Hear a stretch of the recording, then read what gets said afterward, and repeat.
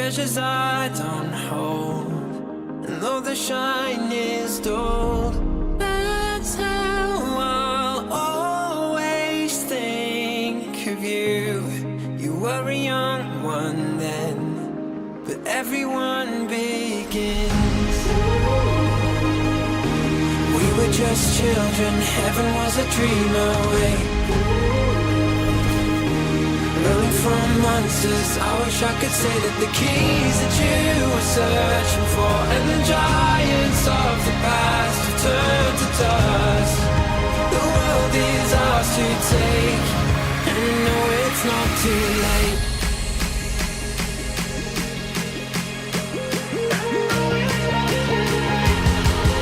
The world is ours to take, and no, it's not too late.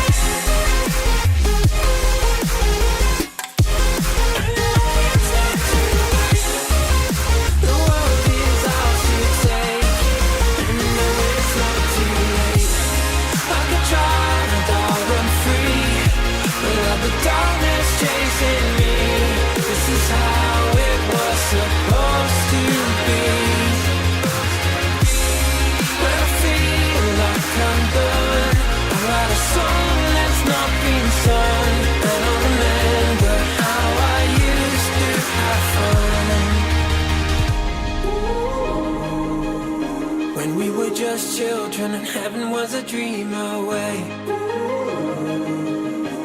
Running from monsters, I just wanna say that the keys that you were searching for, and the giants of the past have turned to dust. The world is ours to take, and you know it's not too late.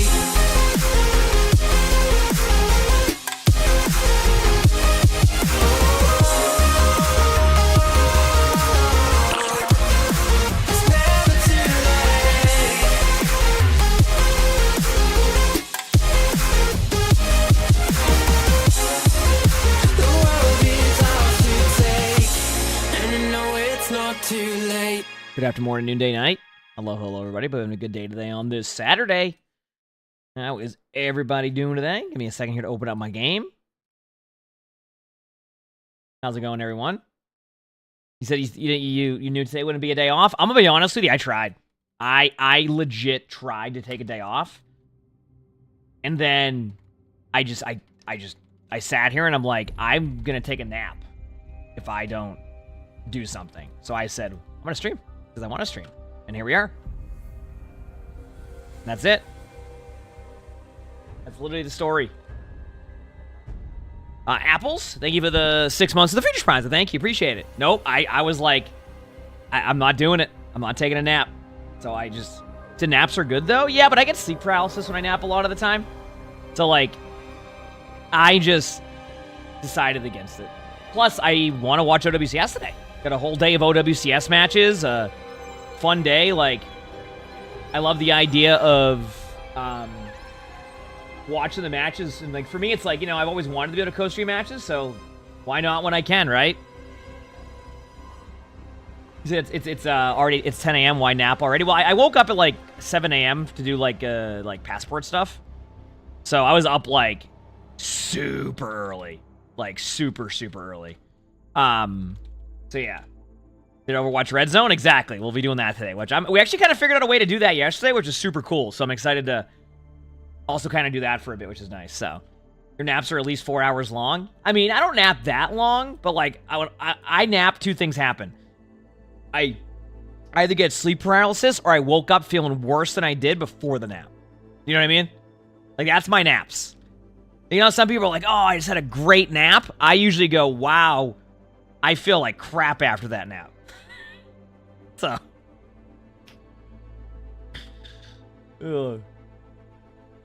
That's how my naps go. Am I doing any reviews today? No, we're kind of caught up right now on, like, spectating for this. I don't, unless crap feels like we need any, I feel like we're in a pretty good spot right now with those recordings for this season. So I would wait. I would say hold off on any submissions until season 10, because your code is going to reset. So let's say that you, like, submit it right now. Honestly, your code's going to reset on Tuesday, and I probably won't get to it. So I would just start saving up codes after Tuesday. You have enough for now? Yeah, exactly. How did everybody like the, did anybody like the retrospective, like, Season 9 video yesterday on the second channel? Like, is that stuff that you enjoy having uploaded more frequently? General response seemed pretty good, but, like, I just, overall, it's always good to get that feedback on it. But that was, like, a fairly easy recording, and it didn't take too long to, like, just give my thoughts on the stuff, so.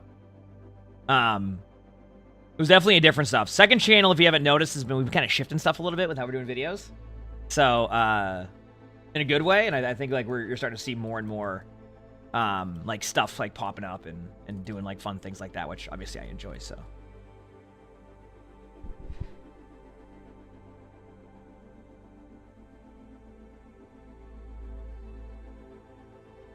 It's like 5-hour naps? That's not even a nap at that point, is it? I don't even think that's it. That's it.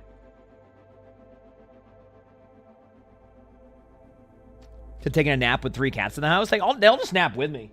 Like, Lonnie's asleep right now in the chair over there, and Sully's just sleeping right there, too.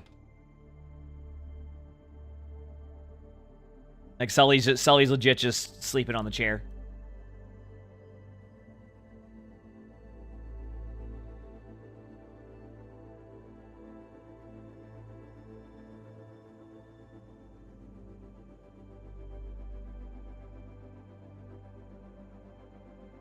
Do you guys want kids?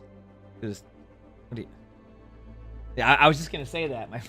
Lonnie wakes up from the nap and goes, "Is that your mom in the chat?" A little backstory on that. When Lonnie and I first started dating, I told this story before. When Lonnie and I first started dating, I'm not even like 2 months into dating. My mom ended up at the same restaurant for Lonnie's birthday dinner and just sat down at the table. She didn't know we were there. She just sits down at the table, sits down, and goes, "Hi. Nice to meet you. Do you want to have kids?" I'm like, what the? Dude, we've been dating for less than 2 months, and what the kind of conversation is this? What is going on here? I'm like, what the? Just out of nowhere. And that was my first time, I think, Lonnie met my mom.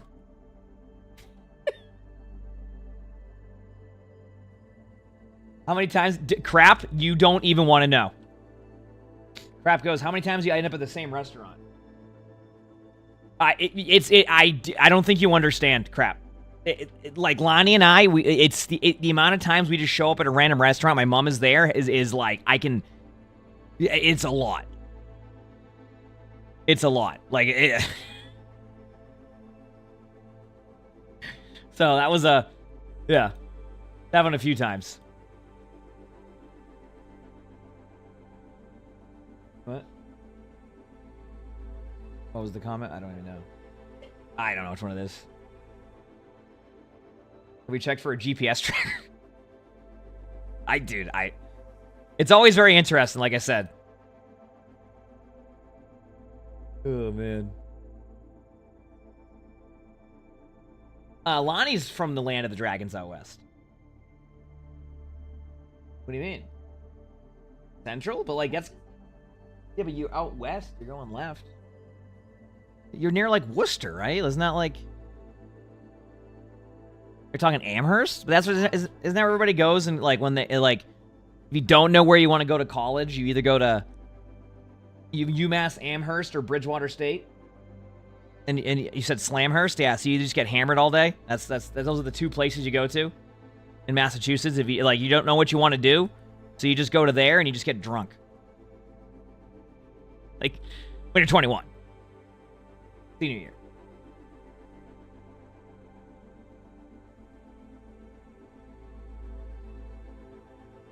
Yeah, I mean, honestly, Speedy, like we talking about it yesterday. Like I don't know, maybe it's just me.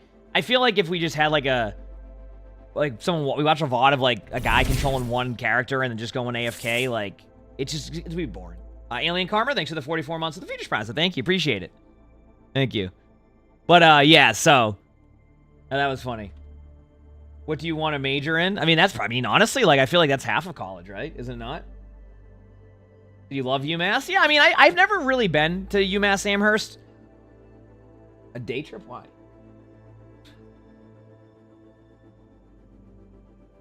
Northampton's? I've never been there. Yeah, I didn't.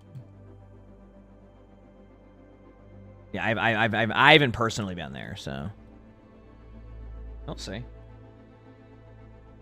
You don't have time to get drunk in college? Yeah, I mean, some people just do their thing. Some people just, are like, heck it. Just depends, right? Just depends. Do.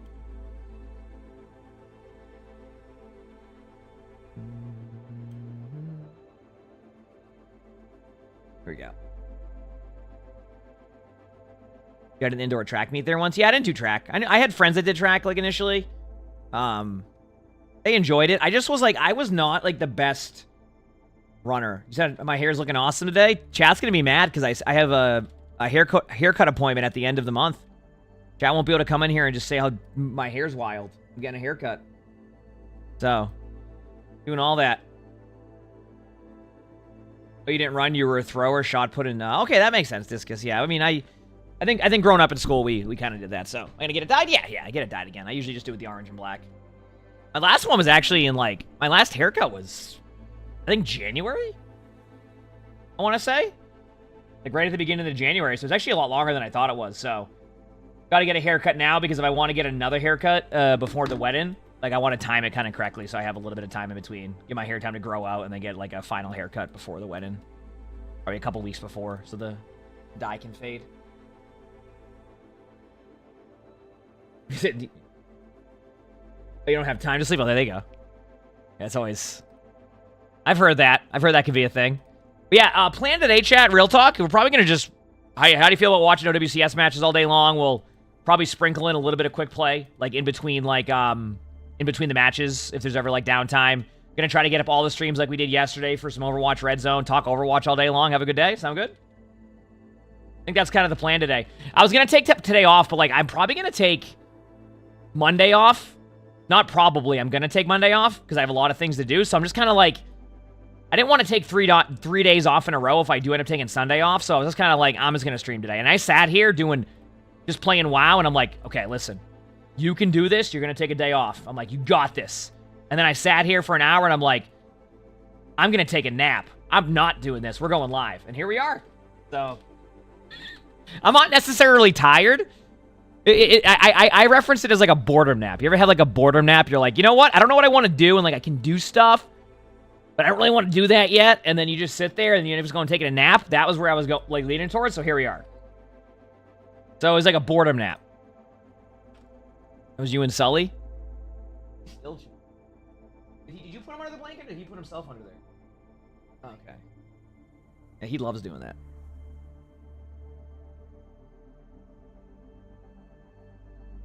Oh, I've been good. How about you? I'm glad you enjoyed my YouTube. Thank you, Fizzy.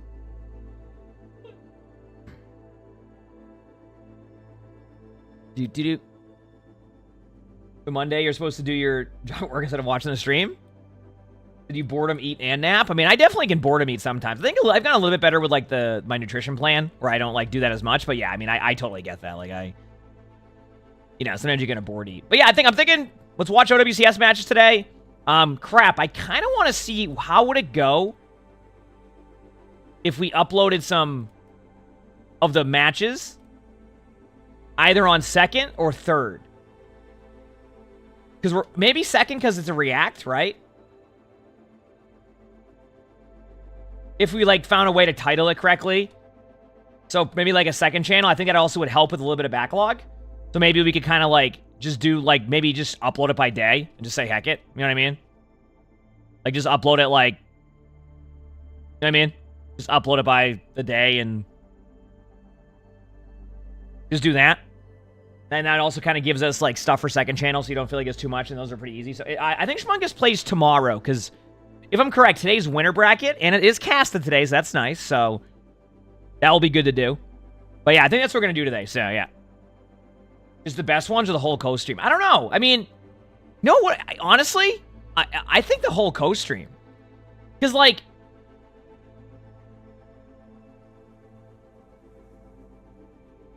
because I think you can title the co-stream as like, let's say that there's 3 really good matches today, right? You could upload a 7-hour VOD of matches and be like, you could upload a 7-hour VOD of matches and be like, we had some of the best matches in OWCS yet, right?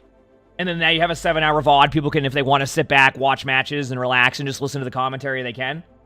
Because I feel like if you cut it up into too many videos, eventually you kind of just like lose track of some of that, like, of that react, right? It becomes a little bit more niche. I mean, if you disagree with that, that's totally fine, and we can go the other approach. But I feel like it just, those type of full VODs on YouTube, like, if they even spark any interest from people watching them, YouTube just promotes the heck out of those videos too. Like, every time. But I can, obviously, crap, like, you're going to be doing a lot of the management stuff with that too, so I'll let you make what you think's best bet for that one. If it helps with backlog for second channel, we can split it up a little bit if you want, etc. So, it's a great thing. Yeah, we play on the games. Like, that's what I'm saying. Like, so I think the commentary of, like, having it up on YouTube might not be a bad idea on second, because it's just React content. And if we can kind of set the tone of, like, you're going to, like, see my React content of, like, OWCS on there, that could be good. I don't know. I'd have to do some more research, like, on like, if it would be good. So, not worth cutting it up. You try to figure out how to format titles. Yeah, that's probably the best bet. Like, I just don't, yeah, I don't see the reason to, like, outside of, like, we just need to create backlog for YouTube, which I totally get. Like, you know, creating backlog for YouTube is a big part. But I just feel like it's probably not worth, overdoing that and just, like, trying to make, like, 8 different separate videos, etc. I think we just do, like, each region. So, or maybe region-based. You could also do that crap. Like, these are some of the best, EMEA, man. No, not even worth it, because you want to get that video out, like, ASAP, right? Then you're just spreading out the time, and then by then those matches become behind. So yeah, not worth. Unless people don't care about that. Yeah, we're overthinking this. This is great. Welcome to YouTube. The Diva's #1. Diva's good. Diva's good. Diva's good. Yeah, I'm excited for matches though. I'm excited. Like I said, probably just gonna do a little bit of warm-up stuff and like chill while we wait for the matches in about 45 minutes. Also, chat. I know, and even though doing this may have people, you keep in mind you can open up both tabs, chat, to get your drops. The esports stream will be live today, so if you want to watch both, I think if you put the esports stream on and then also have mine open, you should get credit for drops. Someone correct me if I'm wrong, but you'll be able to get the drops from the esports channel, and then you can still watch the commentary here, and then you still should be getting credit on that tab. I could be wrong though. People who do that would know more than I do. So, but usually whenever I have a tab open on stream and I'm just like not there, I usually get my drops from other streamers when I'm like when drops are happening. So I think that can happen, but yeah. But today there is a casted match, so for people who are looking for the esports drop specifically too, they will be today. So what are the drops? I don't know, to be honest with you. I kind of lose track of what the drops are because like they don't give them to co-streamers because they want to drive everybody to the esports stream, which is it's a tactic. It's interesting. Yeah.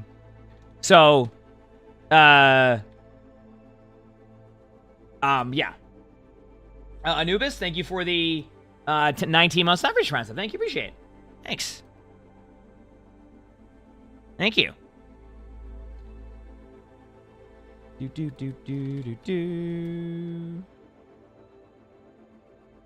Appreciate it. You got drops a while ago, so you'll be here? Yeah, I'm just letting people know. I don't want people to miss out on the drops just because, like, it's not on my stream specifically. I want to at least give people that option and let people know so that way they can get their drops. Just the esports streams aren't linked. I can look and tell you what the drops are. I mean, technically, they should be here, right? Let me look. Also, chat, I'm expecting there to be drops for the new season. They've been pretty consistent with their drop schedule.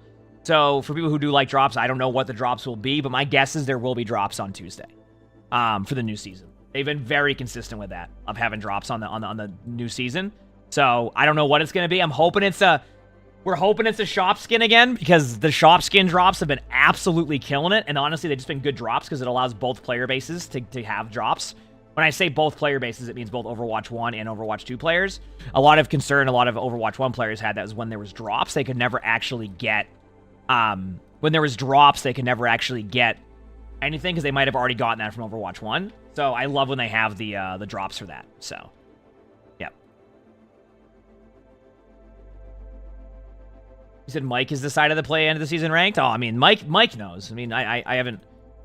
I mean, Mike took a long break from Overwatch, but I'm glad he's enjoying it, or I hope he's enjoying it at least. I haven't talked to him too much about if he's enjoying Overwatch, but he also plays in, like, a different region now, right? So, like, his games might even be more difficult than mine. Like, I have no clue. Like, he probably has some difficult games.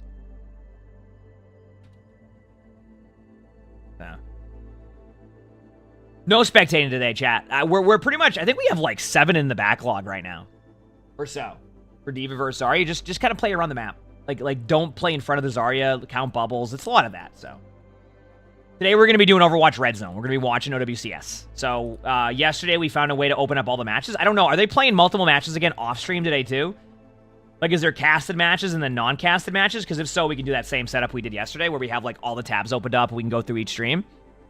I guess it's probably a good idea to go try and figure that out. Give me 1 second, okay? Oh, yeah, drops. I was going to look at the drop stuff. I don't know where it's at. What is this one? The new... What program here? I have no idea. I just clicked. What would I think a mythic Lucio would look like? Impossible to tell. Like, if you asked me this is what the Moira mythic would look like, I would disagree, right? Because I would just... I don't think... I think generally when they have their stuff like that, it's more going to be just about, like, what, you know, fits the theme, you know, what design they're going with. I could never guess. I have no clue. Banana Bunny, thanks for the tier 1. Thank you. Appreciate it. Thank you. I see the video of SK and Funny Astros, Lucio 1v1. She had posted on Twitter, right? If I recall correctly, is that the one where she posted the Twitter clip? And then the way she described the battle? Let me say it. And this is classic for SK. You want me to read this, chat? You ready for me to read SK's tweet yesterday in that 1v1?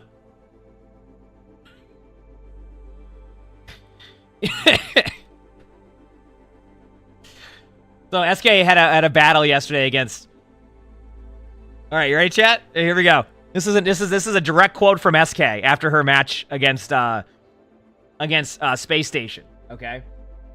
Team Schmungus might have gotten completely bent over, hair pulled back, just absolutely plowed by Space Station Gaming, but I won a 1v1 against the GOAT of Lucio, Funny Astro. That is a direct quote from SK after her match yesterday. I just wanted everybody to enjoy that.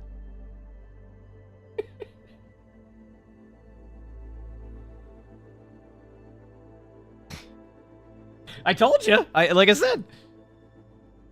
Absolute classic.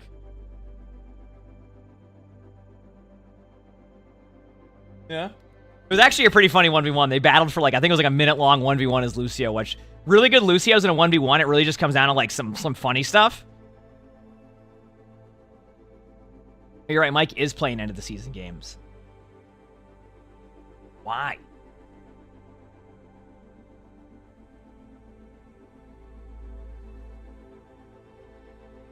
Yes, so the, well, first of all, Mistwolf, just so you know, usually, for some reason, they don't put the VODs on there for some of their stuff, Mistwolf, so technically they're live sooner than 20 days, but they're usually live, like, in the morning for, like, Japan and, like, Pacific region and like, Korea, but they don't save those VODs, so that's why it says 20 days ago, so it's been live sooner, but, like, that's why you have to, like, follow and, like, get the notification, but it's really early in the morning. Today, it is going live, so in about,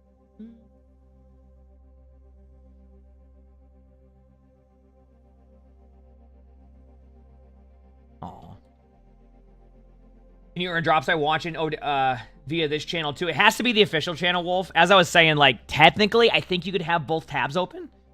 So if you have both tabs open, you should be, like, in theory, if you have the OWCS Esports tab open up on another like tab, like, and then you have the stream open here, like, you should be able to get credit from the OWCS channel, and then also be able to, like, watch the co-stream if you're interested and stuff like that. At the same time, I think it's something you can just test right away, because you'll see you gain a percentage right away, so. You know what I mean? All right, we'll lead off with the Genji game for fun, and like I said, we'll be watching some matches here shortly. And then, okay, so did I get confirmation if there's other teams playing today, or is it purely just casted matches today? Because if it's just casted match today, I don't need to set up the red zone specifically, so. But we'll see.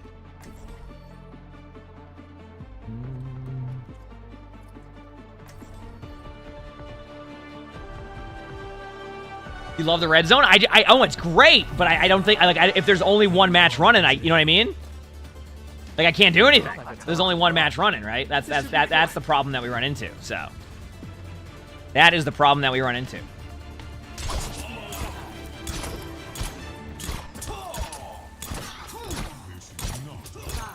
Better watch out, chat. My Genji has been getting pretty good. Look at that spray I have. Pretty good, huh? No, I'm not customizing the Genji crosshair. You can't have my crosshairs be as good as my Hanzo one, right?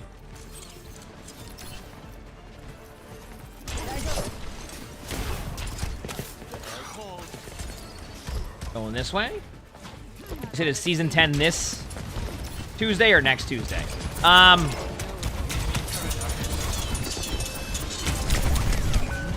Next Tuesday. Well, this Tuesday. This Tuesday. Yeah, sorry. Like, I thought of next Tuesday as, like, this upcoming Tuesday, the 16th. So, like, Tuesday. Like, literally Tuesday. They got the robot. So. We can stop them pushing. Join us. You know, I mean, I'm on team chat. Usually when I go into quick play, I'm usually kind of out of chat. Sometimes people can say some interesting stuff. And honestly, as a streamer, it's not really, kill streamer modes in the game. It's not really, oh, well, that's kind of my bad. It's not really worth. Leah, thanks to the, 14 months of the tier 1. Thank you, appreciate it. Thanks for 14 months. Hey there. Emongg blankies, emongg blankies, emongg blankies. Enemy turret ahead.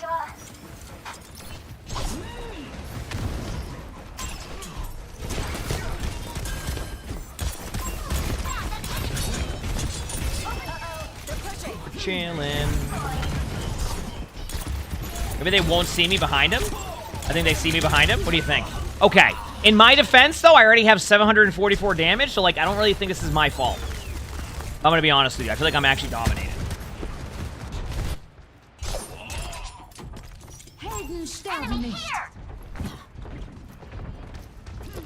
Yeah, I'm looking forward to the matches. Hopefully we have good matches today. Yeah, that's what I'm hoping for, is just good co-streams today.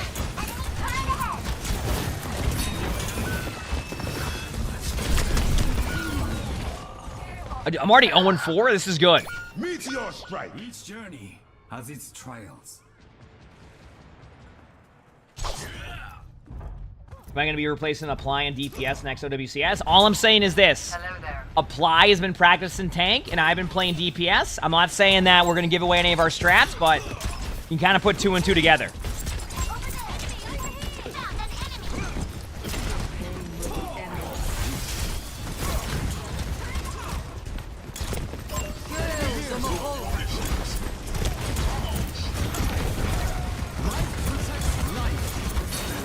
Nope. I have blade, so let's go use this blade very quickly. Get a quick dub, I'd say. All right, let's do this. Going in the air. Go on this Mercy. Got the Mercy. Bastion next. Yeah. No big deal. Yep, more WCS games today. Yep. Jay was playing Ani yesterday. Yep. And CarQ has been practicing his Widow. And Custis said he wanted to play Lucio all the time. One of his favorite things to do was play Lucio and Brig, he said. So Custis just going to stay on that, so. Well, it kind of started with Apply saying that he actually thinks his favorite hero to play is Orisa. So he wants to play a lot of Orisa. And I was like, well, my Genji's pretty top tier. one person the other day saw me get a good blade of him in my TikTok chat and said something nice. So now I'm pretty sure I'm ready to play Genji the whole time. So...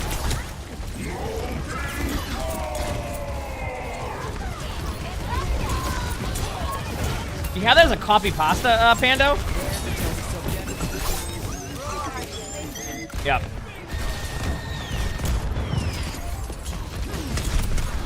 Also, I continued to watch more episodes of Fallout last night. I got through episode 3. Still loving the show. You know what I think people don't expect with Fallout? How gruesome it gets at times. Like, that's how the game is when you play it, but you didn't know if they would translate that to, like, a TV show? Nope, they kept that. No, they absolutely kept that. In case you're wondering if they kept that Fallout vibe, let me tell you. Anybody who's seen it will let you know. Oh, you joined the coffee pasta? Oh, somebody had that. My bad. I missed it initially. I was like, damn, did you get it saved?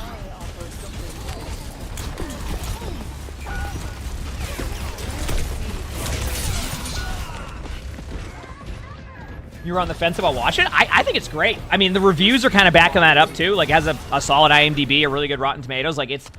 Both of those are aligning pretty well. I actually like it. Oh, I'm not gonna... We don't spoil anything with that. I won't spoil anything. It's very good, though. I've enjoyed it so far. Like, they've done a good job of just, like, bringing that Fallout aspect to it without making it, like... Yeah.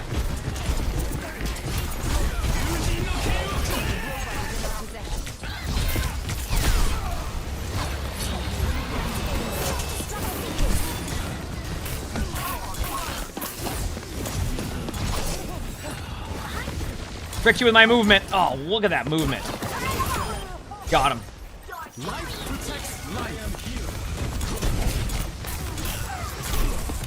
Wizard King, thank you for the 3 months of team. I think you should thank you. Like I said, oh yeah, it's definitely a lot more gruesome than you think it would be. Like it's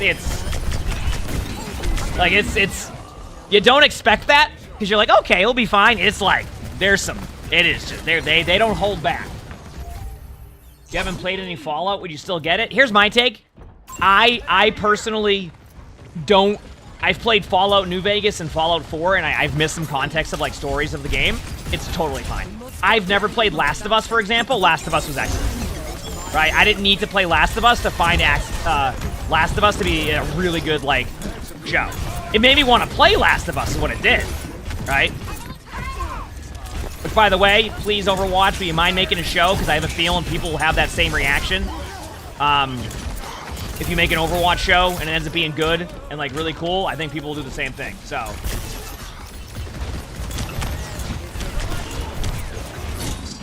I mean, that's fair. Faulty. That's fair. I still think it's good, though. Can you play Last of Us on stream? I know.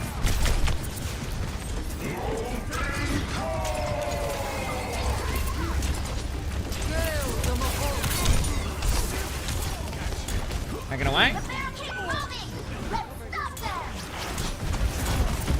Does it make the game good? I mean, I don't... Maybe it's just biased streamer opinion, but, like, I feel like the game isn't really... I think it's in a... You know, in this comes... Listen, let me also point out I am a tank player, so I understand. I don't think it's that bad. Like, I think it's been pretty fun. I think it's definitely... It's going in the right direction with improvement. I obviously, as a tank player, like, you know, I can definitely... You know, I'm just going for the Winston. What are they gonna do now? Oh. Okay, but I almost got him. You know, I'm not saying it's perfect, but I'm definitely saying I do like where it's going. The enemy is pushing their...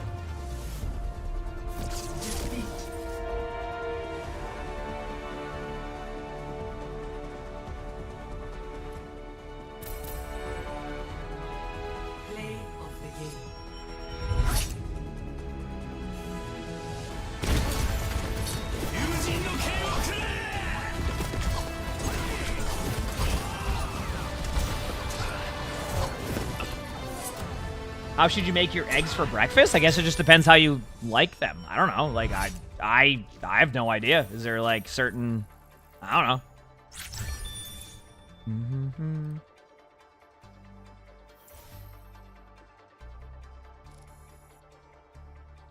YouTube's lagging? That feels bad. I don't think my YouTube should be lagging, but who knows? Did in a comp game? Yeah, I mean, I think like in a free-to-play game, they're going to constantly change stuff anyway. I don't know. It's like I said, I don't think it's in the worst state. I'm not saying it's perfect by any means, but like I think like the game is certainly going in the right direction. And from what you can, and I can't really, you can't really speak for them, but it definitely kind of, how do I put it? It definitely kind of gives me the vibe that like they're able to do a lot more than they want to do now, and that under previous ownership, they weren't allowed to do a lot of stuff or anything they wanted to do when it came to whether it was monetization or other stuff. They were like, no. So it very much feels like that. Now, obviously, I can't fully confirm that or speak for them in that sense, but like it feels like they're in a spot where they're like, wait a second, like, you know, now they can actually do a lot more that they want to do. They give a little bit more time to, you know, do things they want to do and like not just feel like, oh, let's work on this really cool project we're working on. Oh, also, we need to take you off the team to go work on a WoW quest for a couple months. So that project you were working on now is going to get delayed because we just decided, like, so, because you heard those stories about how, like, under previous ownership, they were basically, they'd be working on something really cool. They were ready to get something going. And then, you know, a certain CEO would come in and be like, hey, by the way, I need you to go work on World of Warcraft and do something over here. And I also need you to go over here to Diablo and do this. And they're like, yeah, but we're working on this really major project in Overwatch. He's like, yeah, we'll just wait. And then by the time 3 months later, you're already away from that. You know what I mean? So he leaves for a few seasons and later you get coins in the pass. Are you not ready for some bloodshed? Yeah, you get coins in the past. You get heroes are free. Heroes are free. You can get any previous mythic skins not having to buy them. Like, obviously, you have to get the premium battle pass still, but you don't have to buy the skins for like $100. You know. If not for that betrayal, I would have seized the throne and Yep. with it the world. Sure. Now, you know what we need next, chat? With zero bias at all? Creator codes, right? No bias, creator codes, right? This crosshair is the size of the Hanzo. Listen, chat, you're hating on the crosshair? Just watch. Tell me this isn't dominant in a second. Did you use the code every day? We have one code right now. Well, two codes, technically. We got, what, the Ironside code, and we got the gamersupps one. Does that count? It's a little bit different than Overwatch skins, right? But hey, you know,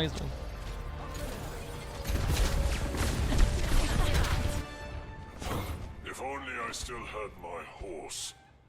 you'll see. What are creator codes? So technically they're not. So technically creator codes aren't discount codes in games. What they are is just a way for like companies to basically, like, let's say that like, give you an example. A lot of games have creator codes. So like, let's say you're in Fortnite and you want to buy a, you know, a $40 skin or whatever the prices of Fortnite skins are, right? And so instead of like, what they'll do is that if you type the creator code in, you won't get a percentage off, but like 5% of that purchase or that skin will go to like the streamer that you use the code for. Does that make sense? So like every time you bought something in Overwatch and there was a creator code and you can put in like the streamer's creator code, they would get like 5% or something like that of that. Just by putting their code in. Excalibur, thanks for the 7 months of the British Master. Thank you, appreciate it. Thank you. A lot of games have that. Currently, Blizzard is not one of them.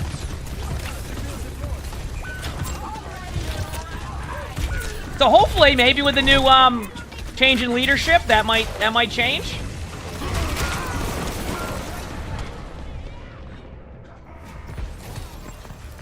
So,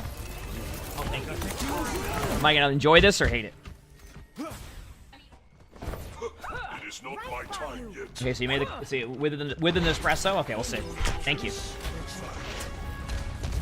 No, but yeah, I mean, I would. Yeah. Oh, listen, chat. I'm gonna tell you right now. If creator codes become a thing in Overwatch or Blizzard in general, you're gonna. I'm not gonna say I'm gonna be annoying with mentioning my creator code stuff, but I'm gonna be annoying with creator code stuff.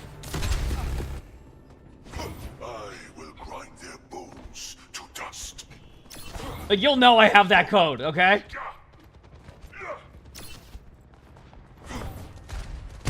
Personne n'échappe à mon regard.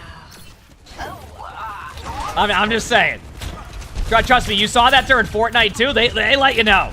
But you know what? Back in. What do you mean, like 5% though? Yeah, like okay, let's say that you go and buy $100 worth of coins right now, right? And there was a creator code. If it was like Fortnite or like games that have creator codes, because quite a few games do, you like the streamer that you put their code in would get 5% of that, of that purchase. You get what I'm saying? Thank you. The Dead Sea.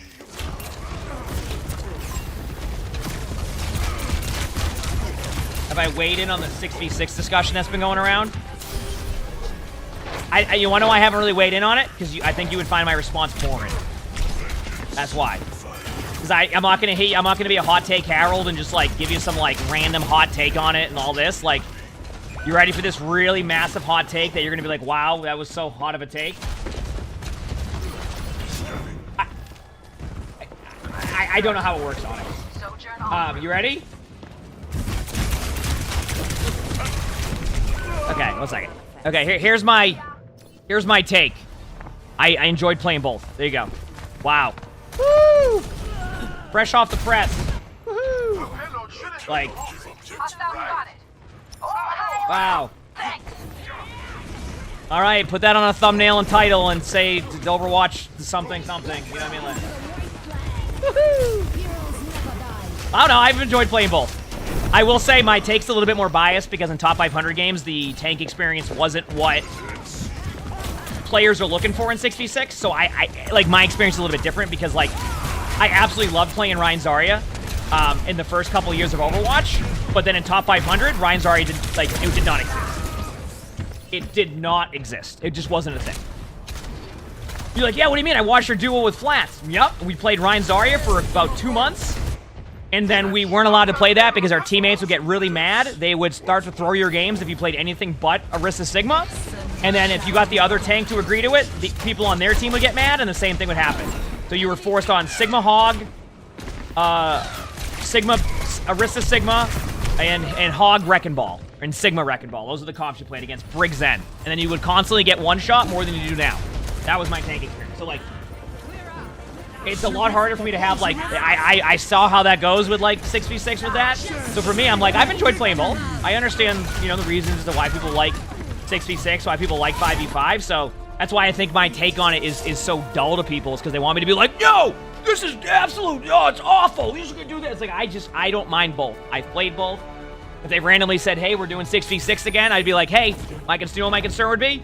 Balance, and how would the Q times would be again? Because Q times are awful for DPS because of 2 tanks.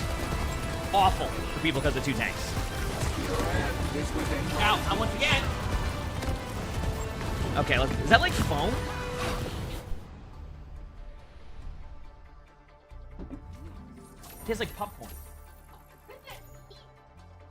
It means it tastes like popcorn. That's interesting. No, it tastes like popcorn. Here. I don't like it. You think my creamer's ass? What's wrong with my creamer? Q times would be a concern for you too? Well, that's what I'm saying, Gavin, is like, that would be my #1 concern is like, is the Q times and how the balance would be. Because like, if you do 6v6, you'd have to rebalance the whole game again, right? Or not rebalance the whole game, but you'd have to rebalance again. And I think like, then the Q timers would be a thing. Where like, we've seen how much of an issue Q times were. I mean, like, I don't know the data, but my guess is that Q times are significantly better in Overwatch 2 than they ever were in Overwatch 1 when roll Q was introduced.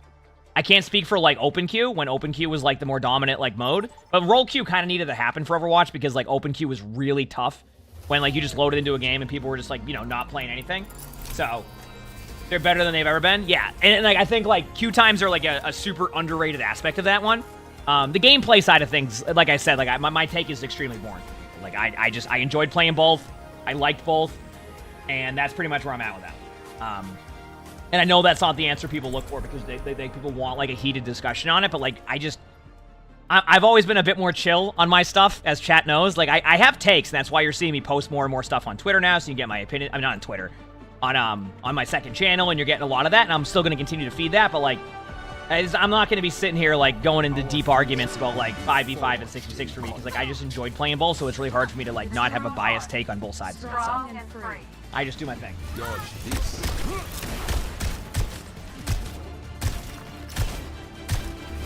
You said you would legitimately advocate for 4v4 Overwatch. I mean, it already is 4v4 Overwatch, right? Isn't it 2 DPS and it's 2 DPS and 2 support? And the tank's just there as a spectator? Right? Yeah. Dude, I was losing it the other day when somebody said, somebody in the chat after they did the announcement saying you won't have the chat.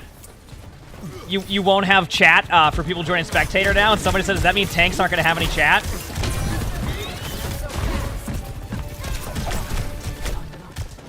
Because the tanks are just spectating anyway. We'll get you where you need to go. Moving right along.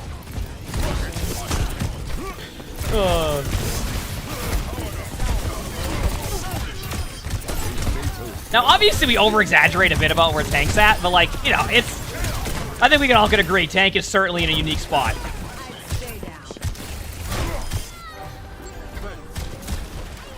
Oh, wait, when I did my React video, didn't I say that tanks were in a tough spot?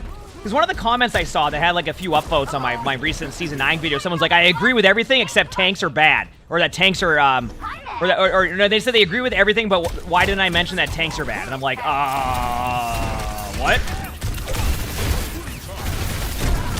I'm pretty sure I did.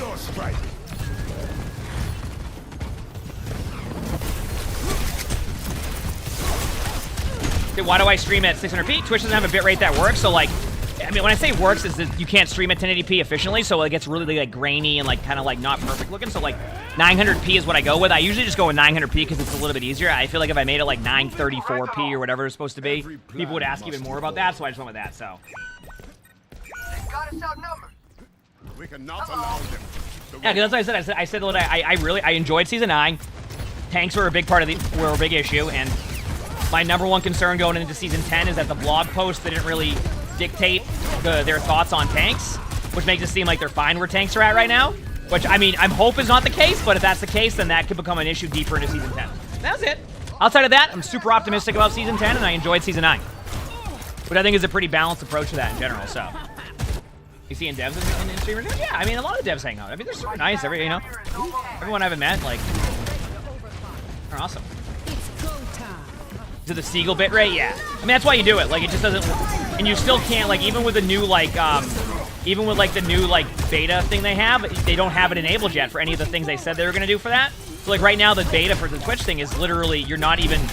I think, like, it actually makes your quality worse or something. It was, like, makes it, like, 720p. Because they don't have the AV1 yet or whatever it is to it.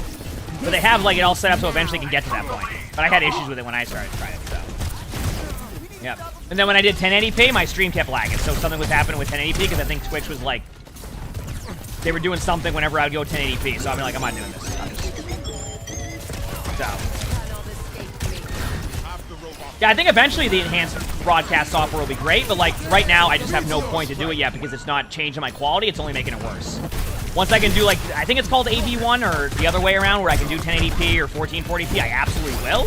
And I will, chat knows I'd like, if I could, I would. Like right now, I could probably turn the YouTube stream on and make it 2560 at 1440 at 50,000 bitrate and it would look great. But I'm not allowed to do that because of the TOS, so. I've come too far to stop Efficient now. design at work.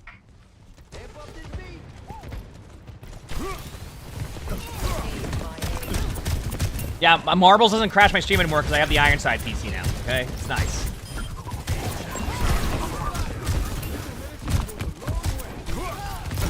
Max bitrate 6K? You know, yeah.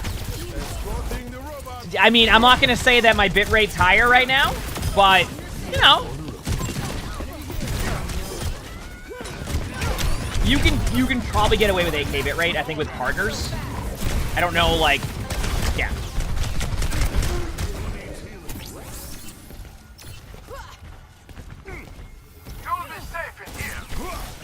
Yeah, I guess it's also interesting, like, I don't know how infrastructure works with that stuff, right? Because, like, obviously, like, Google has their own servers and stuff like that, but so does Amazon, so, like, I guess I just don't know, like, the difference between, like, what makes YouTube able to do. But I mean, at the same time, like, it also kind of makes sense because YouTube probably just, as of right now, makes significantly more, right? I mean, they have, what, billions of users? I don't even know if Twitch has hit billions of users yet, or a billion users, right? YouTube has billions of users. And constantly able to get their ads, right?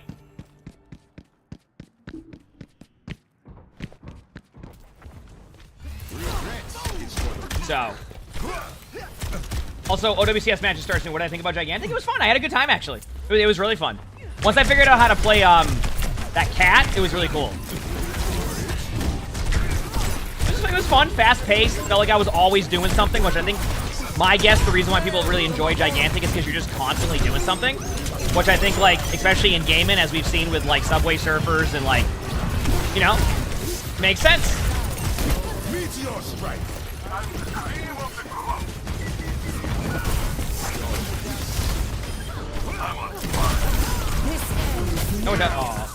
Oh, the God Lord, thanks for the free sponsor. Thank you, appreciate it.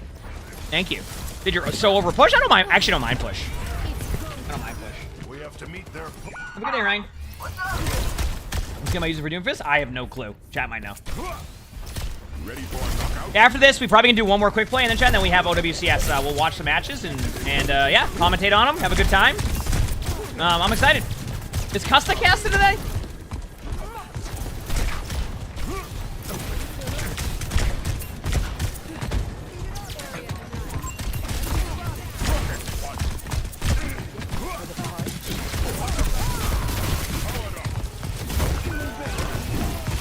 Call him Casta? Is that his nickname? Casta? This sounds like me having a Boston accent. Put a stop to that.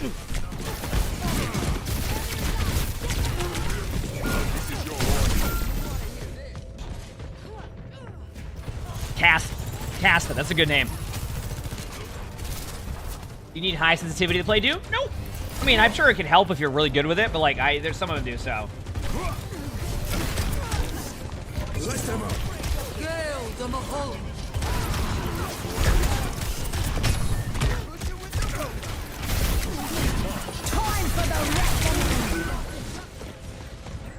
Yeah, I mean, I don't know what they're gonna do. Can we get drops from this? Honestly, as much as I wish we could, Verge, and I put that feedback in, no. But I think technically if you open the tab up and you have my stream up too, then you should be able to get like drops from their stream, and then you can still listen to the commentary. So.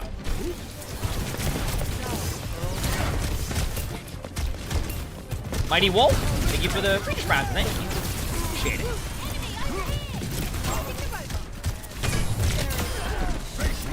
Yeah, the esports stream will have drops, yes. The esports stream has drops. Like, I've given the feedback that, like, it'd be a cool incentive for people who are co-streaming to get that. So, like, I'm not saying just me. I'm saying, like, everybody who, like, signs up for co-streams and co-streams has the opportunity to do that. Which then would give more, like, more people just end up seeing the esports stream to begin with.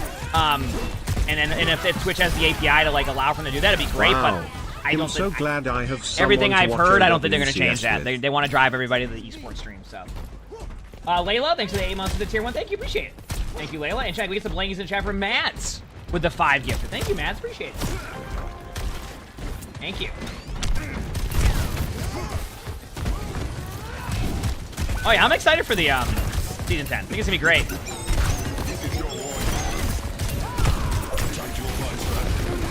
Tricked you. Oh, look at that movement. They're gonna get me? Wait, maybe not. They got me, but it looked cool, right?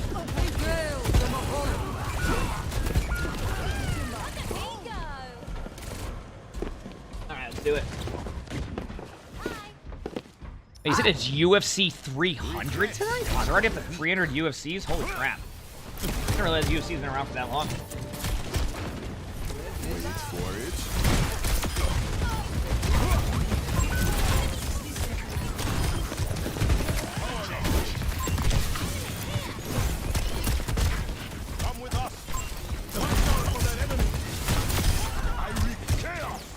And man, thank you for the 1,200 bits. Thank you, appreciate it. Thank you. I was just gonna say, they must be loving that there at UFC. They had WrestleMania 40, Happy Saturday, and now they have UFC 300 all within 2 weeks. Right? But thank you for the 1,200 bits. I appreciate it. Thanks, man. We have a great Saturday too. Alright, think about that. WrestleMania 40, and then they have UFC 300 all in the same 2 weeks.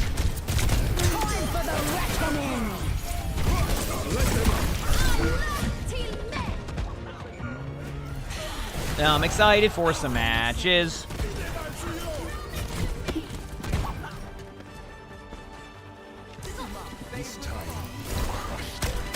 Oh, you're right. Hero number 40 also. Yeah, I'm sure the ownership at UFC and WWE are pumped about that too, to be honest with you. Actually, one of the wrestlers that I know of plays Overwatch from WWE, and he it was actually funny because like he came in my chat years ago, and I was just like, I'm like, there's no way that's actually him, and then it was, and then I ended up like messaging him, and we ended up hanging out one day. He was really nice. Austin Creed or Xavier Woods.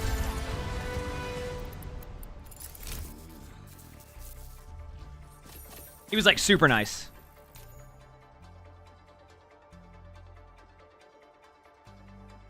Obviously, he has a huge gaming channel.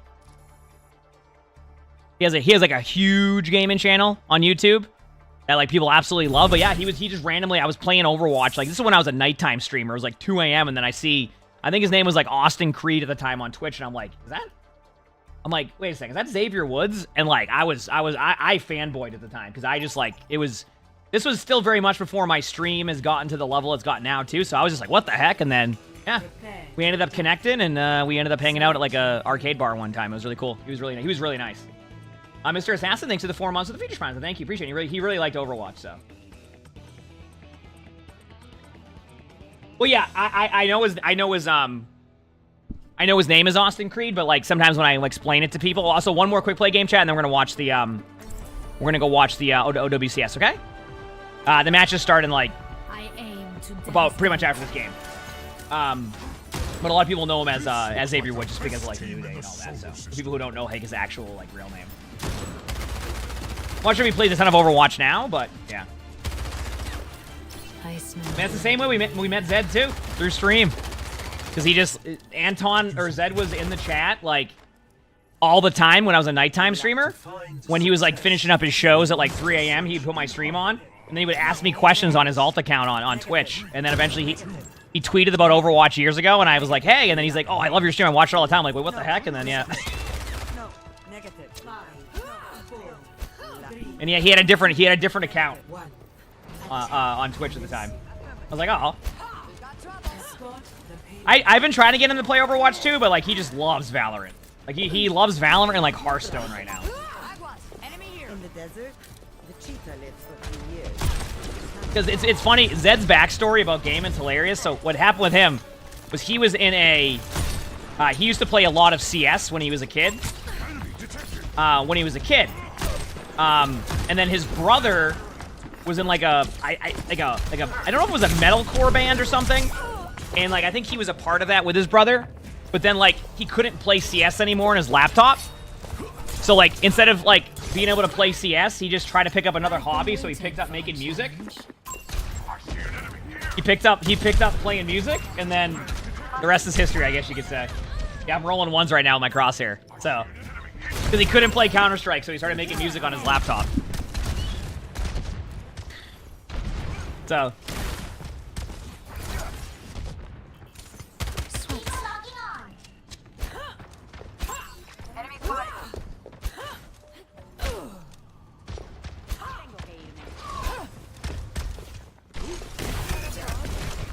So Bayesian, I have a quick question for you. What version iPad do you have? I have the pain of moving. I haven't seen how the new ones are.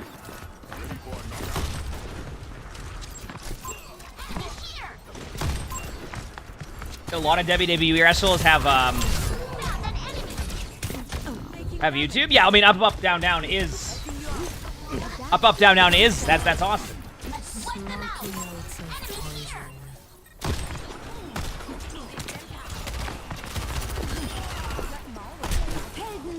You got kicked from a rank game? Oh, that's not good. And we'll be watching matches here very shortly, chat, right after this game. I'm not gonna sit there with the music on and just wait on nothing. So, oh, I am hitting so many shots right now. I did not get my rolls today. My rolls are not hitting right now. Hi, bud. What am I doing? I'm playing Widowmaker. What are you doing? Blueberry Slug.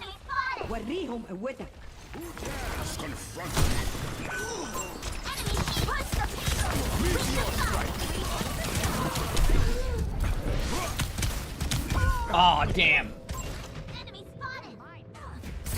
Meteor strike.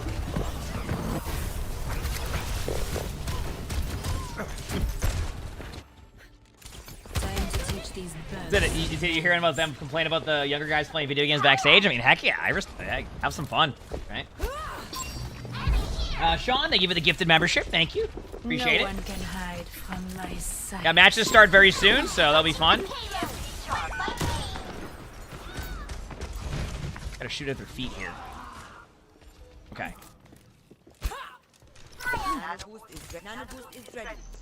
Yeah, they probably just have the old overlay up on OWCS. El Chino, thanks for the 47 months of the tier 1. Thank you, appreciate it. It actually is almost 4 years.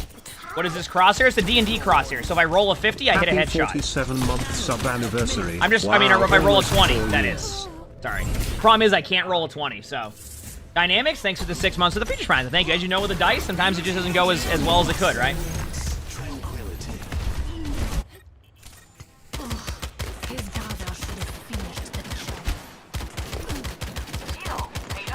Yeah, unfortunately they are Sundar. Like I said, I think if you have both tabs open, you should be good. So if you want to listen to my commentary but have their stuff up, you could have that too, I think. So, the match is starting in a couple minutes, so we'll be good. Actually, let me look at the timer now. Yeah, it's like 3 minutes. It should be perfect timing. So, you may wonder, we will be watching the matches. So this is, oh, this is a D8 you're saying? So okay. Looks like a hexagon. All right. I'll have to talk to Blizzard about making that crosshair possible for me. Chad, that Venom mine is gonna do wonders. What do you do to set up Twitch drops? You just have to have your account linked.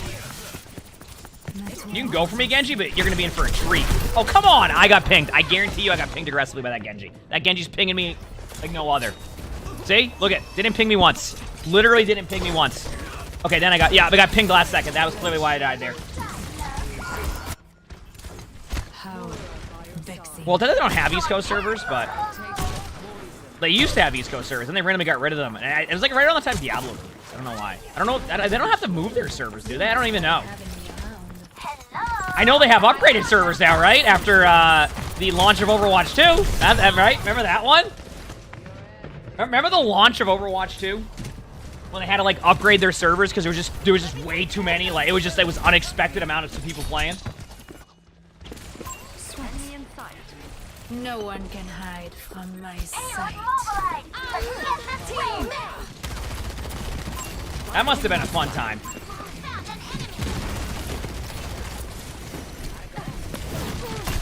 Oh, I got the headshot, but they had armor from the...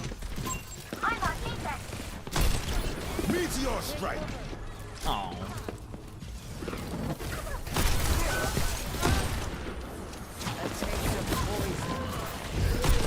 Are you tripping or did that crosshair just turn? I'd be very surprised if it did.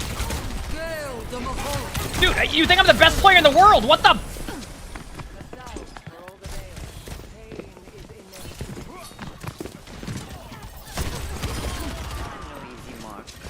Did Blizzard have East Coast servers anymore? I mean, they've never really had East Coast servers except at the beginning of Overwatch 2 and then at the beginning of Overwatch 1 and then on like PTR.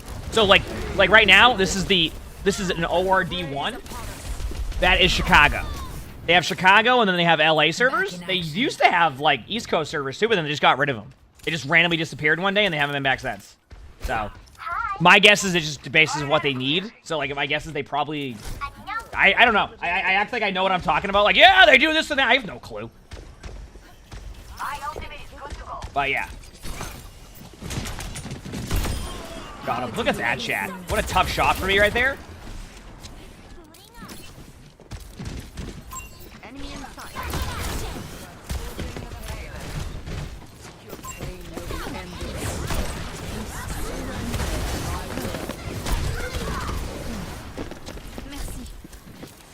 No one can hide from my sight. I'm unacceptable. Engaging the enemy.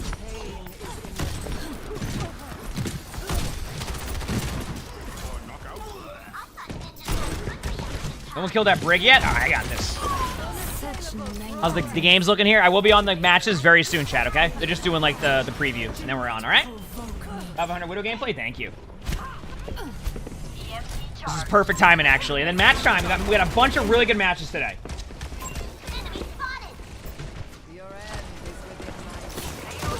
I just feel like I'm bad at Widow. Cold Ramen, thank you for the get this up. Thanks. Appreciate it.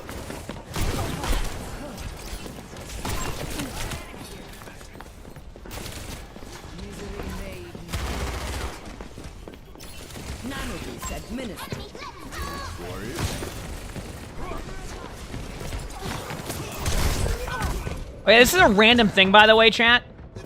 I wanted to point out. So on YouTube, they added this like new thing because I've had people ask me this about like if I have like an Amazon like commission link or something. YouTube just made it so like I can post all my peripherals and everything, and then when you open the description on YouTube, it will have like a commission-based thing there. More than what Amazon like was ever doing when they did that stuff. So like some of it's like 10%. So A little surprise. that's a random side note, but they just recently added that on YouTube.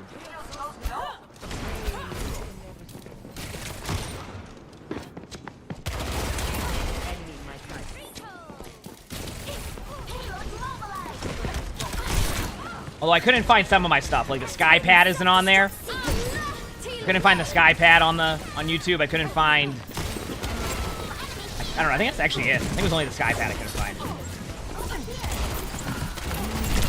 But I like the sky pad. I really enjoy glass mouse pads.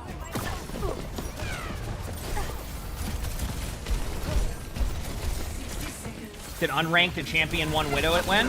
Should I do a subathon of that? Unranked, I'll do all the way to champ 1 subathon.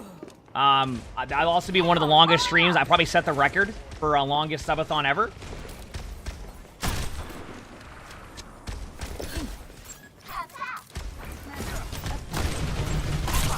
Actually, technically, we could do. I'm not saying. Listen, I'm not saying that if I end up getting a house, that I'm gonna do my first ever subathon, chat. But it definitely increases the chances.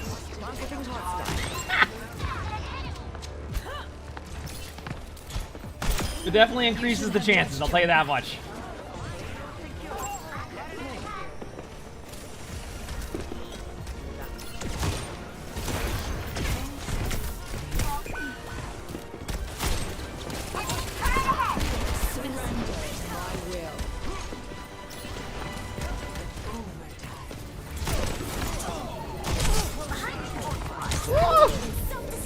Leave me alone, leave me alone, leave me alone, leave me alone. Look at this overpowered passive kicking in.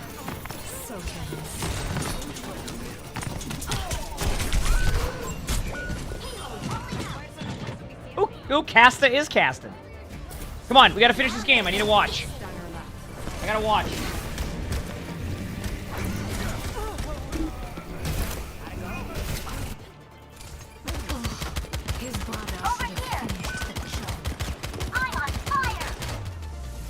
All right. GG's.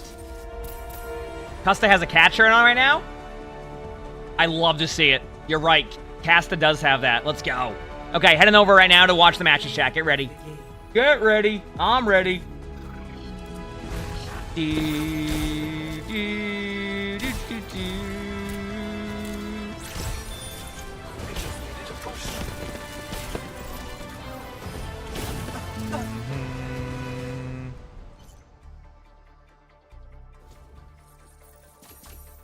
All right, let's do it.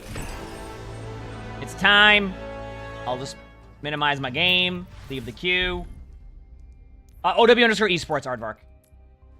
Okay, you ready, chat? Let's do it. Esports World Cup, and that also means that teams, you know, you ready? just like, for example, Custa's team, not to rub it in, who got knocked out in the Swiss stages. Oh, what the? Compete in there. Do you have your eyes set on that? Why was that the first thing I hear? We don't want to go through the Masters because we prefer to start low, that makes sense. Gain some confidence by beating up lower people, and then just try and leave before we start losing matches and get knocked out like we I'll just be did there, in front the row stage. seat. I'll be there, front row seat, buddy. When you lose to a gold team. Every time, Jaws. Why are you always like this? You know, it's a warm welcome back. You know, friends give each other, jabs here and there. Right. Listen, I Custa needs to love open signups like that. Custa, we're Team Overwatch. You can't let Jaws sit there and say we're going to lose to a gold team. You're supposed to come back with, well, it will be fun playing against your team, Jaws. You'll see links, or you saw links flying through the screen if you paid attention, because I certainly did not. Hence, I don't know if they actually were up already or not. But yeah, back to OWCS though. Back to things I know what to say about. Listen, we're very sensitive over here at Team Overwatch, okay? Today, I want to quickly we're clearly the best team in the game, right? Because, of course, the opening matches already happened yesterday off our screens. And yeah, I'm just going to throw the question out here. You need to get me on the broadcast? Experts. Which team caught your eyes? Or hearts? Perhaps, Costa, starting with you.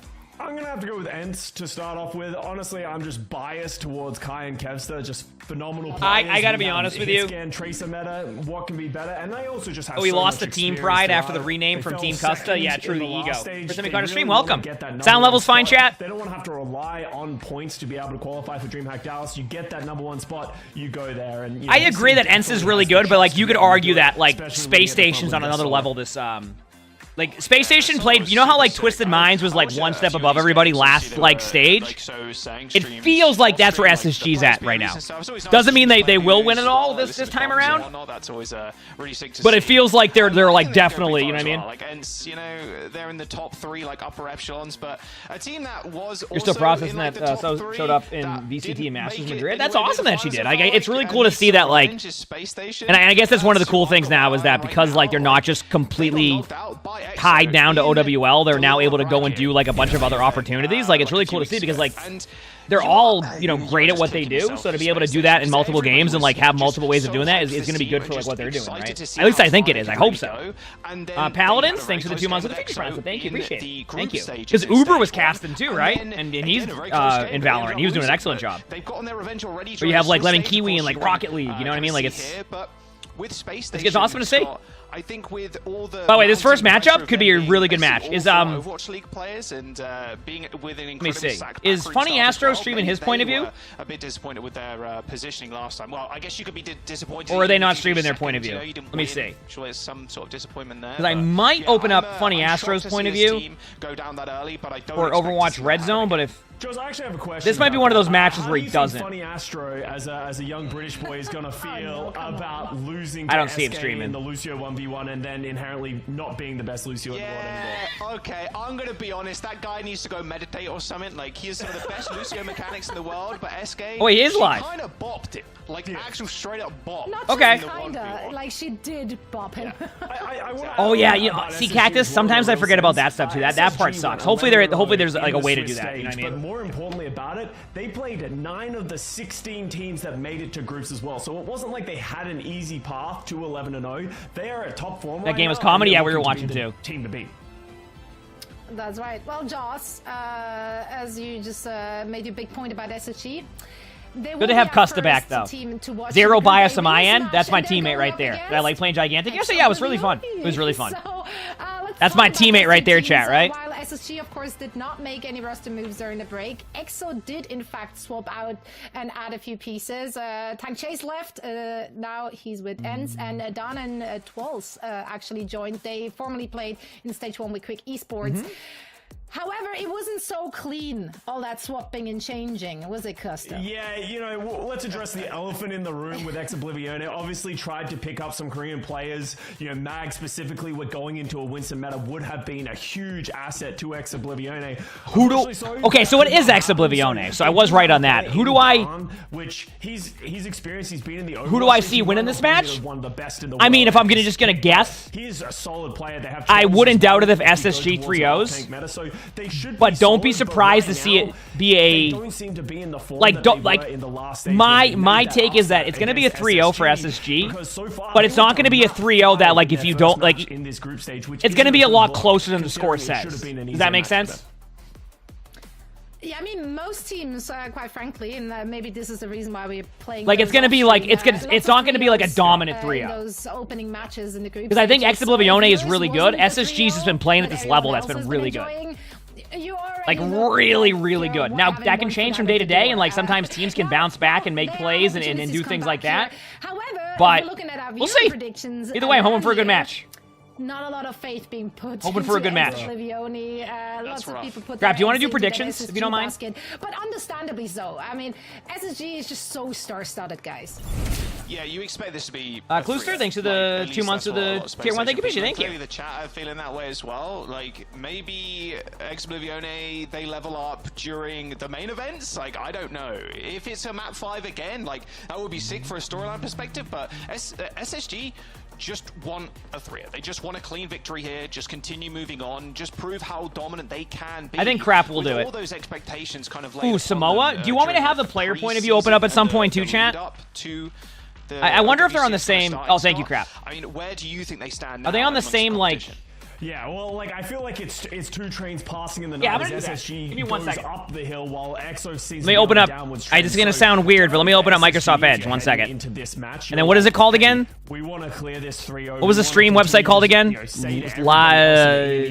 Stream. Team to beat. We are the strongest in the region. They have stream. a good meta for themselves, and they should what was be able to run the with stream this, website from yesterday? Roster that isn't happy with 4th in the region. What was it called? Playing for, to be the best, to be at DreamHack. So especially with the it was a multi-Twitch though. It was something else. It was like stream. These points, or even just they need. Yeah, 1 second. What am I doing? I literally can just go here. Yeah, obviously both teams have a fair amount of points. Teamstream.gg. There we go. I got it. Spot at DreamHack Dallas. You'll see, chat. You'll see. I have to use Edge because it lags really bad if I do it otherwhere. Wait, what am I on right now? I was on Google Chrome, and okay, there we go. Team stream multi-view. I gotta clear the streams on this. 1 second. Is it because it's a stream? Manage streams. Okay. Maybe got some OW_esports. Add, and then on your screen right now. Funny Astro. It's going to be the first map. Add. Yeah, it okay. can be hard to gauge everything off of the Swiss stage, right? Okay, it's playing ads right now, chat. You'll see in 1 second, though. Get ready to watch this. More than anything, so you never know what can happen, but now... Get ready for this professional stream. You ready? Okay, now guess what? You know what? What do we want to watch, chat? We think we want to watch the cast feud to start? All right, let's do it. As you can. And both teams actually rolling out on something different. Space Station over to the Orisa with Blandon on the Baptiste. A good look for them, but Exoblivione on the Sigma Symmetra? Yeah. I have to use it because I was lagging on Chrome when I used this. But apparently Firefox is good for it, too. A lot of Orisa versus Orisa right now, and I think one of Orisa versus Sigma, which it's a very interesting strategy because like I feel like the Sigma one has the opener here, and it allows you to pop off, but like and also be a bit of a difficult play. Bad RNG, thank you for the free prime, thank you. Yeah, that's why that was actually a good rotation by Space Station because if they got stuck over there, they would have been spammed out. Respecting the amount of damage that comes out with that was really good. The Symmetra. They don't have the Tracer to put on the pressure, but now SSG they're stepping up in the and then an early pick. Astro just booping Cloud and wow, they already used their window early too and just lost that window essentially. Wow, what a start. Let's see what SSG has to think about that right now. We have to run it though. Yeah, I wanna get Hattie in on their backline. They're all left side. Let's go see a highlight from that team fight and see what their rotation was. Cancel, go backline. I have to swing main next. Yeah. D-Chat, over here at Overwatch Red Zone, we show you all the best plays. We're gonna see that play for a second and go back. Signal shift, back in turret, 6. Need to take an angle. This is great. Yeah, signal shit and peeking main. Yeah, it's because their delay's a little bit longer. The cast, they make the players put on a longer delay than the stream, so I think people will always watch. Push off the shield. They like to very much drive people to the esports streams. So you can kind of see what was going on here and what they did on the rotation. That was really, really well played. So. D-fight win for Space Station. A lot of ults to spare as well. Didn't even really need the window, to be honest with you, but he'll take it. And Kaneo, oh no. A little bit of a stagger. Good stagger right there, though. No.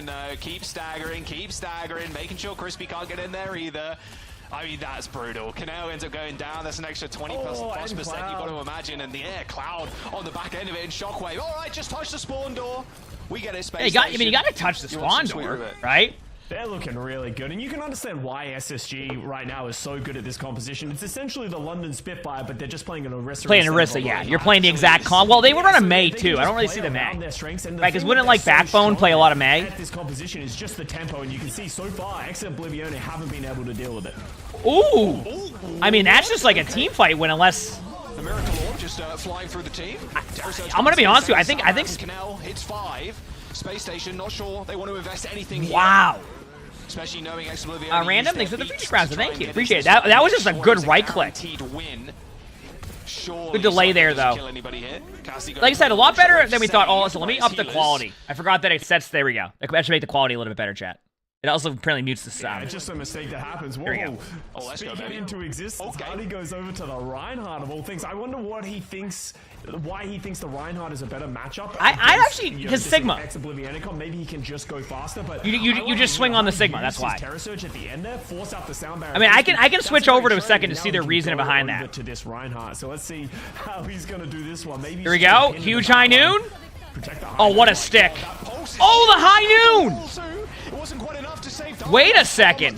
That was just a good play. Nice job. And that should be the first round, so I'm going to quickly go see what their reason behind the Rhine was.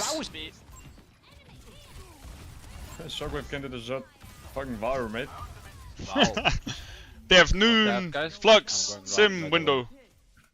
Yeah, they've all been. Yeah. All but beat. Yep. We're watching the instant replay here. You guys. We can like With high noon, stick with beat. Yeah, we can stick. Stick together, stick together. Where you wanna go?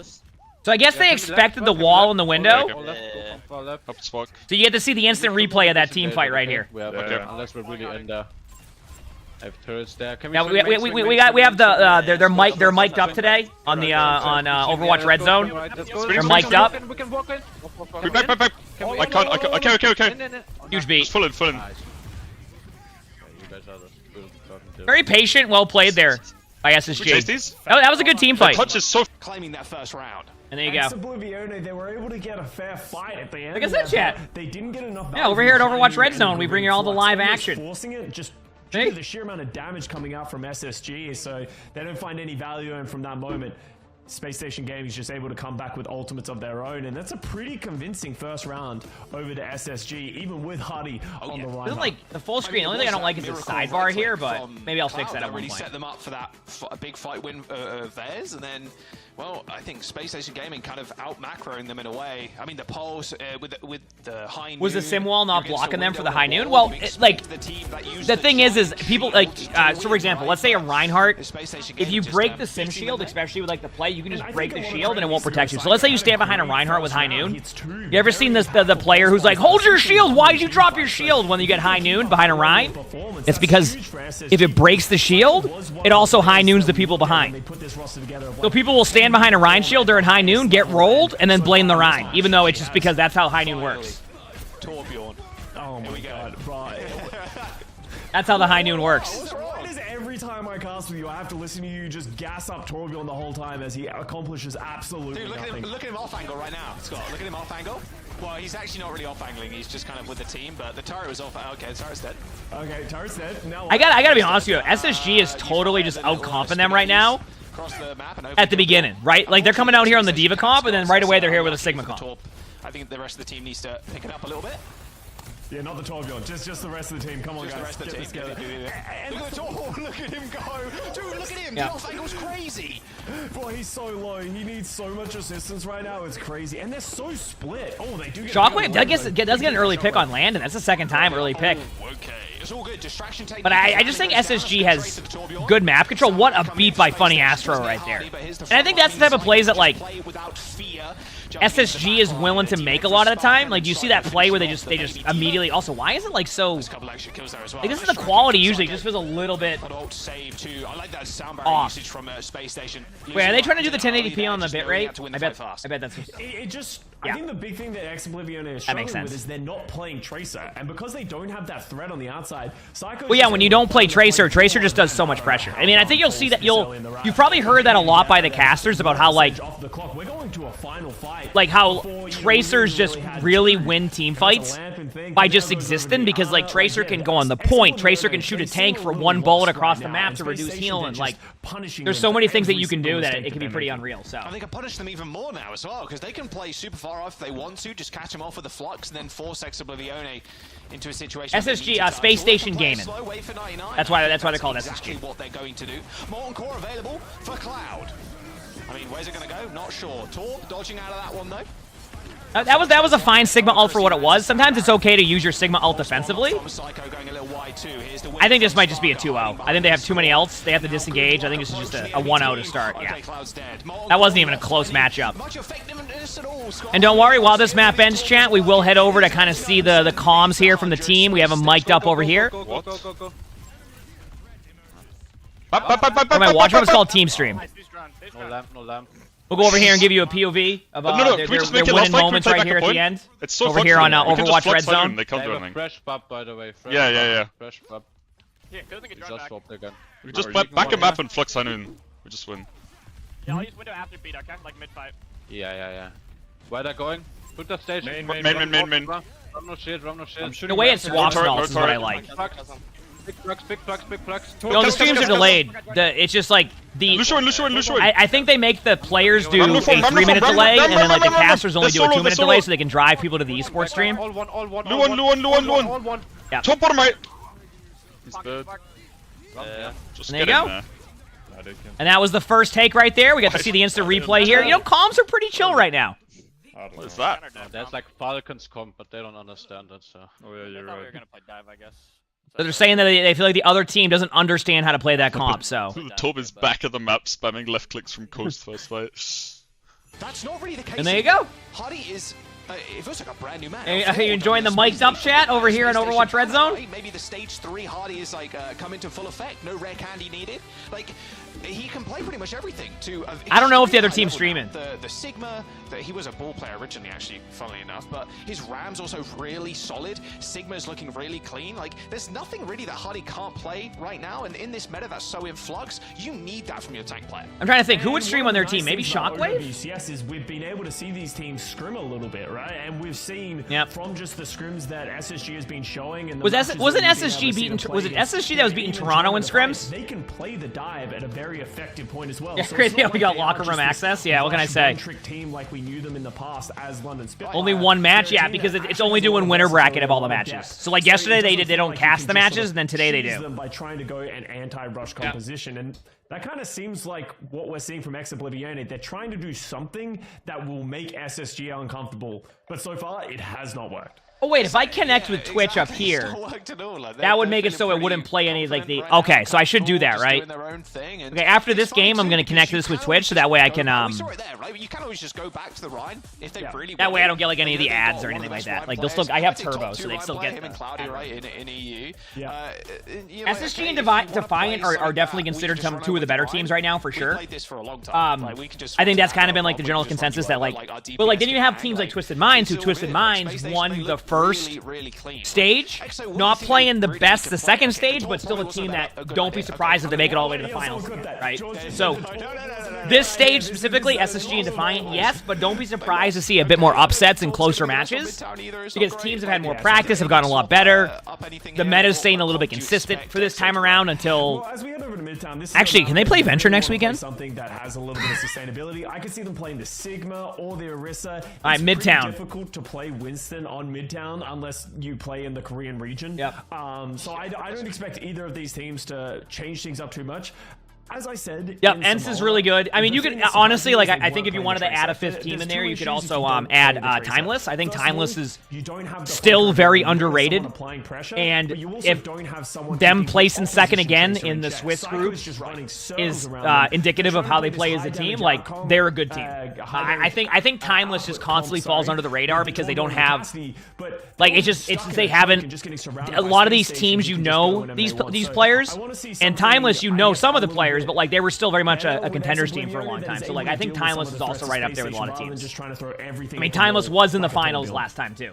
I was Luminosity, they're very good too. LG's very good. Yeah, let's have a look what they're doing on defense then, because very good. They're running Brig, which is quite interesting. Rita, thanks for the 10 months of the tier 1. Thank you. Okay, you did find another point of view. Thank you, Viking. Okay, give me 1 second. Let me do two things here, chat. I don't think I mind the Brig at all. Plus, it checks Psycho a little bit. Okay, what's the stream name? Racer that she used to be, but still, the Tracer still has to kind of deal with shield, the whip shot, and then also the packs that can fly in and help Kanale. So I quite like it. We'll see what Space Station want to run.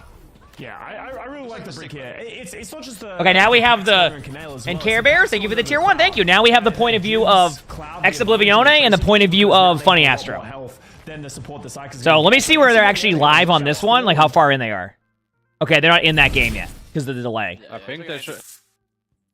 Okay, they have a longer delay, I think. Okay. Like, it's Ryan in time. Just makes the insta swap and they're and Kunga, thank you for the free prime sub. Thank you. Thanks, everybody. Appreciate it. Listen, okay, first of all, even on NFL Red Zone, okay, they have some times where they have to sit there with filler time, okay? We're calling this filler time. Just Giga Chad. donk walking. I mean, it doesn't matter. They've already used lamp. Look how what a start. Holy crap. How do you even react to that when they just walk in with a Reinhardt comp and just roll you?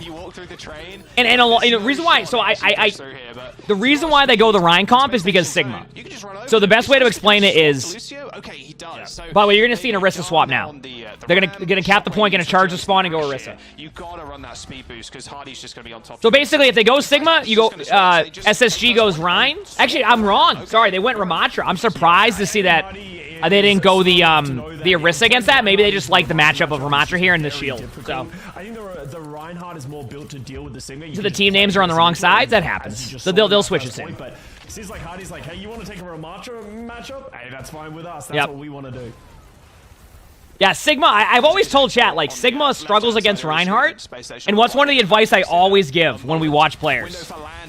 When we watch players, like, what are you not supposed to do with Sigma? Play against Sigma and play like you're playing Reinhardt. Like, I mean, against a Rein, don't play Sigma like Rein, right? Don't play Sigma like Rein, and that's why Rein does so well against Sigma, because if you can get up to their face, the Sigma can do literally nothing. Yeah, you can hit a good rock and your teammates can make a play off of that, but like it's just not a good matchup. So when you have a team like Space Station who has one of the players who's known as one of the best Reins in the game, of course they're going to go Reinhardt if they see a Sigma comp because they can just speed boost and play the way they want to play. And then if the other team swaps to counter their Rein, they can go to a different comp or a comp like this where you go Ramatra, and now that whole counter swap that Ex-Oblivione goes doesn't work, right? And that's kind of what happens, right? Let's go see what the other team's up to right now while we sit here and see what's going on. This was the first fight right here. Get an instant replay. Okay, they have no voice comms. We're heading back here now. Hope you enjoyed that. Looks like we weren't able to get them mic'd up for this match. Yeah, I mean, they're just going to get snowballed. Ooh. Couple back, though. Oh, saying that, though. The sixth man, the Bob, comes up the kill onto Sparker. I mean, they're playing well. Hey, well, the problem is right now is I think what's going on is Ex-Oblivione is just like, they're not entirely sure what they want to play, right? Like, and what I mean by that is they're just like, they're trying to find a comp that works, but Space Station isn't just sitting there and being like, oh no, they're on this comp. Space Station's going, wait a second. They're on this comp now? Okay, let's go this. And that's right now where SSG is. Here's the thing, I like it because does that make sense? Along this sightline is, it's going to be so difficult for SSG to deal with it, but the problem with it, they got the teams fixed? Yeah, that's why that wasn't showing for a second. Because they were getting that fixed. If Shockwave isn't finding picks, they're going to just slowly bleed out. So Ex-Oblivione needs to do a good job of playing around these sightlines and not getting too aggressive so the Shockwave can help. Yeah, I mean, you have to kind of play around those sightlines. Holding this high ground.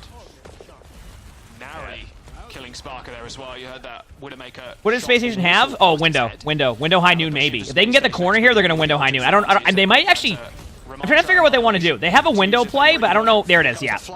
They're going for the flank window. I thought maybe they were going to peek main, but it kind of makes sense not to do it main because then that gives Widow an opportunity to follow up. So they ended up doing the high noon play, but like, it was actually a good response by Ex-Oblivione. Now, don't be surprised to see like an extra minute or two here for SSG to take time to cap this. I think the nice part about this, though, is that they were able to push it 69 meters. So like, if you've already pushed it 69 meters, you're fine. Mungus plays tomorrow, I'm pretty sure. I'm pretty sure they play tomorrow. No funny business can occur in Space Station. They're going to get hold on this push, but they've got a fair amount of meterage, Scott. Yeah, Dan, the new addition to Ex-Oblivione, doing a phenomenal job of just like balancing his health pool. You know, so if you're Ex-Oblivione right now and you try to lead with window, I think Space Station knows they have window. Oh, nice shot by Shockwave. You could feel that. I think what they want to do next is they want to probably lead with a window and then, or not lead with a window. They might either be aggressive right now. Tomorrow's matches will be casted, I'm pretty sure, yes. They're either going to lead off with the window from Ex-Oblivione's side, or they're going to, Space Station's going to play aggressive to force out the window before they window. I think Space Station knows they have window, so they might just be really aggro. Yeah, there it is. They don't want to give them a free window timing.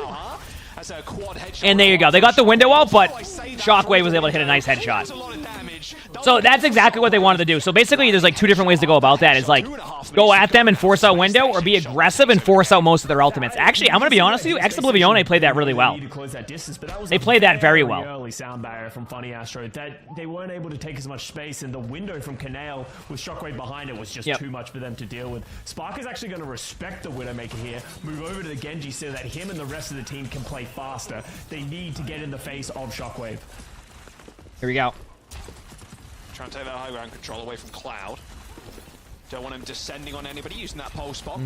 So got to be careful though. Shockwave in the distance. Spark can kind of spot that out. Doesn't want to deflect too early, so playing really huge pick by Landon. What is Oblivione? They're gonna have to use Ramatra ult soon, but the thing is, Space Station has a lead with their Ramatra ultimate, so it's gonna just be a worse Ramatra ultimate regardless, and that's what you're seeing right now.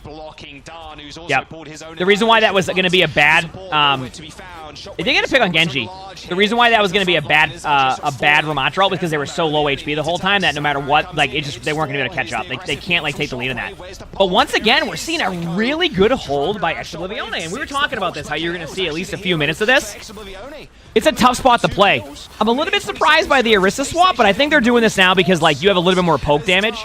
And if you're wondering why Don wasn't shooting at the Ramatra there, that was just a stagger. And the reason why it's important right now for Oblivione to get it to below a minute is because now Oblivione could have the worst ever attack, but if they cap with no time, they now have the opportunity to still win. If Space Station capped with a minute or above, and then Oblivione had 0 time, they only could draw. So I'm surprised by the Winston swap, but I think they're just going all in for the Widow, and that's why Shockwave is now on Cass. That's why Shockwave is now on Cass, because right away their comp is screaming, we're going to dive the Widow. Now who do they dive? It's either going to be Lucio, Bap, or Cass. I know that's a variety. My guess is Cass is their initial target, and then that's exactly what they did. They went for the Cass, and they backed away. So, yep. Hey, where's the Octo box? We don't have that many games going on today.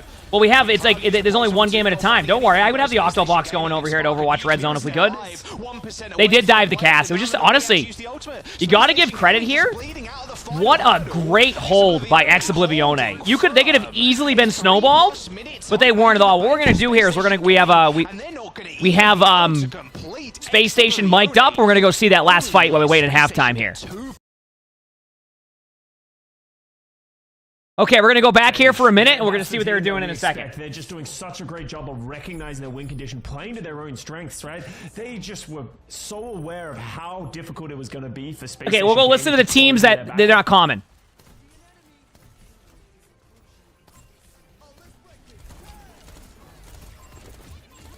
See? Honestly, nice shots there, by the way. Woo, what a play. All right, how are the ads looking? Okay, 30 more seconds. Well, some teams like to show their comms. Some teams like to not show their comms. So what they're doing is this is a point of view. It's a point of view with no comms, so that way you can't hear their team comms, so the teams can't pick up on what you play. All right, now we can go over here. We got 10 more seconds, chat. We'll leave this on right now. Commercial breaks in progress. Obviously, over here at the Overwatch Red Zone, it's very important. And we'll see if we can kind of catch this last team fight before we start the next round here for SSG. All right, perfect. That was the end of that round. All right, back to here. Shield, his staff, and then if they want to go crazy, go. Unsung B, thanks for the 19 months with the free. Appreciate it. Thank you. Thanks for the 19 months.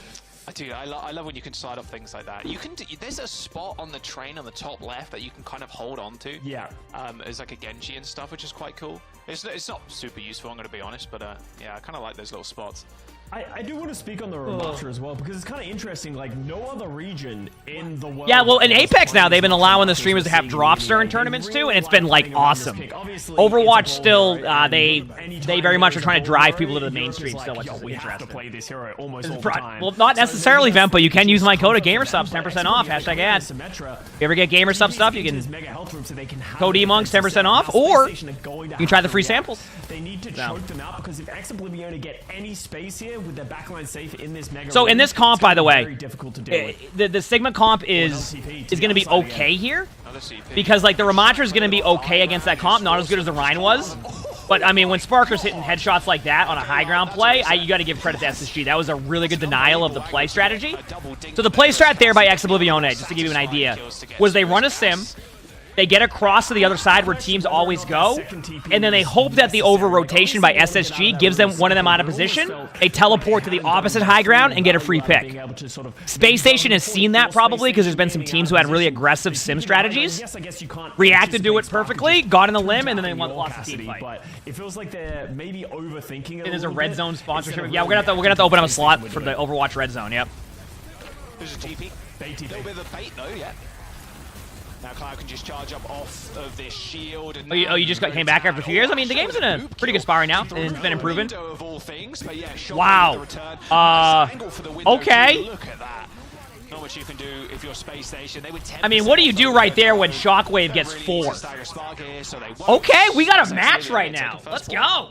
Yeah, Cassidy's both having huge impact in the 2 team fights that we've had, and we talked about Sparker. He is a very streaky player. Oh yeah, you're right. I guess SSG used to do the aggressive sim strats too. So like when you play against the comp that you kind of are comfortable playing against, it can make sense, right? Coming alive, playing the Widowmaker, playing the Cassidy. It can make sense. They need those types of picks if they're going to be able to go toe to toe with SSG, and now.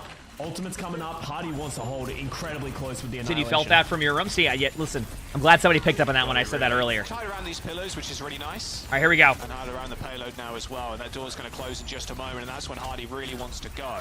I say in just a moment because they're contesting it. The doors are still. I mean, honestly, like they might be able to commit. Oh yeah, I was gonna say. Just an inch forward. Almost made it through the closed door. So close. Just one final bullet from Landon. Oh my god. Again, yeah, I mean, season 10's on Tuesday, so the meta might even shift a little bit. We don't know what the balance patches are completely, so like, I don't know. We'll see if there's a meta shift or not. Where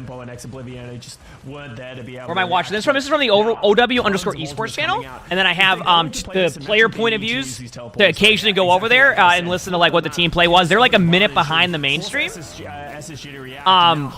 we get to kind of watch like a replay. They can't really push the payload forward either because Hardy's hiding behind it with a shield, so that High Noon isn't going to result in a kill, at least not for now. Someone's got to deal with Shockwave though, and it might be up to Hardy to do that. Sound barrier coming in, a late one from Astro doesn't hit Sparker. Could it affect anything? Wow. Hardy is still pretty low. Sparker just pretty good hold by Space Station right now. And like this is whenever you have a really bad, like whenever you have a really bad first point, the best thing you can do is set the tone on second, and I think that's what we're seeing already.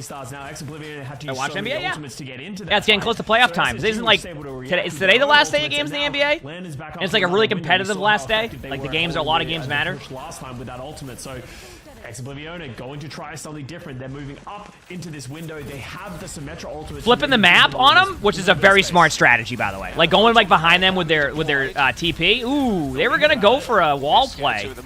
They want to pop wall, but they don't know when. They haven't found their spot. They got the cart now. Oh no. That's the worst thing that could happen for SSG because, like, now they can get card time and they can just, yeah, they're going to be able to just take map control. Yeah, they're going to get... This is a very unique situation for... If Oblivione can win this right now, look at behind him. They've gotten halfway on the card time, and they already, I think they got the Baffle Limb, right? So they're not going to have the HP, so they're going to be in a very, very tough rotation. Want to eventually try and make the run, and now they're going to try and punish them as they run. Yeah, the pulse bomb is going to stick the... I mean, that is so tough. Great job by Oblivione, and now they have a window, Ramatro. This is going to be a really difficult retake by Space Station. Because the car progressed so far. Now, you were in the one in Flats chat last week with the 84 boxes of cereal. Why do you have 84 boxes of cereal? To deal with that, like, dodgy high ground that you have to take, and yeah, that's really rough. And now it's one fight, like you said. Oh, you said your stepdad found the clearance section and got 84 boxes of cereal? I mean, hey. High Noon available. Why not? The Annihilation, and now Hardy is going to have to require some support. Lamp already comes by the way, they didn't get on the point. That was not going to be winnable. What a great job there, though, by Oblivione to react to the really close hold by Space Station, get card time, and then also build an ult advantage going into that. Very, very well played. Very well played right there. I talked about how much I wanted to see them play at Why don't I have 50 shield cells? Hey, listen, that was the first time I think Vent ever typed in the chat was the 50 shield cells deck. They're kind of controlling the flanks by just teleporting. Rest is history. Shockwave lives with 1 health, but he's in such a good position that's so difficult for SSG to be able to deal with when a hit scan. Space Station needs to lead off with a play. Ooh, actually, I like this by Oblivione. I really like this play. And the reason why is because, like, the best way to force out ultimates is to use ults. And that's exactly what's happening right now. Both teams are kind of forced into this. What a stick. These pulse bombs have been great. It didn't look like Exoblivione wanted to kind of speed onto them, as Hardy was already like half HP, almost getting healed up to 5 points. That was certainly a window. I mean, that was... So let me talk about this play there, by the way. It was the first challenge. Ah, okay, that makes sense then. They used a lot of ultimates, but weren't able to find value. But once that pulse bomb stuck, you could see Exo would just spread out, panicked, and Canal even uses the window, a tool that I'm sure they wish they had back. But now you can see SSG, they don't want to give space. I think it's Psycho, is what you're supposed to be for the name. The reason why that play ended up being bad was because I don't think they knew that the Tracer was down on the ground there, so it was actually a really patient play by Tracer. But they're flipping the map again. They have walls, so they probably want to lead off with the wall, but I think they want to get right side or high ground control before they do that. The problem is they're waiting a little bit. There we go. Now they're going to the cart. Okay. They can't lose the card again. Yeah, if they lose the card again, the same thing's going to happen if they lose the team fight. Good high noon. Very good high noon, but a good job getting out of that. I want to say that actually Space Station was in a good spot there, but Exoblivione just had a great reaction. Psycho with an early pick. They're going to be able to trade on the Ramatra soon. They might delay Landon until they have to. Okay, this is looking like it's very winnable right now. This is basically coming out of one team fight. On paper, Space Station should have this. If Exoblivione can get this team fight to... we're going to head over right now to kind of see what the live commentary is. Okay, we're going to head over here to see the quiet play by the other team.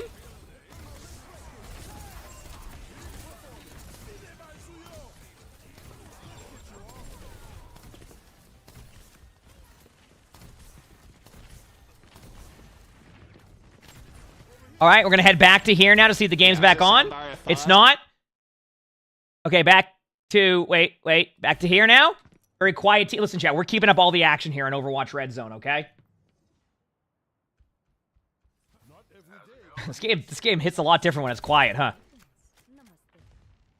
All right, head back to Funny Astro now. 10 more seconds there. Still nothing going on. Back here. Okay. I probably should log into my Twitch account now at a certain point because I have Turbo, so I won't... M. Denials, thanks for the 12 months of the tier 1. Thank you, appreciate it. All right, here we go. Great, wonderful, it's paused. Wow, almost a year. Tactical pause, classic. Oh, Psycho lagged out. Psycho lagged out. Which means... Never go to Austria. What does that mean?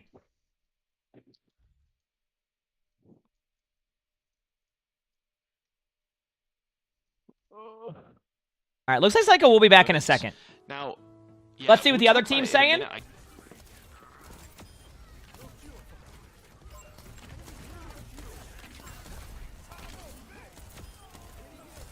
Wonderful, wonderful. Comms are heavy right now. They're going with a lot.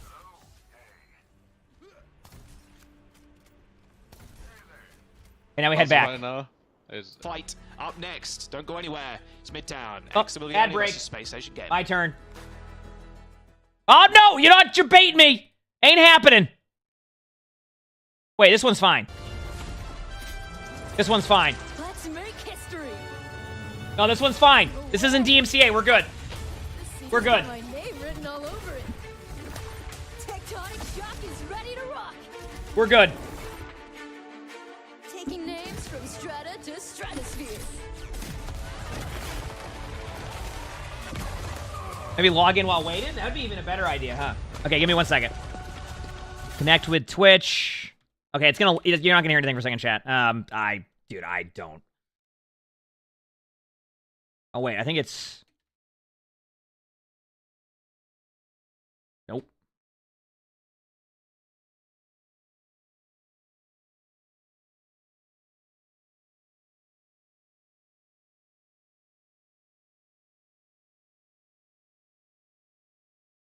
Yeah, we'll do that later. All right.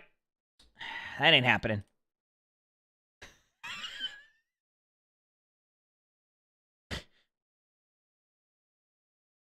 Give me 1 second, chat. Ugh, I tried. Listen, I tried, all right?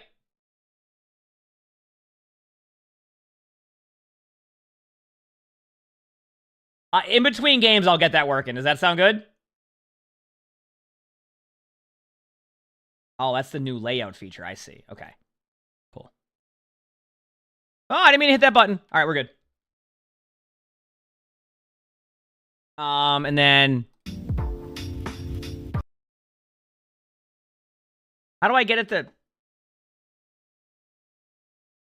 Okay, there we go. We're good. Fired. Okay, we're good.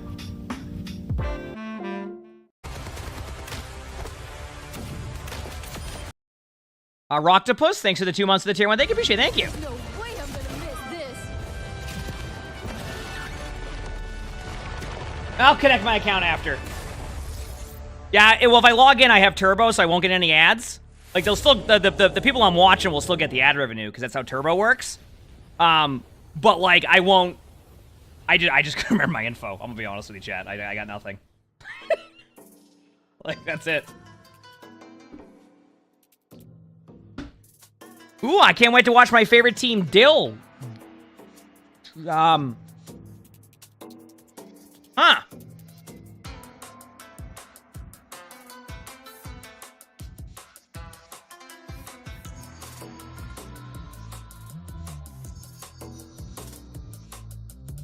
Let's see what's going on over on Funny Astros comms.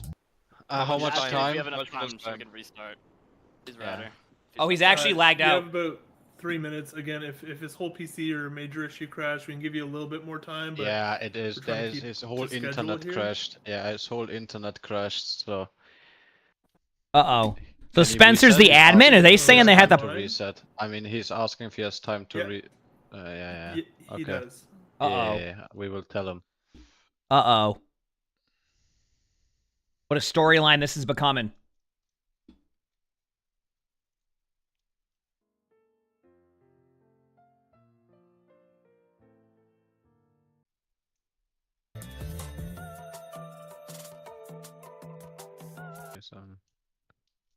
Come on. Come on, Psycho. Reconnect back in. Can a player come in for them? Like, could Backbone come and play? Are they able to come in, like, if someone lags out? There's got to be rules with that, right? Did the internet go out? It sounds like their internet went out, yes.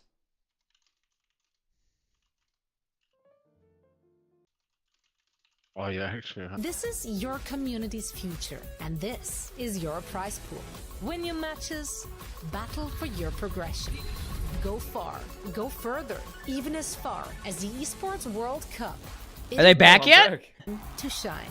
Build your team, register your team, go the distance with your team. Facetly. Powered by you. Are you ready to see Overwatch in that chat?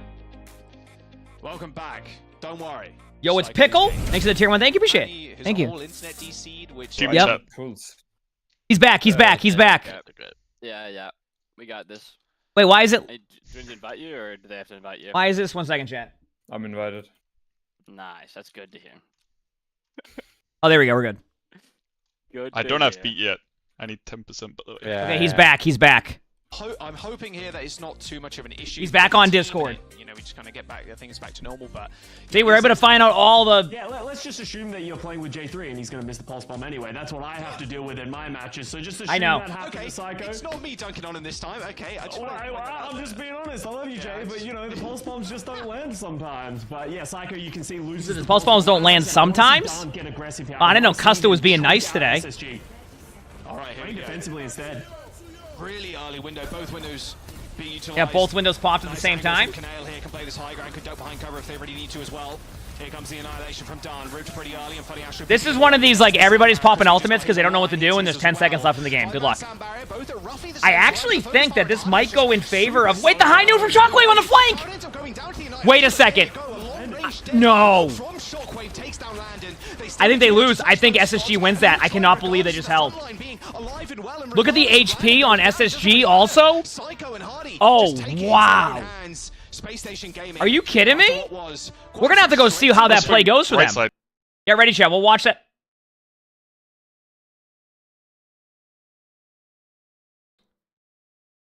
We're going to watch from the point of view...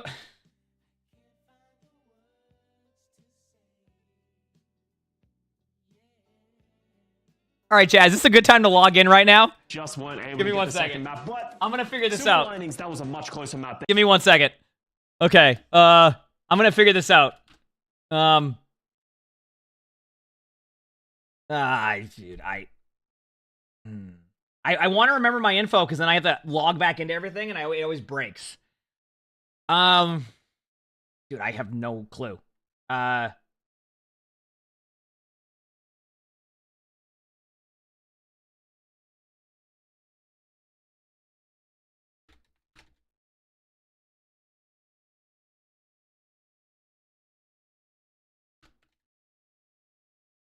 Oh, wait a second.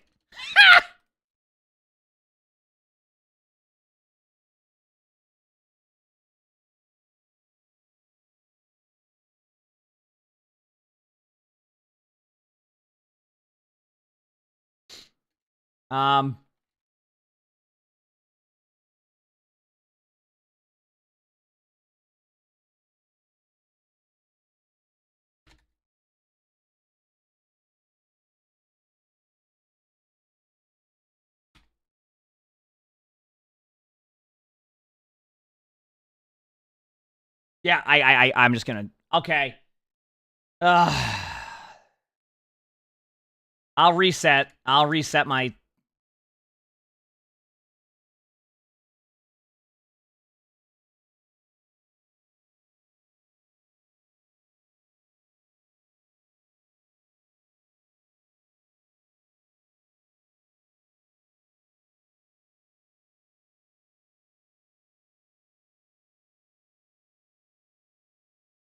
One second, chat.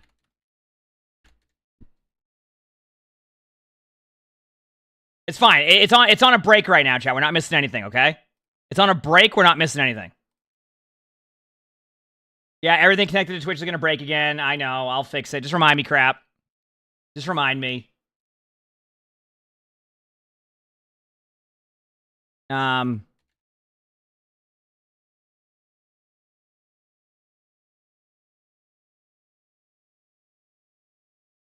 All right, I got it. Almost time. Give me a second. We're almost there, chat. Done. Okay, now I need to... Where am I now? Okay, there we go.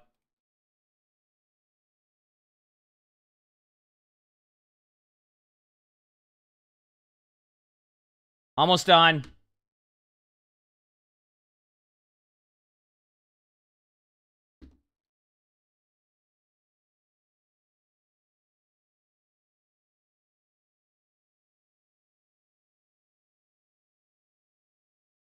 Okay, I think we should be good. I think we're good now. We should have no commercials, chat. We should be good. Let me go and make sure I gotta log back in on this. And then we're good.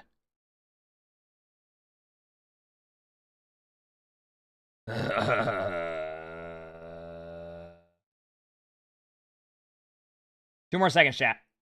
Okay, we're good. Log back in on Twitch here. Good here. Good here. X out of this. X out of this. X out of this. X out of that. X out of that. We're good here.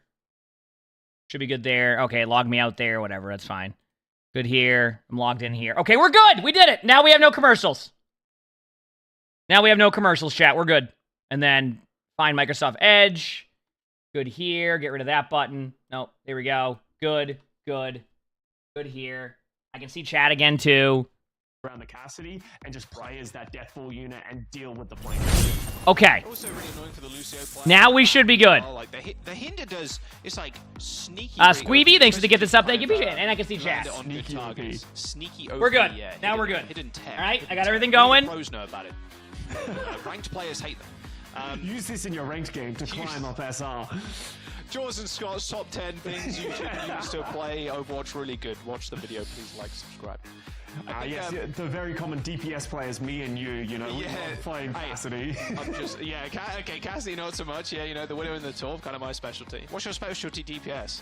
I'm more of a Hanzo player because I like to play the lottery when I play DPS and just hope. And then if I miss, I'm like, hey man, just not my day. You know, sometimes they just don't hit. Look, sometimes I get 5 kills, sometimes I get 0 and die 14 times. Like, hey, can't be helped, man. Their movement's too clean, and they got Lucio, so they're good. Quicker.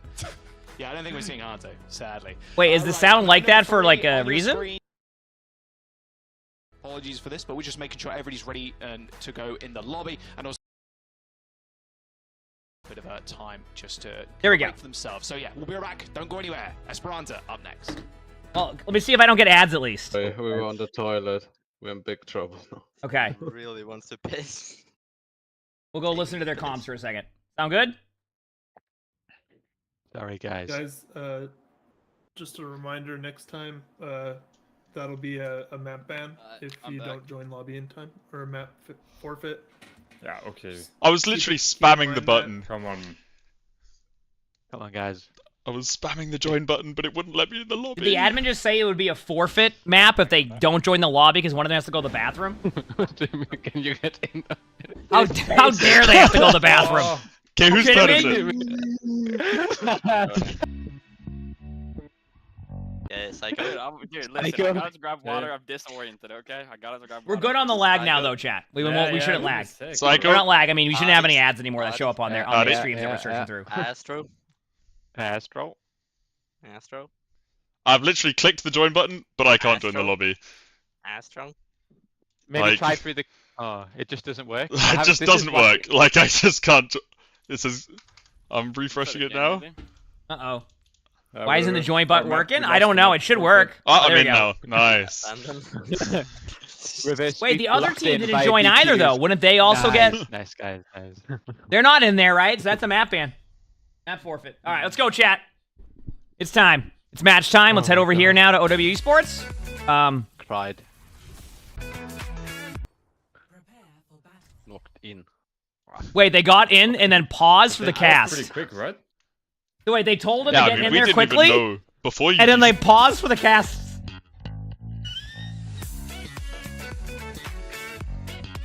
You left the lobby. I thought they caused. To be honest. They're like, you got to get in there, otherwise you're losing a map.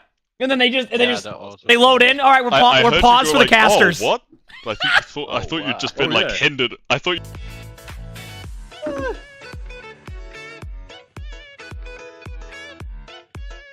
That's great.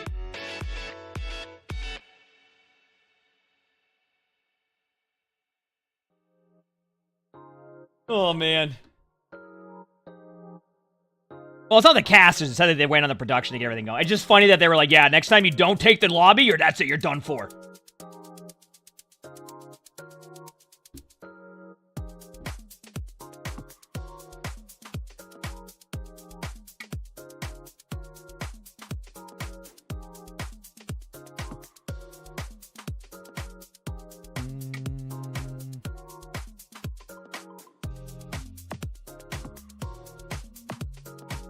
All right.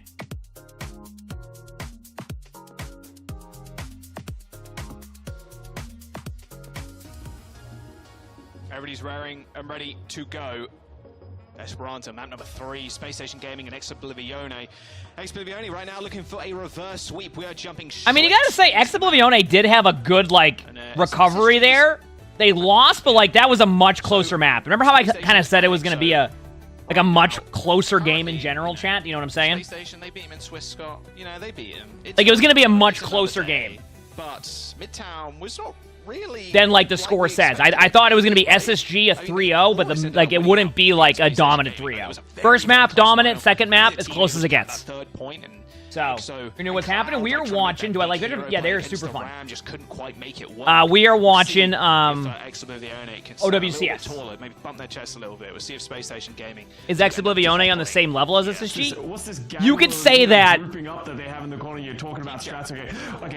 they're close, but just a little bit behind.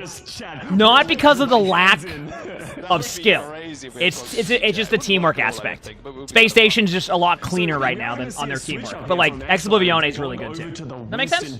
This is very common on this map just because you want to be able to play the flanks, you want to be able to dive. But now, if you're landing, you're the Why is Custa's mic like that? Because I didn't change anything. Pressure on down as you can and keep landing alive. It's easier said than done sometimes, but I mean, the sound sounds fine too. And with the cast, right? It's harder for the Winston. You can just get blown up so quickly, regardless of like the bubble. That hindered aid. It's really. Ooh! I mean, you start. All right, okay. Where's the dive now? It's not happening. Sparker with a 3-tap on. Not bad at all. Cloud just ended up going down though. I mean, what do you do right there? Custa's coming to us live from inside a barrel. Space Station can do what their comp loves to do. Is just hold one position, hold this high ground, Scott. Sparker's just so sick. Yeah, SSG has a core of 3 players that they would normally play in their London matches, and then 2 new players, if I'm correct. Sparker killed someone. I guess that's the team fight over. I think Psycho and Funny Astro joined the team recently. They still have other players on the roster that played previously. I think Backbone's still on the roster, depending on the meta. Horror, thanks for the gifted sub. Thank you, appreciate it. You don't have to do anything and just wait for Sparker to find another pick. Yeah, that's it. Okay, Sparker, find a pick now, please. Sparker, go kill. Come on. Hurry up. It's like the proper equivalent. Yeah. EU equivalent there. Proper go kill. Sparker go kill. Why is Lucio so meta? Easy to peel. Lucio got buffed a lot. So,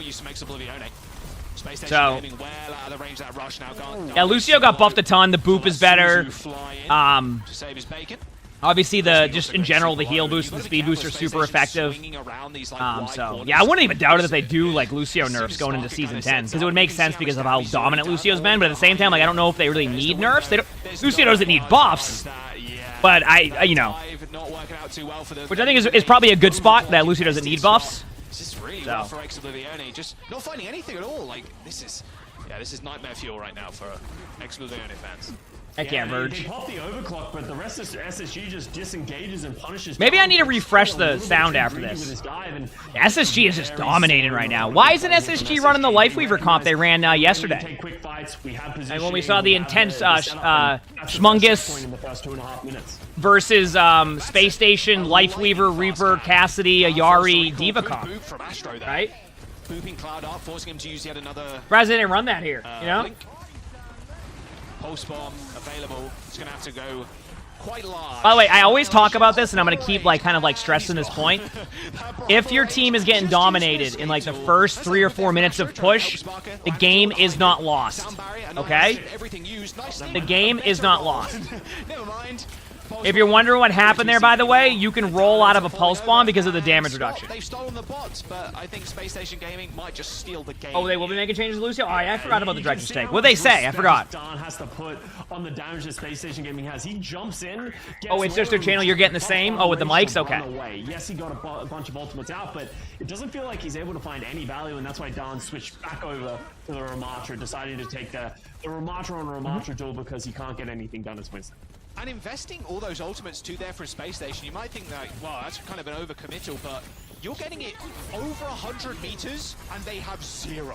Like, that is very much worth kind of over-investing to try and get the bot as far as possible, especially after you got the checkpoint. I mean, I think this is exactly kind of like what happens on this map is one team just starts to dominate, or it's like 30-30 with 2 minutes left. That's 2 from 2 rushes that have since fallen by the wayside of just. How big of an impact has the DPS passive made in the scene? Oh, a ton. Oh, a ton. That's why you see Tracer all the time. They have to win this fight. They got it. Because Tracer can apply the passive 24/7 while also just being a good hero. Oh yeah, the passive in general has impacted tanks greatly. Like it's made tanks like tank has become a spectator sport. Still kind of holding on to this point, but shouldn't be much longer now. Because of like the passive. Going to be able to take it. There you go. They take control, Scott. But Ex Oblivione, they need to deal with forward spawns and Space Station Gaming. They'll be back in, I don't know, like 10 seconds or so. Yeah, what does Ex Oblivione have? Well, yeah, and that was 2 Pulse Bomb, Ramatra? I mean, they have a chance here. The problem is Space Station does have a High Noon. You can take space with High Noon. They have a Pulse Bomb for like a free pick or the possibility of a free pick. And then you have Ramatra coming up and you have Beat. So like Ex Oblivione doesn't have like, they kind of have to play on their back foot a little bit because of what's going on. Yeah, I was gonna, yeah, and there you go. Shockwave. The High Noon is just good for taking an area. And if your team pushes in with the high noon, like in ranked, you high noon and your teammates go, The biggest stagger on wow, look at that high noon right there. That's looking like a good high noon. In professional play, players will go in with your high noon to create that space for you, right? So when they create that space, it's a lot harder to shoot at the Cassidy. But in ranked, everybody, your own teammates stare at you and are like, wow, that's certainly a high noon, and then you fall over immediately. They're just like, we need to wait for our Baptiste to get back. That's kind of how it goes. We can take this fight. So big individual play by Canal, potentially giving them some silver lining on that lost team fight, but it didn't cost Space Station really much at all. They only had to use the high noon, so Hardy can just use this annihilation. Huge beat! Good, even better poop there. They poop Darn off of the high ground, and then they sound barrier in. Of Astro, though, getting pooped by Crispy. So basically nothing happened there. Both teams just kind of wasted ults on accident, and that was that. That's a big reset from Exoblivione, although, oh man, Shockwave dead. This is looking so rough. HP's looking bad for Exoblivione. I mean, good pick there. Anytime you get a pick and push, it's great because like if your team's losing. They're not in the worst shape right now. Ooh, they got two though. Okay, that's a little bit. That is a good play because they're gonna get maybe an extra like 3 to 5 meters here, maybe. Meters plus right now on this bot. I'm gonna just say it again. Cuneo getting a late pick. There you go. They got 2 meters. Big deal. Once again, Space Station has to get off of the bot because those picks, by the way, are so important because like in push, it's a lot harder to just get right back to that bot. 3 ultimates to get that team fight. So not a bad fight if you're Exoblivione, but they need to start stringing together some team. Yeah, this is the time and now. Like Exoblivione needs to get to the checkpoint at the very least right now. You can lose once you get the checkpoint there, but right now they need the checkpoint. They need to win 2 team fights cleanly, otherwise it's going to be a really tough game. Because then when you get to no time, they can get the checkpoint, but then Space Station will get an extra team fight, and then she's not worth it. So, because of the really quick spawns. Team fights is the imperative. A lot of ultimates for Exoblivione, looking at a stack of 4. Yep. Forces the recall there of Psycho. Crispy healing up Shockwave. But now they have to contend with the window. If they do want to invest an ultimate here, they're going to have to get through land and somehow... Ooh, 19 HP here with a railgun. Does window. Death Hawk, thanks for the gifted sub. Thank you. Appreciate it. A little bit scared. Oh, the Suzu to make sure he can guarantee. I mean, a good beat, but sound barrier off. Oh! Shockwave in not really in a what a pick! Kills, maybe. Sparker ends up going down behind a window. They need to win this. Like I was talking about earlier, like Exoblivione has to win this. And oh no! They got the rush, but like they just counter beat. Oh, this is a tough team fight. Yeah, they have to overcommit. And Death Hawk, thanks for the 6 months Deputy Prime, so thank you. I'm glad you enjoyed it. Let's go. To win this fight. Oh, yeah, that annihilation feels so bad if you're done. You're like, you really. Wait, you won a game in overtime on that one, all the way from the like that must have been a really good push game. They can't keep losing people on these team fights for both teams. Even when Exa was winning fights, it just doesn't feel good, right? Like if they needed to string these fight wins together, they need those ultimates. Space Station is going to try to take high ground control again and lead off with high noon. Like they might just go left side, like watch Funny Astro here. They might just speed boost top to bridge and then high noon. Like, they're not going to go to the bot, they're going to go top left stairs. Annihilation versus, yes, 0, Scott. Well, See? I mean, I guess Cloud maybe gets a pulse. Because they need to control this high ground. Good boop, though. That was a great boop because they wanted to do a high noon play. That was well played. The high ground. Going to force the rest of Space Station Gaming to join it. Nice little Here's the high noon. It's not going to do, like, a ton. Oh, I'm surprised he didn't let go of that one. Yeah, I was going to say, if Sparker shot that sooner, they had the elim. Like, it's a good play. I mean, this is exactly what we said. They used it to control space. They have the space control now. Now, if Exoblivione wins this, they get the checkpoint. But, like, it's just such a tough spot. I mean, they have a Pulse Bomb coming up after Nemesis form they can use. Like, there's a chance. We'll see how it goes. 60 seconds to go, Scott. They are not looking good. Shockwave with this rail and this overclock needs to be the hero they need to be able to deal with this. They've respected the window and disengaged a little bit, so now all of a sudden Shockwave coming back with this this overclock. Oh, there it goes. Annihilation. Gotta help Don! Gotta help Don! Alright, Shockwave trying to do his best. That might just be it. He's a good defense. And like, they're going to be able to contest the point one more time, but, like, they just can't. They didn't get the checkpoint, so even if Exoblivione is able to, like, chain a couple of team fights here, yes, you have the overtime spawns, but that checkpoint is massively underrated, chat, because you get the instant spawn if you don't have it yet. Like, the team that's losing. So, like, not losing, but, like, the team that is holding the checkpoint. So it's like... the freedom to either fight or disengage. If they use another... Yeah, Space Station can just play for ults if they want to. Oh, no. Exoblivione has to come in right now with the Kitsune. Yeah, it's just no... Maestro. I want to say that's pretty much it. Like, Don might be able to build ult in time, but they lost beat. Yeah, that's just it. And yeah, SSG with a 3-0. I mean, we predicted a 3-0. Like, you know, it wasn't a bad match, and I do think Oblivione can still continue to play well in this tournament. But there's a reason why SSG is, I'm pretty sure, undefeated right now in this current patch. So if you want, chat, we can go listen to the last set of comms here. Can they use Surge? What else? Just Surge? Yeah, only Surge. They're gonna they have both support ults, Ram.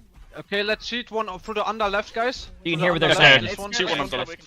Yeah, sure. I think it's okay. I think it's really fine. Surge back right. Shoot them right. Yeah. Someone. Source one. Lumen. Source. Kill. Right. Source one. Nice pick. Just take outside. Take outside. We have a live listen in here with the we have them mic'd up for this. So. The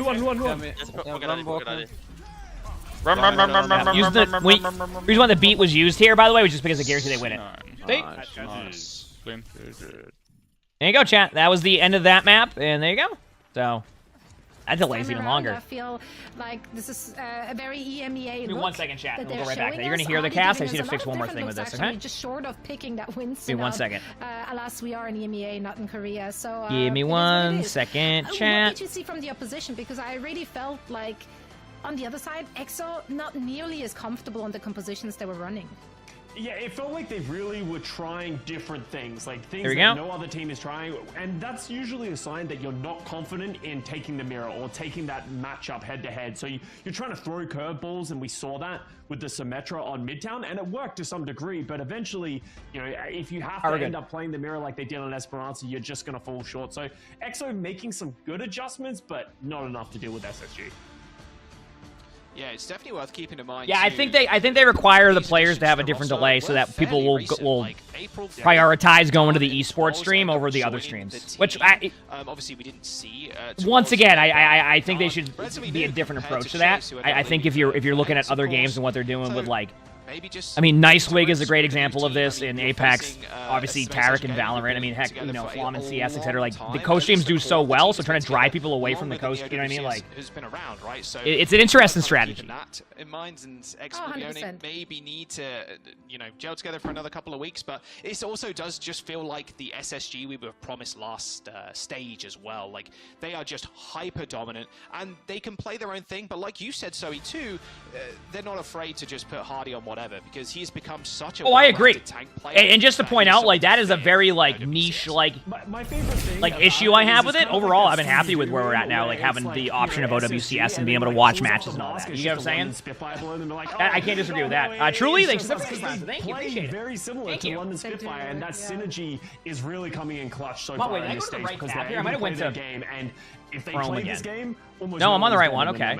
Yeah, we're seeing. So how did I do that? How did I make it so you can't see the sidebar? Tracer was definitely a difference maker in the first one or two maps you guys did talk about. There is so much on the server with Psycho on that Tracer.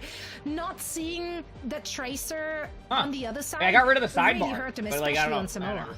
Yeah, it very much felt like that, and a lot of the time, Psycho played really well this series. I'm not surprised to see this, by the way. Psycho played extremely well. Ignored, and it's I agree. Like, oh, we're just going to ignore the Tracer and hope we win, right? It's like we actually can't deal with the Tracer right now, so we're hoping we can just win the fight. We're just praying that Psycho doesn't just delete everybody, and then he just kind of did. Like, you need a Tracer in this meta, and you just need a Tracer in general. Like, the hero is just insane, and will be for a long time. Like, just the mobility and the high skill ceiling is just something that just rewards like very, very high mechanical play, and Psycho is one of those players, and it's really nice to see him on the Tracer just getting ignored too, because there's one thing to get ignored and then, you know, you're doing your own thing as Tracer, but he's just putting in so much work, and you just can't let him run you aground, man. Like, you need the caster, you need something to deal with him, otherwise he's just going to take over the game, and it was just map after map after map. It was just Psycho highlight reels.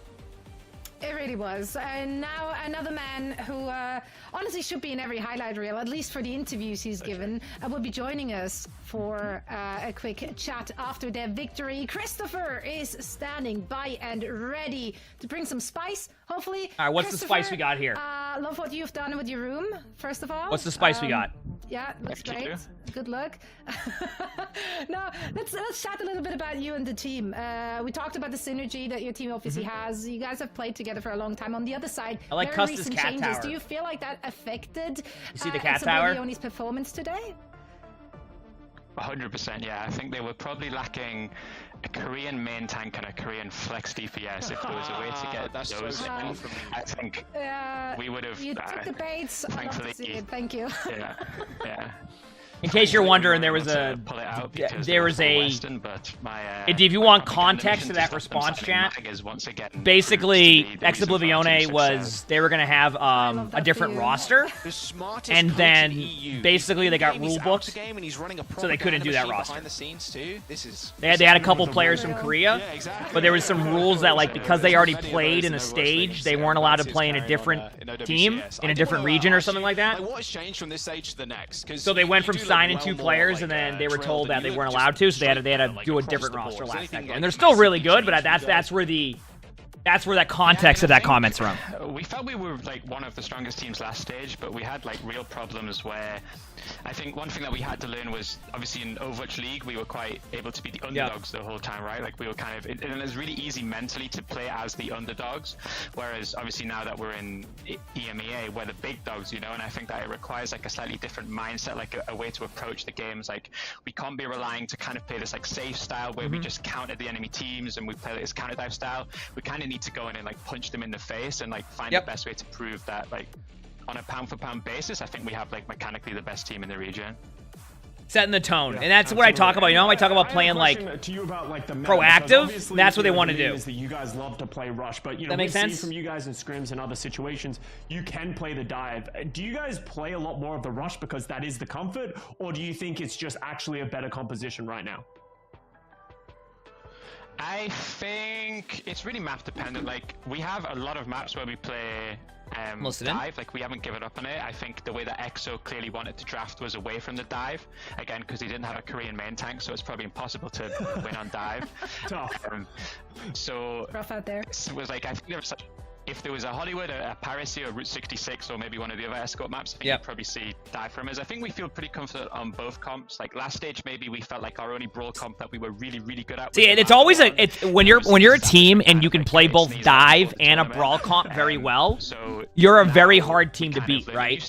And you could argue that like, well, you want to have your own like strategy, you want to play the way that you want to, like, get good at one comp, etc. But like in Overwatch, being good at 2 comps, especially when it's such different like variant playstyles, makes it so you don't get surprised on a lot of maps. Does that make sense? You don't get surprised as much. It's funny because I actually think on like, if you look at across the whole region, I think we play way more Winston than we did in stage 1. Like maybe we haven't, like there hasn't been enough games to fully see it, but like stage 1, like one Jules, thanks for the 4 months of British Francis. Thank you. Us and EXO were playing like dive, whereas I see a lot of like that second tier of teams, like the 4th to 8th best team, they have a lot of like Winston maps. I also think stage 2 map pool is way more Winston favored than stage 1. But obviously we have a patch coming Tuesday, so like we have no idea how dive looks after that. Well, we'll find out soon enough. Christopher, thank you so much for the chat. Best of luck in your next games. We can't wait to see and hear more from you and the squad. Thank you. Search Uncoachable on YouTube. So true. Quick plug, I love it. It was a very digestible 4-hour episode, to tell you that. So, yeah, gotta work on those timings, but yeah, I mean, very interesting to hear it here from Christopher, coach of SSG. Any thoughts on what he answered? I love Christopher, man. All right, who plays next, chat? Do we have any player point of views I can add to the red zone here? Who plays next? It's always good hearing from. I think as well. Who plays next? And this will be a theme, I think, over the next maybe half a year or so, is like comparing like how their team was to the way Team Peps versus moves on. And like he kind of mentioned too, like we're not forced and like to go into the we're gonna play Ryan, we're gonna be the underdog team. Like they're very much like evolving as a team as a whole. So like it's not like a brand new look, a brand new like polished team or whatever, like a brand new shiny team. Like, I wonder if there's any like point of view of the players. Oh wait, and Masa, right? In their style and the way how they want to play. Okay, let me get Masa's mentality going into it, and I really like that point from him. Like now we're the big dogs. I think I just do it here, right? We have to play manage streams, so we can prove to everybody, and then the ones that everybody's kind of cheering for. Is it like Masa? How does this work? How do I do this? Masa _ Oda. Is that my son's name right? I hope his name's that. Let me see. Okay, that's not his Twitch name. MASSA? Oh, it's 2 A's. It's 2 A's. It's 2 A's. That's why.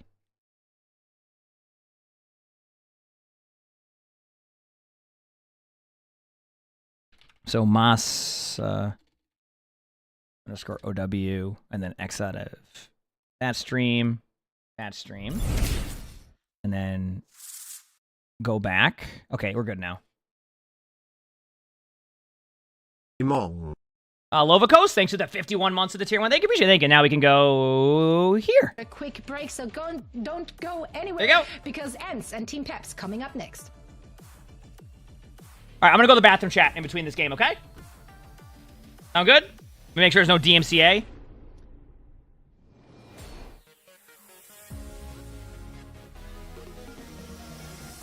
All right, be right back. And Super Murloc, thank you for the 51 months of the tier 1. Thank you, everybody, for the love. I'll appreciate it. Be right back. 1 minute, chat.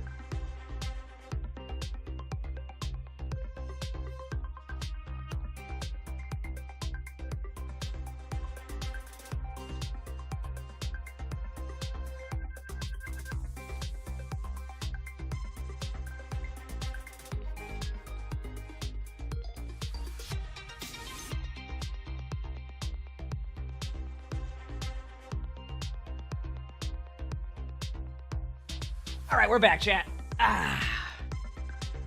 This is going to be a good matchup, too. If I'm correct, Pep has been playing a little bit better, right? Like, not like lights out, but better than last stage, correct? Like, last stage, they were probably not happy with their results, so this is probably a little bit better, right?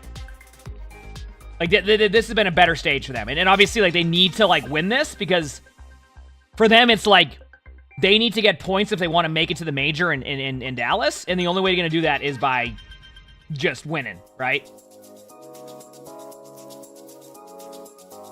Yep.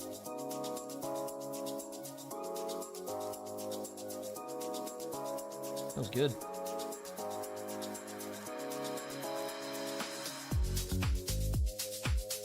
Okay, how's the team vibe over on Moss's team going? Okay, so they're in the lobby, chat. I repeat, they're in the lobby. This is going to be a good game. Apparently, Moss is closing the window because it was too warm. Should have known for it. All right. What model? I'm going to be honest with you, Navy Thieves. I have a custom one. I have like a... warm-up scream. I have like a... like if you just look at like my actual PC stuff, then you can kind of go off of that. I don't know the exact model I have. They have some really cool cases, too, at Ironside. Like... Ironside's known for, like, really cool custom-looking PCs, too, so... so I don't have the exact specifics for you, but... Ooh, they're already in the game. Wait. Are we getting a sneak peek? Prepare for battle.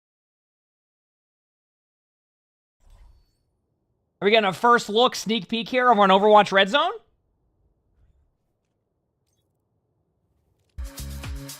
Rude. Oh, come on! So they're telling the players, get in the lobby, all this, and they're pausing, waiting for the... Ansel, thanks for the 5 months with the tier 1. Thank you, This will appreciate be a it. good Thank you. game. Come on! Listen, how am I supposed to give you Overwatch Red Zone?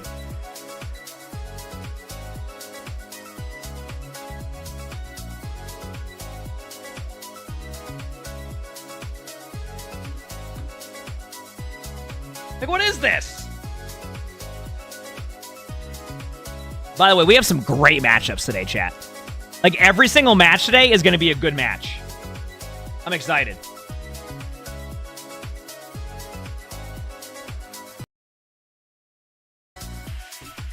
Which team was Moss's? Ents. Ents is Moss's team. That's the one with Kevster, Kai, Pistola. Heroes. This is your game. Uh-huh. Your team. Yep. And now this is your league. This is your community's future. And this is your prize pool. Win your matches. Battle for your progression. Go far. Go further. Even as far as the Esports World Cup. So, chat, we're going to be It is in the your open time division of to Faceit shine. League. Build your team. With Team Overwatch. Register your team. Go the distance with your team. Faceit League. About your Overwatch DreamHack Powered Dallas tickets? by Heck yeah. I still don't know if I'm going. I'll be honest with you. Faceit Leagues, another opportunity for those who didn't quite make it into the group stages, such as Custa. Why did I know that was coming from Omar? When you You're gonna started get talking, I slammed was this like, I'll have to take a hit here. I'm taking a hit. In it. Are you, Custa? It's just Nice. such an easy Custa's going to have a good weekend, but huh? I'm also very much not Nice. sorry for the allied. Only lies are being spreaded here. Also, I'm still waiting for Overwatch propaganda, but we can get to that a little later today. So have some time to make that one work. I want to talk about our next match. Ents will You be say going up Overwatch against Team propaganda? Pepsi. What do you Ents mean? First, they're formerly known, of course, as Bubo. Everybody knows the only reason why we lost is because we all had high ping and They added tank Chase lag. into the mix. Okay? Ghost was a no-show. Insert the ghosted jokes. Everybody knows that, right?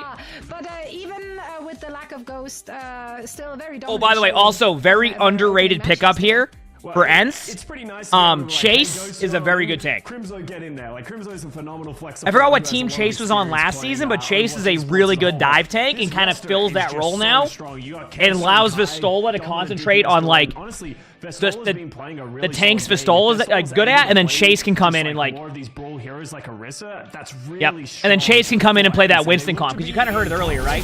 Chad, we get some blankies in the chat for Fridge with a 5 gifted. Thank you, Fridge. I can't remember exactly what team Super Nod that Chase was on, but basically one of the issues that Ents was going to run into if they had to play Winston maps, they could only run the Diva. Right, but now, instead of having to make Vistola go Winston, you can have Chase come in, and you just heard Christopher talking about it too, right?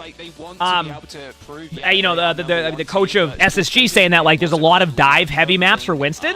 So now this really strengthens, like, Ents' roster, because now you have a really good tank for that. So, are you trying to say that Overwatch needs a dive tank? I kid you not. Okay, you ready for a story?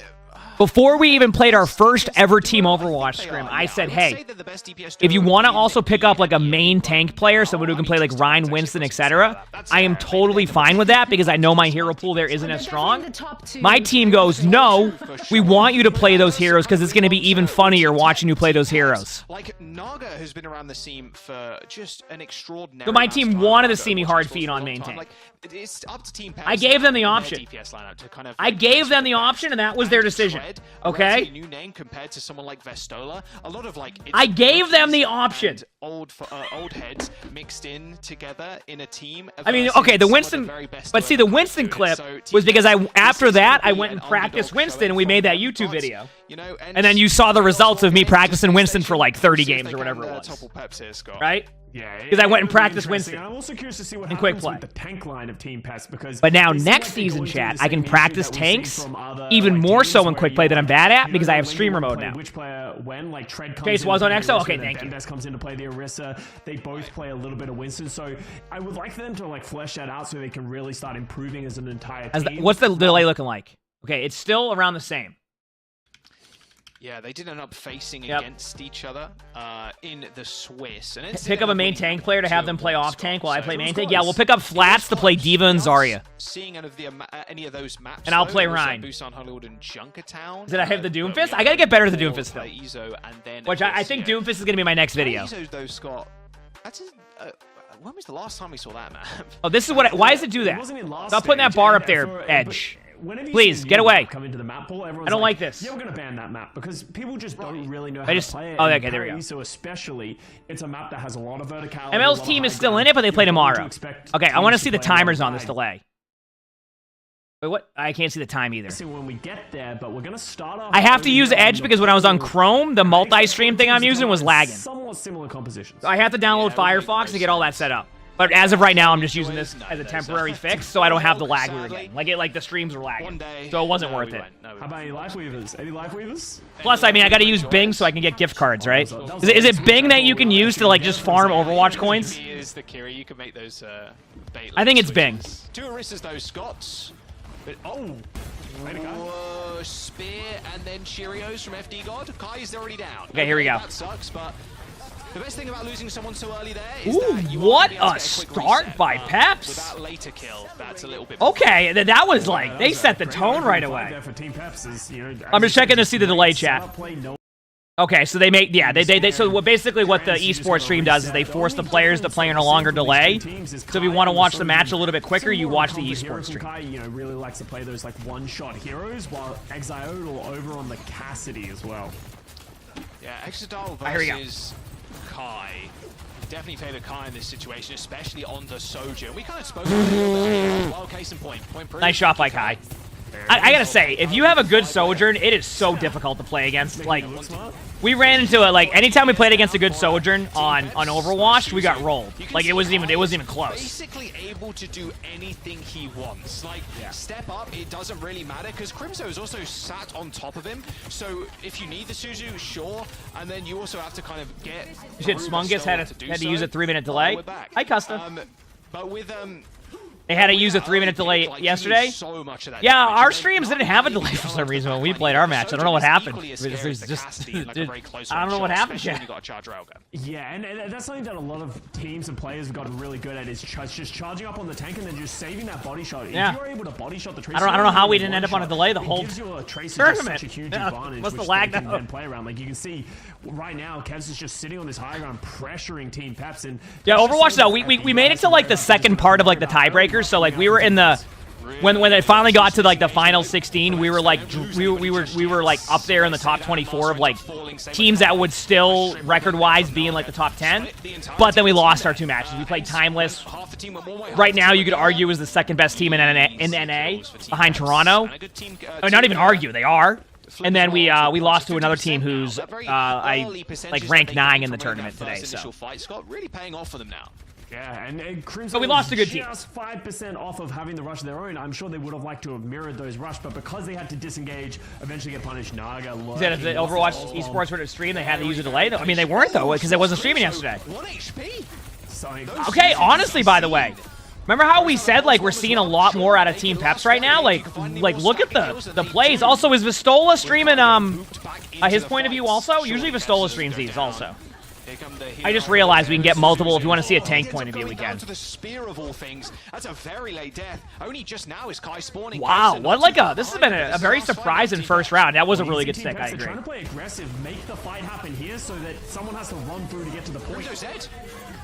2 Terror Surges. So remember, when you ult second as Orisa, it's like hooking first as Hog. Like it's a good thing.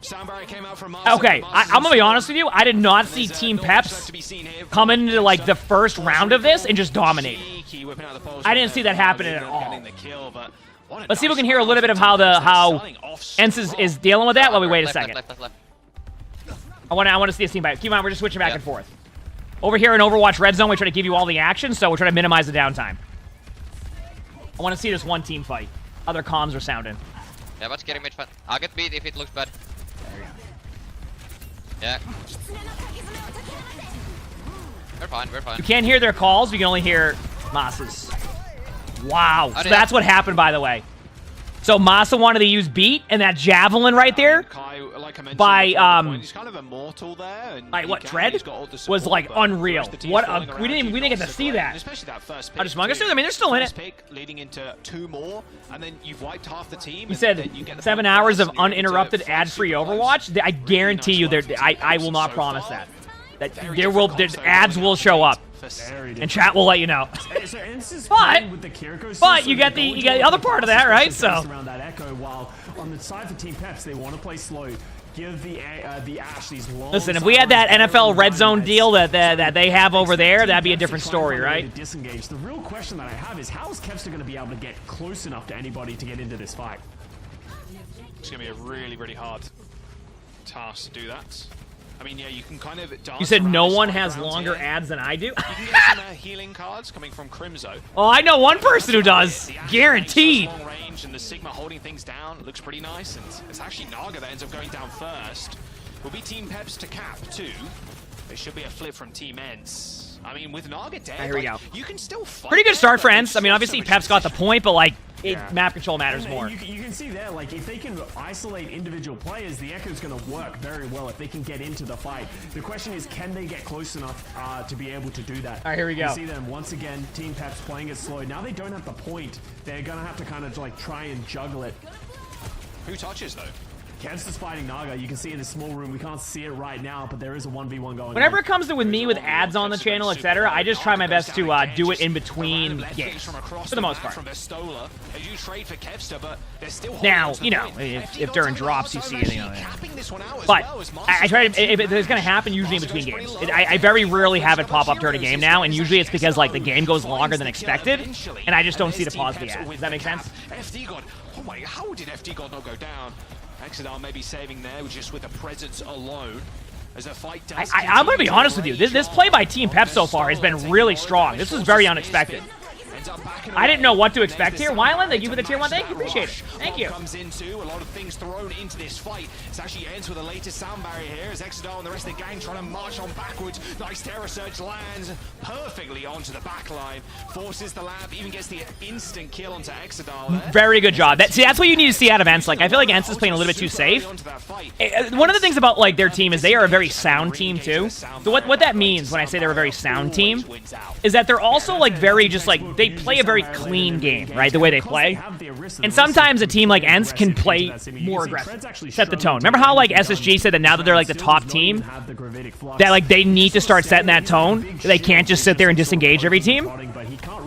Like that's where a team like Ents could probably do the same thing, but they like to play a little bit safer. It's also playstyle based. Like they have like a really good like all their players are fundamentally sound. Very good mechanic. Obviously like their DPS line is like unreal, but the rest of the players are also unreal, but they're also very fundamentally sound. Like you can always expect like Masa and Crimzo to have very, very good plays, and you can always expect Vistola to play like a very consistent tank. Like Vistola will very rarely play a bad tank game. You get what I'm saying? So I like when I see them play aggressive because they have the ability to do that, but sometimes they'll play a little bit too safe. And as you've seen, they started to pick up their aggression on this map, and now they're playing a lot better. Do you see what I'm saying? And we'll kind of see. I'm curious to see what the comms are at. Who's onto the side? Couple of blinks. Oh no, force recall. What a spear from Vistola. FD got Dottie touch point, but he was on the edge. You see that? Dottie touch point. We'll see what they say over here. Blocks, watch. I have beat when you've got. We're just going back here with instant replay. We have him mic'd up here on the field.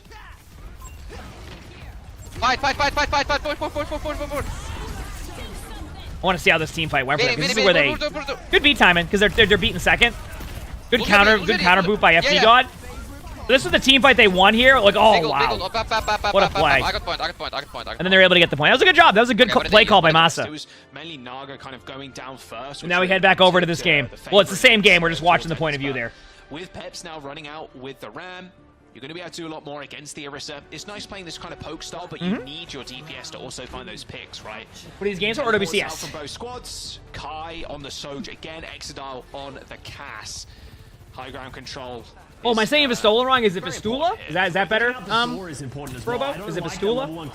Sorry if I get it wrong. I'm reading the name and that's what it's. Going to be trying to healing, and that's going to require a disengage from Tread. When you go into that middle fight, you really need to try. I see how it's spelled, and I go Vistola. Just in one singular choke wave.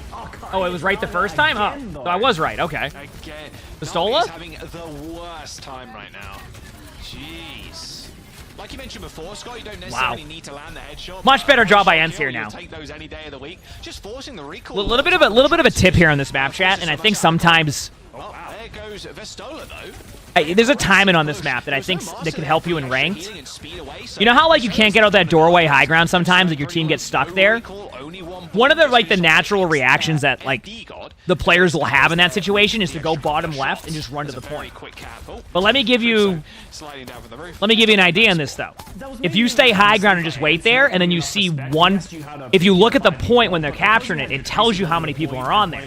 So sometimes in ranked especially, players will send 2 to point. But what happens if they have 2 on point and you have 5 high ground waiting at that doorway? You now can go out of that doorway in a 5v3. If you win the 5v3 on high ground, which you should, you just go take the point. They get 20%. You get the high ground, the map control, and the L charge. Because you can see how many people are on the point by just looking at the number up top. Like it will show you how many are on there. So a lot of players will send more than one there, and even if they send just one, it's a 5v4, right? Postball for Kevster, already have to dash him back. I would have recalled there, but Kevster... that makes sense. I get what you're saying. You're surprised? Doesn't end up blowing the recall and actually reaches the point, dodging out the window and still saving onto the post bomb. But wow, I am very surprised by this. Team Peps is just wow. And in chat, like the underrated part about all of that, look at Team Peps ult economy. Yes, ENCE is about to have 4 ults to 3, but when you're trying to retake, it's like you have 5 ults, right? It's a lot more difficult to be able to play against that in a retake situation. Actually, look at this. Look top right. Look. They're being aggressive for a second. I actually love that. They're going to go back to point now because they're going to try to beat them to point. I know because they did it against us and it was very rude. But like you get aggressive at those spawn doors and people don't expect it. And they're actually you see that? Very in the open exposed. So they did a great job of punishing. Yeah, Custer's talking about when we played against Timeless, they did that same thing. So they went high ground. They got information by doing that play. And then they forced they forced ENCE to have to go to where they wanted them to. That was a very smart play. And they knew that the only reaction by ENCE was to just have someone run to the point, and they speed boosted there, won that, and chat, I'm going to be honest with you. I did not expect, and we'll see if they win this still, I did not expect a Team Peps map 1 victory. Are you kidding me? Wow, let's head over to see what the reaction is from their team. We can watch the rest of this map while we wait for the next one. A good first map by Team Peps and playing much better than we saw in Stage 1. We're just going to show you the instant replay here from Masa's point of view of them losing the map. Just kind of give you an idea of where their comms are at. Well, you're going to hear just Masa's comms. Window on, pulse close. I know close too. Watch I know mid fight. I got beat mid fight. This is that team fight we saw where I was surprised. This is like, you'll see what happens. This is where they get rolled. And then they get snowballed. Window, I want to see if they make a call out. I want to hear their call out to that aggressive play. Why can you only hear Masa? He has the comms muted. Remember how I was mentioning earlier, some teams will mute their comms, some teams won't. They try to hide their comms so teams can't like listen to their strategies, know how to play, what they do. You can kind of listen to what Masa's saying, but like you're not getting all the context, right? So watch. This is where they're gonna push top left. Watch. Masa saw them. See? West, you're alone, watch. West, you're alone. Hey, we need to help West. See their reaction? So the reaction was they ran to point. Go point. Yeah, see? They called go point, but they were already contesting there with Lucio. Yeah, watch so their beat. I'll try to beat second. I'm one. Heal me. The reason why he needs the heal is so that way it doesn't, Is this the high noon that gets the Orisa? Yep. Last fight. Beating. Go Lucio. Lucio. Wow. Very unexpected first map loss. Very unexpected. Sam, thanks for the 27 months of the Phoenix Prime. Thank you. Appreciate it. They'll bounce back, though. Like, they're professionals. Like, they'll be okay with, like... Can anyone touch? I can try to tap, maybe. No. Yeah. Okay, I'm gonna take a piece, BRB. Nope. Can't do that. You're gonna get a map forfeit. Matchup so far. Can't do that. Look, that's a pretty big difference in KD overall. Better be back in time. You better take that invite, otherwise you're in trouble. All right. But still, the damage is there. Damage mitigation, healing done. Yeah. A lot of the time, I feel like, especially the damage numbers, damage mitigating, healing done. It doesn't. A lot of the time they're so close, like it doesn't really matter. But the KDs really do paint a bigger picture. Although we've seen teams in the past like lose with higher KDs, etc. Stats in Overwatch, sometimes they don't really paint the entirety of an image. You're just kind of, okay, bigger KD. Look at that. Look at the viewer predictions. 91 to 9%. It's always about just, hey, if you just get that one team fight, it might not matter in the end. Yep. You know, like that. Those things do end up happening.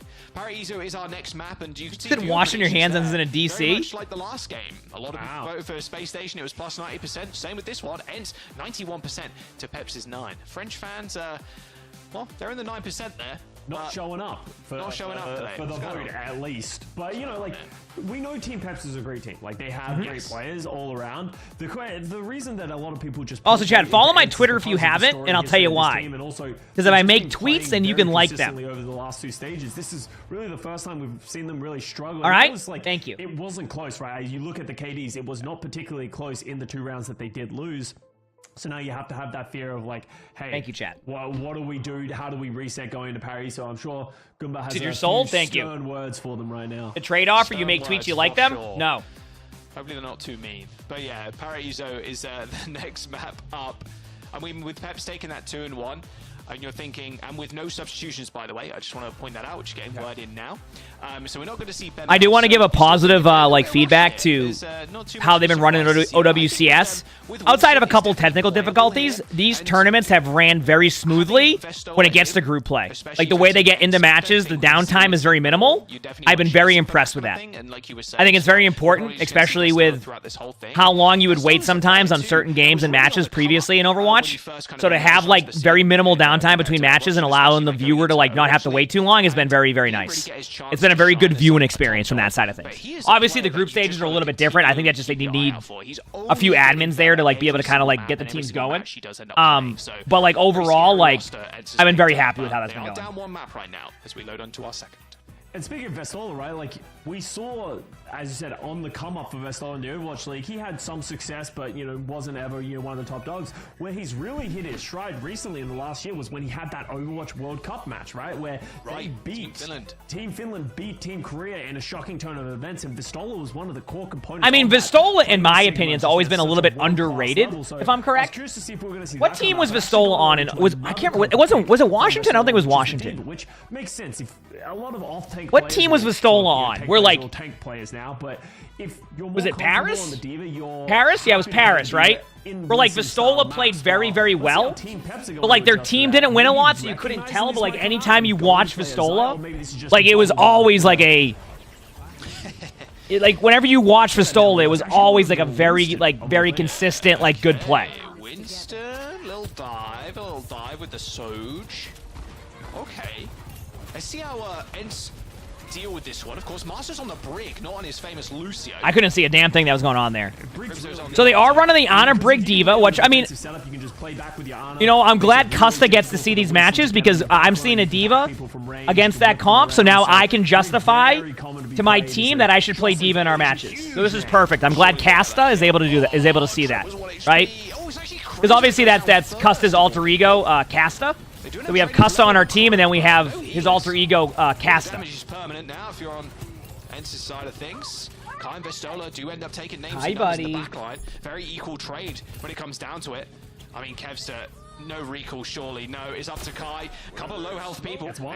You don't get it? Same. One more. Hinder grenade going out, just playing it rather safe. What an unbelievable turn. You just get to pick his baby Diva? Honestly, believe it or not, you can get a lot of picks as baby Diva.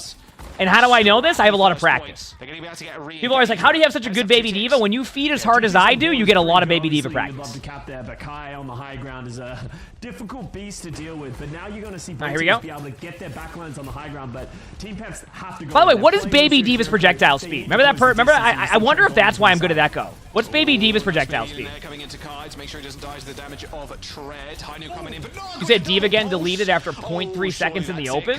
Peak Overwatch? Wait, that's actually really good. That's a good survivability. Kevster, though, comes back in. Kind of doesn't eat Kai, apparently. Oh, you got to get the Diva kill. All right, good start for Ents. Ends up just pistol smacking. Good start.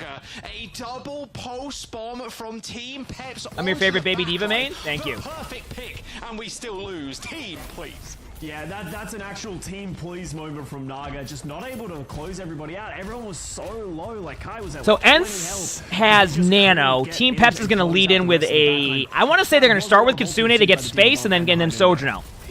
I could be wrong, though. They might go the other way around. Yeah, there's a Kitsune. You use that to get space. You get the map control. Oh, they're listening in. Good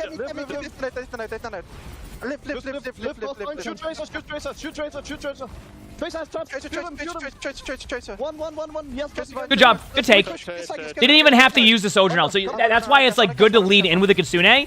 Because the Kitsune can win a team fight to begin with. So, like, you take the space with Kitsune, and if you don't win, and they try to retake, you Sojourner, right?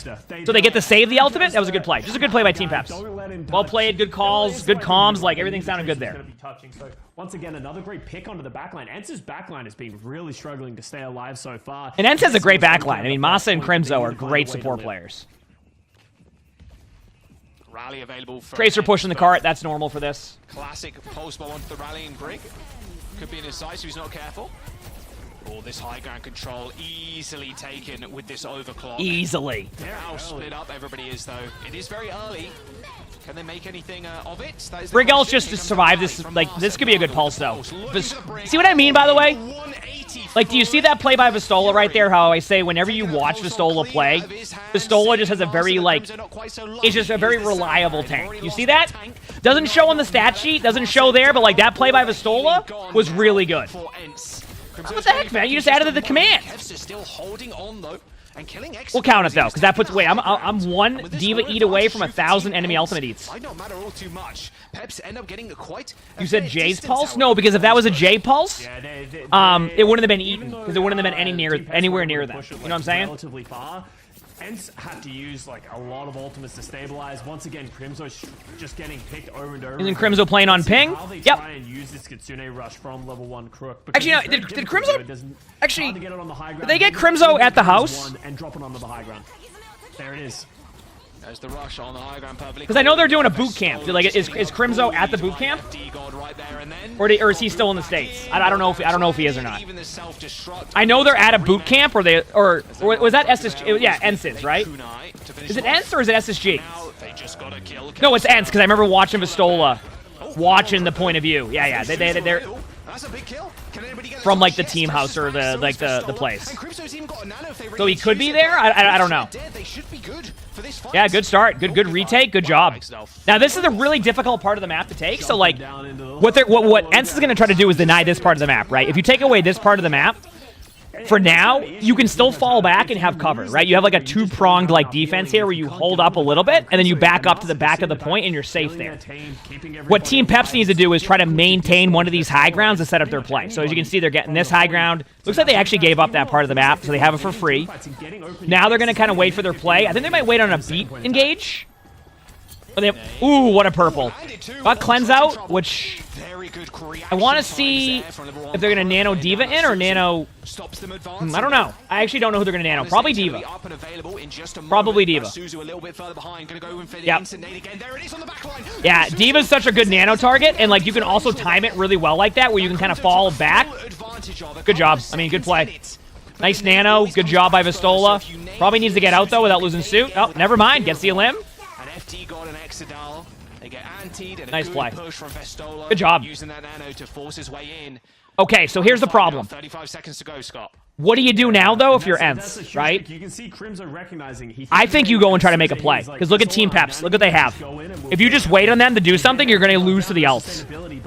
So what they should do is just try to make a play. Or, I mean, they could play defensive with D.Va ult, buy some time. Like, they do have Brig ult now, so maybe they can play defensive. Like, Brig ult's better than every ult in the game except, like, EMP. So maybe that will work. Here comes the overclock. A lot of that is getting eaten by the defense matrix and that rally. Even then, it doesn't matter. Like this is why like I was like maybe they just go in aggressively because, and we kind of learned this through just like playing on Team Overwatch. Obviously, is like, you know, sometimes you just got to go in and make a play if you're always behind an ult. And coming from a team who has terrible ult management, we were in that position pretty much every time. I monthly check in to say thank at the you same time, awesome. At the same time. This rush in the primal rage should be good to keep Tread alive, and the sound barrier too. Had to use Marwa, thanks for the 35 months to tier 1. Thank you, appreciate it. Hope everything's been well. Team ENCE know it. There's a postman on the floor. Does send Tread pretty low. I want to see something here. Just a slow eke out of the health. This might actually... This is way closer than it should be. Now, let me explain to you why that was such an important team fight anyway for ENCE. Because did you see the ultimates that Team Peps had if they just won that and they just played it safe? Going in there, look at the trade-off there. Look at Team Peps ults now. They have nothing except for Pulse Bomb. Instead of, they would have had Kitsune and Beat if they wanted it. For a little bit longer, you're just like, hey, think about that. Every time they have to use our ultimate, so they're going to be very. Hyro, thanks for the 4 months. Thank you, appreciate it. Thank you. And they might not even get some of these ultimates back up, so that's maybe why they switch over to the Orisa Baptiste. Just play a more brawl comp that is better in the neutral. Minutes to go. They wasted so much of Team Peps this time. Oh, very winnable down. Yeah, that's the second time. Yeah, you just go in. If you get a pick on the BAP, you just go in. You'll notice, by the way, that like when those situations happen, these teams don't even think twice. Now all of a sudden, they get a pick on BAP. They don't even like have to call it out. Everybody just moves in. Something that I hope that with Overwatch we get a little bit better at, and that starts with me, right? Because like I'm the tank, so I can kind of lead that push sometimes. I think sometimes I would get a little bit too hesitant to do that. You know, mainly because of like, if I was too low, but like if I have 50% HP and they don't have a support, I can just go right. Something I want to work on next time I'm playing. Bulldozer, thanks to the 5 months average friends. Thank you, appreciate it. Thank you. Has already used all the cooldowns, but they will be up in just a moment. Tread ends up falling. Wow. With 5 seconds to go, Team Peps are going to have to find something, but of course, is Kevster in the kill feed. A 3K almost makes. I mean, honestly, like, that was just a pretty good, like, that was just like a pretty good go of things, like, in general there, that whole. Let's still kind of listen to their team comms and kind of hear how the last part of this map went. Get on TP.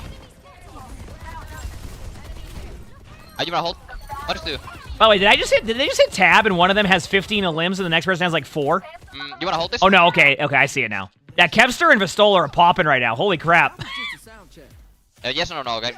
Do we want to keep this one off? See chat. Okay. Now that they're gonna have this downtime for the minute, we get to watch their retake here and listen to the call. Because over here on Overwatch Red Zone, we try to give you all the action. Yep. Okay, how do you wanna play against this? Wanna play faster? Yep. A random question, but were the ENCE players involved in the warm-up custom map? I think that was a lot of OWO players when they made that one. They just put OWO players in there. You're talking about the aim, like just the aim like custom game? Yeah. Yep. I'm gonna pop Doris attack, can we push? Yep. Or, you know, Kai just gets a pick. Lucio. So as you can see right here, this is kind of how they took that and how they went right back in. Which was a good play. They swapped Orisa and won immediately. Thoughts? Good pick on third. Very good pick on third. Yep. But if you're so, confident head back now. But that was kind of what they went with. So. Just play to it, right? We know how good of a Lucio player FD God can be. If his Brig is going to struggle and potentially be a liability, just play what you're good at. That's exactly what they're going to do. And they're going to also play the Winston. So, a little bit of dive here, but... this is a situation where Team Peps is still actually in a pretty good spot. Kind of crazy. Normally you think Kai would be jumping over to that pick, but both just phenomenal Widow players. Wait, kind of disgusting actually when you think about it. They both Echo. Kevs is going to go the Echo. Okay. That's why we've got Kai on the Tracer as well. I kind of like that, hi buddy. Limitations that I want to talk about with these guys as well is Vistola on the D.Va. D.Va can be good at controlling positioning, but you cannot effectively dive. But it actually might be okay because Team Peps aren't playing the Ana Brig. He can just play in a very counter-dive style, and Team Peps are going to be the ones that are going to need to do something. Yeah, you can't really go super aggressive with the Monkey, because if you dive in, easy thrusters, you can push him into the team. Well, yeah, it's a bit more of a difficult trade, so like, you want to take that. What a nade! I don't think they really showcased it. Like, you could see it, though. That was a great nade. But surprisingly, they didn't actually win off of it. I'm actually surprised by that. Hey, buddy, I can't really see, but I can kind of see. Thank you. You're a good boy. Hi. Hi, buddy. Yeah.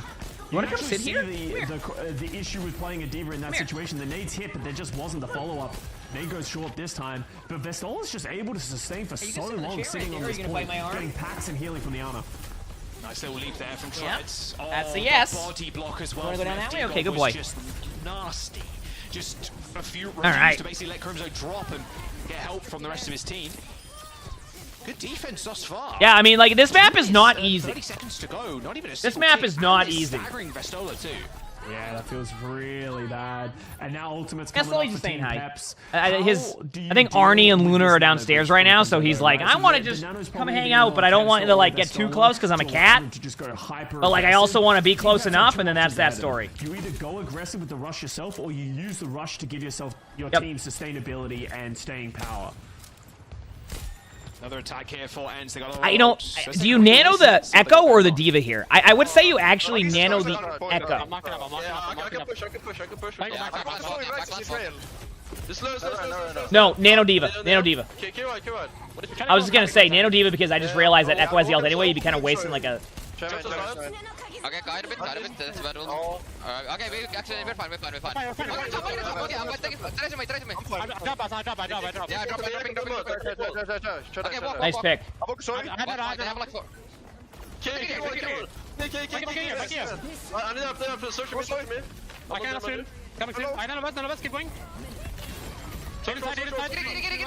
Yeah, good nano on Pistola. Pistola can ult anyway, so like this is okay if Pistola loses too, but gets healed up. Nice play. I don't want to taste. Yeah, I rally if they push. I rally that touch, okay? I don't think they can touch. Like they can try, but like it's not even worth. They're just gonna save for a second to keep map control. Also, chat, look at Team Peps right now. I want you to take a quick look at their ult pool. So there's a very good timing right now. A very good timing going right now.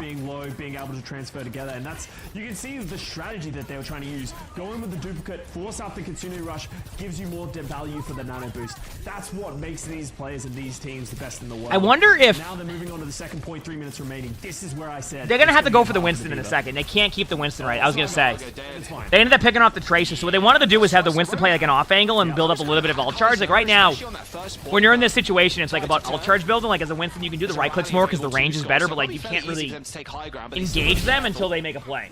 So, 297, thanks for the 3 months to the tier 1. They have the rally, but they're not going to be able to use it. Thank you. It kind of feels like they're just trying to accept that they're not going to get value of the high ground and just try and push the card as far as they can. And now rotate to the high ground. Yep. That's a good play. And the reason why you push it as far as you can and then take high ground is because you basically just minimize it to one team fight. I'd say Nano the Diva again. Right? Like I don't, or the Echo? No, Diva. Yeah. Duplication coming in from Kevster as well. I do want to sure, why not? Kevster, you can do anything you like. And that's pretty much it on the point. He's always the one in the kill feed. Yep. Didn't even need the nano this time around. By the way, this is why it was also very surprising to see Team Peps dominate, because like ENCE is like a really good team. To see them get this value and make these plays is really cool to see. Like really cool to see. No touch, 3.5 minutes to go, and that golden box of victory, Scott, just around that corner. I'm just glad we have a good series here, though. These are good matches today. And 297, thanks for giving this up. Thank you. Appreciate it. Look very easy, perfectly timed rally, and it just feels like Team Peps are just losing members very early on in these fights, and then it's just they're having to use ultimates to compensate. Yeah, Crimso's playing a very aggressive Ana with Ana grenades. So what's happening here, by the way, this is a team fight for Team Peps, where like they just want to like get up there and buy as much time as they can. So positive note, they got a lot of ENCE's ult pool up. The bad part is that they lost their Tracer right away. Just annihilating Naga, just diffing him in the Tracer matchup right now. And now Team Peps have to try and sustain Scott. Yeah, I mean they have to. They know that if they play further back, they're going to give them too much map control and space. But I think this might just be it because they're going to rotate too many. Yeah, if this dive gets at least one, that's it. At least I think it is. Peps has Winston ult actually, maybe not. Struggling to hold on to this point now. Yeah, and just picks coming out left and right. Naga falling once again. They're doing a pretty good job of taking this fight. Tread's staying alive, but FD God falling. I want to say this is going to end. This is rough, man. And they got a rally, and we got a pulse, and we got the kills. Oh, what a stick. But you ain't got any teammates. That's pretty much it. Very, very well played by ENCE there, because there was moments there where if they lost one team fight, that might have been it. It's interesting because that might have been it. Very different to what happened in the first. Actually, let's go and see what their callouts were to win the rest of that map. Does that sound good? Yeah, walking point. I'll stun it today, sir. 3, 2. While they're in between a little bit of a break there.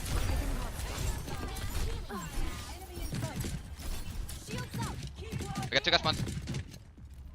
I got point. So we're gonna see what their reaction is to the initial callout here. Get a TP. Watch Monkey. Monkey on pulse plus. So you're gonna see that aggressive play by them in a second. Also the cart. Yeah, there you go. Do you see how close you need to be to get the card activated? You can draw here because of that sometimes. This is just showing you the winning point of view here at the end. See how much pressure that they put in there? But, like, Vistola ate the Pulse Bomb, and then got the suit back, and then this is where they just took it back. See? Good net.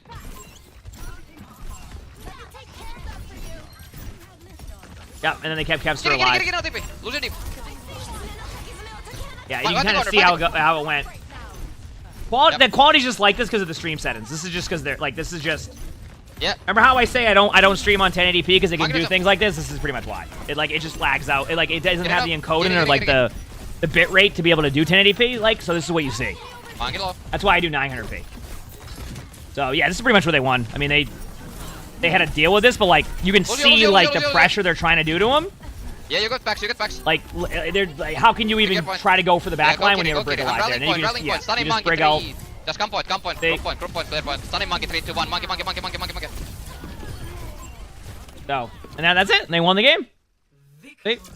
A much better map. So, 1-1. Showing on Paradiso. 1-2-1, chat. Into 3 maps, of course, beforehand in their Swiss round, but this is first of 3, How's so it we're going? definitely getting a 4th here. Yeah, and then look at the damage mitigated. That's just the diva value right there. Almost 10k more damage mitigated. That's just damage that just eating defense really matrix. Could be peppering the back line, and maybe that's How you liking the Overwatch Red Zone, chat? Now that we got the multi-stream set up, you like this? Do you like this edition now? Vistola is doing so. That was Team Pep's map pick as well. So they were comfortable in that dive and confident in the dive going into that map. Maybe going to have to reevaluate after that one how that one. Love went. it. Let's go. So wait and see. Look at my phone for a second. End up subbing any people out. We'll have to wait and find out. We'll receive word about that in just a moment. As we go into our next map, it's Colosseo, Scott. Colosseo.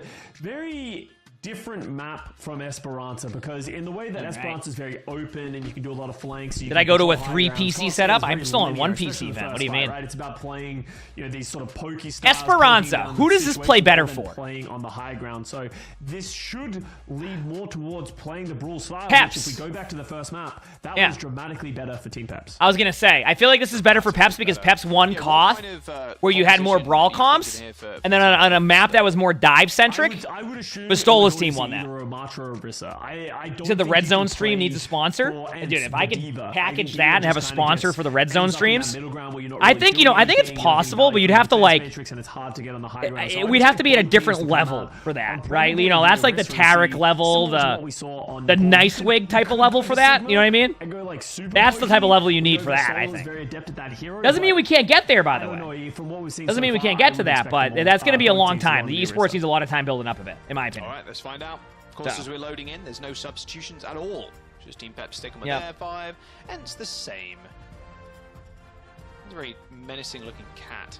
That is a very scary-looking cat. That's like one of those cats that you see in your nightmares, and then you just know it's over. Yeah. Is that what you dream about a lot? Is that your nightmares? Is that what? Well, I have 3 cats. Yeah, of course, that's what I dream about. The cat uprising that is imminent at all times. You know what's crazy? When I get Tarek, well, they give you an idea. Tarek's a co-stream. Oh, okay. I was gonna say you know who he is. I see it. Okay, you use the emotes. I was about to say. Armageddon is when the fish tanks start breaking. Yeah, I mean, dude, He gets like 150,000, 250,000 views for co-streams. Viewers. Complete mirror comps here, Scott. I mean, Wig gets what, like 20k, 25k during co-streams. But like the co-streams in Valorant and Apex have been going on for a lot longer. We just got co-stream in Overwatch after 8 years of Overwatch. To give you an idea. So even Team Pep's bringing Tread over to help this matchup, just poking back. Like they've had co-streams there for a while now. It's been 8 years since we were allowed to co-stream Overwatch. Because otherwise they wouldn't. They try to control all the esports scene and wouldn't let you do anything. Yeah. Yep. As Ents now move on forward, and this is going to be a really tough point, of course. Yeah, I'm talking about for scrims, Malik, and like there's like the default ones he does. Especially with Kiri too, you are in such a good spot. And speaking of picks, there they are. You said they let a few people co-stream OWL that one day. No, they said that you could only do it on YouTube. Yeah, the big advantage that you have is the defensive. And that was before Twitch. That was before Twitch changed their rules to where you could stream on multiple things. Going to fight very heavily for this. You've got 4 of your team just sitting up here on the high ground. making it very difficult for Team Peps to step up. Force them to use. Oh no, I think from the esports side of things for Overwatch, they're going in the they're taking a step in the right direction for sure. I mean, we're able to do it now. It's good. Like the matches are pretty entertaining, etc. Like, you know, obviously we have to wait and see on other stuff, but yeah, I think it's a good addition for sure. Hoping that Kai can find another shot, maybe onto Naga. Yeah, Naga's just been. It needs to be more aware of the Sojourn. So far in this series, it's just every time. Yeah, well, isn't Call of Duty going through that struggle right now with like the esports side, where like they have Scump who gets like 100K on Twitch when they do that, and then they're like, okay, this is going great. Let's move to YouTube now, so you can't stream on Twitch when you do your co-streams. They're not going to let him take high ground for free, though. That is for sure. Yeah. Right, Alton 10% here. Pretty good start for both teams, I'd say. If they're gonna take I mean, Sojourn versus Sojourn matchup, needs to be finding picks like that. Otherwise, if you let Kai just go completely unmarked, yeah, Sojourn does Valorant stuff now, it's right? Gonna be very difficult. If I'm correct, like co-streams. Extremely difficult. All right, here we go. About 20 meters behind. Probably just lead off with Sojourn ult here, right? What does Ems have? Who Kitsune's first? Who's gonna do it, Chad? Who has the first Kitsune? Ooh, there. Okay, never mind. Uh-oh. You know, this is a team fight that is good for both teams. And the reason being is that... Actually, no. Wait. I actually know. That was great for Team Peps and really bad for Ents because they used both their support ults. Excuse me. To want to, teleport Suzu on your Sojourn, but he just left himself so exposed. He falls down. No more healing for the rest of his team. But the big thing that Team Peps need to do is they need to get the bot moving under the low ground, but Kai's popped the overclock. Them got the lead. Oh, the overclock takes to All right, here we go. And takes Naga's head the overclock. Off. And now everybody looking at rather, well, they're whimpering in a corner, Scott, is exactly what they're doing. And there's a 1 meter difference between them. Ents control the bot, and they still have the lead. Just playing pixel perfect there, making sure Peps didn't steal that one away from them. Well, it's very easy to play pixel perfect when Kai can just slide in the mid-air, do a 360, and shoot Naga. That's it. That's all you gotta do. Almost. You just gotta go in the air and do a 360, right? What a play. Blame him for that one. So huge overclock. What a play. Kai stabilizes there for Ents, and now we once again be back in the middle, fighting for this right side. All right, Naga, your pulse bomb can get eaten sadly by the spear spin. It's okay. I mean, this is a good matchup. I mean, this. Look how even it is right now. You gotta be a little bit. Ents has the. At least it's a big So, out, I suppose. what happens in this situation, by the way, if you're wondering why it's such a stalemate, this is one of those wait for something to happen moments until you have enough ultimates. And the reason being is because, like, if you lose here, you lose too much of that space and value. So both teams just wait until they have, like, an ult stack. That's why no one's made a play yet. You see? This is how you play this part. Sit here in this fight because they're actually charging up a lot of important ultimates. They're getting up the sound barrier. And that's it. You're just waiting. So don't be surprised to see Ents lead in a little bit earlier with their Kitsune right now because they have Kitsune in 2 seconds. Just holding on a sound barrier here, not doing anything with it. Yeah, both teams finally. Yeah, there we go. There it is. There's the rush too. I mean, Tread, the overextension is central. I think they can trade on the Orisa. Time from Masa. Bitter Sherry, thanks for the 22 months of the tier 1. Thank you, appreciate it. Thank you. Masa is dead, however, but it might not matter. Any casualties here for Ents? Is it holding W into the enemy team here isn't the play? Probably not now. It's a dangerous push. I like it though. Yeah, well, he's got cooldowns, right? That's to back out though, because like I was gonna say, they already lost map control, so Vistola's probably gonna fall. Yeah. But now they can take the same engagement, same team fight. Fundamentally, both teams are playing this perfect. I mean, when I say perfect, I mean they're playing it the way you want to play it. Obviously, you're gonna have like, random, out of position plays or bad ults, etc. But like from a way that you play this map, it's good. The reason why you see Tread up here is to deny the high ground to give them the space they need, and then try to deny all the space in general. Had to drop down from the high ground, and then is gonna flank with the Kitsune. Really, really good play. That may give them the checkpoint. I don't know if it specifically will yet, but I think it gives them the checkpoint. They can Sojourn ult right now to keep the sight line, and then I don't think Ents is going to give it to him for free. Yeah, they tried not to, but they got rolled. Woo! Oh, wow. Nice shots. They got to back out quickly in a second, though, because they all get instant spawn. So remember, the first time a team gets the checkpoint, the team on their back foot gets an instant spawn. When the bot like stops and like scratches their butt and like that's the first time that happens. After that, that's where it changes a little bit. That's what you're seeing. That's what you're seeing right there. This ends now. Oh, what a stick. Wow. That was a good retake right there. Nice job. With a side of pulse bomb. But Nice team wipe. this late in the game, getting the checkpoint for Team Peps, You're feeling super I mean, good about that fight. you got Getting the pulse bomb and 2, maybe 3 team fights because they're going to engage right here in the middle because they got the good spawn. Yeah, and then now they're more than happy as well to brawl in this midsection. Well, remember that standstill we saw earlier? Ents has to play aggressive here. Remember, they can't do that this time because Team Peps is going to be comfortable with just sitting here and stopping the bot. You see what I'm saying? They're just going to wait. Or Crimso's going to hit an insanely good headshot, and now it's a lot easier for them to win this without using any else. Don't commit, don't commit. Dive point. Carry right side, carry one, Wow. What a great time to go into the listening when they're down 3v5. It's really fun. Alright, quickly, they're down 3v5. Go into the listening. If they want to brawl, we can just match. It's okay, we have same advantage. I'm using my ult to live or to fight that beat. Are they on high ground too? They are, aren't they? I imagine that's a risk. Oh, Let Logger fight point. We're gonna fight high ground. Ready? 3. yeah, they want to take a team fight before they get the checkpoint. Remember what we talked about? How important that instant spawn is. Like if you as the defensive team here can wait, you won't even if you have overtime spawns, you'll get instant spawns during that one time. We can push. Go back. On point, Nurser. Carry one. Kiriko's not even close to one, but I would have called the same thing. I shoot in the general direction of a hero. One shot. No, just give it up. They're gonna get the instant spawn anyway, so they can get a crossfire.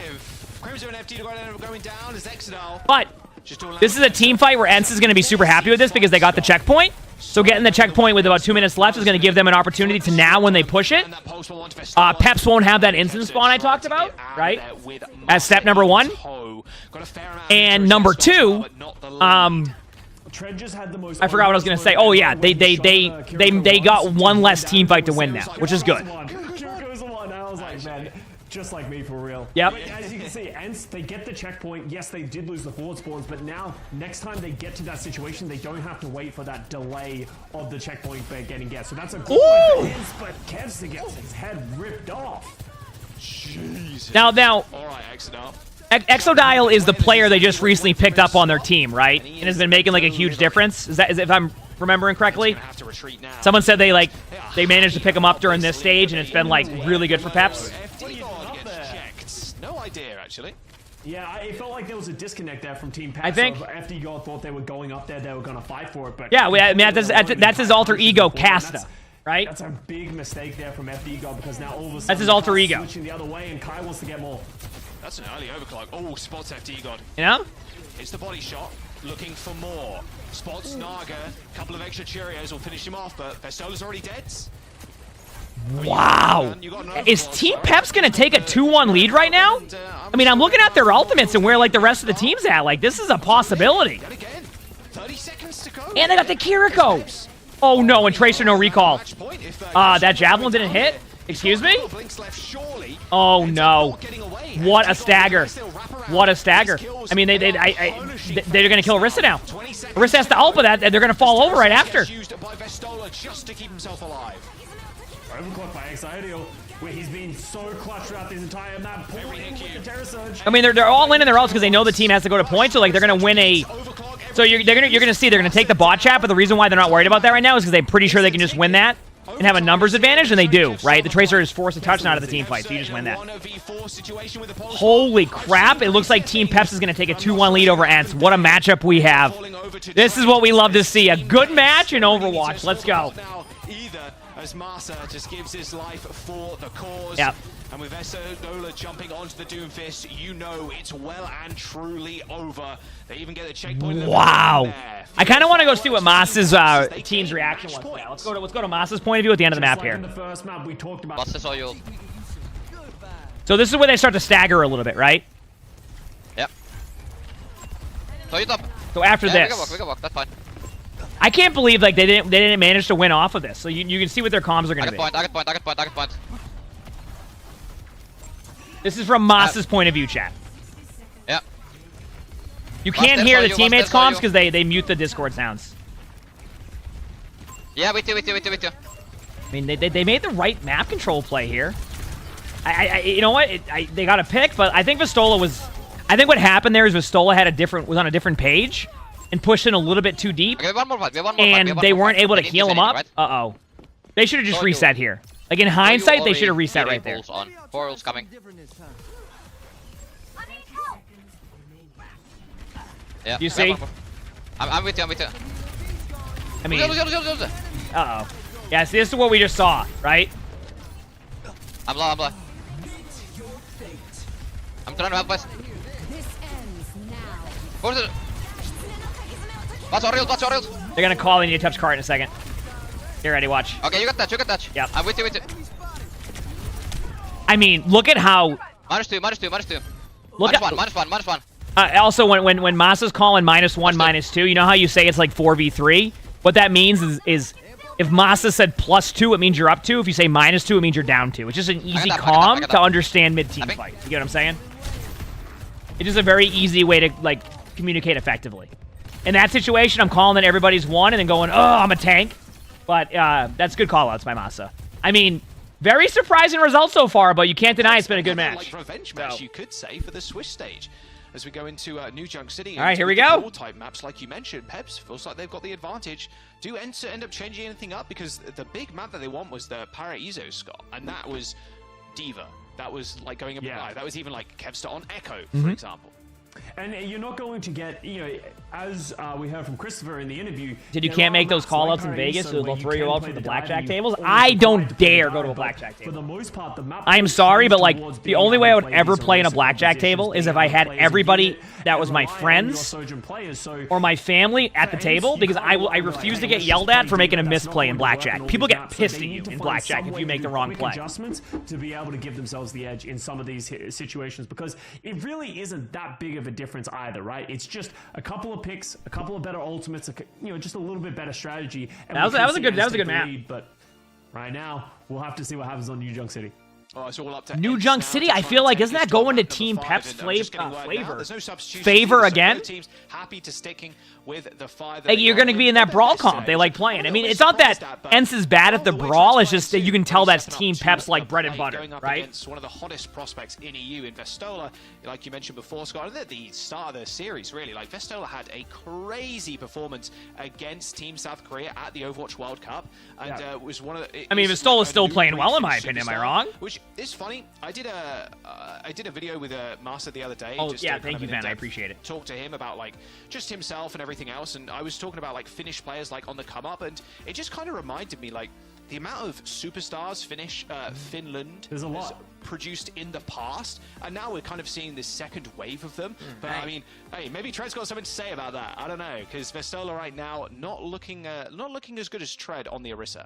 Well, that's one of the exciting things overall about OWCS is, right, it's a much more global, and each region gets to represent and send their best teams and best players. That's what made Overwatch World Cup phenomenal, and it's good to have that back. But for me, the thing is that Europe was just underrepresented overall in Overwatch League, so I feel like we didn't ever really get to see how great the talent was in this region. They have so many phenomenal players. There's a lot of great players. In every region, there's a lot of great players, and one thing I love about OWCS now is you get to see a lot more players than you did in OWL. The Overwatch League. So I think it's there. It's been great to have this, at least in my opinion. Like Vestola is being cool to see. At least in my opinion, it's been great to have. Really sick.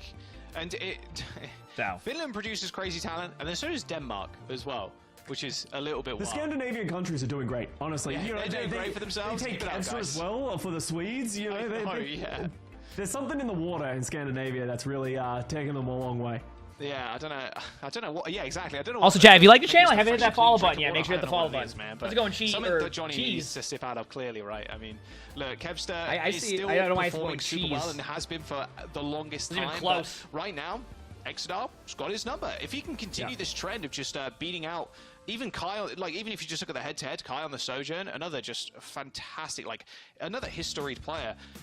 Hey, good stuff. Keep it up, champ. Like, are you feeling worried right now if you're ENCE, if you're Kai and Kev? You've been in these kind of situations before. Like, it does remind me, like, last year a little bit. I know this is a very small sample size, what we're looking at in this series, Scott, but, like, I don't Gladiators Like, I don't know why the sound is like that. How is this team not doing well? Like, yeah. How is this team? I don't know why Custis Mike's like that, because then Custis have a sure. Sample size in this series, but that's a sure, right? Shades of that going into this next. If I'm correct. Team Pep's very much the underdog. Like that's a good mic. We're gonna jump to a quick break. Make sure all the teams. A quick break. One as well. You know what? I'm not gonna let you take a quick break. New Junk City up next.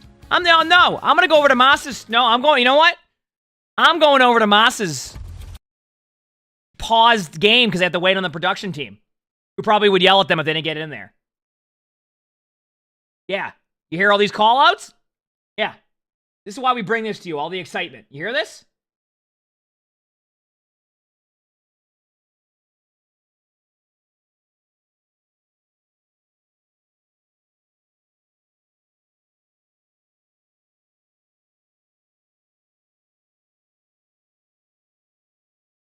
Yeah, they're amped up, ready to go.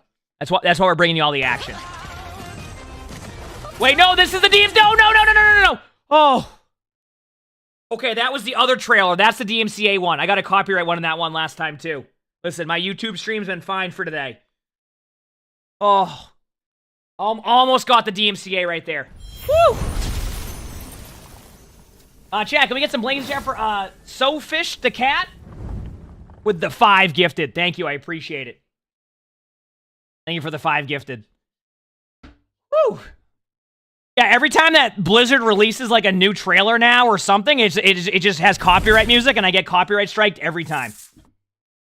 Every single time. Thank you for the 5 gifted, I appreciate it. And PCs, thanks for the 3 months of the Features Prime sub. You said, an anonymous, thank you for the gifted sub. Thanks, everybody. Appreciate it. You said US streamers are so worried about DMCA, LOL. I don't feel like dealing. You think I want to deal with that? Dude, they'll try to DMCA strike you if you have a home video from 1993 with AC/DC in the background. They're like, you're trying to profit from this video. It's like a birthday party video when you're like 3. I ain't touching that. Nope. I'm good. Are we good yet? I don't know. Okay, we're good. I'm just gonna start guessing things these days. Yeah, me when I just guess and there's actually graphics that show me exactly what's going on, you know the vibes. It's all good. Survivor though, I mean, still it's a Flashpoint map, so it's still going to be the same in terms of like compositions. I would imagine there's not too much difference realistically between the two. Yeah, they both play very similarly. They're very big maps where you're going to want to play a Lucio, but very choke heavy, so you want to play these like close range quarters. Get authorized Blizzard to be a co-streamer. Nope. I mean, yes, we are, but like they don't. And I think that's just like going to be the meta. They don't really. They can't do that, right? But in EU, we love and respect Brawl all the time. Like they don't have that control over that. It's like when like the La Seraphim stuff was released, like. We would, if we listened to the menu music, we'd get DMCA copyright strike. And they can't really do anything about that. It's the record label, right? Map number 4. It is Peps. What do you mean? I did a shoey too. About to go to a map number 5 if Ents have got something to say in this map. Yeah, they have no control over that. Closing this one out, getting revenge for their match in the Swiss stage. As we load on in. Yeah. Ents with their backs against the wall. Not many people expected this. Obviously, they should still be confident coming out of groups, but there are only 3 teams that get to go to DreamHack Dallas from each region. That's why I'm confused by Custis Mike. Like, it sounds like it should be fine. Second in the last stage, so they got the points there. If you start finishing like a 5th, 6th like Team Peps and you just do start falling below Team Peps, all of a sudden you're in that cutoff range that doesn't feel very comfortable. Yeah, so it almost sounds like what happened is Custis Mike randomly switched to the webcam one, and then the production team wasn't sure why it did that. So they tried to change the mics of everybody else, which is why Jaws mics now sound scuffed. And then that's why Custis is like that, because they compressed it or something. Is going to get there with lots of points. Or something, you know what I mean? If it's a team like Team Peps gets first, all of a sudden that's what it sounds like. High point teams that are going to be in the running to try and get those 3 spots, or at least remaining 2 spots. But there is going to be a mix-up here from Ents. Kevster's on the Genji instead of the Tracer. Ooh, okay, so they did make us a little bit of a change of strategy. The Genji. Now, Kevster is really good at Genji. Okay, I feel like you could just insert any hero and say Kevster's really good at this hero. can't shoot you if you can deflect it. Exactly. Damn, I'm very clever. What did I drink in my shoey? It was a Sunny D vodka. Yeah, so true.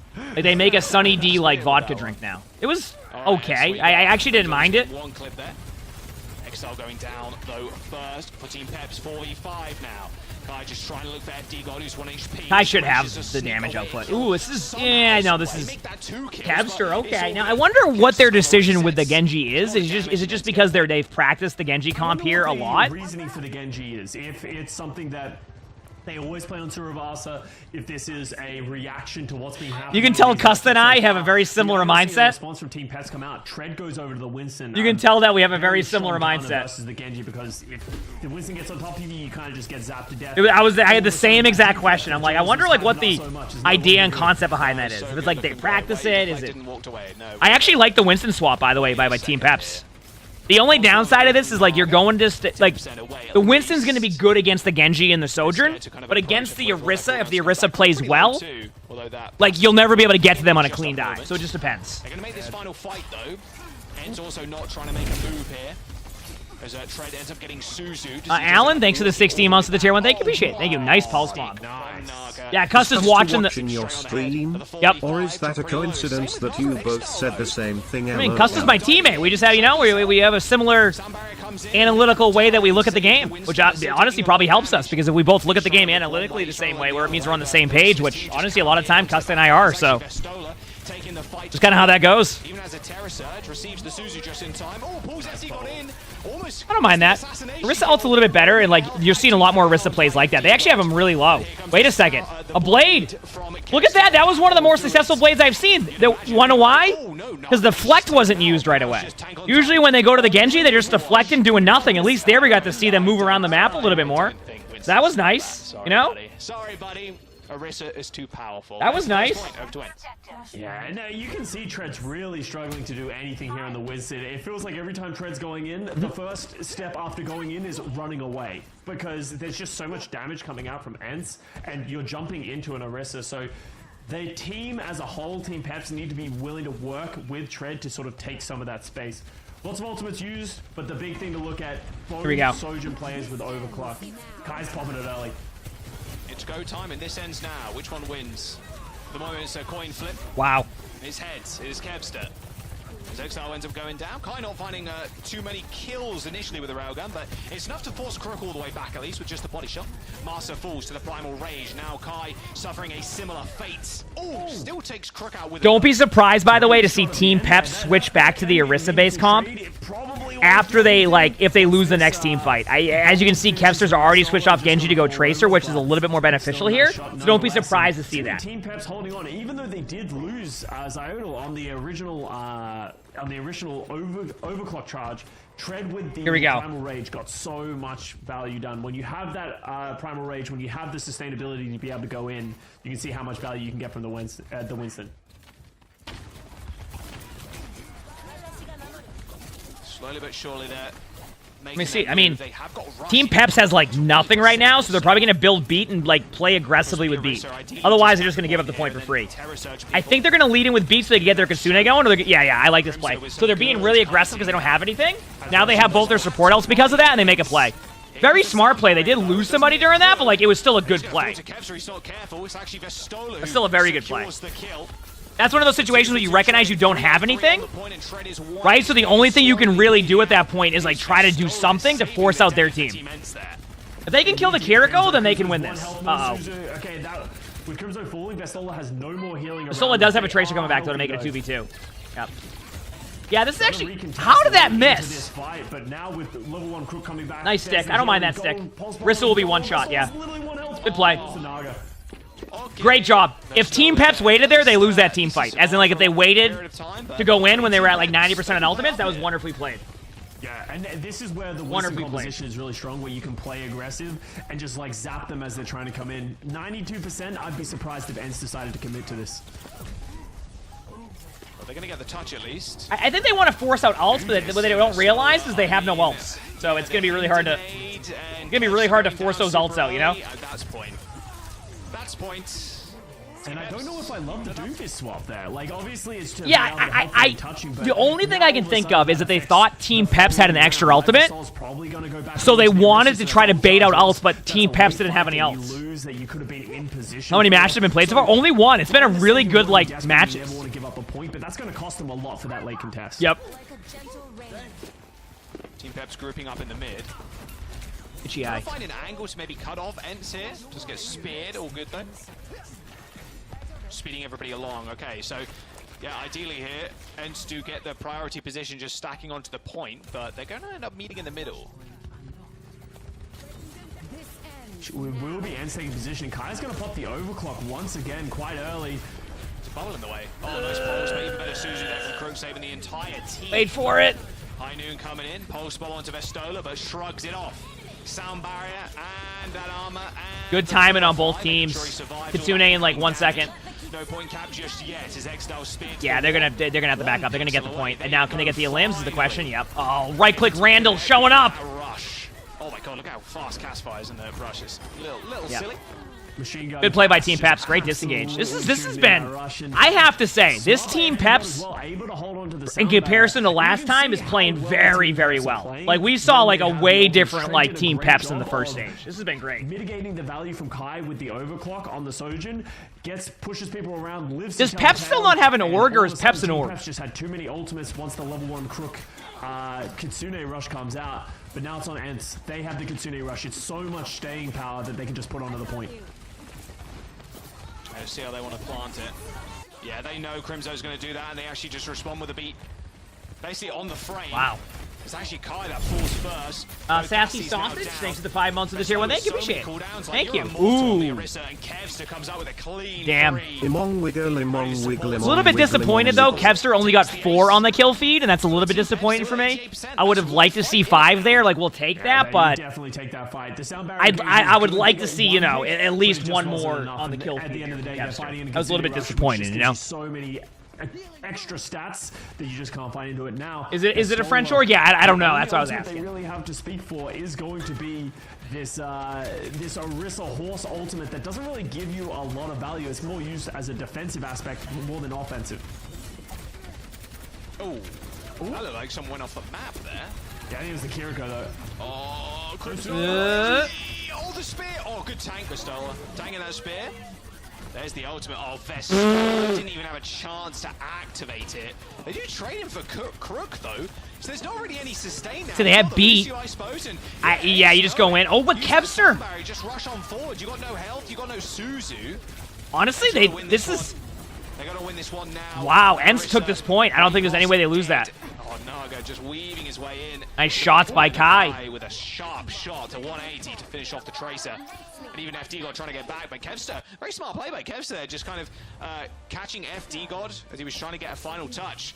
And Ents now, they're on capture point here. Yeah, what does Ents have for? Ooh. Yeah, did a great job stabilizing. Vestola sticking onto the Doomfist now as well. I don't know if is he sticking onto the Doom or is he gonna go back to spawn? I was gonna say. Yeah, there's no way he was gonna stay Doom. There was no reason to. Actually goes back to spawn now, switches over to the Orisa, so that should mean that Team Peps will have the initial positioning, but Ents is gonna fight them up here. You generally want to fight with the Orisa to control this high ground. Oh, don't test him. Yeah, I was watching. Don't test him again. Never peek, ever. Just never peek. Suzu's huge. Oh, just throw everything in this small room. Tiny Overwatch mode activated, and Kai falls. Vestola 2. All right. Straight to custom games. Wrap it up. That was unexpected by Team Peps. That was very, very well played. Holy crap. That was 3 ultimates from Ents as well. If I had to rework Horse Ult, how would I rework it? I'd make it so there was a giant like circle on the ground, and when they got you in, it would put you all the way to the skybox and drop you down. Now we have to see how Ents are going to attack this. And for every second you're in the air, it does an extra 50 damage. It just does 50 damage. I just made something up. Does that sound cool? Yeah, those 3 ultimates thrown in. So you float down. Definitely going to feel it on this fight as Peps have 3 of their own. Like it's like a teleporter. To go. So Sigma lifts you up. Orisa ult becomes a teleporter from the. So you fall into the teleporter, and the teleporter creates the sky. See? Although Tread almost ends up going down, just spinning up and getting that overhealth. Oh, right click Randall. Well, you're dead. Nice hinder! Nothing's more exciting. That's why I love watching OWCS. When you get to see a good hinder, that's what it's all about. That is what it's all about. If you can see a good hinder, ooh. Yeah, Trent just did you so love to much see damage with that Terror Surge. Just no way the Ents could get back into the fight. They have the sound barrier, Terror Surge of their own here for Team M, so they should get at least a touch and a fight, but they can't fight for the high ground anymore. They have to fight on the point. They can do it. Kev almost hitting the click from the skies. There still is 1 HP. Forced to amp it up was Marta to keep him alive. And here's the high noon. However, there is... And they're gonna beat, or they're gonna save. And Marta, even with the sound they had this idea that they're gonna... the advantage here. I don't know. Post, well, I'm not sure where it went, but it didn't land any kills. Marta's got to be very careful. 75 HP. The dive into the backline. Yeah, I mean, that was a set dive, so you commit to the play. Do not use beat. Do not use beat. Great team fight for Ents, though. People are gonna be like, why would you say that's a great team fight? Are you kidding me? They lost that team fight. Are you kidding me right now? It's because, like, you got ults out, right? It almost feels like Masa, they went into that fight knowing that it was going to be a difficult fight, and it was like let's dry fight, force them to use ultimates, which they did accomplish. That was Custa, you gotta stop with this right now, okay? So maybe like, hey, listen. Let's get an ultimate advantage going into this final round, so therefore we can snowball that advantage, because that could have been a dicey fight even with the sound barrier in it. Yeah, for sure. Like I said, Custa and I are on the same wavelength when it comes to how we look at the game analytically. Like I said, I mean, it's also probably why on Team Overwatch we've been making things happen, because like we just as players we know what we want to do. You know, yeah, we have a couple bad plays here and there, but like we think the same way when it comes to how to we want to play the game, which is always good. Rush used. Rush, Pulse, Susie, gone, Magnade, on Orisa, dead. Are we going to a third map, chat? Are we gonna watch probably a random Dorado where it's just dominated by a sniper and nobody else can have fun? Let's find out. Nice fight from them. Still with the sound barrier. I wanted to go to a 5th map. Why not? It also might not feel like it's important, but because of when Ents got the point... Go more popular double support out. It's because of the flow of the support outs, right? Like before, it was like you have Nano and you have Beat. You don't really want to combo them, you just use one of them, right? But when you have Kitsune and that, you just win the team fight to build up your ultimates elsewhere, and you get them so quickly. The game has so much damage that you just build them so fast. Melindre, thanks to 7 months of the tier 1. Thank you, appreciate it. Thank you. What a pulse bomb stick by Kevster.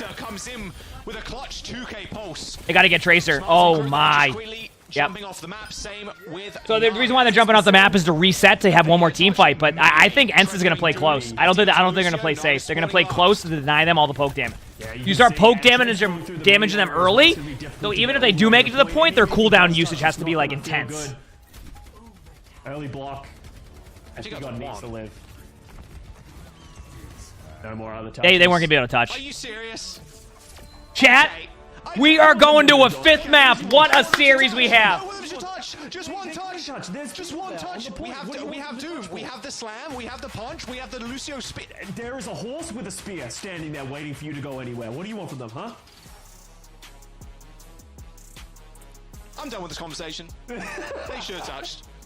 What? They weren't going to be able to touch. I'm looking at the we got a Shambali, Chad. Who's ready to watch both teams get full held at the corner of first point? Just no touches. I guess, yeah, with the Let's go listen to the last call-outs there of Masa. Okay, wonderful. That was good. All right, let's head back here now. They had the ultimates, they had the position, they had the point and everything to speak for. And that is going to match us up 2-2. And then we go over to Shambali Monastery as the final map. And that's, I'm going to say it again, Jaws. Yeah, that was great comms, I know. That's an Orisa map. That's a brawl map. Maybe we'll see some Ramatra, but for the most part, we're going to see similar things. I got to go to the bathroom, but I got to wait to pause because they might DMCA me if they play a music from one of their stuff. About the touches, bro? I mean, look, you just touch once, maybe we win, but they don't end up doing it, and it is 2-2. Match points now for both teams. We're going all the way to a map number 5, and I wouldn't have it any other way. Same. Well, you're not wrong. We're jumping into a very Orisa-centric or just Rush-centric map. Shambali Monastery, it's feeling like a classic right now. It's like an OWCS classic Shambali Monastery. It's, I don't mind this map at all, and it's a fun map to spectate as well, especially how different teams end up navigating. I mean, I think that right click right there was the game changer. That right click right there as Cass, I can't mute the stream because then people will be like, oh, I don't hear anything for 3 seconds. I'm gonna leave, so I gotta keep constant content, okay? Subway Services is doing Subway Services I think is doing a huge update, so I can't play it on the stream. Wow, this map design's already. Oh, the architecture. Oh, so lovely, and it's like no one ever gets there. It's so so ridiculous. But now teams are finishing their map, but it's still extremely hard to do so. I want to reference back to this moment exactly here where Master doesn't use the sound barrier, uses it here in this situation. Like, as I said, from a situation where you're thinking of every single fight is winnable, it can be difficult and you can really hurt your ultimate economy. But that recognition from Master of like, yes, maybe they win that fight with that sound barrier, because he didn't, that ended up snowballing into the situation where they were able to just close out the map by winning they the can fifth touch round. song when you're away. Oh yeah, I gotta bind that to my stream deck, and I can do it easier. That was weird. I think you were a little right. If he had punched around and maybe tried to get around, he would have been. That's why I was like, I thought he had punch up, but I didn't see he like short punched away. I'm just fuming right now. And he only had slam to, like, I'm excited. We got a back and, Shambali. okay. Can't wait to see both teams get full health. Them obviously just not touching, right? Okay, all right. Okay, you good now? Yeah, you've come to terms with the moment? I've come to terms. I'm all good. It's all good, Scott. Don't worry. I now understand what happened in that final game. Thank you, Ob. You're just like chat, just right now spamming C9, just C9 all over again and making fun of the pro players. You know, maybe it's just difficult to touch the point sometimes. You know? They couldn't touch the point there. That was it. Like they're so far away in front of you. Horses are hard to get by. That's true. That's true. Not so much in real life, I suppose. You just kind of shoot them away, but. Well, horses are big. That's pretty hard to get by a horse. Like, how often have you tried to get? Yeah, but the horse isn't going to stand there. It's probably just going to. If you're like walking, it's probably going to move out of the way at some point. It also doesn't have a spear, which also helps most of the time. Yeah, it doesn't have a spear and like armor, like Oblivion horse armor, bro. It's not standing there just in your way permanently. I mean, maybe it is. I don't know. Right. That's probably DMCA 2 vent. Well, I wouldn't doubt it. Moving on to Shambali Monastery, as you said, like I think. Team Peps, like ENCE seems to have made some adjustments to the way that they're playing in the Orisa, but this map could honestly go either way. They seem very evenly matched up when they're playing on these like Brawl Orisa compositions, so I wouldn't expect to see any subs from them. Maybe they'll do the map 5 Benbest sub, you know, just... No, I don't think they will. Jokes. No, never mind. Producers in my ear telling me that Benbest is not coming in. I still miss him, but... You know, I expect this map is honestly up in the air, and it probably will come down to that second point. As you said, Jaws, that is a very difficult point to assail, and if you get stuck there, it can be very difficult to recompose and get further on and get to the third point. I'm going to the bathroom. There's no way they play DMCA music. I'm going to the bathroom. There's no way they do it. If they play DMCA music, I'm getting trolled. But as we get the players in the lobby, we're going to give them another quick break, guys. Do not go anywhere. Shambali Monastery, the penultimate map in this series, coming up after Don't you dare.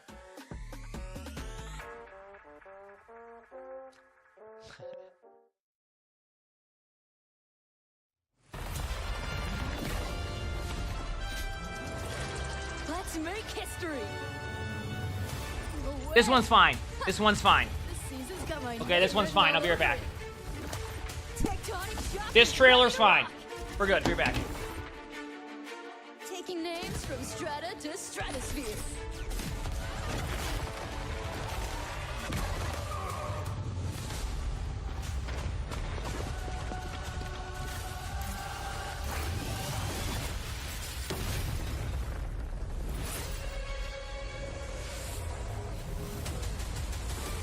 Only the good triumph. We will tear them down. No mercy. I decide who receives my aid. Good always has the last word.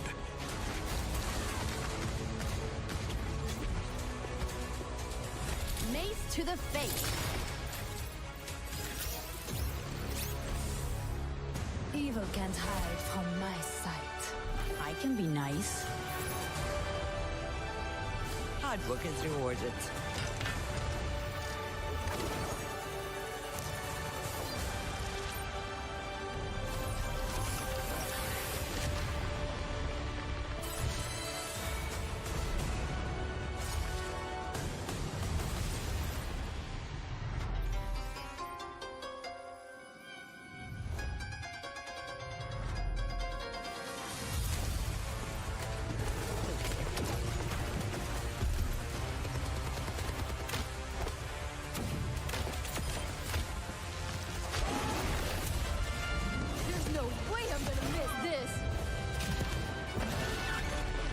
Okay, I'm back. All right. What a trailer that was, chat. And there's the Mercy Mythic. Let's do it! It's time! Welcome back. And yeah, okay, I got scored in the break. Okay, I said penultimate. It's the last map. Penultimate is the second to last. Thank you, Zoe. Okay. Let's get that out of the way. Let's all laugh. And let's move on to the next map. Thank you. Please and thank you. English isn't even Zoe's, first I language. know, it's not even Zoe knows like you're 5 actually languages. English. You're British. You're supposed to know better, Jack. Come on. My bad. My bad, guys. I'll buy a dictionary in the break. Don't worry. I'll Amazon it real fast. All right, Shimbali Monastery. Map picked by Ensit. All right, let's do it. Yeah, well, once again, I don't know who's going to win this. I want to say that going to a map 5, this goes into favor for ENCE just a little bit, right? They've been a team for a little bit longer when it comes to like their actual like core right now. They like at this point, these are the type of matches they want to get into if they're going to have a 5th map. Like, from Kai. So I expect to see very similar things from Team Pep. Oh so man, it's going to be less so about the compositions being played and the micro adjustments being played within those compositions. How's it going, Hydran? The watch party? I'm chilling for a little bit, but I might probably just a spawn peak. Same with do that tomorrow, only because I have 8 different sound levels going on right now. Cassidy as well. That is good to see. I was curious. But I do got to start doing that. I want to start getting like everybody like going at once and like Discord call and doing all that. Like, a lot of these corners have like high grounds or they have like places where you can play super far back. But so they're just going. But I'm definitely down to do those. Like I want to. It's just like I'm at a point where I'm gonna. That I mean. Yes, like I'll get it going and then my Discord will be 80 tight. I don't know. I'm also kind of in like me mode. Couldn't be lower. Okay, there we go. Actually won. All right, Kai ends up going down to try and play the spawn hold. Yeah, because like the whole point of spawn hold is as soon as you start losing any members, it will start to trickle away from you because obviously the attacking team has a much closer spawn door. But Tread dying late. Have you been enjoying these matches? No A7 tomorrow. Sojourn. Let's see if ENCE are going to concede this corner. If they're just going to continue to fight. I thought they've been pretty good. Even though Kai isn't here, no, they're going to back up to the defensive high ground. Yeah, concede it slightly. Gotta wait for Kai to get back in the mix. Decent though, you can perma-stall payload here if you do sit right on the very edge, but you're so exposed that it doesn't really matter. The solo trying to keep Kevster at bay. Easier said than done though. Kevster super low. Crimzo with a TP Suzu to try and save Kev. You're glad it's on a 3-0? You best believe he's paying him yet another visit. Takes the mega health back, and there you go. Oh, me too. I don't know. I don't know who's gonna like take this. But with the Dude, it got hot up here real fast. They're gonna have to play this one slow. I wonder why. Yeah, level 1 crook falling, no healing. So they're just gonna have to get time. This is already a minute and a half off the clock just from this. Like, I feel like Shambali is just like a minute off the clock anyway. Is it me or is like anytime you look up at the clock in Shambali, you go, wow, there's a minute and a half off the clock? Yeah, easy rush. Am I wrong? Who's gonna insta-kill the Tracer there? I mean, there's no chance. That was that a one-man from FD God? That might have been a one-man beat. Like, you just look up at the clock, 2 minutes off. I like the idea. I don't think he realized the rest of his team wasn't really. In my opinion, what's the most exciting esports competitive to watch? It's tough to say. I mean, I don't know. I feel like esports in general could be fun to watch if you know what's going on in the game. So it's tough to say. Once again, and should have to fall back. I mean, obviously people really enjoy watching like CS and like Valorant because I mean, I don't know. Is Valorant? How is Valorant watching it in comparison to like CS? Only from like the ability usage point of view. I haven't seen many Valorant matches recently, so. Be careful. But now because of that window swap as well. Yeah, I would love to get watch parties going with like pros or ex-pros going soon. I just like don't have it all set up. It's like I'll have to get like Hydran in there one of these days. The rush. Disengage comes through later beat. Sound barrier. Crook already used all of his cooldowns. Parts. Can Crook get away? Now Kev's just do you love watching Valorant esports? Yeah, I mean that's what I was wondering. Like I don't know how it is with abilities, but there isn't as many abilities. Like I think Overwatch is really fun to watch, but I'm also biased, right? Like I'm watching this and I know like what's going on, but I can also see a kind of like confusion with that, right? So. For Team ENCE, who are on defense, just FYI. They've just swapped sides of the map almost there. Tread in a whole wow. Oh no. Tread ends up going down. Tread getting very confident at the end there. You know, I was sitting there saying how like I feel like they do trade back for Crimson, which is good, but most importantly, ENCE should get another fight.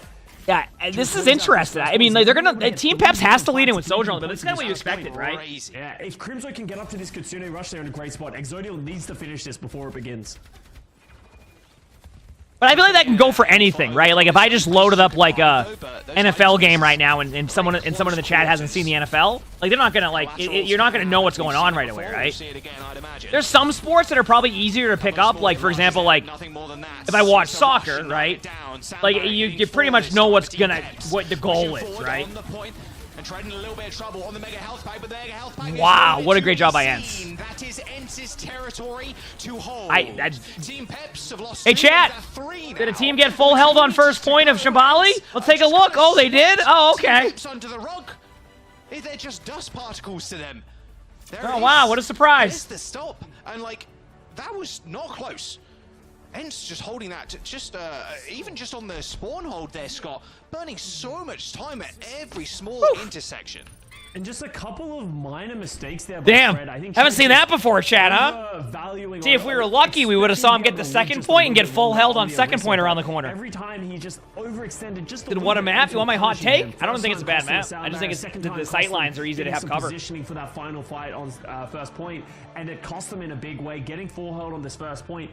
It's not the crazy thing, like full holds on full holds happen all the time, but Ents is definitely in the driver's seat in this series. They just need to be smart with their ultimate economy. If people watch rugby, you might have a better. Yeah, that makes sense. I've seen crazy things. It's just because it's one of the maps that has cover. Like when you actually have the opportunity to like. Corners are just so hard to take. It's one of these interesting things where I actually don't mind Shambali, but like a thing that like I think a good way to summarize it is like just.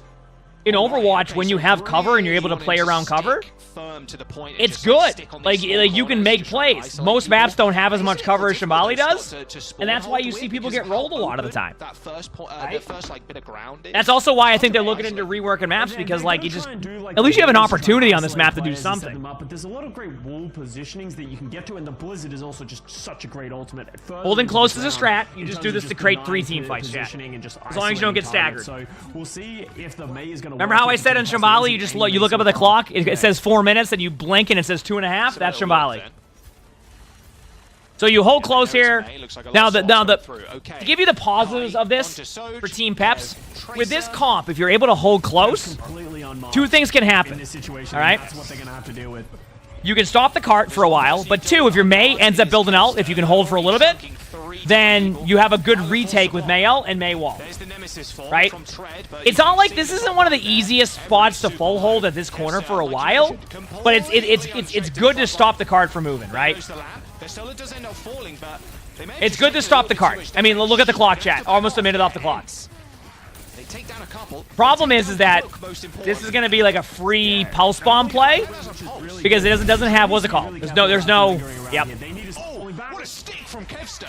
FD got sliding straight into Exodial's. They lost their BAP. You can't lamp it. Soto, thanks for the free prize. Thank you. But look at the clock, chat.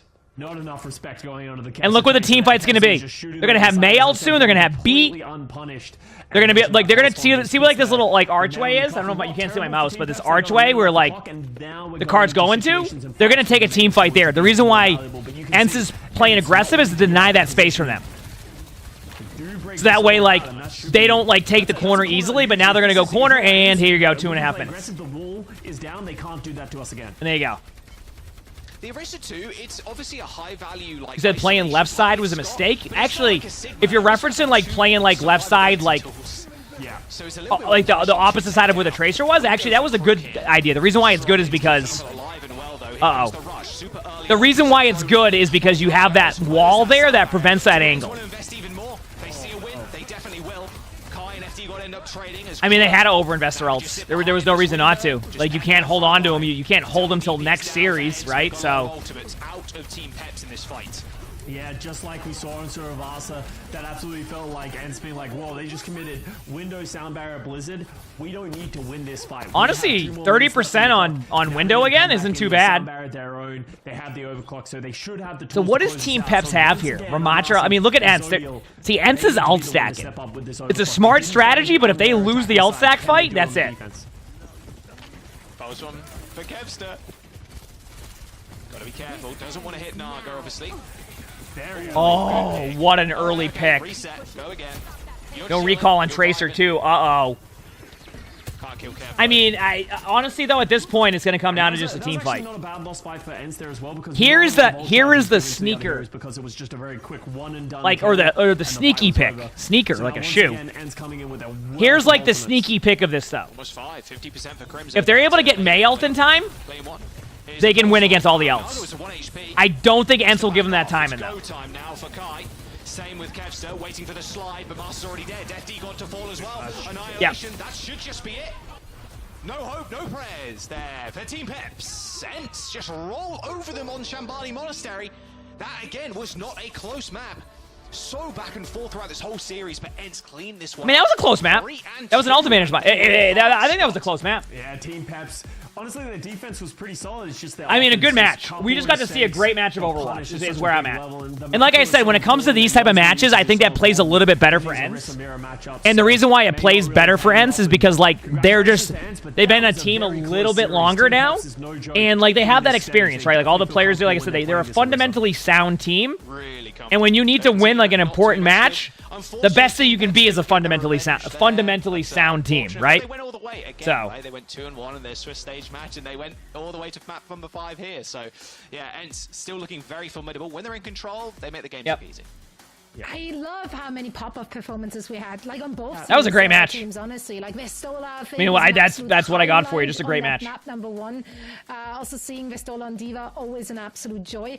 But then on the other side, they're seeing those newer faces like Exogil just popping off hard, and you're going up against Kai and Kevster, right? So like being able to be the star player on that server when you have those CPS that was a great match. Facing off against that was a great match, chat. Not a small feat. So hey, next I think we have the Twisted Minds match, right? At some highlights of this very close series. If I'm correct, the Twisted Minds match.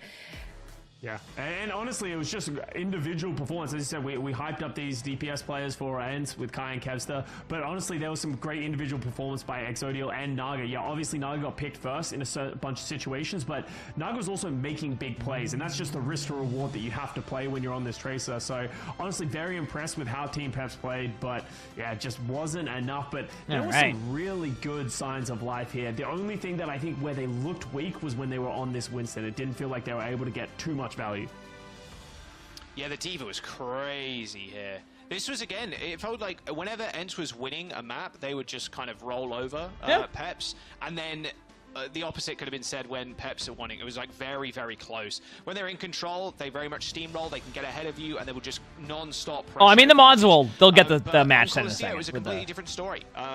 Great match, though. I mean, just a great match. I do have the YouTube chat open. Yes. Kevster in check, and like you were saying, sorry, that's no I've been talking to it. Like, I mean, it's powerhouse DPS players. The game's been good. I mean, I'm not. I think that was a great matchup. Now, how many more matches do they have in EMEA? So much work here, but couldn't end up making it work. I like the I'm trying to think. Any drops? No. If you go to the OW_Esports channel, you can get your drops. That's the way you can leave, I think, the tab open, and then you would still get drops, if I'm correct. I mean, I think it works that way, but yeah. I think this is still a good look for Peps, taking them this far.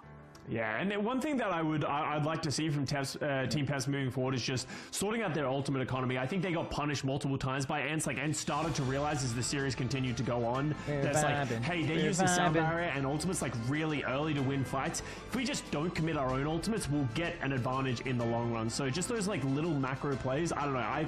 I find that stuff like sexy and cool, but you know, maybe I'm just an overall. Oh, there's gonna be 69 more matches. That's nice at least. Yeah, no, but you're making a great point. Okay, so Twisted Minds plays Impero, and then after that it's on the NA matches, and there's good NA matches too, chat. We got a bunch of good matches today, so I'm excited. To, you know, make up for that and trying to edge out the good old watch party. Feels good. Also, if you haven't hit that follow button yet, make sure to hit the follow button. Obviously, you have a little bit of time in between the next match right now, which should be soon.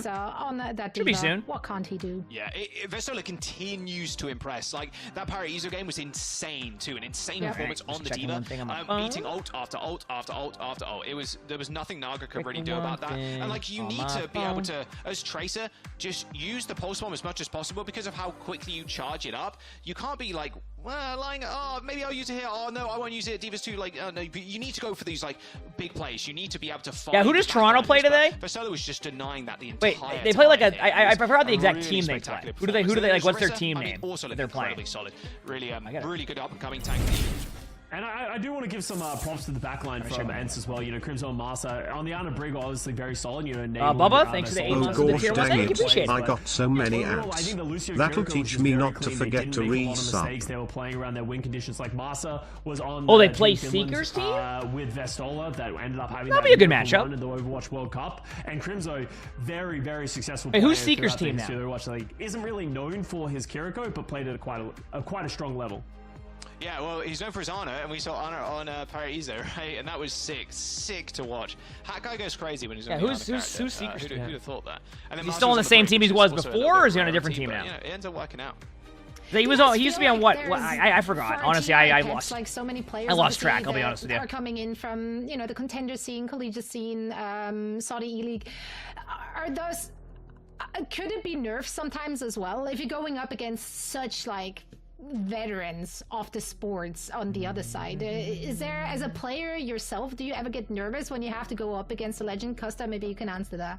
I think I would say it's almost more stage nerves, or at least like match nerves, than it would be just like individual players, because these guys have been playing with each other for so long, especially within their region. You know, you play ranked with these guys, you play a lot of like scrims against these guys. Yes, there's always that thought in the back of your mind. It's like, I don't think so, Vern. Kevster, his trace is pretty good. Not that I remember. That, and you have to change the way you play with certain situations. But these players, I'm trying to remember who their DPS players were that we went against. It was like what, Rocket and. God, can we do anything against this guy? It's usually scary teams. The other player was really good too. I don't know why I can't remember. Yeah, I think with how storied a lot of these players are, even in like tier 2. Yeah, they had 2 DPS players. They had the one player that went Echo, and then they had, I don't know why I can't remember. They were really good too. And Kaya back. Oh great, now we have to face them. Yippee! Like, it's a little rough, but yeah, I mean the guys have been playing that region for a long time anyway, so yeah, I don't know if there's a lot of nerves, especially coming out from some of the top teams. I mean, ENCE came in second, by the way, coming in seeding wise, and Peps were 7th. So like Peps have really got. Yeah, but I feel like Peps have been playing better. From everything I've seen from Peps is like they are better than a 7th seed right now. And I wouldn't be too surprised to see them move on. And I mean, I love the mix that Peps has. Like, they have a lot of veteran players, of course, as well. Some on the server, some on the bench. I think that. Yeah, Toronto kind of trolled yesterday. They played with Sugar Free on Winston. Isn't Sugar Free known to be one of the better Winstons in the game? It's a different kind of style, a different kind of play versus what you're seeing from a lot of the veterans. But having kind of both things meshing together, it's very great to see. I also think Team Peps, it's easy to be like, oh, they're the 7th seed, but they went 8-3 in their in the Swiss stage, and they lost to ENCE, SSG, and Twisted Minds. Oh, so yeah, you got to win all those matches. You kidding me? Because they lost to a couple of easier teams, or they didn't win as hard as they should have. They actually just lost to very strong teams. So I think they have a lot to prove in this stage, and they want to improve from that 5th and 6th that they got last stage. Yeah, but as you said, it is not over yet for Team Peps. It's not. They still have a chance to get to the main event in their elimination match. That, of course, will be happening very soon. For now, though, we're taking a very quick break, and then afterwards, we are back with the last game of our. All right, chat, you ready for the last match? Not the last match. I mean, the last match of EMEA, and then we go on to NA matches. Stick around. You ready? All right, 5-minute break. All right, I am going to grab one more coffee today. I'm feeling it. We're gonna have a good time. Per usual, chat, do me a favor if you haven't hit the follow button yet, hit that follow button, and we'll be back with matches here. All right. Hope you're all enjoying this. We got more matches coming up shortly. Hear me?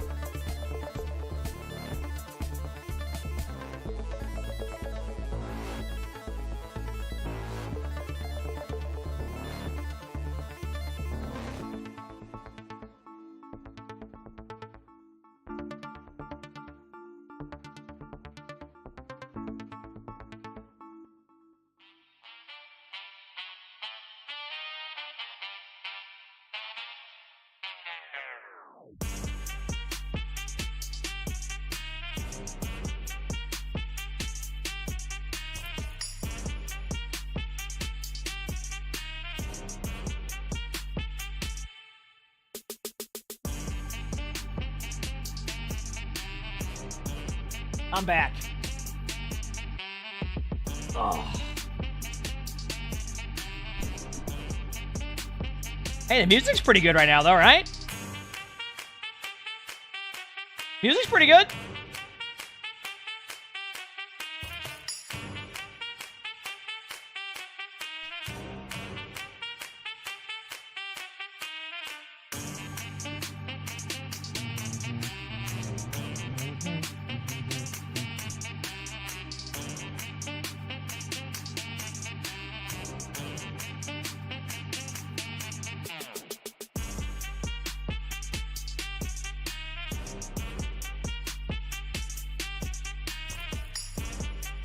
Oh.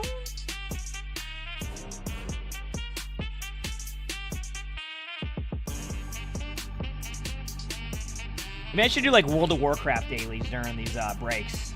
Really spice up the gameplay on stream. What do you think?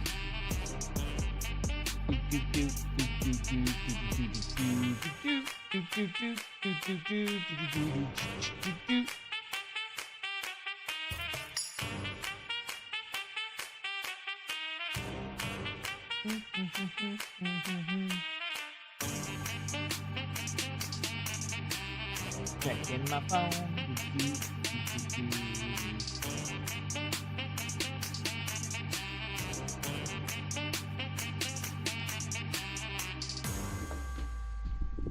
He said, I'm supposed to like, I'm working out right now. What class would I want to be? I mean, I play a mage. I probably have my WoW still open. Let me see. Aw. Tough.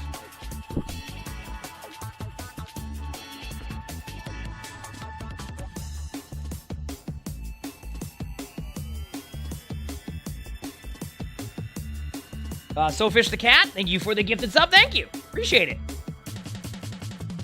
Thank you.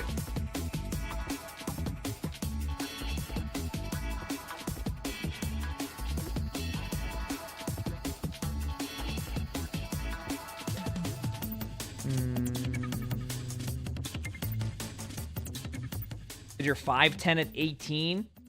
Are you cooked? What does that mean? So I'm gonna be in 5'10". This is your game, your team, and now this is actually I actually grew your community's like future, and this 2.5 to like 3 inches when I was like 23, I think. battle for your progression. I actually grew like Go late. further, even as far as the Esports Like World 21, Cup. something like that. It is your time. I to play shine. Alliance. Build your team, register your team, go to the I used to play a lot of Horde, but then like my friends went Alliance, and now none of them have logged on. I managed to be the first level 50 in my SOD guild, which is actually impressive considering EMEA region, and joining me for all the I didn't even do the again, many Josh and incursions Costa, who broke it all down in for SOD. you thus far. Got another one coming, but first I want to quickly chat about the Faceit leagues. Of course, very exciting for people who have been going out already in the Swiss stages here. Or we did pretty good. Yeah, we uploaded all the content on the third channel. Fortune, Jake, actually. Costa, I wanted to. The points? Crap hasn't given them yet. I was preparing for a jab. Like, I was waiting for the moment that you made fun of me. I was just preparing for it. I did it twice. No way I would do that 3 times. Okay. No way. No, I wanted to make fun of Jake. Oh, okay. That's way better. Okay, you can do that. He's not here to defend him. No, but I mean, he's got his eyes set on the big box there.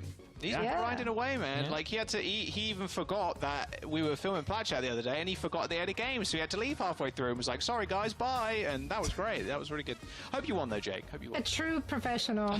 Well, That's nice. I believe he did qualify. So apparently he made, the Masters Road. There are qualifiers right now to get to the Masters stage. And we'll be taking our cut. Oh, heck yeah. Well, he's competing for $170,000. So, if he wins money, you can just say Plat Chat owns 50% of that. And then you just divide that among everyone else. Yeah, I'm sure that makes sense, and he will agree with that. Now, some teams who are currently competing in the OWCS are, of course, Twisted Minds and the Impero. Let's talk about Twisted Minds. I mean, obviously, one last stage, very good team. Hasn't had the best stage, but hasn't been terrible. You know what I mean? Like, they've been really good. They're just playing like a little bit like worse than people expected. But obviously a very good team. Well, I've heard. Yeah, that would be the same Jake from Outlaws. Outlaws. Yes. Kellex is the glue that held this team together, and that Admiral. You know, Admiral's a great player, but like from what we saw from them in the Swiss stage so far. They haven't been as dominant as we saw from them in Stage 1, where they went on to win the entire Thanks, thing. Custa. They dropped 2 series in the Swiss stage, one to SSG and one to ENCE. So a little bit of banter going back and forth. That's been happening way too much with Custa right now, and I. Now you're in groups, you gotta try, you have to step up, and that excuse doesn't count anymore. Yeah, right. They weren't trying. That's a classic of Scene 1. Every time. I mean, we weren't trying on Overwatch, right, chat? The Imperial. They actually managed to qualify already for the Stage 1 group stages, but failed to meet some eligibility criteria. Now they qualified again and making some roster changes, so they get to have a real go at it. Your fluffy stuff. Circuit points on the line here, so who knows what's in store for them? Very exciting. Yeah. I'm still trying no, to I make like the sense rest of their it. That's why I like it after I This get is to the not fluffy quite Latin, stuff. but like. But you don't like my creamer, and I don't like your Latin. fluffy stuff. Yeah, I mean, Impero is in Latin. Impero would be. It's like whatever. What is that? And day is like. Oh, it's about, the foam so that it's gets about produced by the counting, espresso. But Imperio is Italian for like. The Empire, so I don't know what this is because it's not a word. How do you know so many languages, including Latin now? I feel like I know. Once they get to the phone. So yeah, please. I don't know. Please, you show. I love our different. No, we have a different take on our. Do you remember when you went to school? Well, we have an espresso, so she made an espresso. I failed French. Thank you very much. Like, dude, I did not do well in French. French is difficult. Ain't happening, Chief. But so you speak French as well, don't you? I do. Mais mon français est très mauvais, but I do speak it. Ooh, that's well, I'm from Switzerland. That's a cheat code. Oh, that is true. You do speak a million languages in Switzerland. We speak like 3 by default, and then you just add on to that. Really? So, That's like anyway. convenient. There was a Swiss player in the Impero, by the way, who's not made a return. Very upset. So I obviously now have to actively root against the team, and I'm not alone. 91% of our When's ML7 play? I think tomorrow. I think because they're in the loser bracket of the group, or like losers or whatever like that, like they're gonna play tomorrow. I think that's how it's going. Give me the Swiss player. I think we can all agree. Twisted Minds have to be the favorites heading into this one. They won the last stage, even if they are in a bit of a slump right now, or they're still adjusting to some of the changes that have happened to their roster. Impero have a mountain to climb in this series. Yeah, they really do. I did watch a couple Longest of plays tomorrow. the other day. All right, what do we got first match? We got Basan. Take my headset off for 1 second. Basan to start. Really impressed me on the Tracer.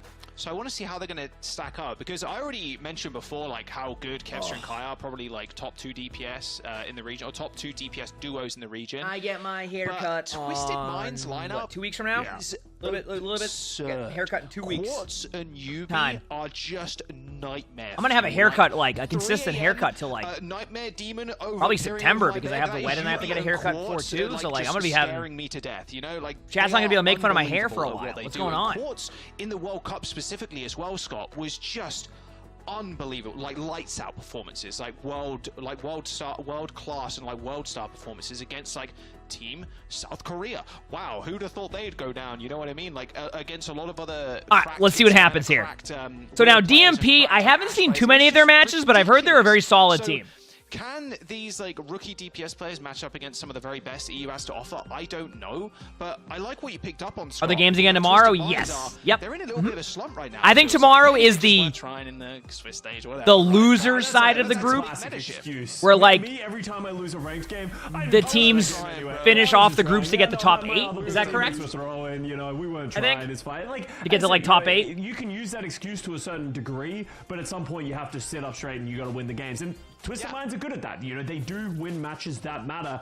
And interestingly enough, this was something that I saw from their matches in the Swiss. Wait, are they leading off with the Malga comp again now? Okay, this should be interesting. Even after the nerfs, we saw it a lot last. This should be interesting. SA is still sticking onto this matchup, even against the Orisa. All right, let's see what happens. Yeah, quite interesting. Like, what do you rate the Malga versus the Orisa, like, straight up? Head-to-head. I think in the head-to-head, Malga's really strong, but the thing that makes Orisa better is... Oh, they already got map control. So they're running the stage 1 comp now, am I wrong? But if you're going to play the Malga, you need to do exactly what KS like Twisted Minds is running like the stage 1 comp. This is what they ran a lot of, and we didn't see too much of this before. But wow, Impero actually starts off with a couple of early picks. Like, I think they might just be able to hold this for now. Because the Malga's going to be low, and like even if they go in, yeah, that's why they're just rushing in. They're just trying to make a play. Wow. Ever so low, like what, sub 20 HP there? It's still a lot closer than it feels like it should be, right? China managed to take him down. Twisted Mind still managing to cap here, though, Scott. Are they going to be able to get this one for free? Looks like China wants to get on there, and there you go. Admiral, Spear. Here we go. Yeah, without the Malga, you just don't have that front line. They did a good job of staying in the fight. Yeah, I think the Mons went AFK on the channel point thing, Chad. We'll make sure you get your channel points. I just may not be able to do it for now for this first match. Has a very limited window in which he's going to be able to get value out of this Malga, right? The Arista's just going to be able to stand up. So they need to take value of the space that KSA is giving. They've actually gone on. All right, here we go. Playing this Symmetra to be able to TP the team around. Oh, look at that little bounce back. I like that. Flip the script. Nice rush. Oh, it's still going. Use of it, though. They are still going. Not afraid. Got all those cooldowns are refreshed. Nice plays. Wow. Also falls. Okay, D'Impero came to play. So now, what is the story with like D'Impero? Because I haven't seen too much of like their journey to get here, but like so far so good. Wow, nice play. One of the weaknesses they have of once again not playing that Tracer. Like nice play for sure. They're going to be able to follow them around no matter where they go. So they need to get values from these TPs. China just weighing up in the skybox here. Pulse bomb in hand, trying to hunt for the one to support. Oh, swing and a miss there with the pulse from China. Crocs though. Oh wow. Go use that sound barrier, but only hits 3. Not enough to save at Crocs. And now Quartz with a railgun. Pep's lost in the 5th map. Pretty scary prospect. Just Twisted Minds for themselves. I think Twisted Minds should be able to take this team fight. To not at a bad percentage either. Like, I feel like if you get it around this like 70% range, 75%, like you have a retake. Like you don't like. This is like a good situation for both teams. Then some. So great punish on the Crocs, recognizing Crocs are just going way too aggressive. Maybe you said they beat everyone except Twisted Minds, SSG, and ENCE to get here. Okay, so that means you're talking the top 3 teams in EMEA right there. So that makes sense. So like, this is a match that's very important for them if they want to try to like really kind of get into that top 3. So 1v1 into the gulag at any moment, and he's chosen Crocs. Good play. I love that strategy, by the way. Wow, they use the ultimate just to get the damage reduction from the fortify you get from the ultimate. That was the most thrilling tank battle I've ever seen. Wasn't that thrilling? That was amazing. Look at the point, by the way. Wait. Oh, they almost had that. Good disengage, but that was close.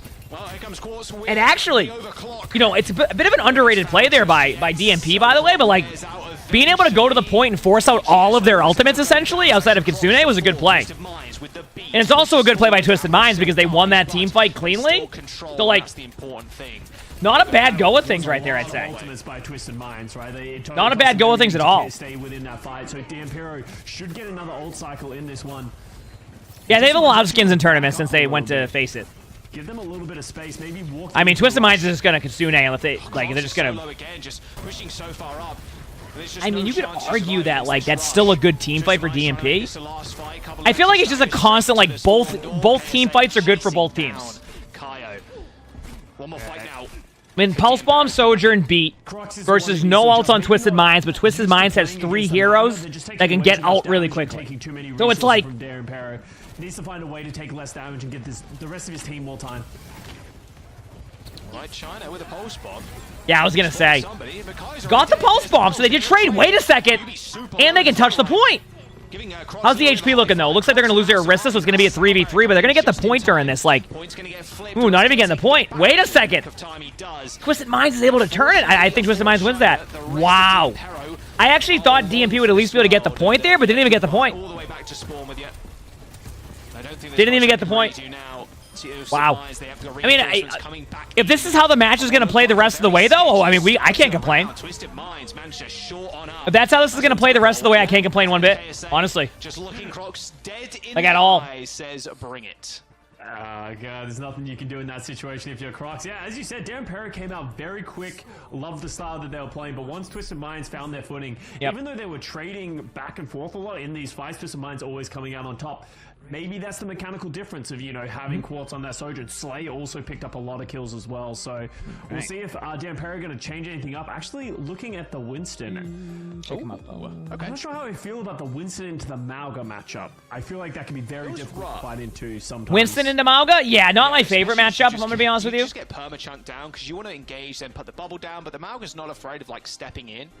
And like, yeah, not my favorite matchup. Healing for a short while, because you can just hit the cardiac overdrives. Okay, here we go. We'll see. I mean, this is the map to play it, though. To be fair. Yeah, I mean, we've seen a lot of teams play Winston on here because it's just like, it's funny because like when I play this map, I don't necessarily think dive, but teams love playing dive on it. So like, it is a dive map, it's just like not my favorite dive map. Running in a straight line, but China takes down Yubi while that's going on. Yeah, big kill. Crocs being the bait. Dampera managed to sink one of them. Oh, Quartz is down too. All right, point unlocks. EGS taking care of Quartz. Not bad. Maybe stretching Twisted Minds in here. Maybe that is the game. Okay. Scott, where, okay, you want to kill the Winston? We know you do. So you not bad at Winston, all. That's fine, because then our Tracer, our Soj, like we can get these off angles and then pick off the more squishy people.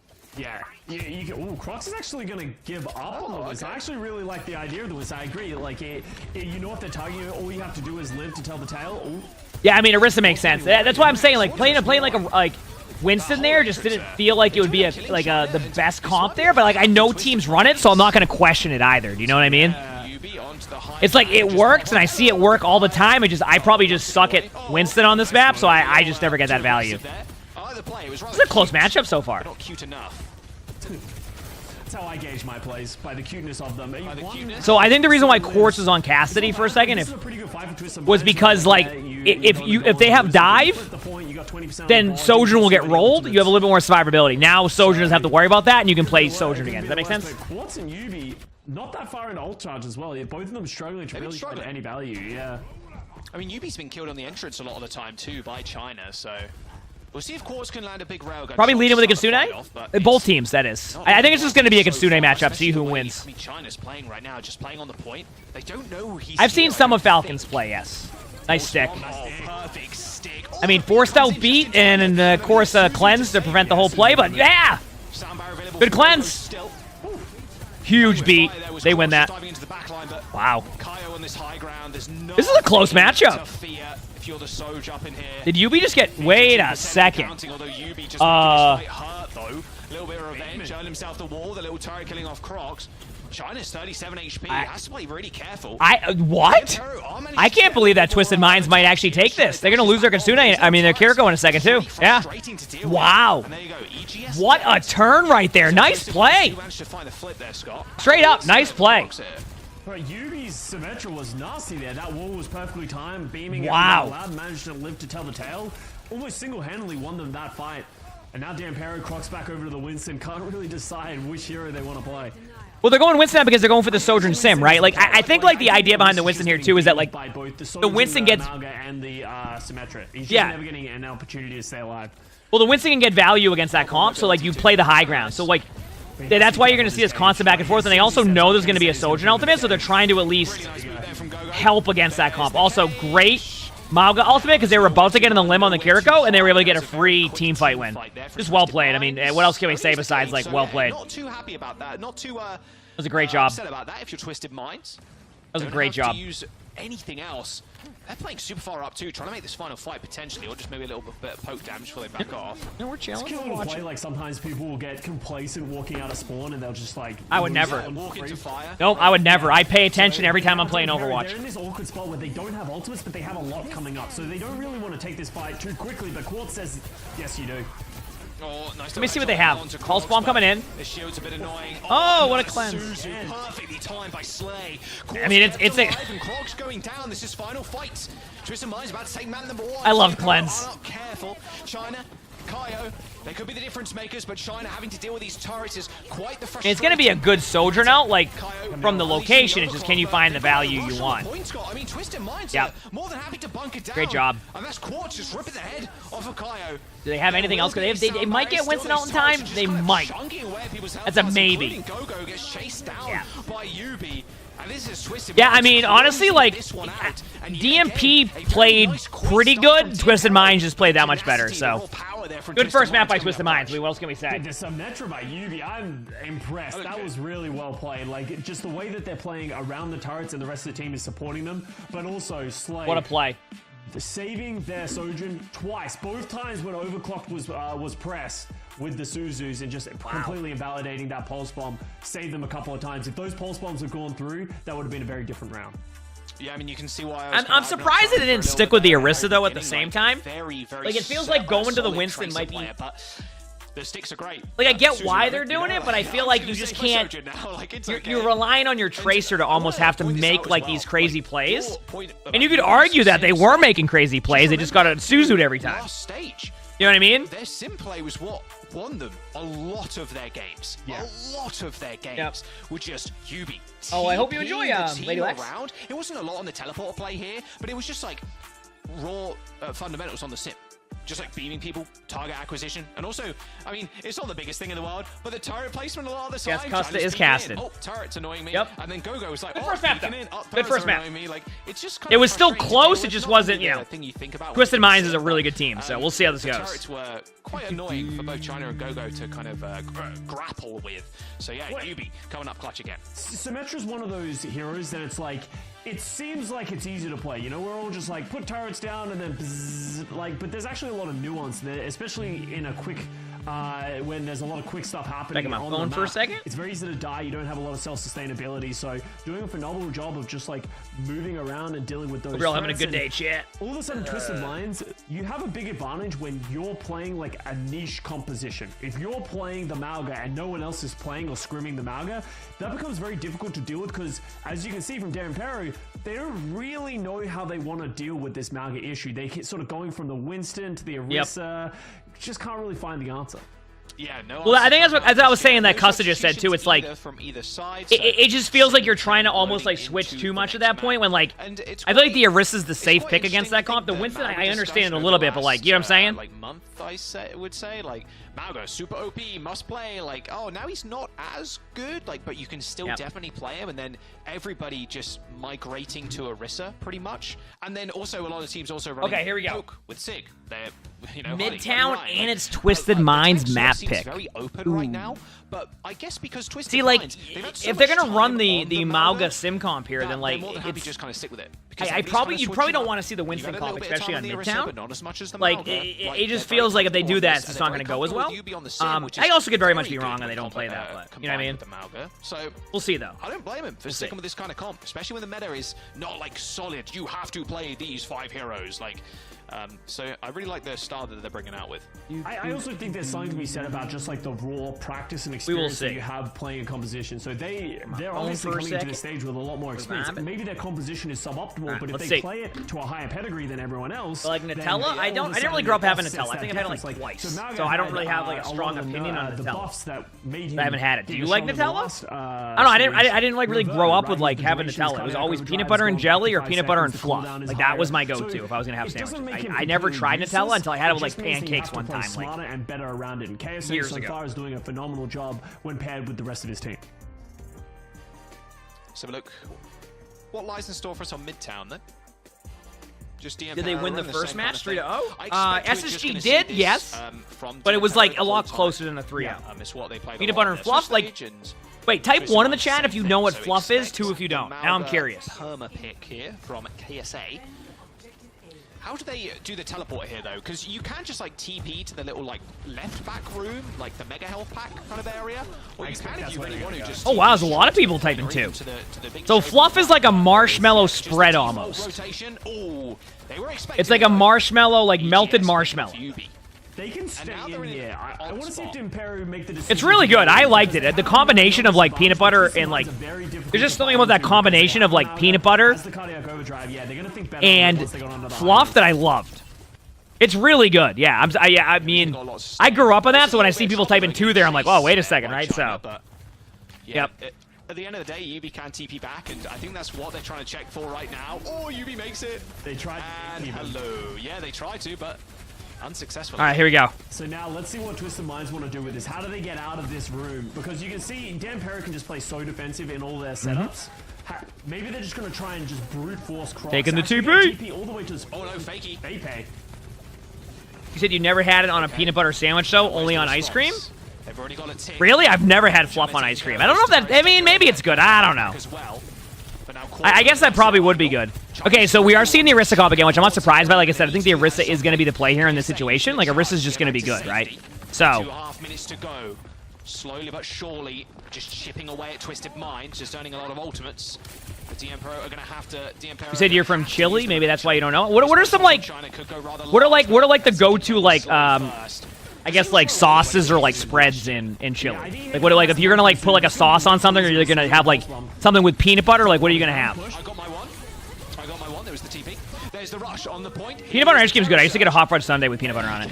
I mean, KSA is just standing in that. Does not care. Well, yeah, because you can do the damage reduction. In his own lane, doesn't mind. Nice little high ground control here from Kaio. But where's the kills? Where's the damage? Had to chew through that sound barrier. Wow. I mean, a pretty good hold to start by DMP. Like, it's not the best hold. It's not the worst hold. You can take that. I mean, these fights were pretty one-sided. You want ice cream now? Ice cream's good.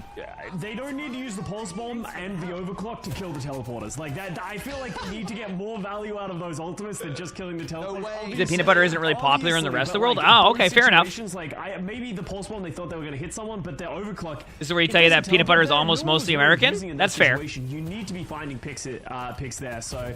What's like a go-to food in Chile, then? Like, what's like what's like a really good dish there? Second point as well, they're going to be bouncing back and forth, trying to dislodge Dan Perry. Yeah, I mean, peanut butter is like a staple in America. Crouching behind the payload.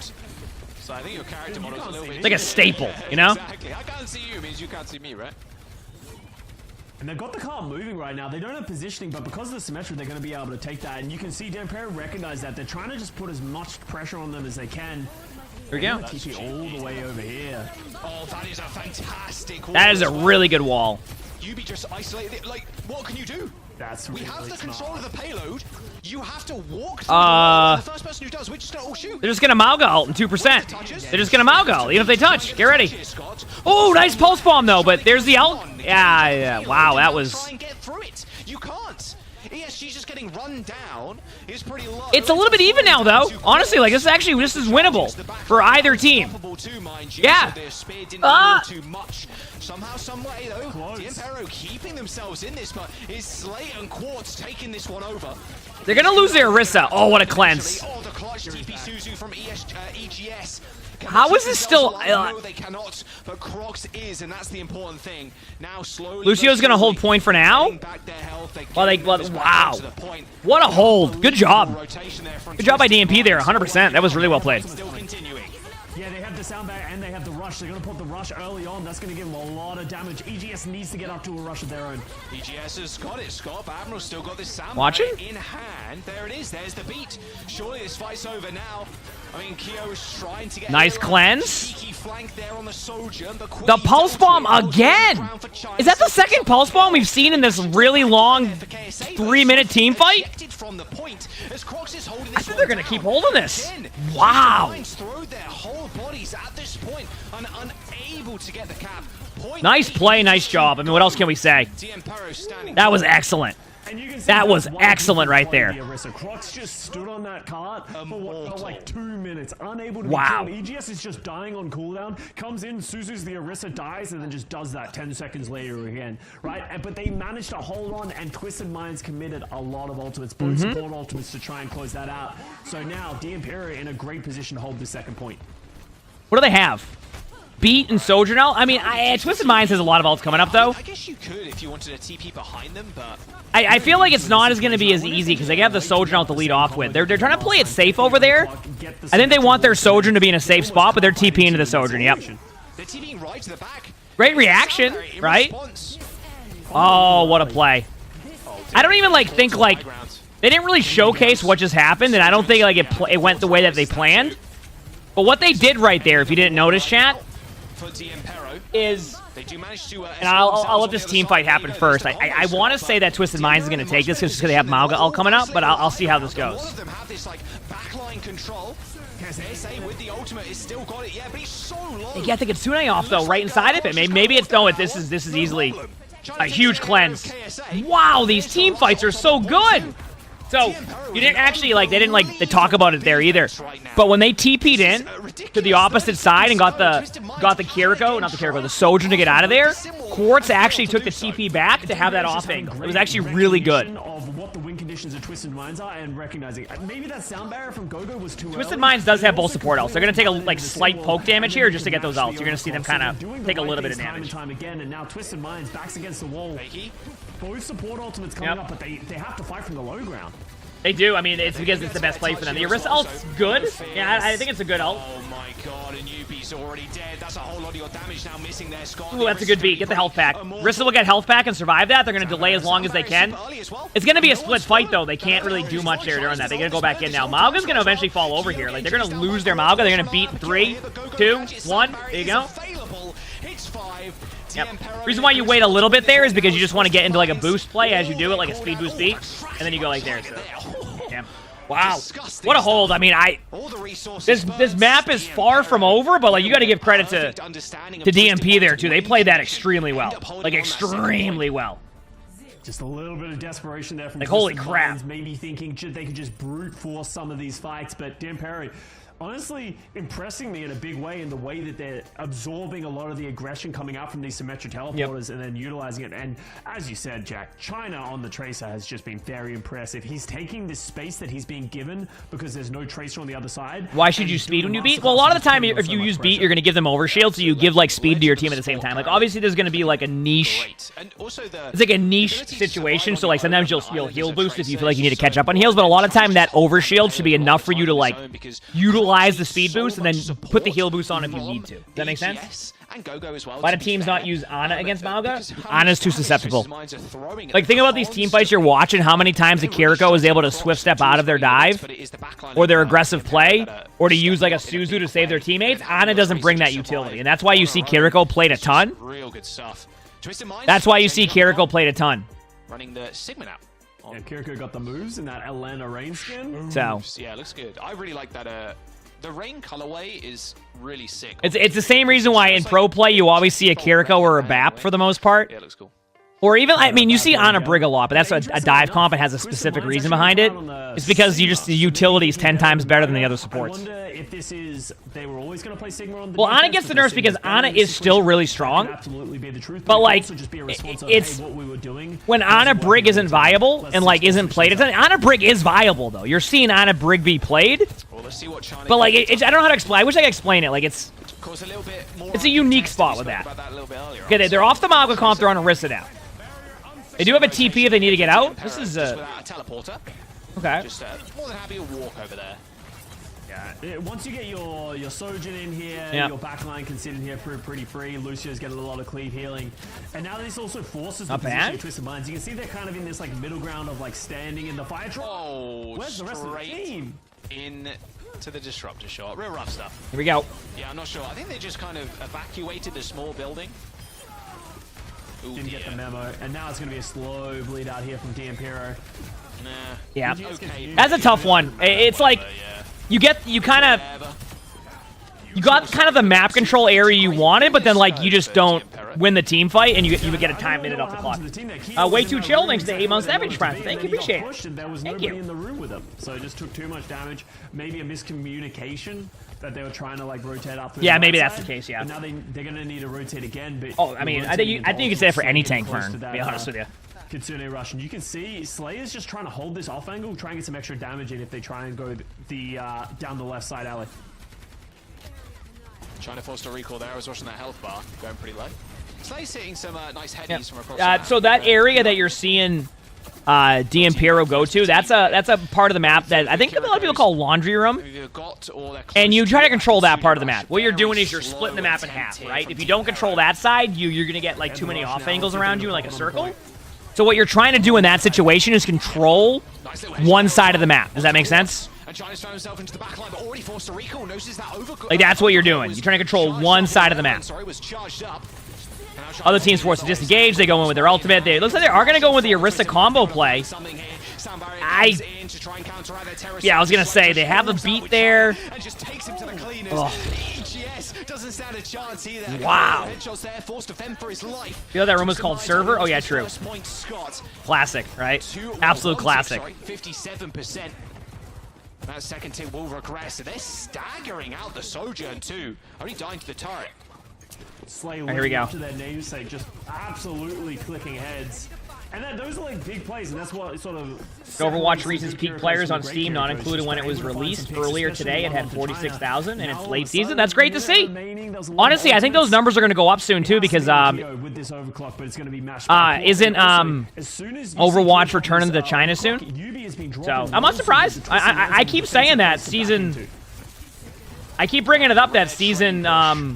9 has been great, and I'm excited to see where Season 10 goes. So you're also walking out into sim turrets, and then Sojourn disruptor shot, and then Spheres. They need to get out of here. They went train here. Yeah, I don't recommend going here, but I'm gonna let them cook.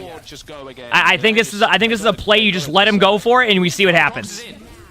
I still don't know what's going on, but we'll see. Try and counteract that flux. Crocs didn't get it because he was on the other side of the wall. That's a lot of tools invested there to try and keep Crocs alive. And Twisted Minds, more than happy we're pushing here. 30 seconds to go now. Any more staggers, and it is game over. Yeah, I don't know what they use, like what thing they use.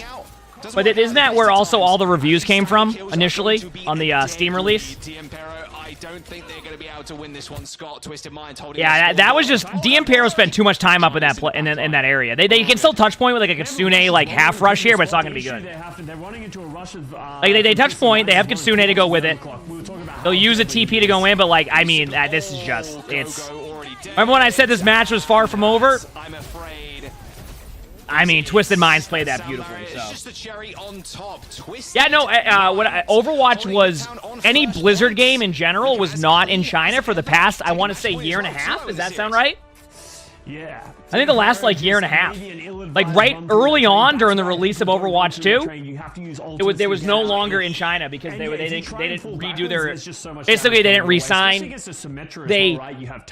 saw a video on it recently. They pointed towards a certain previous leadership of Activision Blizzard. I think everybody knows who I'm talking about. And they said that this is what happens. Basically, I guess the negotiations didn't go well, and he just wasn't. Yeah. Basically, they didn't know where to go, and they were like, yeah, by the way, like this is what happened. And then now there's new leadership, and guess what? They have a deal. And the only reason why it's going to wait till summer is because I guess... I forgot where I was watching this on. Was it Bellular? Bellular? Does that sound right? Even like getting out of the Terror Surge, which is pretty cool. I think it's Bellular. And basically, like they have to rehire their staff to get everything back up again. It's very different ways. They have to like rehire their staff to get everything back up again. Because like obviously when they were done, they were like, okay, well, so they're gonna try to figure out what to do there when it comes to like getting everything set up in China again. But yeah, Overwatch should have, which is actually huge for like Blizzard and Overwatch in general, like just being back in China for like the game, but yeah, I mean, it'd probably be somewhere in the summer. So. But that's also where apparently a lot of there was also a stat that like I wouldn't say like figured out. Was it like what 70,000 of the reviews on Steam were were from there, and that's where all like a lot of the negative reviews were because they were basically saying, "Hey, we can't play the game. This sucks." So that's why the Steam reviews ended up being so hammered, like so bad, and like in general, is because like a lot of players went there, and because they just couldn't play the game, and they're like, "This sucks. We want to be able to play our game." So they went and that was one way for them to go there, like actually like give feedback, and so they used the Steam reviews, and then you saw the Overwatch Steam reviews. I wonder, can you change a Steam review? Or the moment you hit a Steam review, is that it? Just I would say a hallmark of like can they go back and change their Steam reviews now if the game returns?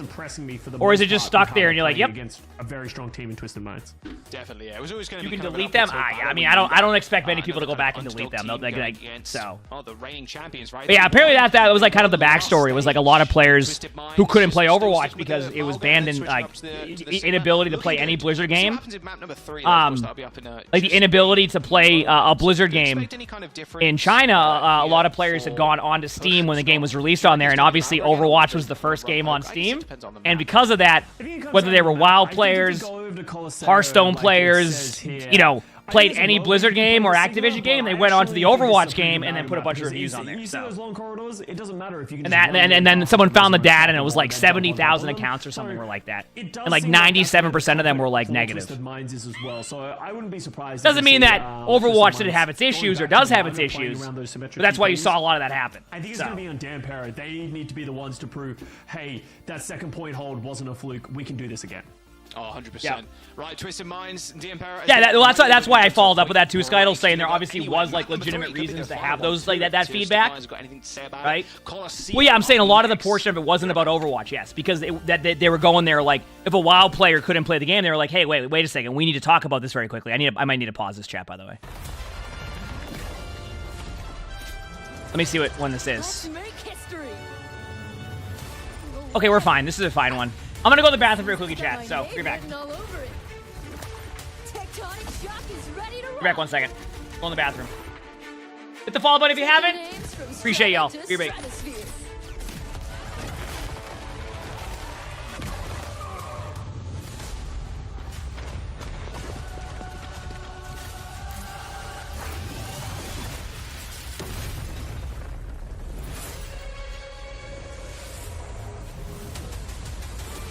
Only the good triumph.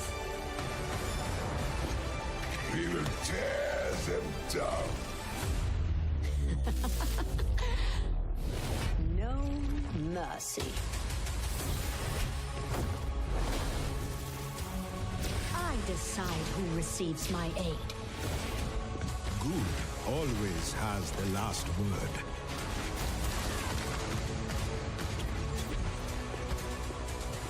Mace to the face. Evil can't hide from my sight. I can be nice. Hard work is rewarded.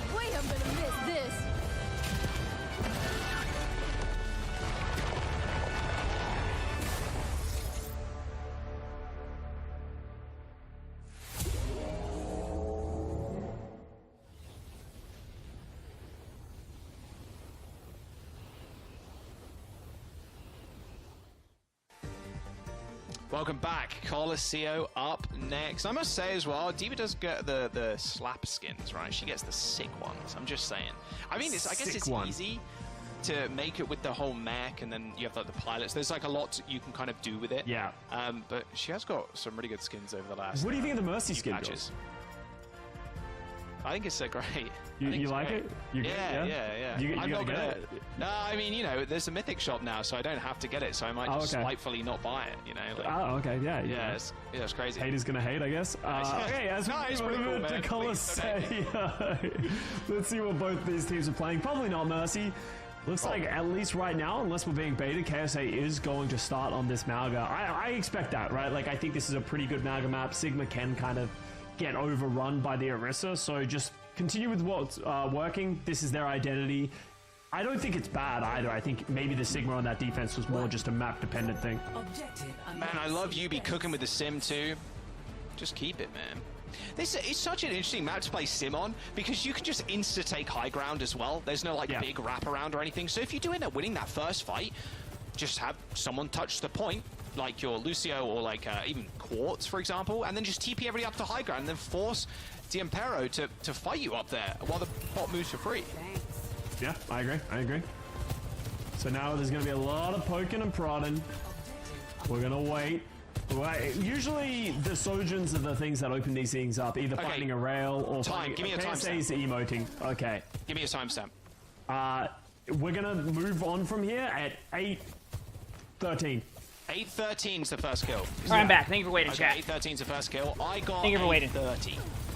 No, don't step up, Twisted Minds. You're gonna make me look bad. All good, we've got 30 more seconds. Although Twisted Minds, yeah, are just kind of running it down right now. Maybe we're just both wrong. No kills just yet, Scott. Oh, Keze manages to get out. There's the Suzu. Oh, so I just missed a minute of both teams standing there doing nothing? Is that what I missed? Slowing down. China almost getting the one clip. There's the teleport, though, to make sure everybody is kept alive.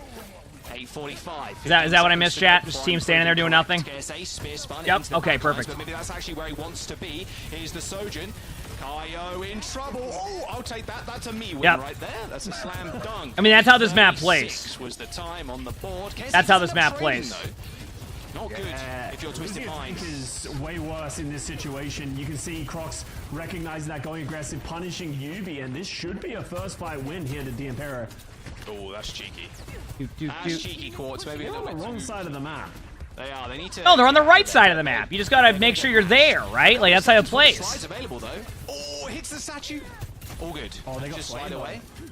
Slade does end up dying, yeah. No swift step. I mean, Quartz wasn't that far away, to be fair, so probably wouldn't even have made a big difference. All right, well, I mean, a good start for D'Impero here. We talked about a little bit in the first. But, like, we've kind of seen a little bit of a slower start to each map by Twisted Minds, right? And then they just dominate, and that's it. Like, they have a Kitsune to lead off with here, and I think they're going to lead off with a Kitsune. I think DMP's, like, strategy here is to disengage first. I could be wrong. I want to see. Maybe, no, they have a wrist ult. They might be aggro with wrist ult. It really depends. This is a playstyle philosophy. They're slowing it down because what happens here is, like, here we go. Oh, what a nice sim turret. Yeah, so they played the disengages slightly. Two-man sound barrier from D'Impero, only hitting go. Yep. Ooh, nice reaction by DMP right there. Good punish, Scott, but can they make this up? Because this rush might be a little bit more deadly than they deserve. Yeah, the rush is definitely tough. I mean, they don't have the ults to survive it either, so, like, it was a good punish, but it was okay, right? Like, it was not perfect. You know, it was okay. Right? I mean, you know. Too deep for you to even get out. Yeah, it's one of those things of the defense. You know, Quartz is just able to sit on the high ground, completely safe. Admiral and Slade don't really need to get into a bad position, so they're able to just use here we the go. defender's advantage.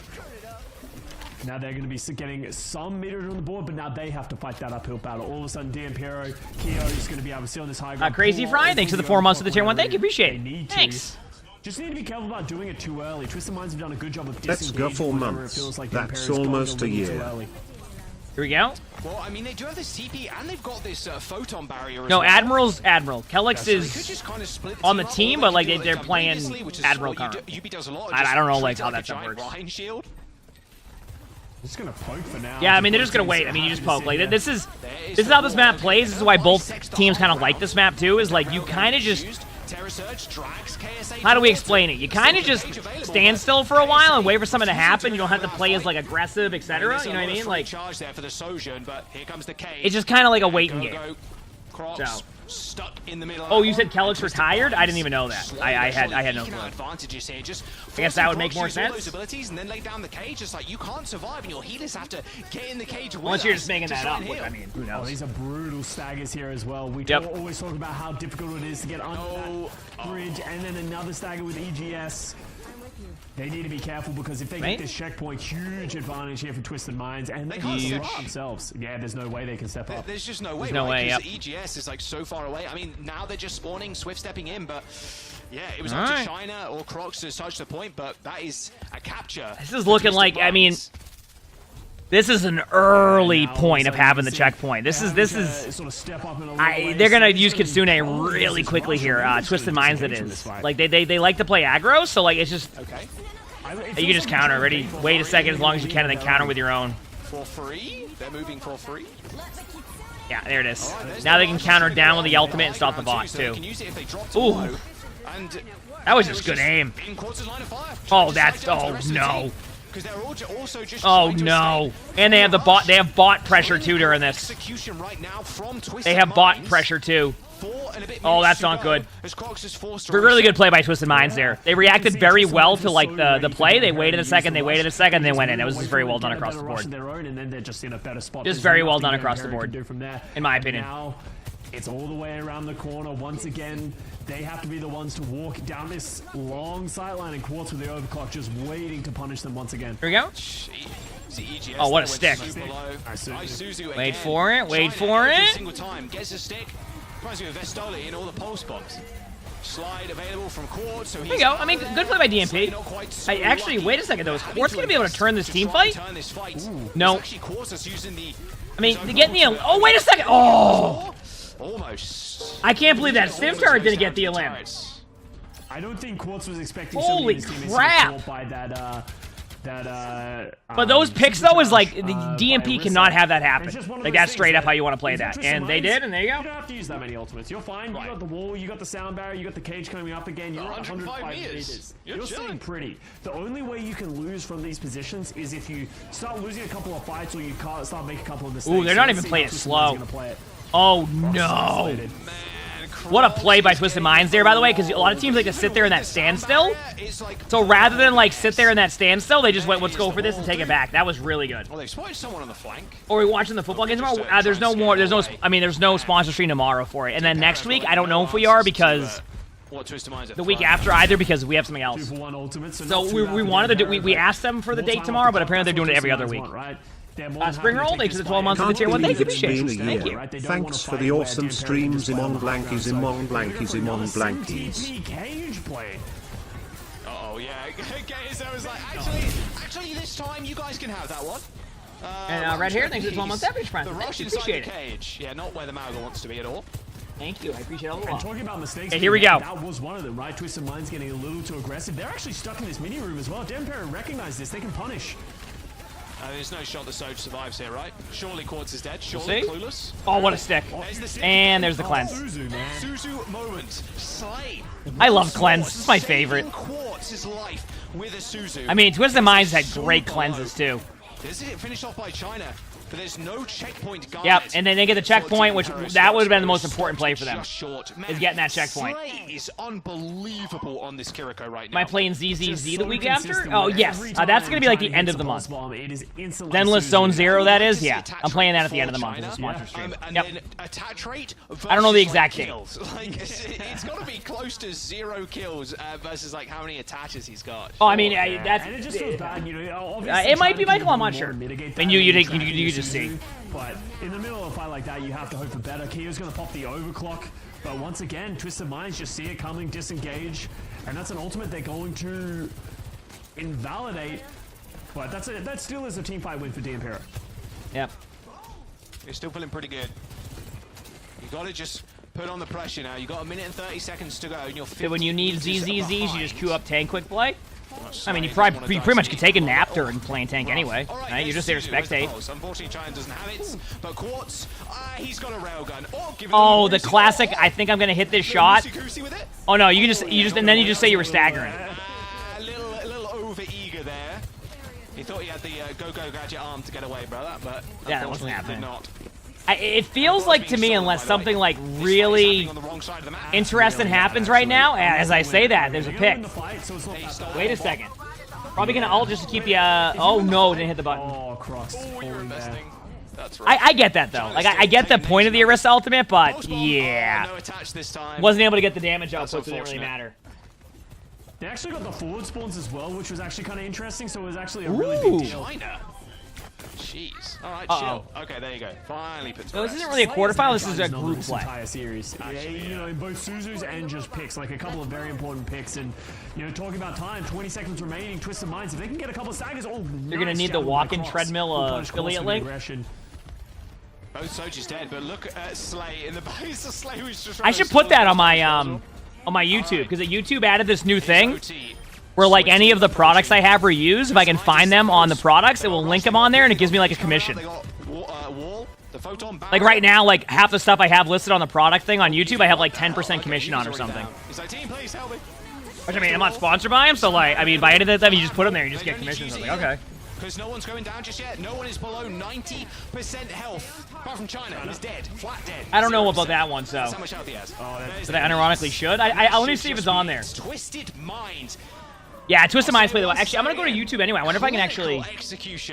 Great job by Twisted Minds. I mean, what else can we say? I mean, a 3-0. I mean, DMP had good moments, but Twisted Minds is just is a great team. So like, something like that's bound to happen. So. Now, are they gonna go right to NA matches with like a 15-minute break, or are they gonna wait a second?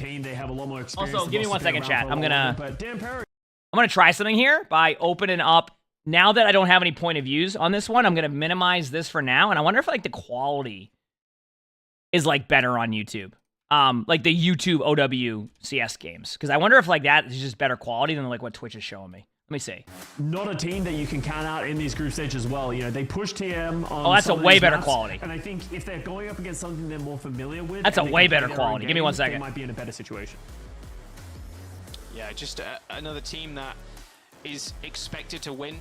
I'm gonna see if I can find it on the YouTube product, Jack. Give me 1 second. I'm gonna see. You're gonna hear the cast, but I'm just checking one thing out. Meta, but still managed to make it work. I don't want to say like Shades of London Spitfire or anything, not just yet, but like if they just continue details to go, then or tagged products. Okay, I'm looking for Revo. I don't know. That's the thing. Cause I do think the Orisa. Oh, it's on here. It does feel better, but KSA's Malga is just very, very clean, and it obviously is a backline too, just keeping him up. And I don't know which one it is, but I was just gonna say, because like I wasn't able to watch the Twisted Minds. Apparently, if I put it on here from 2 SSG and ends, but I wonder if that was also something. Wow, that was a great Suzu, by the way. I wonder if that was something from Walmart. They struggled with, where it's like the Malga works when you're slightly better than your. Oh, it has an opponents, incline. If you play up against a matched opponent. 1 second, chat. I'm just looking for something here. Maybe the Malga just doesn't hold. I think it's this one. All right, heck it. I mean, most teams they now. I just put it on there. If you go to my recent video, you should see it on there under products. They are familiar with the Maga. Okay, Chad, does this quality look better in a second? Familiar with the changes. I don't have any other like point of views to watch. Does this quality look a little bit better? If this is what TM wants to run. Yeah, I completely agree. I completely agree. And it's one of those things of like, is KSA and the entire Twisted Minds, are they just playing this Malga because they know it works? Yeah. Okay, I put it on the 1440p YouTube one. Pocket if they need to, or is it kind of we're gonna die on this hill? So I'm curious to see what happens to Twisted Minds if the Malga stops working. What type of adaptations are they gonna make? Is it gonna be similar to the Sigma that we saw here on Midtown? I feel like Midtown's just good for Sigma in that situation to too. Also continue to run. Just in my opinion. The sim, because Sim has just been exceptional. The photon barriers. It's a pretty easy, I feel like it's a pretty easy ultimate, just kind of not set and forget, but like, okay, I'm just going to plant it and we can play around it. But like the way he's using them, every single one of them is pure purposeful. It's like, boom, okay, we know where we want to stop the enemy team, and like I think Midtown was a perfect example of that. We are the way they're like, boom, okay, we just shoot a giant Ryan shield, and we just walk. And you can't do anything because you need to walk through the barrier and kill us. It's not like we're gonna split the enemy. All right, so are they gonna take a break between NA matches, or are they going right in? I wonder. Nothing like that. It's every single wall is super purposeful, and they make it work. Slay, though, player of the match. Honestly, Scott, after seeing these highlights, yeah, I mean, Slay played really well. I mean, the one thing about Slay too is like Slay's is absurd. Like Slay's Suzus were like unreal. I don't even know like that Tracer probably had 100% stick rate, and probably 85% of those were cleansed. Are the like #1 thing you have to stop going through. And it's actually difficult to have that like legit we're just cleansed. Like save your Suzu for the exact moment. It's so easy to just throw it when you see someone get low, or you want to give them a little bit of invulnerability. But always had the Suzu. Actually, look at this. 1 second remaining. It literally just comes off cooldown when the pulse bomb goes down, and then we have the situation with just a lot of big picks onto the Tracer as well. Yeah, and of course, Slay is joining us now for a quick chat as well. We just gushed all over your Kiriko play. So congratulations, making a player of the match. Yeah. And of course, getting the dub on this series. Looking at the composition that we saw from Twisted Minds here, you're still running that Maga. We were wondering, is this going to be the hill you guys are dying on? Or are you just going to run it until it stops working? Because why change it, right? Wanted, thank you for the raid. I appreciate it. I hope you had great games. I hope your end of the season rank games went well. And Wanted, thanks for the 40 months to the tier 1. Thank you. Appreciate it. I hope your games went extremely well. I'm sure they were a blast, right? So we don't have to like hard swap our comp. I think the comp is like way harder Wanted than Raider it used to 7. be, so we'll see next patch, right? Yep. Maybe it's good, maybe it's bad. Hi, buddy. What are you up to? Yeah, that's a very fair point. Like, if you're what not are you too up to, buddy? scared of the rest of the group, it's like, we can play here and also kind of hide stuff. You just chilling? Which is really cool. You did have a little like Sigma style. But thank you. On, you love ranked? Heck really yeah. sick, but thank you, Wanted. Appreciate it. Hope you had a great stream. Exceptional. Like the amount of times you save quartz. I mean, it's like saving private quartz a lot of the time, and everybody's kind of hyping him up. Like, what's going through your head in these matches? Like, are you only looking for those pulse bomb saves? Like, what? We're watching OWCS, having a good time. Just immaculate. What's up?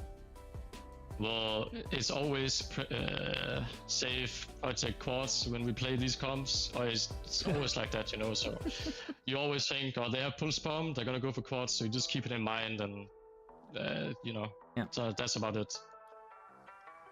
I have a question. Basically predicts that like they know that Quartz is going to be the target with the pulse bomb, so they just waits. Is this just something that you're like, hey, Yubi's just like incredible at this hero and our team plays around it well? Is that why you're really leaning into it? Or is it something that you're like, hey, it's just working for us right now and it's dependent, like if we're going to play Maga, we need to play the Symmetra?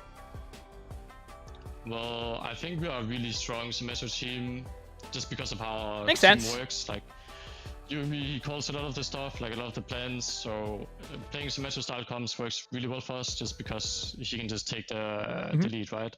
If we were playing like the chaser comms, we're not really the guy talking, so that's really why we play it, you know? It fits our team very well.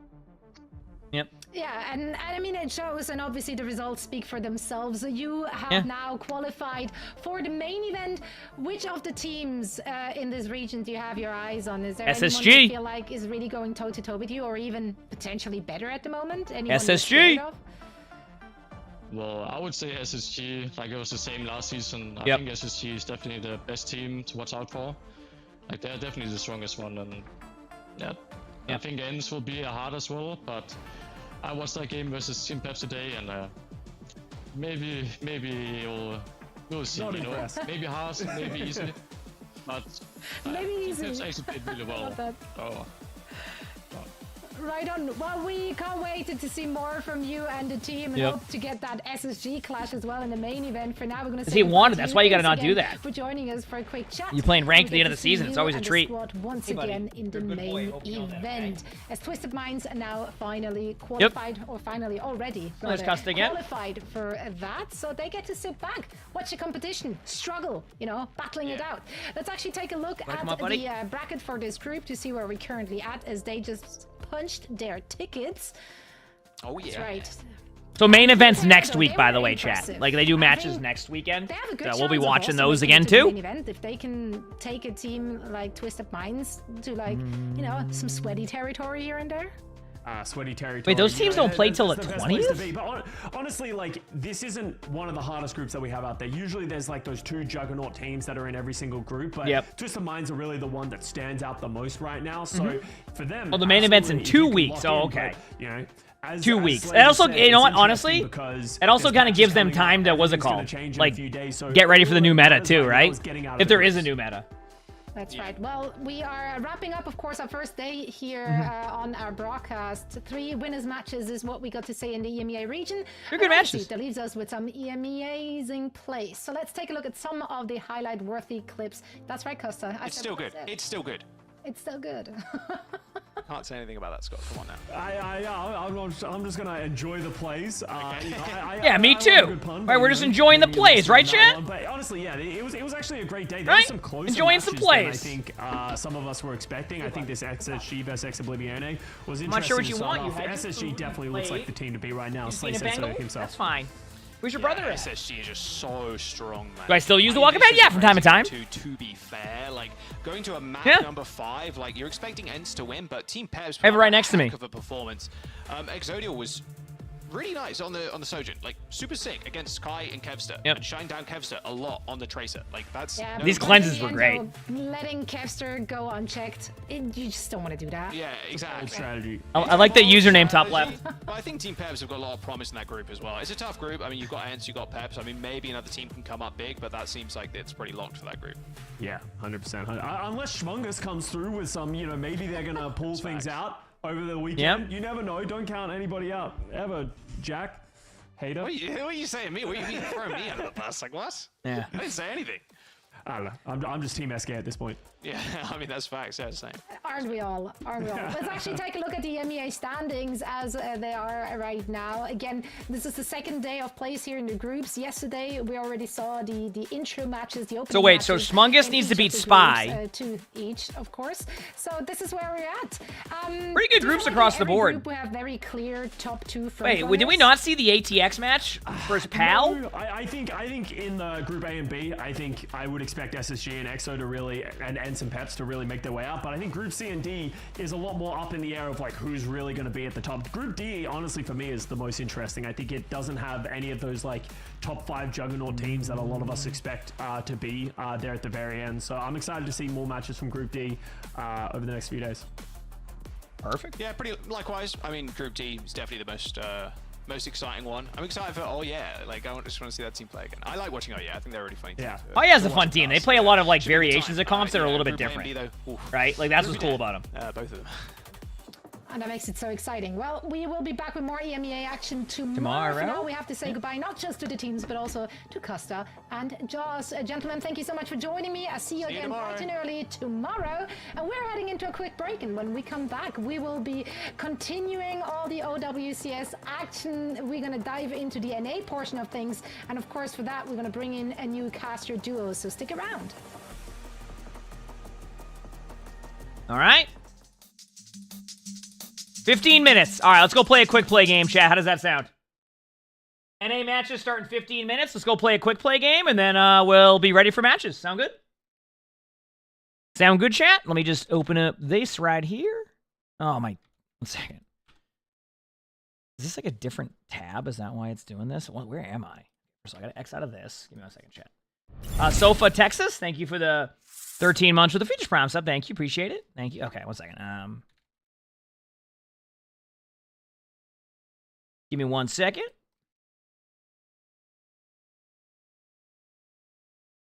We're good. Okay, we're good there. All right. Now let me quickly load into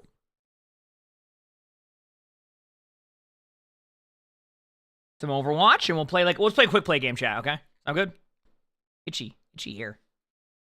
We'll play a quick play game while we wait, and then we'll get back into the matches. Feels good.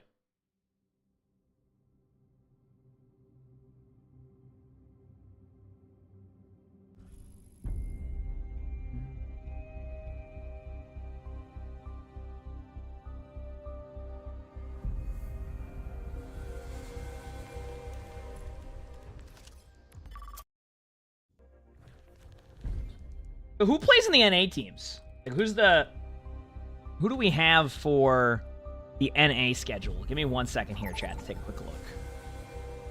Okay, so that will be up soon. Ooh, I got a tank game on Shibali. I think I know what, you know what, chat? How about this? How do you feel about some Wrecking Ball? How does that sound? Some Wrecking Ball?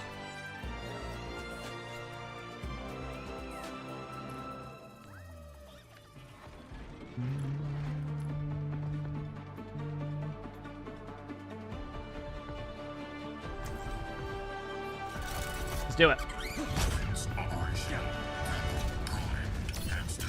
With each step, my burden lightens. Here we go. Would Custa be allowed to cast on NA games if the team qualifies? I mean, I think they're just having for EU matches to begin with. Just, like they have a casting duo for that time, so I'm not sure. And Custa was a great caster, great analyst too. Like. That's why people were very surprised Custa wasn't in the first stage. But it also allowed for us to play as Team Overwatched, and you know, now we have Overwatch. So, you know, I think that's worth, right? I think that's still worth. All right, here we go.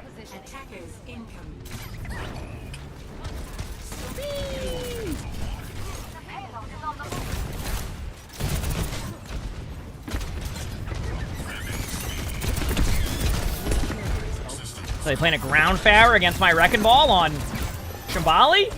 Well, they hecked up, because watch this.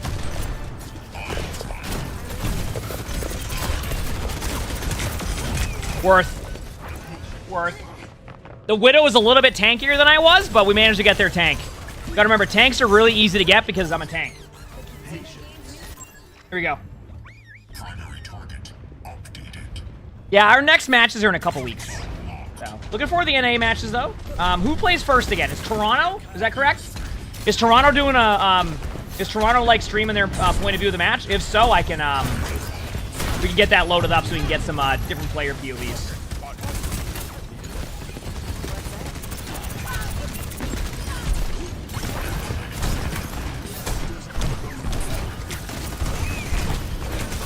And I got rolled.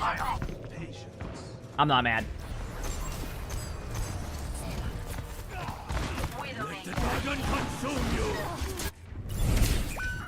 Waits in game. Thanks for the 24 months of average Francis. Thank you. Appreciate it. Thank you.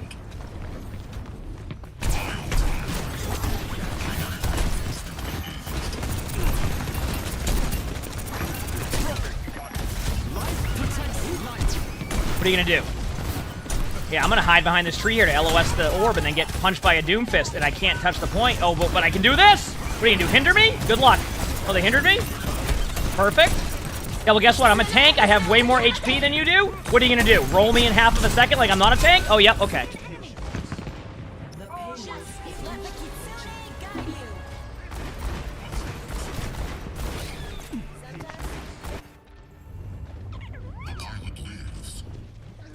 Forged in the dragon's breath. Let's do this. Wonderful. I managed to run into a hinder.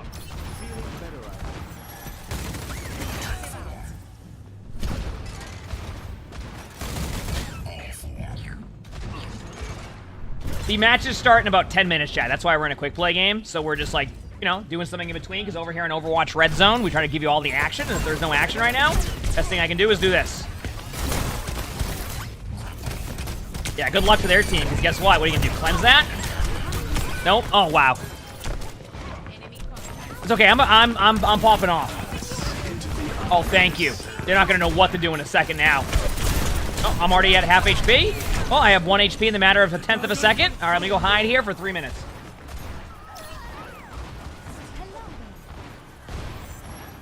Okay, I'm back to full HP. Perfect. All right, let's go in.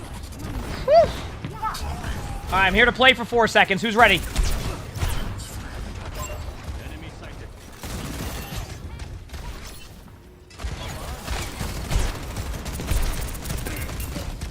Also, did no mod ever close that prediction?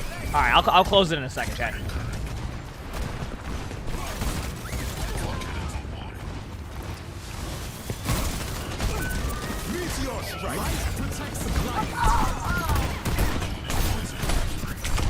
Wonderful, I'm hindered.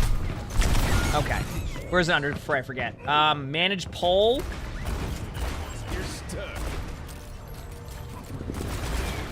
Ooh, I don't even see the poll to do it. I can't even do it. It's not even letting me. It's asking me what rank somebody is under the poll results. So good luck, chat.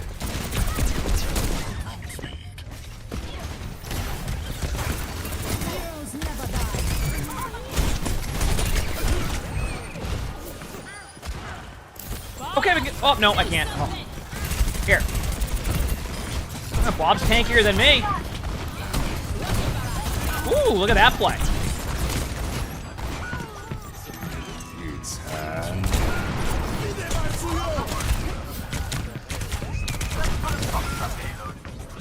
I love tanking. It's my favorite. It's my favorite.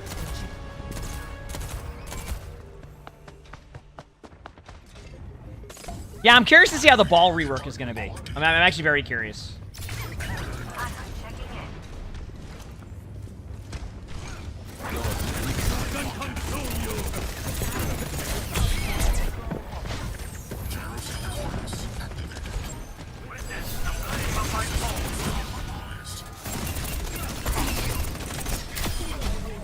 Look at that. I got their tank right there. Okay, only 5 more minutes to hold his Wrecking Ball.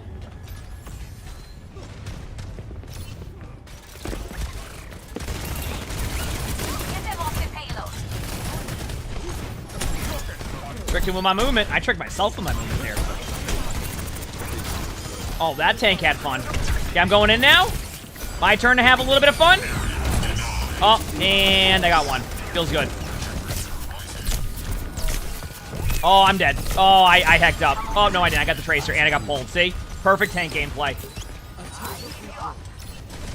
Tank? Oh, I love playing tank, yeah. Tank's fun. I just like the meme it sometimes of how scuffed tank is right now. So.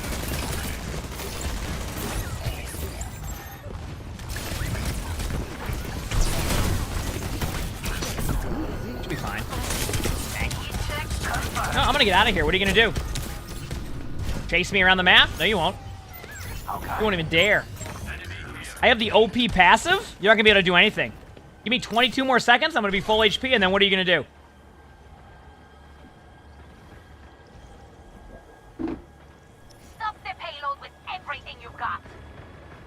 Okay, what are you gonna do now? I'm back to full HP. Holy crap, that's OP. My apologies. And they're still just waiting there. Listen, no one hex around a quick play, chat.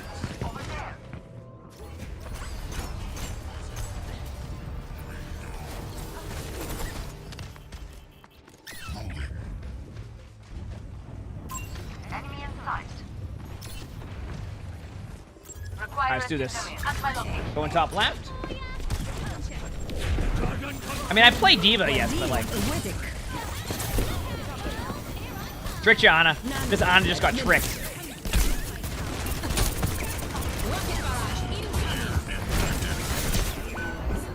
At no point was that Ana looking at me during that sleep. That was my favorite part. Okay, who's tankier, the Ana or me? It's definitely up for discussion.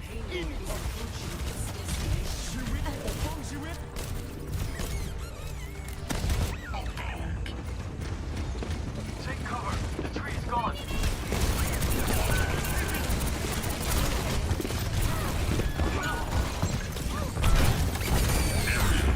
Oh, what a hinder!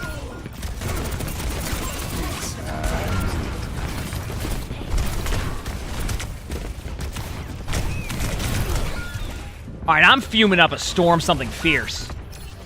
Alright.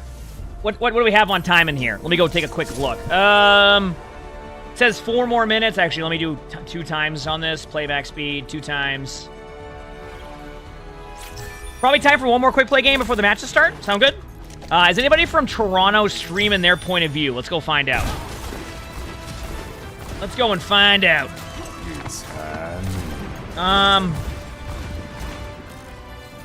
Anybody from Toronto?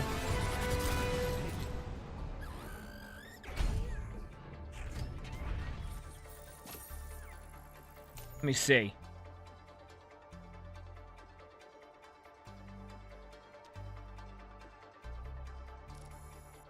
I'm looking to see. I'm looking to see.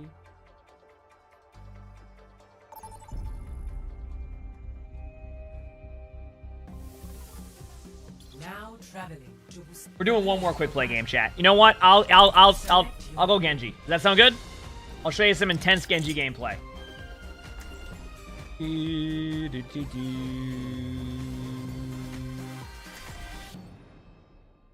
Where is...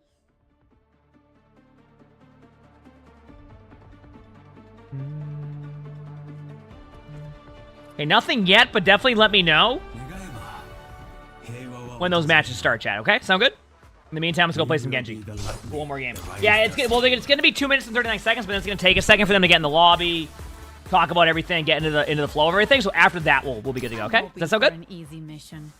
Don't make this harder than That sound good?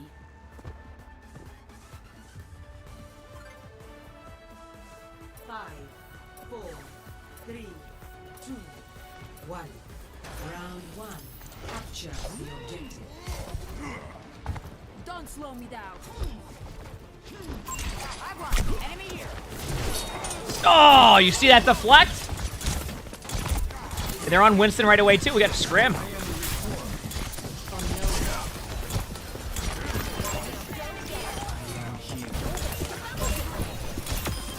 Okay.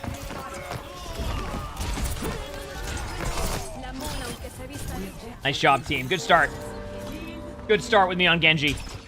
I'm securing the objective. Anyone want to join me? Now look at that orb. Ooh, look at that damage orb. See ya. I'm already getting close to my ult. I won't get anybody with it, but it's the thought that counts, right? Did you prime sub? Yes. I think the journey with prime subs now is finding the prime sub spot. Apparently they like hit it in like some really difficult spot to find for prime subs. Fire, thanks for the Twitch Prime. Thank you, appreciate it.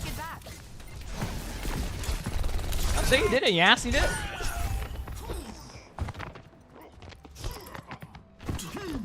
You said deflect Winston's beam? I mean, I'm just hitting my deflect button, and I'm just hitting the button in general, right? Because even though you can't deflect the beam, other damage from other heroes you can. That's why when you do it, you're not trying to deflect the beam, you're just deflecting other damage. Yeah, I don't know why they put that to upgrade your sub with that. It's like they hit it on. I don't know. It's a very interesting tactic. Or I don't know what. I don't know. Maybe it's like not supposed to be there and it was accidentally there or something like that. So we'll see.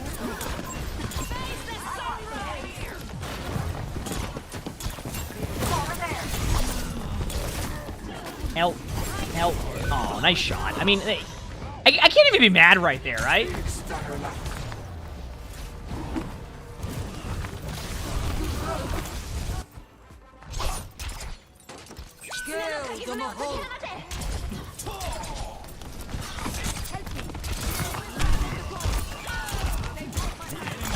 Alright, backing up. Karini, thank you for the 58 months of the tier 1. Thank you, appreciate it. Thanks.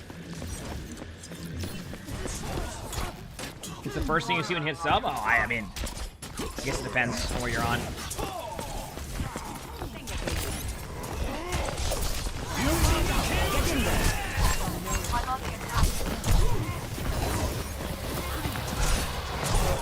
Oh, great.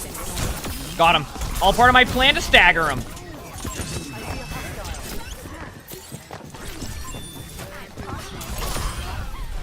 See? Checking to see where the cast is at.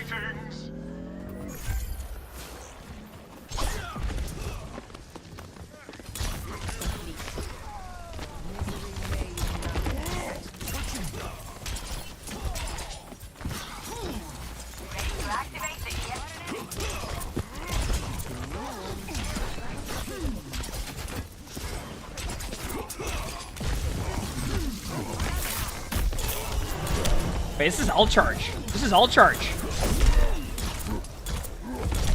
Okay, this is all charge for the Winston.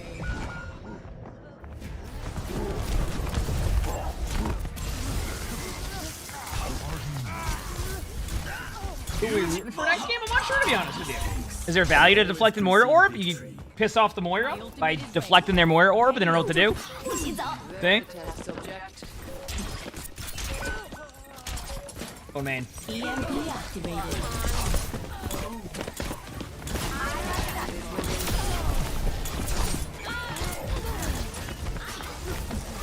me. Oh, I can't deflect all of that. All right, I'm down to blindly accuse him of cheating. What do you think? Y'all down for that too?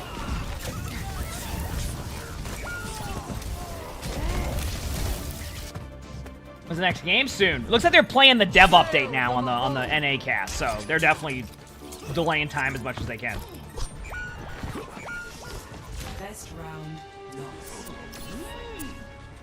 No delays. Score 0-1. Yeah, right now it looks like they're just delaying time as long as they can. Because they're playing a 8-minute dev update video. You're hard to keep a scope on, Genji. Always so unpredictable. Oh, I'm sorry.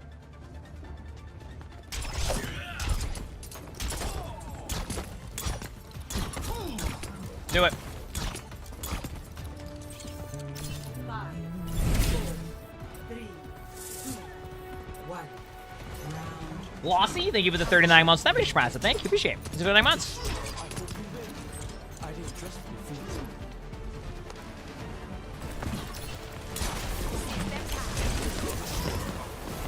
Look at that Moira Orb deflect.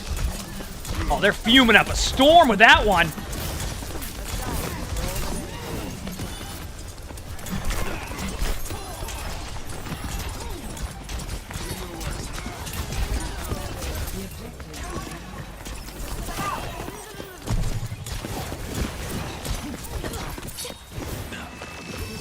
Is it me or is the range on Moira really far?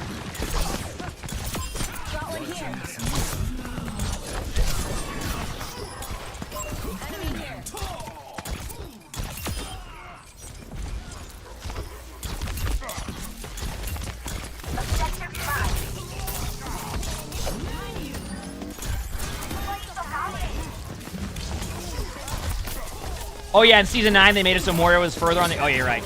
Oh, look at that! Look at that! Good luck! See, I got value right there, too. Let the Kitsune guide you.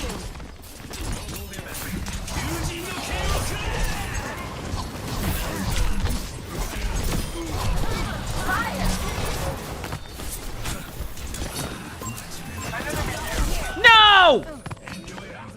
I mean, maybe the Moira is cheated. Like, some of these shots that I'm seeing right now are, like, unreal. Am I wrong? Yeah, you're a good boy, Sully.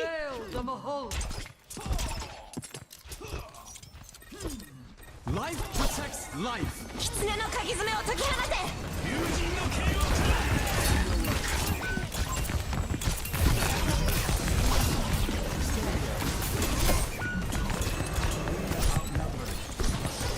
I don't think they belong at point.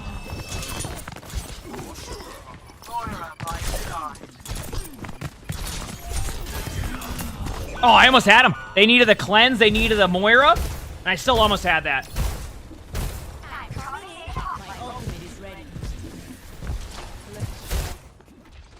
I continue on this path. PM EST. Keep in mind that matches still haven't started, chat. They're just playing the dev update, so. I'm untouchable. Dash reset Daryl over here. I see a hostile.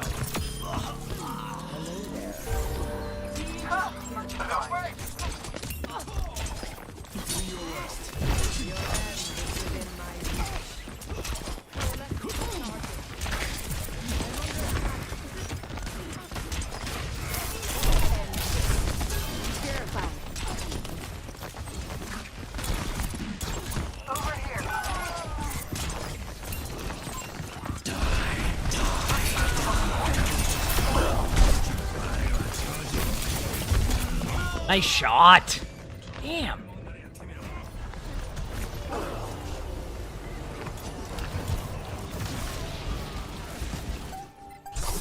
Each journey has its trials. Honestly, Katie, no. I just kind of go with the flow with it, and if it just comes to my mind at the time, that's what we go with. Yep. You just improv that one. All right, that's it. I didn't want to have to dominate this hard, but guess what? That's some Overwatch right there.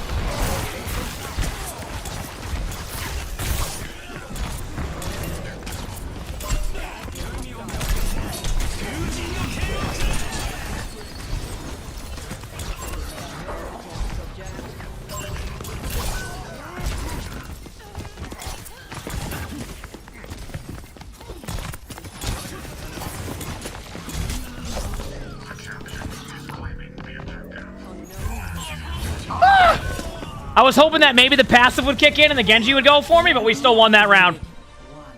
Watch out, chat. Dominating performance. Score 1-1.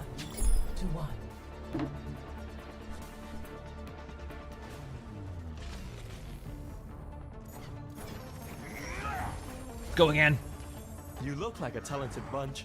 You said so far you've heard of dash reset Daryl, counter swap Carl, and right click Randy. Oh, we have way more than that, right? I'll see this matter You got Roll and Randy on Wrecking Ball, right? Yep. Left click Larry. Got Hinder and Hank. Yep. Storm Arrow Steve. Off angle Oswald. Yep. No, we don't have mitigating Meryl. Pinball Peter. Yep.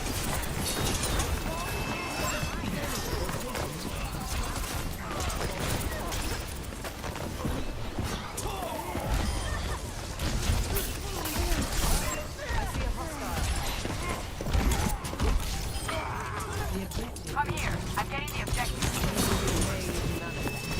Did we just trade Moira orbs right there? I feel like we did. Also, the games still aren't on, chat. I'm like constantly checking. They're just showing random like highlights and stuff now. Like they're not. See, I know better when it comes to when they switch regions there to get everything going. It's gonna take them a second. Big slam.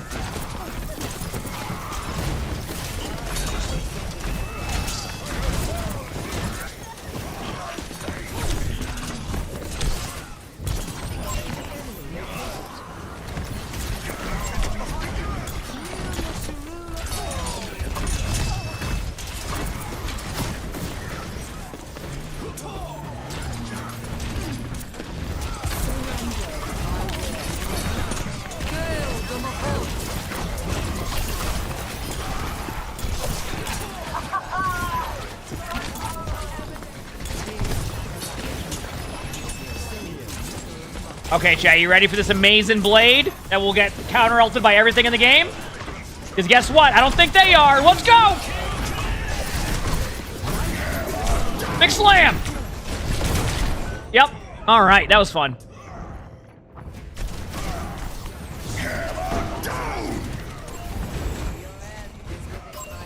Here's a test subject. The tree is fallen. Take care. Wait, they got the pointer in that? I gotta go take the point. I gotta go watch matches now. They're still not starting the matches yet, but I gotta go here and get this point. Got him. Match time.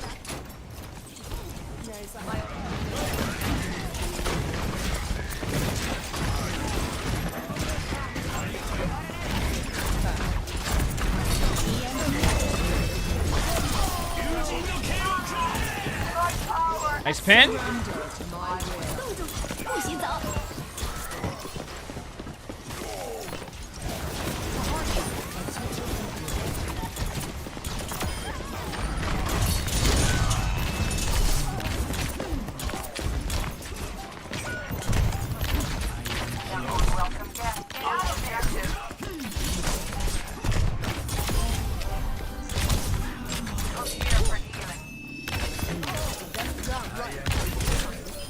Oh, run!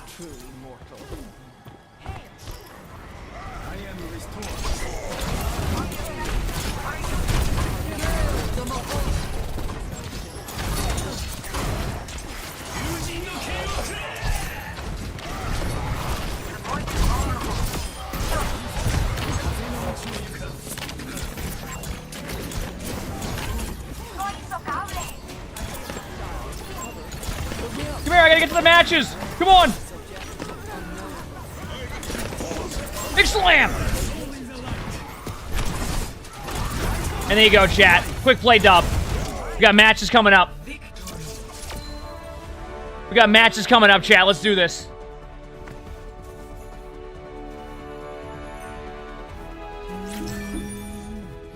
Greenbeard, thanks for the feature prize. Thank you, appreciate it. Thank you.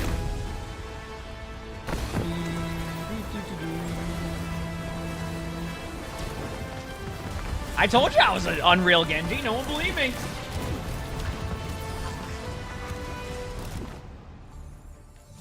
Alright. I'm just going to X out of the game, and we're going to go watch these matches. I lost where my mouse was. There it is. Dreamag, Don't beat each Dallas. other up at me. Just turn up, Obviously please. don't. Just turn up, but enjoy not your parents. Do whatever you want. What have they done with these mics? Teams, however, they will be beating each other up when, at least on the server, when they're hitting those spots in Dallas. So now looking at the group standings here in the NA region, of course, yesterday we already seen some games happening, and these are the results. Any surprises?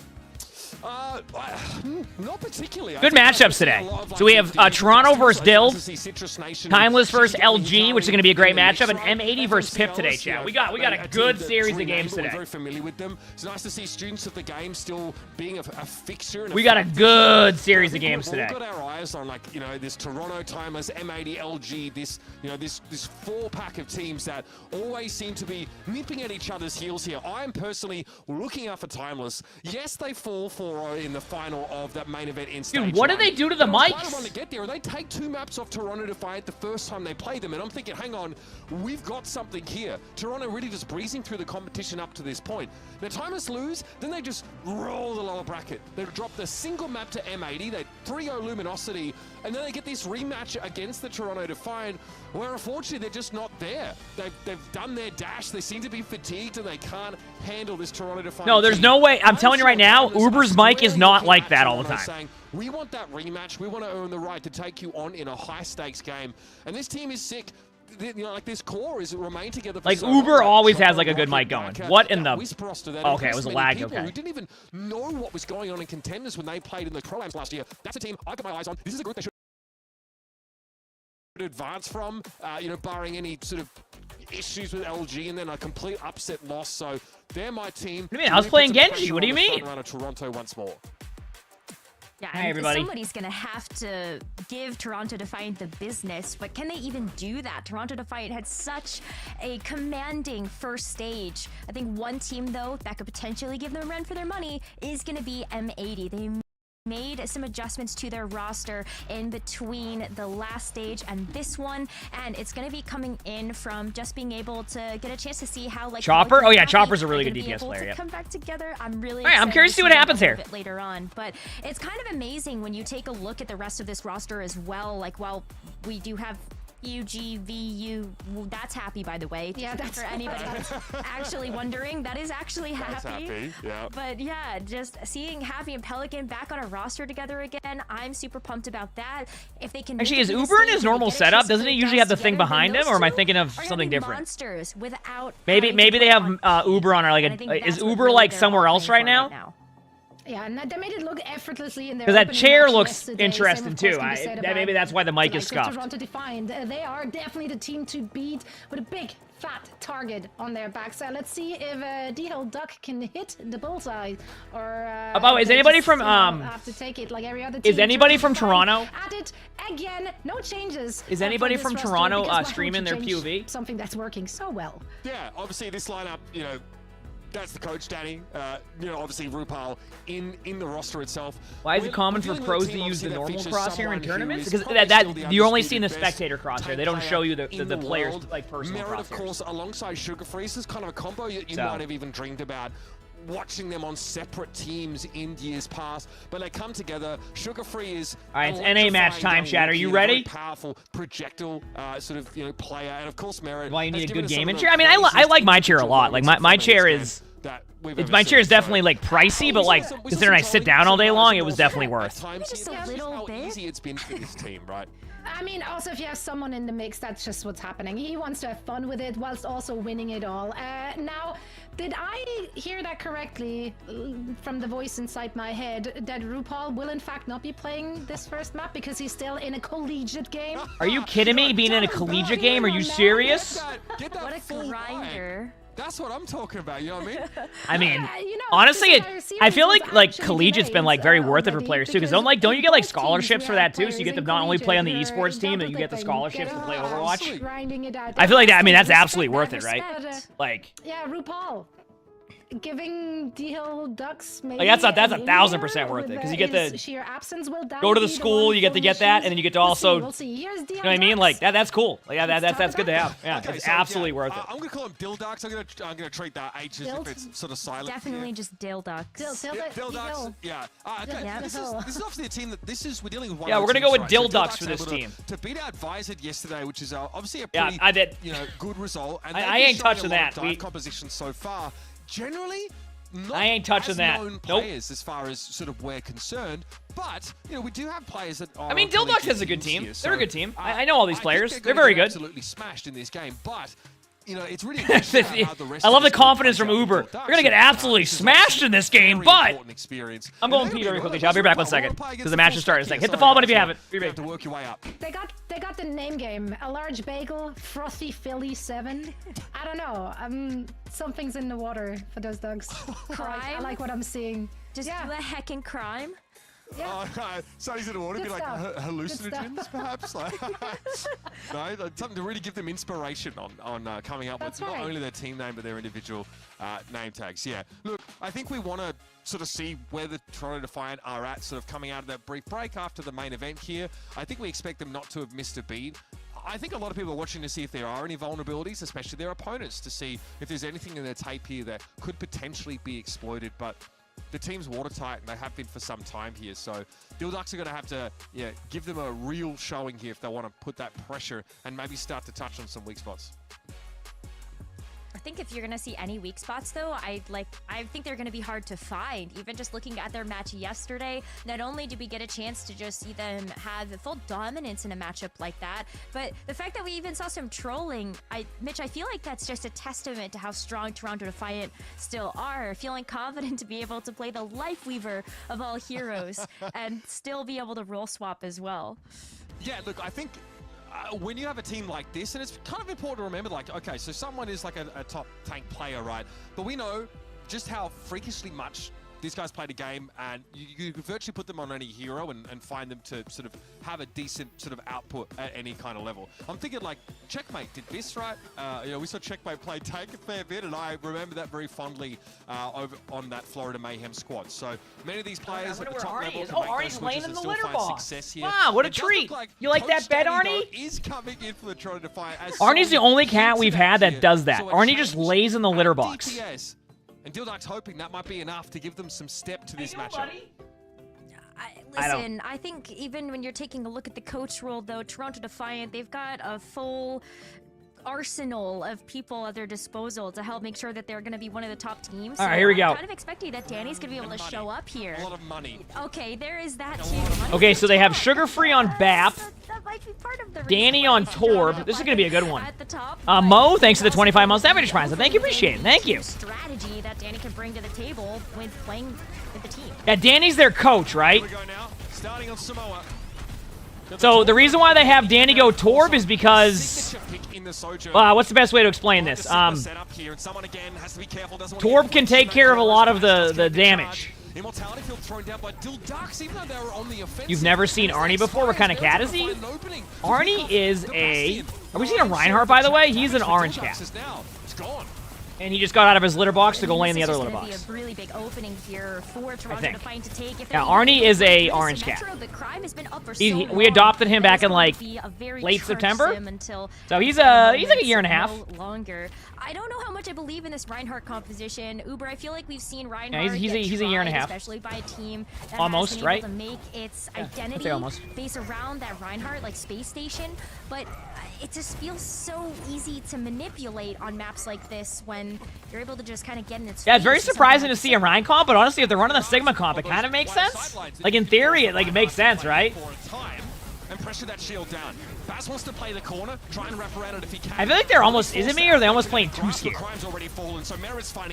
Like, they're actually getting them in a good spot, and then they, like, back up, and then they just lose the team fight. Do this as a solo player, and if there's no individuals or, you know, duo players that can challenge Merit, he'll just have his way with them, and so he does. The disruptor shot there was enough to clean up Frothy Philly after he at least was able to trade, and Danny...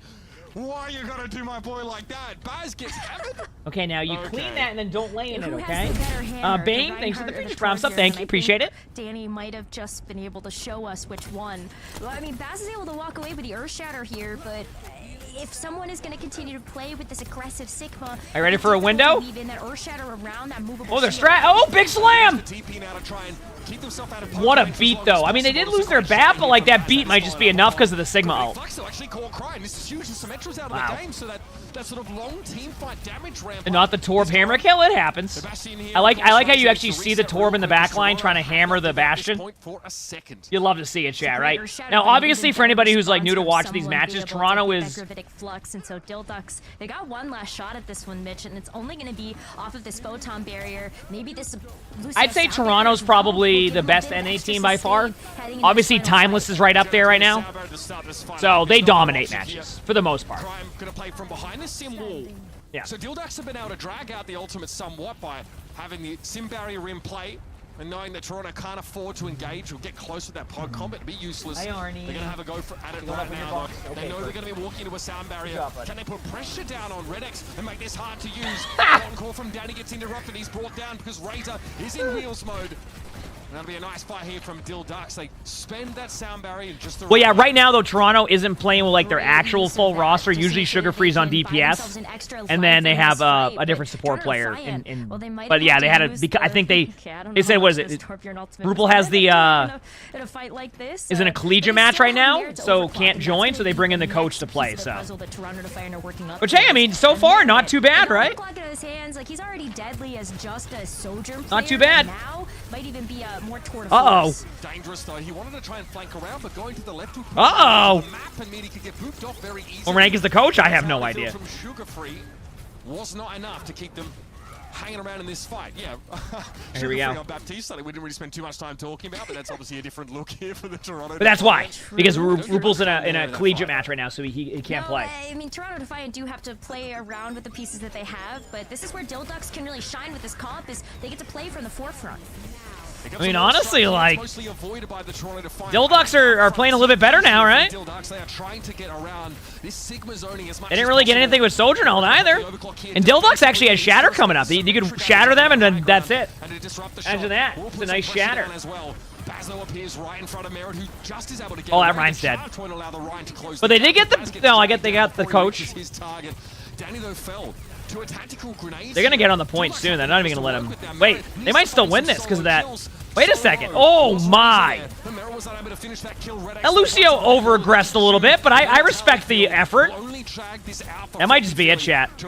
First round. Big slam! At least I got to say big slam in a tournament, even though it was a shatter last second. By Dildox, as soon as they were able to take control of the point, they were in a firm drive. I mean, you got to give credit to Dildox. They played that fairly well. I mean, they almost won it the first round. Defensive point, or even just being able to set the pace a little bit better with the Symmetra teleporter. I feel like we saw a brand new look to this Dildox comp, but it took so long for them to get there that Toronto Defiant were able to wrap around them with ultimates and get the job done. Yeah, like in theory, you favor the Reinhardt comp when there's so many of these close quarters to play from. Like, I think we noticed Toronto trying to set themselves up on a part of the map that, you know, allowed someone to get chip damage against Baz's shield, but doing that actually forces them out towards, like, the very edge of that map and puts them at great risk of being knocked off. So they had to play corners a lot. All right, let's see how this goes. What do we have? Now heading into this round, you probably have a little bit more room. Oh, we have someone who thinks they're being cool in the chat. I got you. I was like, my bad. More open sight. Wait, it's not working. It does I actually take Sigma a little bit sometimes to walk into something like I'll take care of it in a second. Vega's going to be able to come in clutch here for Toronto to help make sure that those rotations. They're probably going to take a while to type anyway because it takes a little bit to type on the iPad. You got to give him a second. All right, watch out. He doesn't have the buffer to take that fight. Someone did get picked off though, pressured down by Baz, who wanted to close the gap as quickly as possible. Danny off the sim, nice pick. on the Tor brother. Now on the Ooh, oh, wait a second. Why do they have Danny on Tor? Are you kidding me? Was on an island of his own here.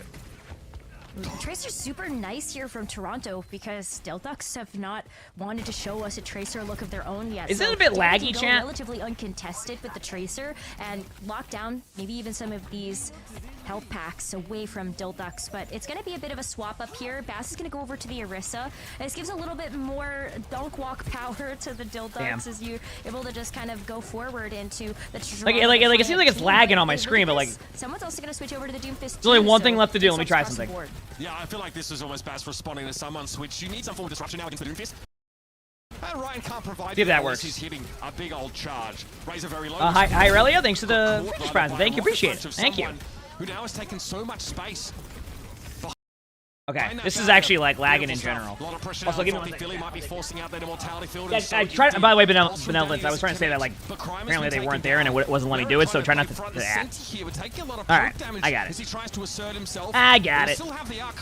It's one of those classic. Somebody gets really mad and then tells everybody else that they're mad. In reality, they're the only one who's angry about it. It's the classic, right? Oh, you're so angry. Oh, you're so mad. Meanwhile, they're the only ones getting mad. The only one. Very low, but somehow survives. And Sugar Free now tries to get back involved with the Kitsune rush. Maybe boost that healing capacity somewhat. Frothy Theory, it's a very threatening position here, and he sends an immortality for down, but maybe he should have saved it for himself, because Mera comes knocking the Baptistes out of the fight. Now I mean, Toronto's just dominating this. Some solo kills, especially given his background. Razor on the point, though. Not much of an issue with Sood as the power block of someone gets thrown in his face. Look at that, though. It's going to be one more fight here for Toronto Defiant to be able to take this first map. And with all of these off rolls as well, we kind of already thought this might be a bit of a stomp here for Toronto Defiant, but they could make this a real clean sweep. All right, that was a bit aggressive. Can't get away. Yeah, again, the hindrance of the mag grenade from Crime kind of keeps the Doomfist in play. All right, I mean, good retake by Dildox, and obviously this match is really fancy trying to play the interesting. But against the Tracer, against the Doom, his Cassidy is a decent pick. Losing Razor here, not the end of the world, especially if someone's going to suffer this level of pressure. Here's the Terror Surge. Did Toronto buy the rights to the team? No, I mean, Toronto's just Toronto. Like it's The org that, like, the Toronto Defiant was one of the new orgs in Overwatch, and they decided just to stay as an org. Like, rather than, like, redo everything, they just kept Toronto Defiant. Like, Toronto, like, is ran by an actual, like, org. You're still looking at something like Crime being able to go with that Cassidy High. That's pretty much it. Be able to force away Toronto Defiant from going in. And most other orgs, like, not all of them, but a lot of other orgs were owned by a different org, so they those orgs just stayed there, right? For example, like, Shock is NRG, right? Like, that's Shock. Good punch. Yeah, that Orisa's dead in a second, or no, the Sojourn is, or the Kiriko is, then the... Pretty good map. I mean, like, you gotta remember that Toronto is playing with their coach, and they have Sugar Free on support, and they played, you know, pretty well. All the sidelines are covered here by Merit and Co. And all the blinks being used to try and keep him I mean, they're gonna win this anyway. It's not gonna... Nice. I mean, you kind of expect Toronto to kind of roll through this match. As many might have expected. Start on a strong foot. Toronto's just that good. Toronto Defiant should win this series, right? Yep. Like, on paper, Toronto Defiant, pound for pound, are able to probably get the better of most of these players in 1v1s on Dilducks, but, like, they have to show us convincing victories, and that's really what we're looking for in a match like this. Yeah, I think like in the first stage of Samoa, I think objectively their composition was a little bit weaker. And that's maybe part of the reason why it got so close. There was some snowballing, and I also think the rationing of ultimates by Dilducks was quite good there. The switch of Cassidy is also fine, but you are still going to be susceptible to what the Sojourn can do. She's still going to be able to pressure you well. And you also still don't like being dove by a Doomfist. Yeah, where is Uber right now? I think, I don't know, nothing's more emblematic than... The mic sounds a little bit better, but where is Uber? I can't tell. Punching the crud out of the Cassidy instead of ending it. But there was this... Are you over against the Cassidy one? Yeah, I mean, we got to make it through qualifiers. Like, we did a much better job. We started to see like... Yeah, we did a much better job. I mean, it's just, you know, you got to remember we're... after they took control of the point that they... A lot of us have, even though some of us have, like, competed professionally, etc., like, we've become ranked players for a long time, so we have to get out of, like, the ranked mindset at times. And we also just need more time as a team. But, I mean, I've been happy with the progression of... I've been happy with the progression of rhythm. They did figure it out, Overwatch. And that was why that first round did look I think it's been great. Yeah, like you see, you can tell we've had noticeable improvement, which has been sweet. So overall, I'm vibing. You know, that problem. You've got to make use of I'm vibing. Block. You've got to get your tracer in behind him. You've got to pressure from multiple angles. So I do think at least Dilducks are able to propose a complex problem to the Toronto Defiant and force them to not only outskill. You said Overwatch first. Come up with like a academically scrims? sound response. Yeah, next Thursday. Again, someone's hinted here. Next Thursday. All right, well, I guess me and Merritt will just beat you up. Merritt across the map was the one that got that biggest. I don't know what time, but we're scrimming them next Thursday. I mean, it's a pretty drastic difference in stats here. I think like the KD says a lot. You know, you will see Dilducks do more healing because they're taking more damage. Yep. Yeah, that is, I think what we were able to garner out of a lot of these stats is we're doing we're doing scrims next Thursday against them. I don't know. Let me look at the date again. Are able to get the better of Dilducks in both those rounds. You'd hope that they would have the stats. 2 p.m. Eastern. It's not always been the Thursday. case in some of these that we've seen in the main event, but looking good 2 so p.m. far for Thursday. We're scrimming. Keep the ball rolling as we look forward to the next map. We're but I wonder, Mitch, is RuPaul done yet with this collegiate match that we might get to see the roles go back to normal? We might, and I think people that are hoping to see what Toronto Defiant's been working on and maybe what they're capable of might like to see that switch, but they don't need to do that. Yeah, I mean, we have our league matches starting exactly like 2 weeks, so that was going to be fun to be able to do that, playing like matches and stuff like that. This roster is like Sugar Free still able to have significant impact. It'd be pretty sweet. Even as support, Danny's done a fine job there on the tracer. You know, I won't fault him too much for any of that. So Toronto Defiant looking very good at the start of this first to 3. More to come, of course, on the other side of the break. Oh, is a break now? Heroes, this is your game. Is your it? Team. And now this is your league. This is your community's future. And this is your prize pool. Win your matches, battle for your progression. Go far, go further, even as far as the Esports World Cup. It is your time to shine. Build your team, register your team, go the distance with your team. Face it. That's the league I was talking about that we'll be playing in 2 weeks. Team Overwatch will be playing. Rose, but I'm really excited to be, getting involved with the Face It League finally. I think it's actually something that we've been asking for so long. Yes. In Overwatch, especially, we were creating pro pugs for a time, right, to try and simulate that experience. Yeah, and then they got rid of them. I encourage everybody to sign up there. It's a great way to experience competition. There are different skill tiers that have you matched against similar opposition, especially to the Swiss formats. It's really worth getting involved in. And talking to the Face It guys, they're in for the long haul. They really want to build out a competitive ecosystem over years and years. So get into the ground floor, get in early, and get stuck into some competitive matches. Well, you got your wish, Rose. To give you an idea, by the way, chat. Maximum Overwatch today because he's been shoved straight back into the Toronto lineup. To give you an idea, by the way, chat, like we get a chance to see there was pro pugs right at the beginning of Overwatch League, right? Because like people were like, okay, well, we want to be able to find a way to like, take the OWL players and the streamers and like make pro pugs. So we were a part of that, and then OWL saw that people were enjoying the pro pugs, said no, you can't do that anymore, wouldn't let them stream it, and then that was that. Doomfist was a DPS. How terrifying. Yep. Remember when I said that they try to control a lot of stuff, which made it harder for like the esports scene to connect to like Overwatch? That was one of them. They was like, no, you can't do that. You can't do pugs. And then when they finally let him do it again, the players weren't interested. was also a good look on that first round. That is a way different team now since then, though. That's years ago. But yeah, they just were like, nope, can't do that. What happens when we start to see maps? Oh, the pugs are amazing. I think there was like 2 nights. Everybody was streaming the pugs. It was a great time. All the pro players and like streamers were in it. The equivalent of contenders players. It was a good time. You were having fun. And then Blizzard's like, nope, can't do that. For the last couple of years, and they got rid of the pro pugs. It was like, why? On this map for that reason, especially defensive dive was really no one knows why. From him and his team.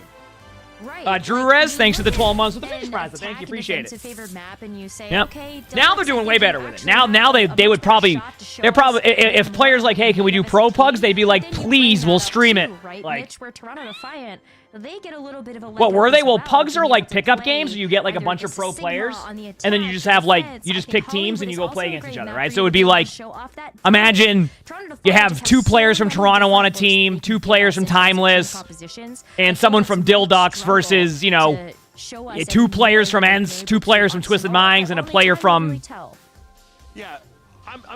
one of the other EU teams, Team Peps, right? Or SSG. And then they would play against each other, you have fun, you have all the comms, and then they got rid of that. And you're just like, huh? But now it's in a much better spot with like how they're doing esports. Like I'm happy with the direction they're going now. But yeah, that was years ago. I mean, that was when Overwatch League first started. All right, here we go. Obviously, Toronto Defiant is now on their correct roles, so we'll see if they end up full holding this, if they have a good first point, bad point, etc. You can actually give that shield over to yeah, it stands for pickup games. Yep. Yeah, people were very confused when they got rid of that. People were like, why? And then by the time they brought it back, players just weren't interested anymore. It's going to be an immediate swarm of merit in the back as they'll like see their prey and they want to grab it. You normally expect to see Sugar Free on the You said your complaint is that OWCS is such a terrible acronym. OWL was fantastic, yeah, but I think they wanted to kind of get away from like OWL, right? They wanted to kind of be their own thing. He's like 10 HP, and he's easy to clean up. You just gotta bunker down over that cafe, and then you have to make that Winston come to you, and that's really where Toronto Defiant can get that punish as soon as that Winston is out of those mobility cooldowns. Now remember, Sugar Free was on BAP earlier, chat, remember? And someone on Toronto Defiant might even be able to complete the touch the spawn doors. Neon Light, thanks for the 200 bits. Thank you, appreciate it. Thank you. If they really wanted to. Lenny's looking pretty well, I think they wanted to go to OWCS because, like, if you go with OCS, then you just think it's a Counter-Strike tournament. At least OW, you have Overwatch in it, right? And we'll retreat back into the cafe as the pressure comes in from Baz. This gives Plus, Face It does a lot of CS stuff, too, so they wanted to make sure it was very clear that you're playing OWCS. Because Face It's the one that was given like the ability to like create the esports scene and do all the stuff they're doing now. So. But Sugar Free is protected. So much healing here as well. Deadeye not quite connecting. Razor getting fortunate there. Sugar Free couldn't quite find the timing, but quickly get taken down by a pulse bomb. Mirror waited the power slide out and made sure that bomb was getting stuck. Bomb is stuck. These headshots are sticking, and Everything is coming up gold here for the Toronto Defiant. It's still going to be 2 minutes off the clock here. Kind of what we expect here. I mean, I wouldn't doubt it if Dildux is able to, with 1/3 of the pie, you know, I wouldn't doubt it if they're able to get like a point like here, like the first point. I think it's very possible they could do that. I'm no guarantee, but like I can see them doing it. Again, being able to use that pulse bomb, being able to use the Deadeye to make sure that Dildux are pushed. Oh well, they're getting windowed real quick here. Ooh, not bad. Actually, they end up taking the map control there. Really good Sigma ult. Good luck to the Winston. The Winston's still going to be very low. Actually, a great bubble. They might be able to survive this. Oh, good luck to the Winston. That's a tank right there. Yeah, that Winston's out of the team fight for a good 50 seconds. Yep. Yeah, good luck. I mean, they're going to maybe kill the Sojourn, but I still think they're going to be able to just, yeah, good luck. Great job by the Toronto. I mean, that actually wasn't a bad dive by Dildux. I feel like they actually had a really good dive. I feel like Toronto just played it better. That's simple. Could ask for in terms of ultimates in a fight. Straight up. I think they just played better. Climb up for success, though. It's so tough because when you're the Winston, you have to expect that you're going to be able to break up that defensive hold that Toronto Defiant have, but it's so difficult to do that when you are playing against one of the best teams in the world and our kiting is elite.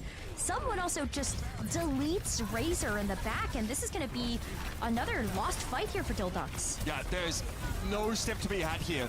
That's not really able to close the gap and spend most of his time approaching the point under extreme poke damage. Damn. And sometimes those hyperspheres just bounce around the right corner that a Tracer's waiting in. Now you see, that spray, it's a good spray, but they also gave it to us talent.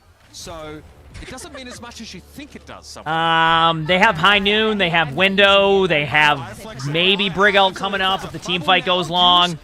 I think they're just switching Widow now. That Widow is, something else and then use it so no one knows before. Love it. That's the long con. Sugar Free shouldn't be there, but, you know, I mean, they're just trying to make it so they don't go to point. I mean, the Lucio's going to try to touch, and they actually might be able to. That can work. Yeah, that's that. On towards someone. Well, I mean, this is going to be a quick series, maybe, if it goes like this, right? Actually have had point A. Someone was backcapping. Like, there was a player on Dildux that was on the point trying to get the back. I mean, this, like I said, this was very much expected, chat, to be honest with you. Like, we might have actually it was not going to be like an uncommon. Oh wait, where's my YouTube chat at? I just realized. You were casting, so there we go. Now I can see believed it was possible. I had to hold my breath for that one because I wasn't entirely sure if the back-cap was going to happen. But lucky for us, the curse is to make sure I get back to my scene. at bay. Just more maps. I imagine Toronto will probably win this map, chat. We'll see. The next game, by the way, I'm excited for. We have LG versus Timeless, by the way. And then M80 versus PIP. So, like, we got two, like, really good matches following up after this. Really hinges on how that exchange. Those are both going to be really good teams. DPS, but I don't know. Sauron was so hard to shift. I think Razor had a really tough time wrapping around the backside, and you know the immortality fields were very, very good from Toronto. RuPaul made it very, very hard. The guy's warmed up. You know what I mean? He's been hanging out with his collegiate buddies. Now he's here in the OWCS, and yeah, he's looking pretty sharp still. I mean, RuPaul had a full series, and it was versus Maryville.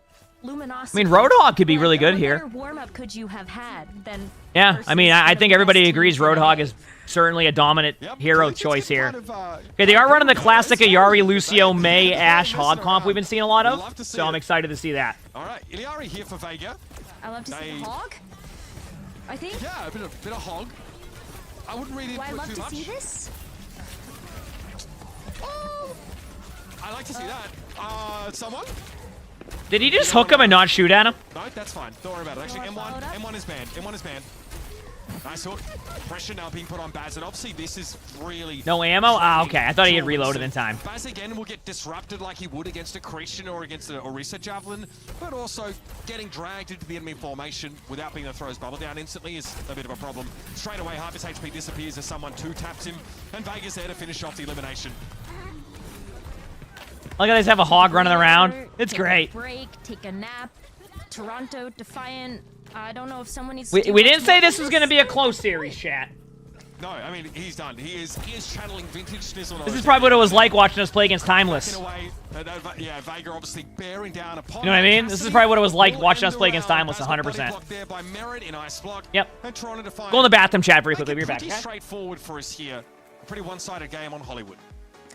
You know that someone is having a good time when someone is going to bring out an off-meta tank pick and make it look really, really good. We saw this before Mauga was the Giga Mauga that we had for that one patch, and then it got reverted, and someone again bringing out the Roadhog, which is not something that I think we should ever expect to see much of in OWCS. Right? I think approaching that hero pick from an academic standpoint would be a waste of time, but it was fun.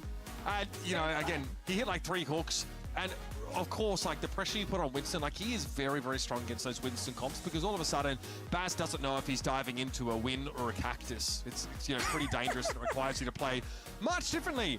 The Lenny Cassidy, though, I'm a fan of this. Very aggressive, as you probably, you know, can see, but I think that's just a playstyle enabled by the rest of the Toronto Defiant showing no respect. At this point in the competition, why not? Get your games done, hit the showers after, and be planning for the rest of this group stage. I mean, listen, if you've got a Brigitte that's as good as Vega, that's gonna be there to give you some cookies, maybe give you a bit of a warm hug with the rally, I think you're feeling pretty confident that you can go walk up to basically anything and play without fear if you are gonna be a long-range hit scan like Sugar Free. So I think you're feeling great on Toronto Defiant with your odds right now. Stat check. Stat check. Well, look, it's a little grim. It is a little grim, but this is, again, we saw many of these team fights go where maybe Toronto losing 1, maybe 2 players. Like, All right, I'm back. An expected stat line for a team that is unable to... Yeah, that's certainly a match. How far behind are we on this? Let's see. It's about as best it gets here, so the upside for Still Ducks is that... Oh, not bad. You know, it's only up and up. Esperanza. This map could end very quickly, or it could be a, you know, a close enough match for a while. What are we thinking? Where, again, we can still see plenty of that Winston play. What are we thinking, chat? Very appropriate. Also, if you haven't hit that follow button yet, make sure to hit the follow button, all right? So you know when I go live. To stay on that peak, if they can control the high ground effectively, then they're going to be very oppressive, especially once they're able to push up that first 10 to 20 meters of bot progress. I'm waiting with bated breath to see if we are going to see the role swaps that are being hovered over right now. They're doing it. From Toronto to I think they actually... Oh, we would have swept Timeless if it wasn't for Apply's ping. Yeah, I can't believe Apply had 60 ping. Can you believe that? So they are doing this. Ridiculous. We would have easily won. Listen, it is what it is. We can, you know. When they were on their final map, we got Sugar Free on Winston. We got someone on DPS. To be here today, it was with these rule swaps. Okay. And it's happening again. And you know, I gotta say, Sugar Free's Winston looked pretty good. I saw those Primal Rages. I saw the juggles. They were legit. Yeah, he's about to run it back once more. Merit on the Ana. Very suitable hero for a bit of an aim god. Immortality Field going to be thrown down there. Merit does this is an interesting, pretty quickly, but Baz is very low. Interesting comp they're running here. A little bit laggy to start again here, but that's kind of my bad. I might pause it for like 1 second. More than enough to be I'm going to do one thing. Bot is on the move. Okay, there we go. At this one too, actually just get information from production. Someone doesn't play Tracer as much, so you forget to push the cart. Or if you're me, you're always pushing the cart, or the bot. Official match, so congratulations for that accolade. Please don't forget the bot. Please and thank you, your resident C9 caster. Yeah, I know. You're gonna have Rose on edge if you start getting up to those kind of shenanigans. We're watching. Either way, Toronto now. Oh, nice shot. That's gonna be. Once more. That was a Susu that had to be forced out immediately from Frothy Philly onto Red X. This is great. We're watching some Overwatch right here, chat. One of the best targets you could ask for them. Merit connecting with the Lucio. All gonna be thrown down. Good lamp. Full Sugar Freeze is gonna be topped up right here. You can see that Rupal playing back from behind with Vegas standing. He's able to keep Sugar Free in the fight. Pulse bomb there on Red X and Baz. You said Tracer is a tank right now? Well, you can argue that Tracer is tankier than. And again, some signs. You can argue that Tracer is tankier than tanks, right? You know what I'm saying? Toronto Defiant at this point too, like they're gonna run rings around these ultimates being charged up by Dilducks. You already had. So there is that. Well, you're right. Sugar Free has played every role today. It's pretty awesome to see that someone You're not wrong. can still hold his own on a DPS hero as well, as we kind of all have expected based on the sort of no fear play style that he has. Nano the Winston in. Get ready. Pulse bomb them too, so that's a great look. But Merit's got this nano boost. Very much give it over to Winston. All right, over to Sugar Free now. Is on the dive. Nano boost, of course, with a bit of extra durability, but still a lot of damage taken. Yep. As that was front-loaded from Crime. With I recognize this Winston gameplay. Still, Baz and Frothy fill you down. Two most important Nice. targets, and that mag grenade won't save you this time, Crime. You know what follows Crime? Punishment. Back to spawn with you. Do not pass go. Do not collect $200. Well, Dildux does have a ult coming up. Sorry, Chad.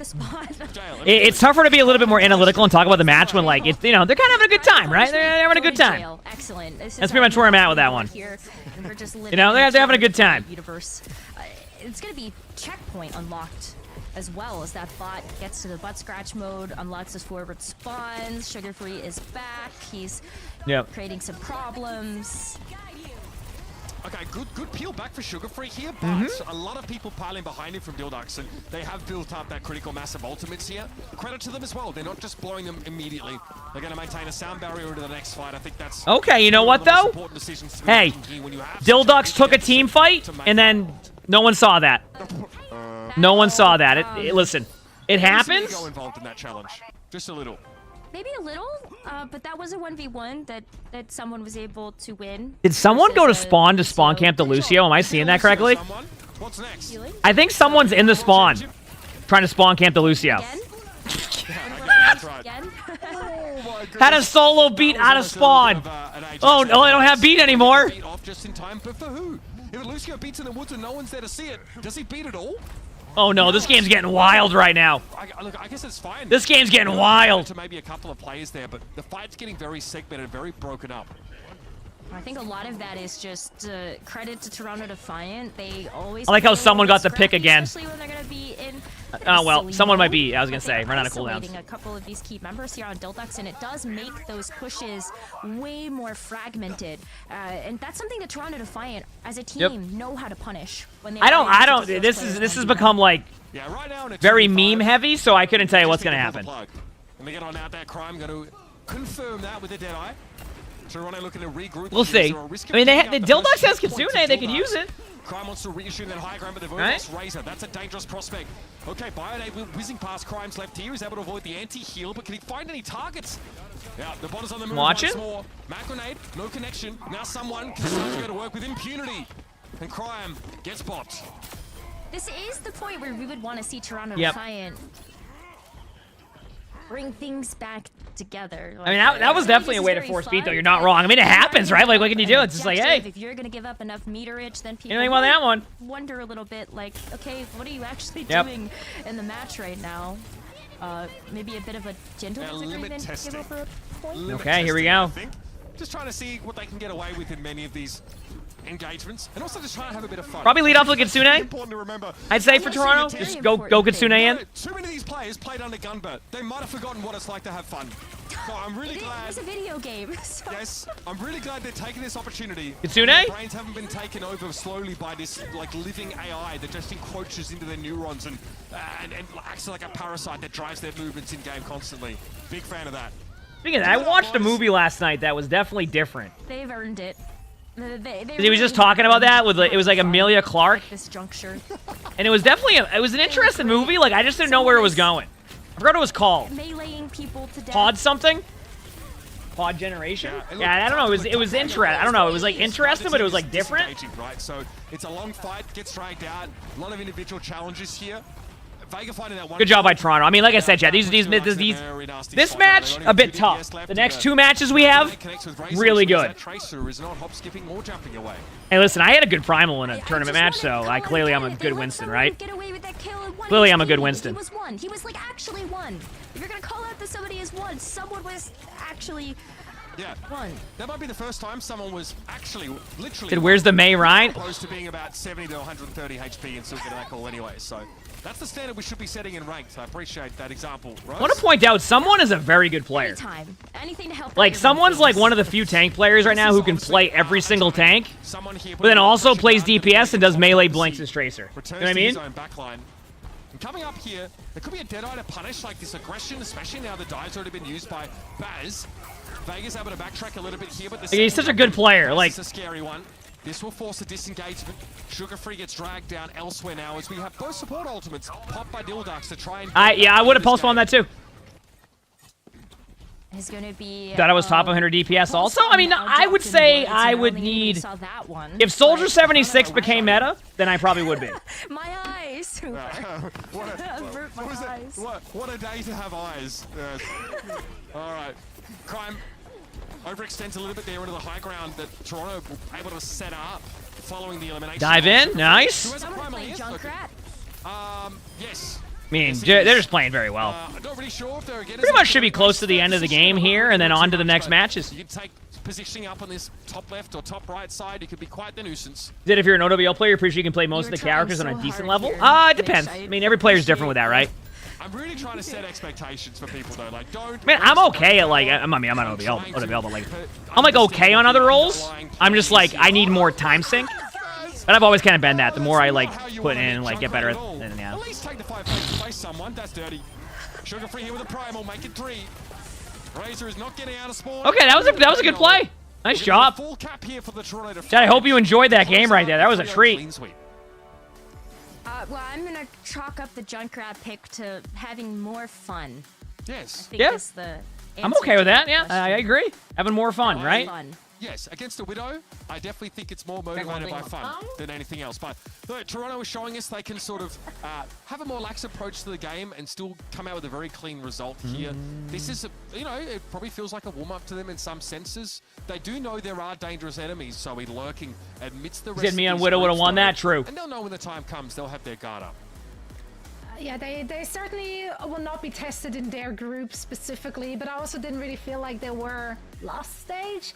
So do I think if I didn't have such an annoying accent, could I be an Overwatch caster? It wasn't the Ducks, but we get to see Roadhog, so I can't complain. I'm happy. Is that a compliment or is that a double warm-up? insult? I can't tell. He won his game. I hope he was worth it. And I don't know. Danny subbing in, showing us. I can't tell. Why not? He was fine. Credit to Danny. He did great. Just Came fine. out, showed us a great game in Samoa. Won't take anything away from it. Yeah, I mean, there's not too much. I just can't tell. Match, but based on what Tony, thanks for the 15 months of the tier 1. Thank you, appreciate it. Thank you. How will they fare against the rest of their group? Because they're not out yet. This was the winners match. They will have another chance to actually qualify for the main event. Doable? My accent is almost non-existent. I mean, the Boston accent comes from time to time, right? Classify this as a match because like it was Toronto Defiant. Like of all the opponents, from time to time, pop the cap. I think Toronto Defiant is going to be the one opponent that would make you just make it look silly, right? So I think we still have yet to see what the Dilducks can bring to the table. Aside of the match that they played yesterday, which was a 3-0 victory and very convincing for the Dilducks in that way as well. They could get out in second. Yeah, I think Ducks could make it through. Dilducks go all the way. I think Dilducks for can. now, we're gonna replay the winning moments of Toronto Defiant. Let's hear how much fun they had with this one. Let's hear. Did medium regular? Wow. They're having fun. Lucio.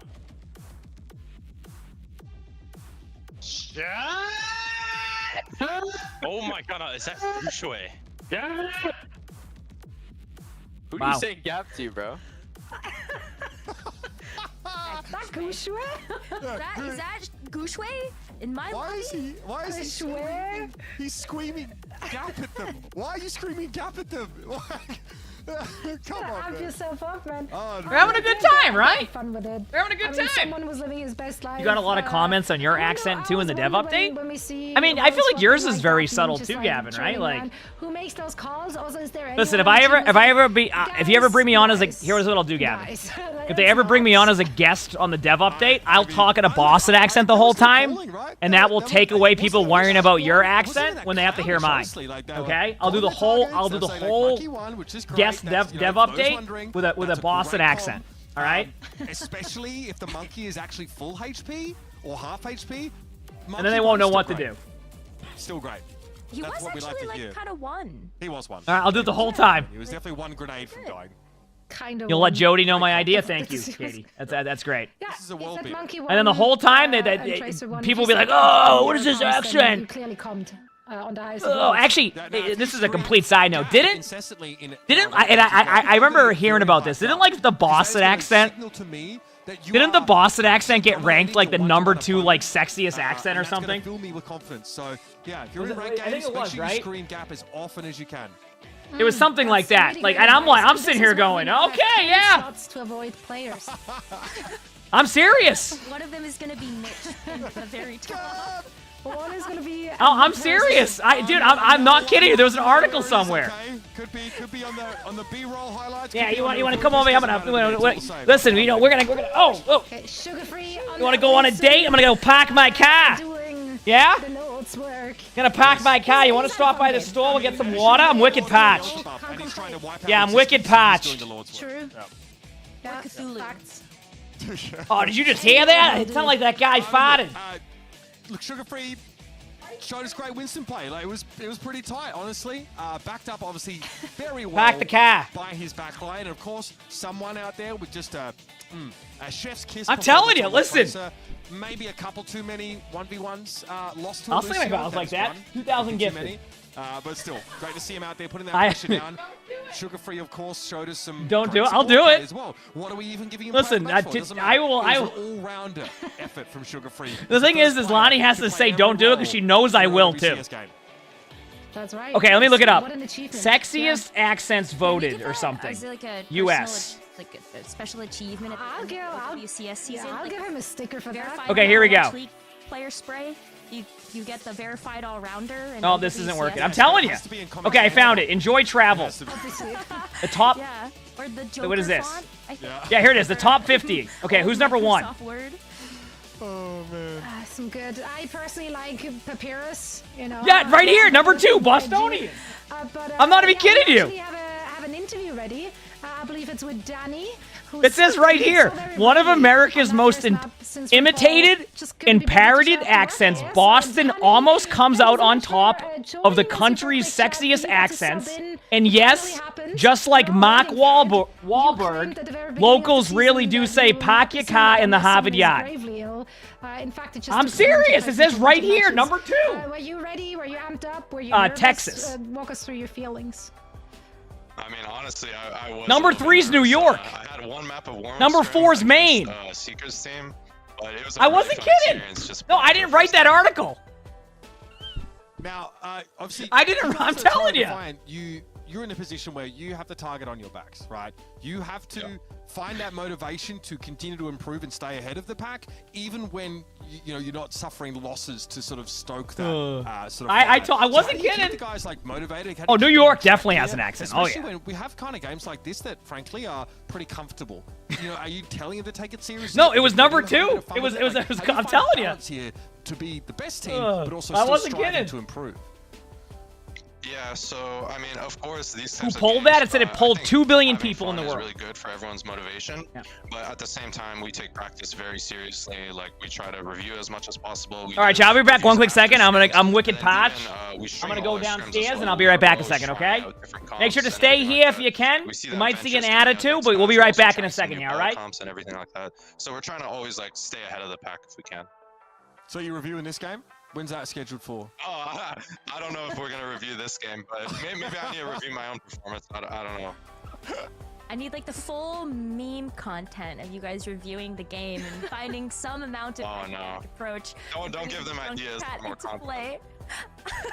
Okay. I like junk. I think we would all enjoy that. But hey, listen, when kind of love to get your thoughts on weighing in on kind of like the top 4 situation in North America right now, because I think everybody has a bit of a different idea of what the power rankings look like for those 2nd to 4th place spots. So curious to know who you think might be in those positions.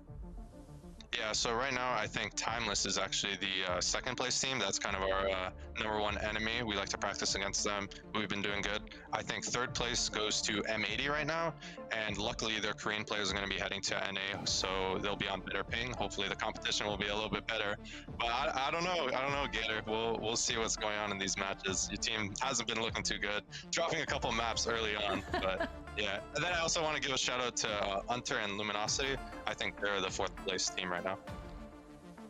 We actually get to see them playing in just a little bit against Timeless. Now, Danny, before I let you go, you may or may not be aware that Sugar-Free is the first player, at least in OWCS, who's getting to play every single role in one single match. Now, here's some trivia question for you. Which player do you think was the first one to do so in OWL? I think it was Mir. It was my former tank on Washington Justice, right? It was Mir on LA Gladiators. It was not Mirror. He was, yeah, oddly enough, it was not. We did think it was him. We consulted AI about that. I don't know if we have the graphic ready in time, so I'm trying to yap and stretch out my sentence to get that graphic ready.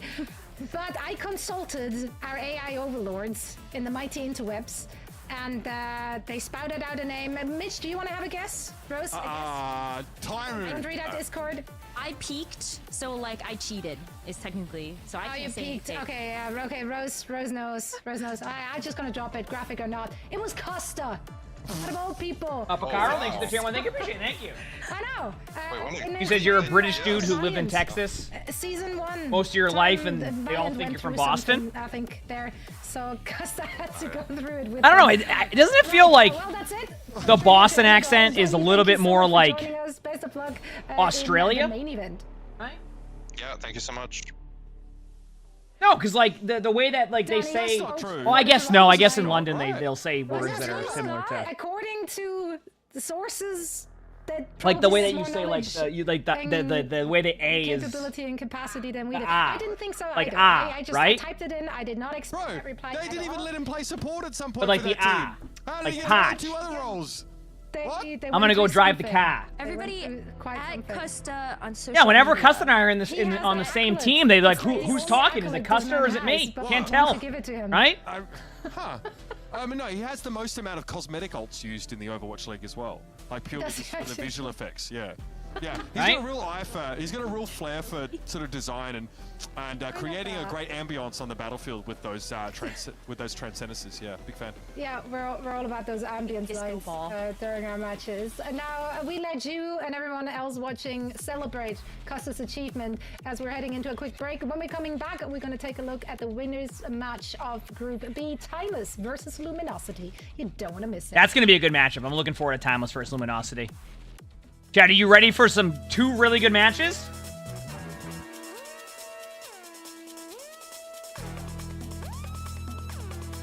Are y'all ready?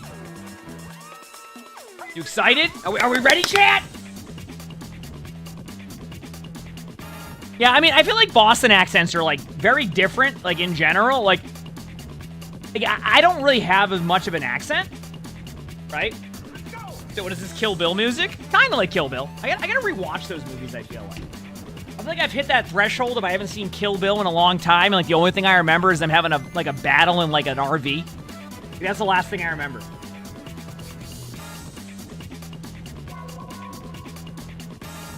I don't even know what Kill Bill that was. Aren't they making a sequel to Kill Bill, but it's, like, based off of... No, it's not Kill William. I'm pretty sure it's, like, a... I think they're doing, like, a sequel to... Remember the scene where she goes into, like, the room, like, into the kitchen? She goes into the kitchen and then, like, kills the... Okay. Remember the daughter that was in there and then, like, she saw what happened at the end? Right? Or she saw, like, the daughter saw the... Like, the daughter saw everything? Apparently, that's going to be the next one, where the daughter is going to be going for her. You remember what I'm talking about? I'm trying to do it without spoiling anything. But, like, apparently the daughter is going to be the one that they're doing a movie on, where she is, like, going after her now. That's the last I heard. Speaking of heard something, chat, 28 years later is official, and they have 2 different directors for it because they're doing 2 parts. And I'm so excited. I am so excited. Oh, he said he had maybe 2 movies left, so who knows? Yeah, maybe. That makes sense. 28 years later. Yeah, but the directors they got are actually... I forgot who exactly it was, so... One second. Give me 1 second, chat. The director, she did something... Oh, she did, she directed, what's that movie that was... I'm trying to remember her name. She's like, I want to see what movie she did.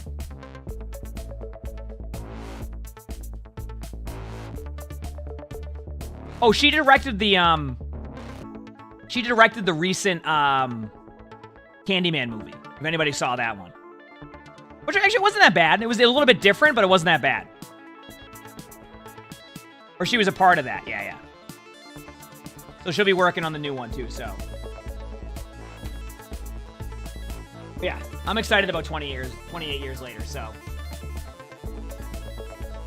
You said that's quite some, oh, my hair? I mean, this while we're sitting here waiting. Like, you gotta remember, chat, I have a cowlick, right? So look at my hair right here, okay? You see this right here? I have a cowlick right here. So my hair just goes that way. I also have a cowlick back here. So my hair just gets wild. Like, the way that it just, like, naturally sits, it gets wild like that. So, that's what my hair is like. See?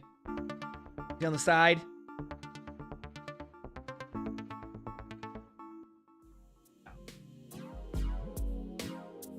Like Tracer. Yeah, Tracer has some cool haircuts. What? You talking to me? What's up? You're gonna fix my hair? How are you gonna fix my hair? What's wrong with my hair? You have a scrunchie? What is that gonna do?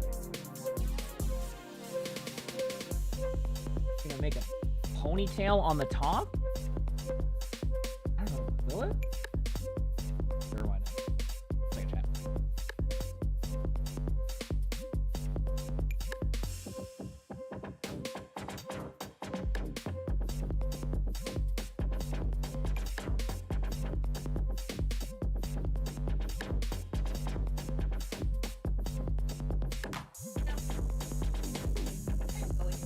Why do I feel like I'm gonna start like the new French? I got like the Lucy Liu or whatever. What's her name? Wait, isn't that like an actress? Yeah, it's an actress. What's the girl's name in The Grinch? Cindy Lou? Yeah. Yeah, yeah.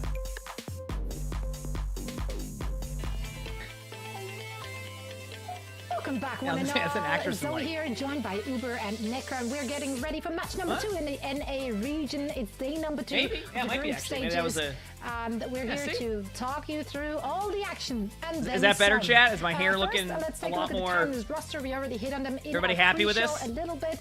They are one of the favorite teams in this entire region, and rightfully so. I mean, Yeah, I mean, we lost the Timeless because of lag. It's stacked. I mean, this is an exciting roster, I think, to see continue to develop. I think that they're really well positioned in this group, right? They have experience. Get a wedding hair going up coming against from? Luminosity, No. who are, of course, the other threat. Gonna leave it like in this that now. particular lineup. But you've got a lot of experience. Some of these players have been playing since like 2019 and earlier. They were the most promising prospects of North American Tier 2. Obviously, CJ, spent some time on the Los Angeles Valiant. This team has remained unchanged as well recently. So, Are they going to show when we took a point on Hollywood? The last group stage and main event, and take it straight into this game. No secret they didn't have to make any changes. Yeah, they probably didn't want to They show were our so play because of good how in that embarrassing it first was for them, stage you as know? well, being able to grab that second place, but even just taking a look at how Chopper They just don't want to show, and how Azaki embarrassing it was duo going against us, have right? been astounding. Oh, itchy they nose. have been touted as one of the best up-and-coming Obviously, defense LG is players also from very America, good. This is going to be a good and we get matchup. I mean, chance look at to the see teams, that chat. roster rounded out with Sion Look at the Jin, teams. but This also could be coming one of those with the series that things goes the like Sojourn, distance. So they have a ton Straight of up. flexibility in that lineup. But Luminosity, this is a team that also remains unchanged heading from stage 1 into stage 2. This is the Maryville Esports roster that Luminosity picked up to be able to help through the OWCS, and there's a lot of familiar faces on this one too, Mitch. Yeah, and their esports program out of Samoa. A lot of teams like playing Samoa. Actually, wasn't it an LG that played this map and had like the longest stall ever on the point?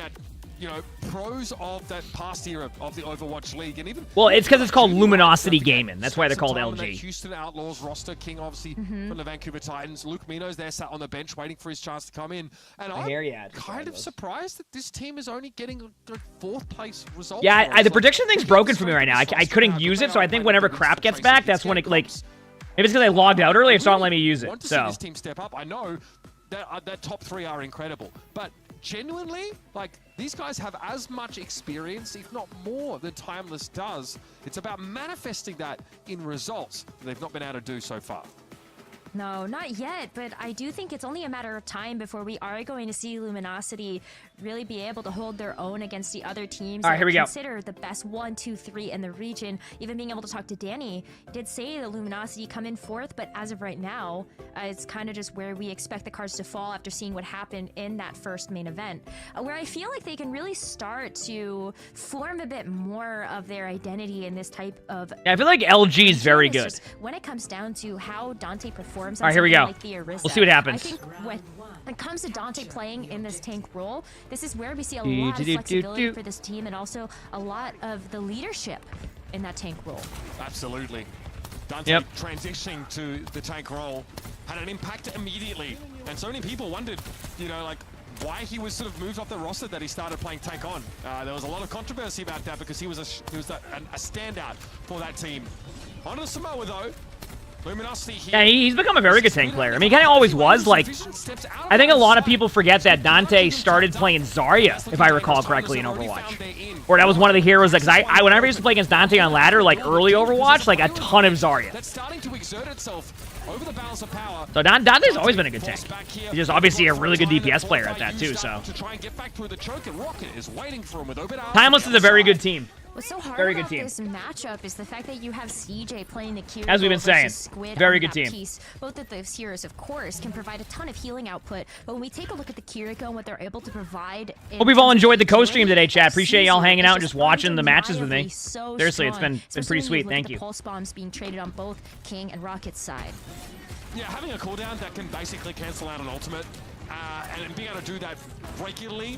I mean, like I said, he was playing Zarya even before Ghost, like before that was even a thing. 30 to 40%. Always been a really good player. Sort of a conservative estimate. It is a big difference maker. Zito though down, no Suzu available for the time being, as King was able to stick to that Kiriko. And Vision spending much of his time flanking. Job being done. Okay, not a bad retake by LG. Okay, so let's see what Timeless has right now. Timeless has Kitsune to lead off, so I wonder if Luminosity is going to kind of opt to use their window early before Timeless can really get that play that they want. It's going to be really interesting to see how this goes. And it's way easier for you to be able to Did you enjoy the Mysteries video? Heck yeah, I'm glad to hear that. DPS from front to back, and so yeah, that video started off a bit slow, but I imagine it will pop off over time. Usually the Mystery Heroes videos do. They start off like super slow, then they just pop off. They're one of those the evergreen type of videos. Listen in to see how Luminosity are going to approach this. They're all weak right now. They spin. I'm taking left, taking left. Yeah. I need a little bit heals, I need a little bit heals. Yeah. Alright. I'm shooting short, shooting short. Short, short, left. We're up top. Chris is low. Chris is one. Oh, what a cleanse. I mean, the cleanse wouldn't matter anyway. Yeah, they... Cutty, shit. Yeah. I have no left, care. My bad. Back. I mean, that was fine. Like, they were going to probably lose that to begin with, so reset ends the play. I think you can stack harder on our cast grid, because they're not shooting me at all, man. I want Jibby to start with them. Yeah. I killed us. I would have killed Sud. They were just speeding me. Okay. Put more into our cast, guys. So, a bit of frustration there. You could kind of see how, you know, King had a key opening on Icy there. Icy's so low, was saying, hey, I've got the Arissa low, Cammy, and the Suzu basically shuts that down, and Timeless able to turn that fight back. Yeah, I feel like Suzu ruins a lot of plays. It's just a common... It's just such a good ability. They can get that Tracer isolated out. They can actually... That was a great job by... Honestly, that was super underrated by Timeless there. Because Timeless was able to disengage the point there, keep the point during that, and then go back in. And now they have an ult. Oh, nice shot. Oh my goodness, Chopper ripped Squid's head off his shoulders. At least the Matrix plus Vision shots able to come in and secure a trade. Man, that Arisel's fine. And actually, it looks like Timeless is going to take the first round of this Koth. Remember when we played Timeless and I was like, yep. Because when we got into like the playoffs, they like... It just kind of, they randomized it, and we ended up being the one team that got to play Timeless during that. And we were like, yep, you know what, though?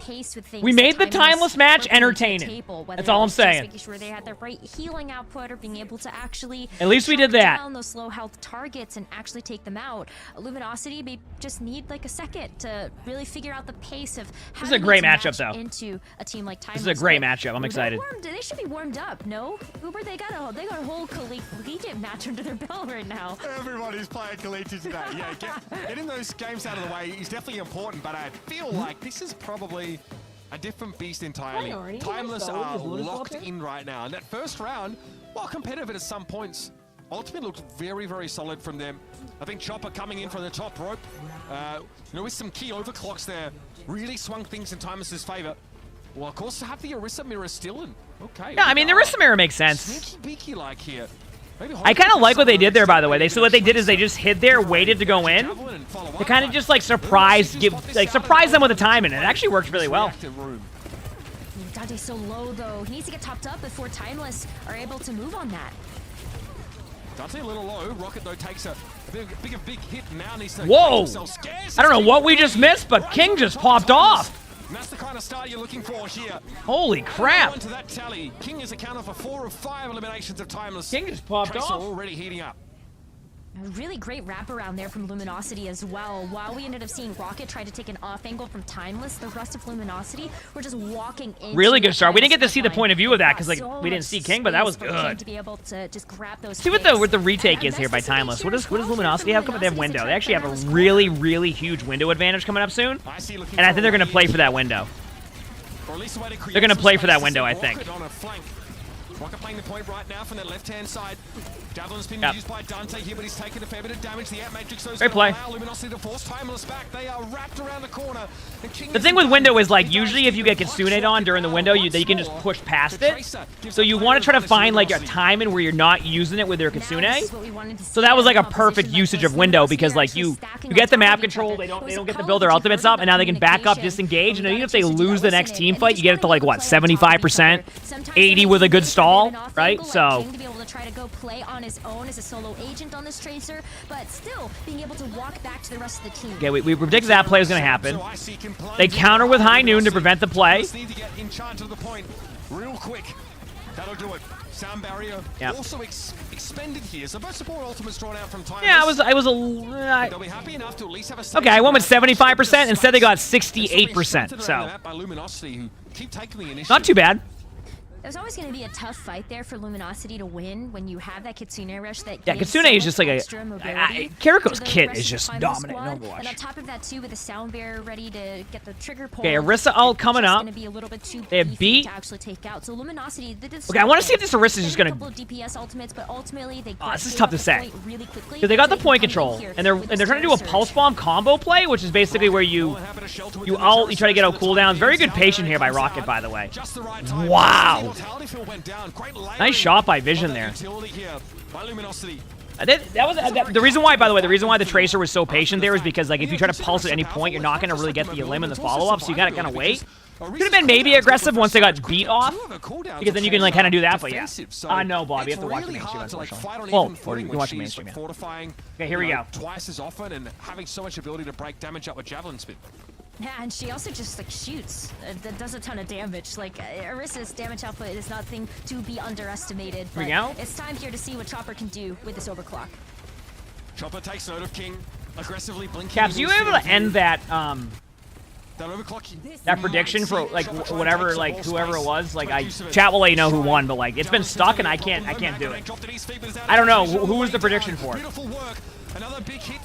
I tried to do it, but like it would not work. And with that extra durability, Luminosity can hold their ground. Oh, Ents won. Ents won that. No speed to get yourself out of this fight. And when I went there, it asked me to guess the rank or something. Pulse bomb accounts for much of the Orisa's health, and the Kitsune rush at least gets Icy out. But he still needs to contest to some degree, and CJ is zoned okay, great job by LG right there. Like I said, Chad, I was saying this is a match that could possibly go the distance, and so far they're living up to that. Again, going back, this has been really cool to see. Play on top of each other, make sure that everybody is going to be able to take advantage of the extra burst healing coming out from the Baptiste, or even just being able to utilize a bit more of that natural AoE healing that something like the Lucio is going to be able to provide. And so Luminosity really showing us a much better look. And thank you, Caps. Yeah, mine was broken when I looked. Change it all when we go over to a bit more. Okay, here we go. Map once again as we head over to Beach, because that is where we saw Luminosity struggle, is when we were on downtown and there was just so much open ground to play with, not necessarily those nice defensive corners that I'm ready. Like here we go. It's time. Well, it's a map that benefits Chopper as well. A little bit mold and Volcano can be hard to find value outside. I feel like this map is always about what team controls the angle better. Do you see where Vision is bottom right? Like this angle is like whatever team controls this angle wins this team fight.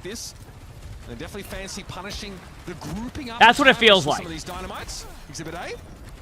Vision will be thrown back here for a time, but pretty unbothered by the Orisa for the most part. It's going to be a standstill until one We're of watching, these yeah. DPS ends up getting a pick. It's going to be the Tracers, too, that are going to be duking it out by the back of this point. So pay attention to how close these health bars drop, especially Nice for pick. Chopper. Whew.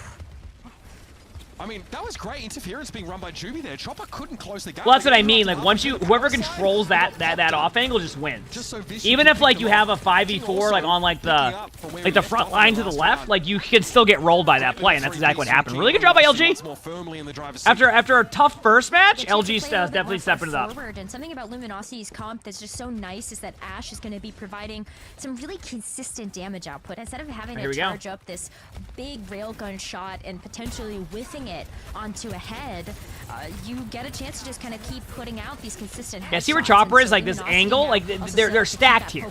Because they're not taking the other angle, it gives the Orisa too much, like, basically they're not able to poke the Orisa. So like that's kind of where the problem runs into. I suppose, but Chopper's still probing, looking for an opening. Can't stand still for too long lest he have his head taken clean off by Vision. There's that air matrix coming up. They're going to all in the Orisa and force out cooldowns at the very worst. Yep. Big trade, though, by Rocket. That's a tough one because, like... He got hammered there by Vision. Beautiful headshot, and this Ashe is it happens. over the Trigger. round alongside King's Tracer. Icy got so isolated, and I think that's something else that the Dynamite does a really great job of, is it forces you to have to back away and sometimes into a disadvantageous position, like below point where you are out of the you don't want to be there. Okay, LG has beat Bob. Timeless has... we go back to where Timeless is going to have Kiriko ultimate, and they know they have their Kiriko ult, so they're going to try to delay it as long as they can. To kind of get into like a better spot. We'll see, though. Yeah, but they're going to run into a Orisa roll, a Bob potentially to pop them up here. There's the Kitsune. Never really had a distinct advantage in ult economy. No, they're going to disengage it. That's what they're doing. In my opinion, that's the correct play. Because how many times do you watch teams try to fight into that or counter ult a Kitsune? It's like, you know what? Win with your Kitsune, and then either you trade off or you just come back in pretty fast. It's a super They're okay valuable with that, ultimate, I though, feel for like. Timeless. Even if it's not going to be just there as an engagement tool, it is a way I for feel them like to that's be fine. able to actually get a chance to pepper up some of the rest of the ultimate charge. They're doing a split play here, by the way. They're sending Orisa to point bottom right so they don't take any initial damage. Sitting on the middle of the point, and then they have Bob there, so you have 3 on point because of that. And now, there's beat. Some of that healing, can see the opener getting thrown at the Orisa. Oh, there's a chance. Yeah, this is the classic. Do I use my ultimate? There's the Suzu. Dante going to be interrupting Good pull. IC whenever possible, and that Terror Surge comes down. Good patience. Good play by Dante there. He was the intended target there. Dante forcing IC back. A pulse bomb will chomp through. Very well played. Again, fortified. Won't make a difference. Luminosity back in control. Oh, a big stagger here, too. Is LG going to take the first map? Increase a bit more of that percentage. Give Could happen. Less of a chance to come back. Even look at Rocket getting chunked before able to touch the point. Wow. No ults for the defensive team, but I don't think they really care. King's able to find Rocket here.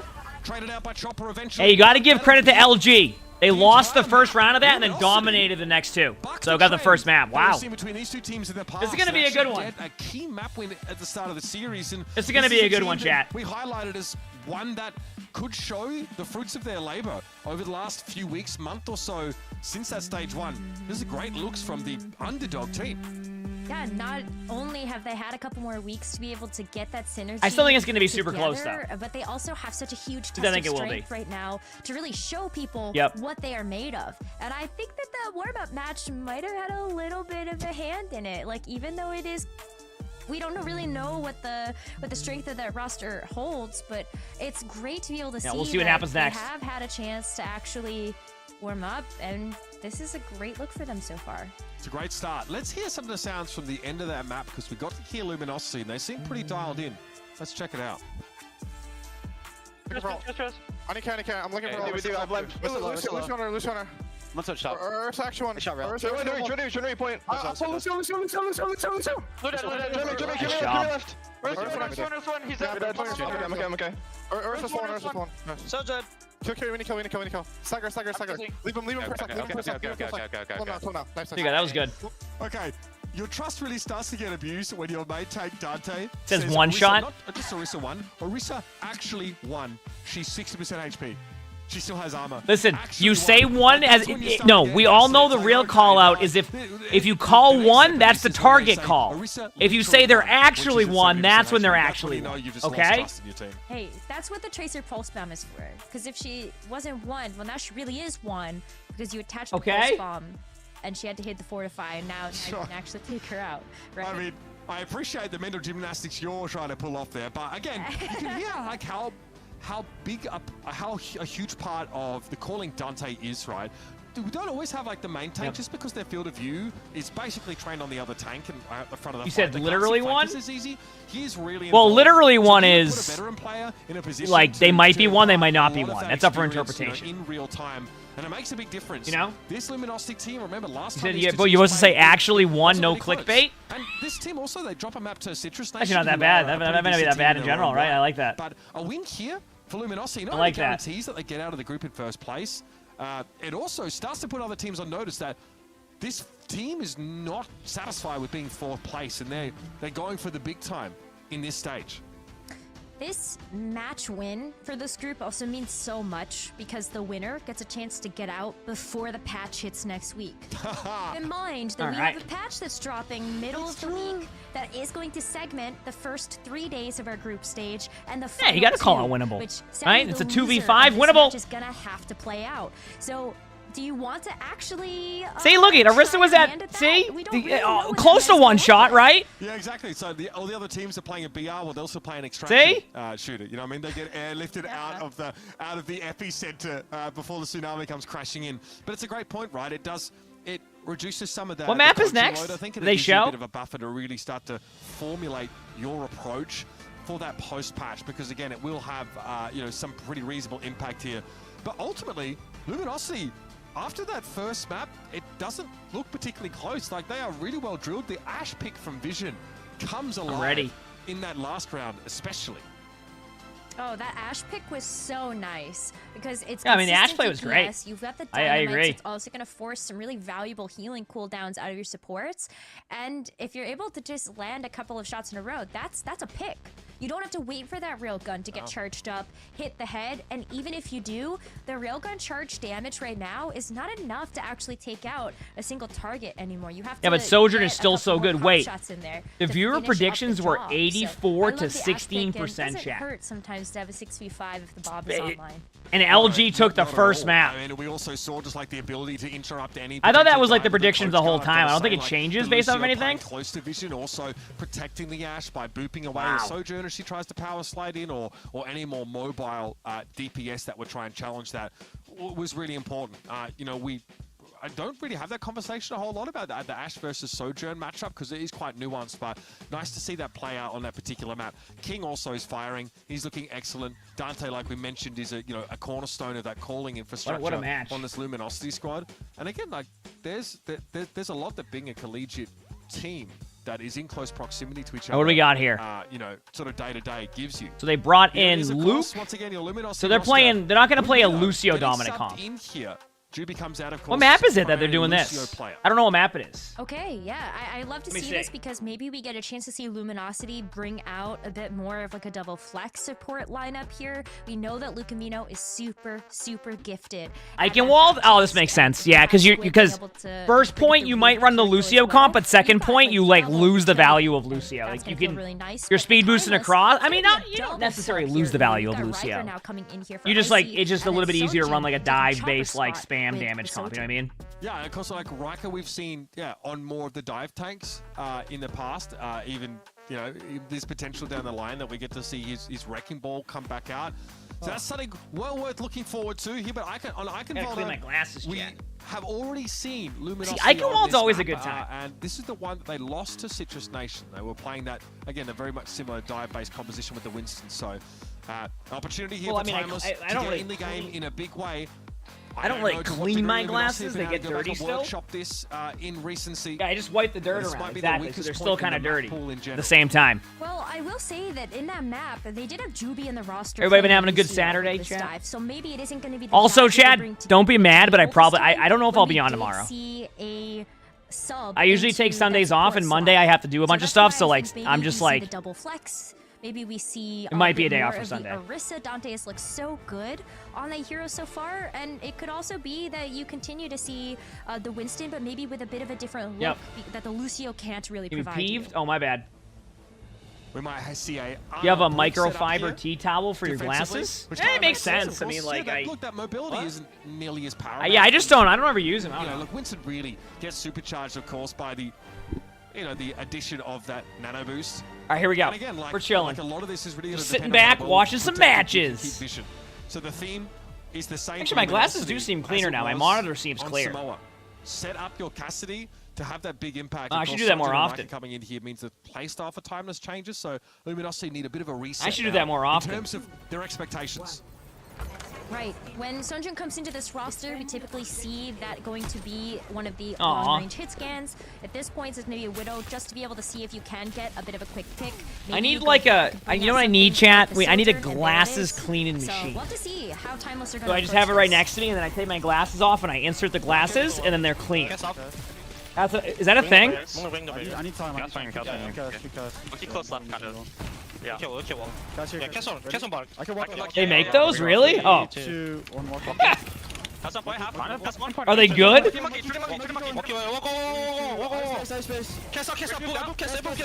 Oh, it's called ultrasonic cleaning? Oh!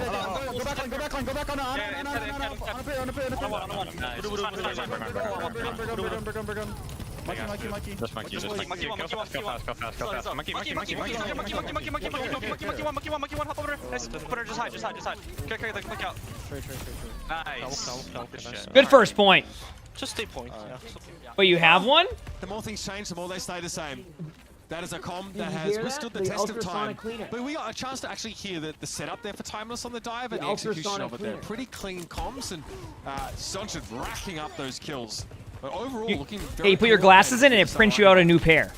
It's really nice to be able to hear that setup because oftentimes we just kind of see a team go and we don't. It takes like always 15 know seconds what to the do manually? target is looking like, and it's nice too to be able to hear that from them because I think like when. Yeah, but like, what if I didn't have to do it manually, you know? Actually, quite a few targets that you could try You know to what go I'm saying? after. Cassidy's role doesn't get you very far away. You also have the Ana that has the wanna get sleep, what? and that's kind of it. She doesn't have mobility outside of that. And the same thing with Squid. If you're able to just dodge the shield bash, Are you ready? That's not a bad target to have either. But Okay, so you're gonna nano the Winston here unless they want to nano the Cassidy because of the defensive ult. It depends if they want to play it aggro. They're either gonna nano the Brig or the Cass, or they're just gonna give it to Winston. I just named up the whole hero roster. I just gave every option. And they've sort of sectioned Dante off for the time being. Pulse bomb though. Okay, so they nano the Brig to keep the Brig alive. There as well. Going to open the first to fall in this fight. And even the Kitsune rush, this still could be quite dicey. Squid, of course, being out of Yeah, I don't know. With the Kitsune, they could trade. Is almost expected here, but Rocket's starting I feel like Timeless is over-ulted slightly. Actually, no. I say that as they high noon in front of an ulted Winston. So even though he finds a couple of kills in this fight, Timeless still might be in a position of working. We see a late ult pop by Dante. An audible called here by Luminosity, realizing they can buy some time to re-establish high ground. Yeah, not bad. And it's paid off. That cart has not moved very far. And if you are moving it, you are in danger. That Lucio was so vulnerable as you saw Dante try to chase down Opener. You just use your back away shirt? from the team. Yeah, that's what I just Isolated did. him now as well. Knowing that I he's don't able to know. Thanks for the pop 3 months back of the up Twitch for rounds some up. really Did you and your necessary family watch healing together there every day? from Heck Squid yeah. and I'm glad to hear Lukemino. that. Let's go. You can still contest That's this cart awesome. too as they jump down. Oh, the ante! Yeah, Hey, so this is a little bit different. We're just chilling and watching matches. And they've been good matches today. I've had a good time. It's been a fun day of games. I like how, you know how today started? I was going to take a day off. And then I sat here and said, I will take a nap if I don't stream. So I went live, and we're now watched all the matches. Feels good. And there it is, Timeless. Finally get the dive they were looking for on the high. That's how I started the day. I'm like, I'm like, heck it, I'm doing it. An unlikely kill at close range, and they're off to the races. They're able to get this cart really close. Said to the hinder or finish stun? line, but not before Stun. they're going to be able to I mean, get no, the hinder. reinforcements back. Luminosity Hinder. is a team I know we of meme hinder, but I'd rather get hindered than get stunned. As a tank player, you do not want to see stuns. It's awful. No push. I played against that way too much in Overwatch 1. Suzu there, shuts down. Good play there on the opener. Very close. They're very close to nano, and they want to be able to nano either their Brig or their Winston here. So my guess is That's because Dante, of course, is cycling those dives high and low ground, making sure he gets all of his healing from Luke himself. Pulse here for Rocket. Tough to Yep. find them here. Rocket can only really take this route in, and it's a little bit treacherous, but nice little pressure coming in from Rocket. What a, I mean, what else can you say? What a stick by Rocket, because it almost like they got you baited. So they went to go dive for the brig, then the nano happened, and then Rocket's like, wait a second. And Primal just doesn't get it done. I wonder if we do see a bit of a composition. I love that here ult. from Luminosity. Like the idea behind the Brigido is it's able You to said be a nothing bit is more better than sustaining sticking a against, pulse? bit of a You know what's even better than sticking a pulse? But now Sticking a pulse when the other team has a Kiriko and actually having it work. Way less high ground to play around. There's way more opportunities for you to actually get this dive. In the new but season, you're will I so still close watch to the matches rally or as mainly well play that you may myself? as well I mean, just I kinda play played, around it. I don't know, what, 800 ranked games a season? Yeah. Watching matches is when they have the tournaments. Like, They're taking so much poke damage here, though. Look, Luke and Vision down to half. I think Dante going to dive back towards the rest of his team. This is uncomfortable for Luminosity. Sonjin's putting a lot of pressure on them. Okay, I like the Bionade here, but Sonjin doesn't seem to be bothered by it until King comes. Not too bad. Swings. Now there's more to be done for the Tracer. Yeah, but like, you know what's even better? You can just go a Yari and it's a better pulse bomb. In that direction, the Kiriko rather. Right? And King, CJ will not be allowed to escape. All right, well, the dive is working for now. These are good and games. Even still, Dante's able to get a bit more. Dude, what high rank am ground I? Top 500. presence. See if he can get a bit more scouting in by the time the Timeless are able to get Top back 500. to spawn. So Andre, going over to the Widowmaker really quickly just to see if you can kind of force Luminosity back away from those spawn doors. So, but I mean, honestly, still gotta be LG so is careful. really I close to think having Luminosity another playing nano. They could fire get a little a good bit as they rotation stay going here. within Sonjin's Timeless sight is going to lines. go be aggressive with Winston, though. I think they're going to go into the back line pretty deep. No, they're building support else. They're building support else. You can see they're not ready to dive yet because they're at 90%. They're just waiting on their Kitsune and their beat. That's why they're like slowly going in, but they're not really committing to anything yet. And LG kind of like recognizes this and tries to go in at the same time. So that was a pulse bomb. We've all been there. Yep, that's tank experience. Used ult. Immediately a half HP. Try to go back in to do something. Realize you're at no HP, and then go, uh-oh, whoops, I hecked up because that's pretty much how that goes. Oh my goodness, this card is getting so close to the finish line. Sonjin is continuing to just take some names here. Anti just isn't quite nearly enough to push Timeless back. I think in Season 10 you'll be able to buy gold weapons again and have the option to buy jade weapons. I'm gonna keep mentioning it every time. I hope Blizzard eventually does competitive point drops, just so players who don't, you know, play as much ranked don't feel like they have to play as much ranked, and they can earn some competitive points with drops as like a way to eventually get one, like one of their favorite heroes. I think that'd be great. Dishing out the damage, force that recall there from King, who's down to half HP, and eventually a strong wind would blow him over. It's got to be a rally. Yeah, I'm not sure on that one, Queen. Probably the same one. Sonjin doesn't overextend either. That's not happening, but I think it'd be a good idea. I'm telling you, because like half the player base plays like just quick play in arcade. So like, it's not going to give them a full weapon on the drops, but enough to like where they can start chipping away at it. You know what I mean? He doesn't go for it just yet, but Dante got absolutely smashed there on the low ground. By the time he went up, it was too late. Beautiful pulse, getting the brig is massive. Wow. I mean, honestly, good job by Timeless. I mean, they played that well. They had a little bit of a slower second point, but I think most teams do, and they methodically took over third point. Very well played by Timeless. So, no overtime push that Luminosity was aiming for by the time that they had broken through those castle walls. On the flip side, though, I feel like the dive from Luminosity is going to be quite potent. I didn't even see why that was. When Dante's been able to create no some wonder I space for can't both do King that. and Vision, I feel like they've had the I can't actually pop-up see the moments message we because it would logged me hope out. to come to expect from those DPS players. But Yeah, in just once in a addition, while, I think exactly. Luminosity are just that type of team that really Oh work yeah, with honestly, I'm not sure on that one. momentum. Like how many points they would like they should give away because like that's going to be on their data. You know what I mean? Oh, you're just memeing? Okay, I can't see it because when I logged out earlier. That's why I can't. That makes sense now as to why I couldn't do anything. And Sonjin have added such confidence Look at with my these way Winston downtown, dives. walking Sonjin fast. able to manufacture picks where they otherwise just really wouldn't be evident. Switching over to the Cassidy. Yeah, when we still, reset it so earlier, that Despite was that lack of mobility, Right, and Sully? sort of the danger of playing within the radius of a dive comp, both teams have opted for the Cass here, perhaps as well to make it harder for that Tracer to slip in with that mag grenade. I think you always have to look at the mag grenade as just a really nice counter to the Tracer, but I think as well, you also just look at the Cassidy having so much zone. Well, I don't know if Luna was coming upstairs. On these long straightaways. Might not be as powerful on this first point when you can play Favorite around NFL that team? I'm central from pillar, Massachusetts, so that should as give you soon an as idea. head into the streets phase of Eichenwalde, AKA the I think you Patriots, feel which I'm looking really forward to the good about draft. What is it, like sidelines 2 that weeks away? Cassidy has. I think. Out of the gates. Timeless finishing the map with about 30 seconds to spare. You said, oh, like win 10 quick play games for 20 comps. I mean, there's definitely probably things they could do. But Vision on the Sojourn now. I'm not sure. Here's a mag grenade going to go off somewhere, but wasn't quite sure where it was. We are charged up. No real Really aggressive, like, map flip here by LG. This could work. Basically, they just flip the map, and now they're like, they're the team that has to attack. But, like, yeah, it's a good play. It gets you the map control. Feels better about dealing with the Orisa here.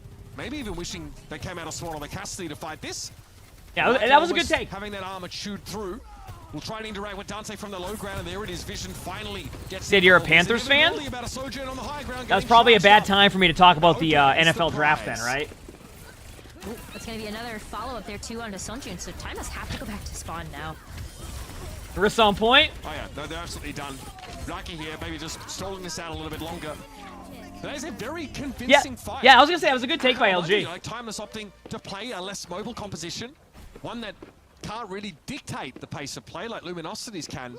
You said the Panthers have a draft? No, they traded. Once he gets to the high ground, they just let him play. They traded But if you're going to take out the their Lucio as draft well, picks. You remove so much of your ability to So cut now away from Chicago that got the draft damage, pick. And Luminosity are able to take full control of What do I want the Pats to take? I mean, I think a lot of fans are hoping for a quarterback. I think like well, I'll talk about it at halftime, or I'll wait in between team fights. Early pulse bomb here, I imagine. Oh yeah, that Orisa's going back to spawn real quick. By the way, that's also why you'll see them switch to Winston really soon. They might actually swap to Winston even sooner. Luminosity wants to come calling. The rest of Timeless playing from their high ground and got sort of zoned off by Dante going upstairs. He just kept them at bay. They couldn't get involved. The bubble, of course, of Winston stopped a lot of the shots connecting. This Orisa setup is really exploitable because of its immobility. Watch for it. Yeah, I mean, she's able to come back to this fight with the help of Opener's Taxi. If they can survive this pulse bomb, then Luminosity can definitely take it. Okay, now they have a time, and like with the pulse bomb won't be as effective because they use beat. Here's the high noon. This is either going to be amazing or, yep. Sandra, though, now wants to get aggressive, and Dante falls. That's a bit of damage from the Deadeye combined with Rocket's contribution. Isn't taking great, chat? Overclock for Vision is looking phenomenal so far in this half. Oh, the Winston just fell over. Able to get back to safety here on the high ground, and now Riker's in a bit of trouble. When that javelin spin is down, there'll be no armor to protect him. But Rocket is still active in this fight. This Tracer could still be a factor. There's a pulse bomb available, but I think Timeless just clutched that team fight. There's no way. CJ instead gets involved. Brings down the other Kiriko. Dante trying to slow this down, make it hard for Rocket and CJ to find their intended targets, but eventually... What an amazing turnaround right there by Timeless. That was very, very well played. And they'll be stopped. But yeah, but back to the quarterback question. Like, I think as a fan, I think a lot of players want to see them pick a quarterback. So obviously it's going to be either Jaden Daniels or Drake May. But like, if they wanted to be like super smart and like start building their line, you go with Joe Alt or trade down. I guess if you're Luminosity, get an extra draft pick. But they won't do that. There's two. I think those three quarterbacks in the top three can be good. So anyway, there you go. To the high ground we go once more. Vision leading the way oddly enough, but Kitsune Rush is going to be big. Sound barrier, though, is timely. Is there any chance the 3 Jeff streams coming back this year? Oh, you're talking about Jeff and Jeff for like a football show? No. We'll see if they want to bring me back on Let's Go Football. I had fun doing that, which was a good time, but I don't know. I won't know about that stuff till later this year. They have a chance to get aggressive themselves. Lukmino falls first. Rocket is really starting to string these kills together. Finding the Lucio straight off the top is massive. And he traces to the mix. Damn, you got to give credit to Timeless right now. Timeless is playing extremely well. Like, it was looking like they were going to get snowballed. Would I be upset if they took MHJ? Honestly, like, no, but I think what they should do if their intention is not to pick a quarterback then is to trade that pick for some team who really wants to overpay to get MHJ. It's a nice way to be able to kind of bop some people off of the high ground, but you also looking at Lucamino to have that sound barrier to just give that extra. And sorry, Chow, we're going to be talking about football in between the game, between fights. Okay, so LG does have Winston. So yeah, they're going to go aggressively, and usually it's going to be who their set target is. I think the Sojourn will just start to be their target.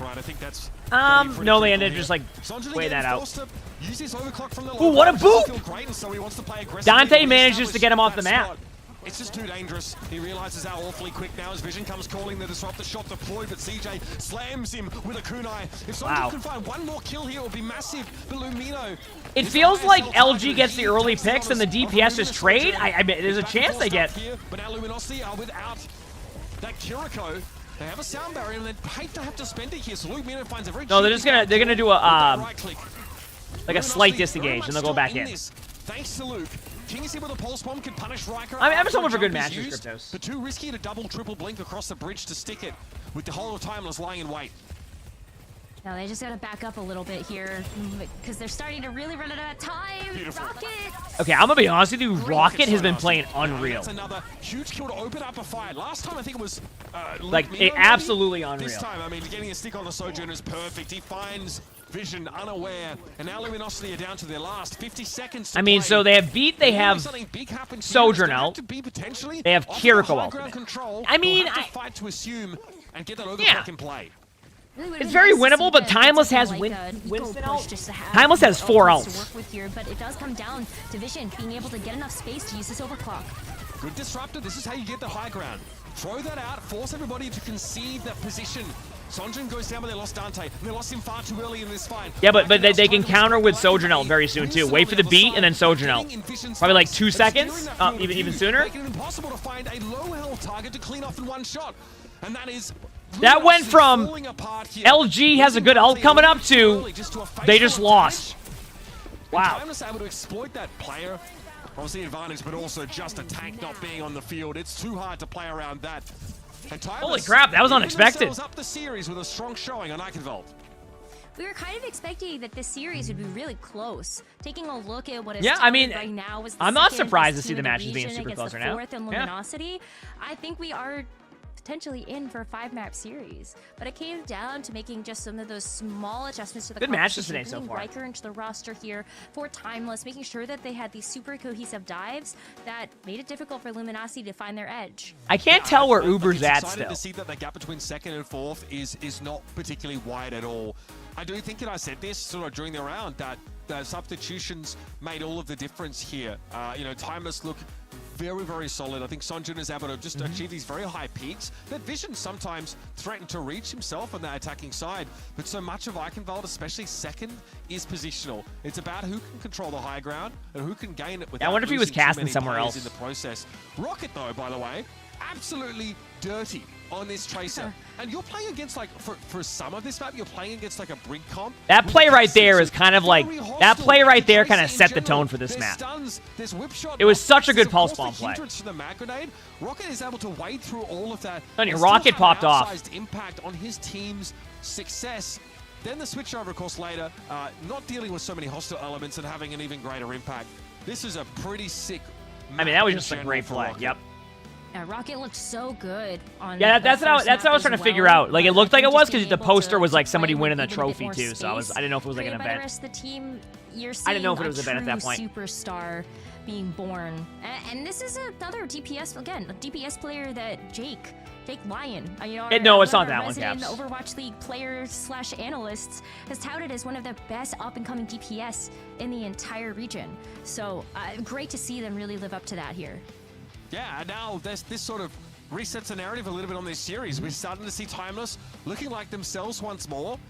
And honestly, I didn't feel like this Eichenwald ended up being that close. There was a lot of scrappy fights. I mean, I mean that was just a good job by Timeless. You know, tell that story, but it's very contextual. But yeah, to the football discussion earlier when you asked about that stuff, I just feel like MHJ is such a very good wide receiver that a lot of teams are willing to overpay. So if they don't have an intention to like, they don't have the intention to draft a quarterback, you either take a really good offensive lineman, Joe Alt, or you trade to a team who will overpay, and then there's a bunch of other good receivers, and you can probably get like a quarterback. Especially when it came to how you fight for the high ground on second. I feel like Timeless had those protocols now down far more cleanly.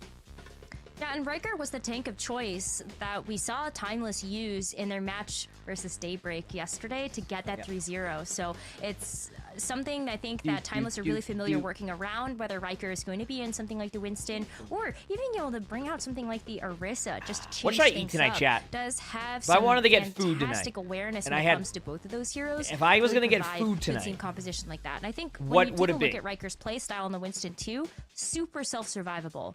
Knows that he can rely on the team, but also understands that he has to be able to operate on his own. Lasagna? Absolutely. I think we might even still I don't see ever a like roster crave switch lasagna.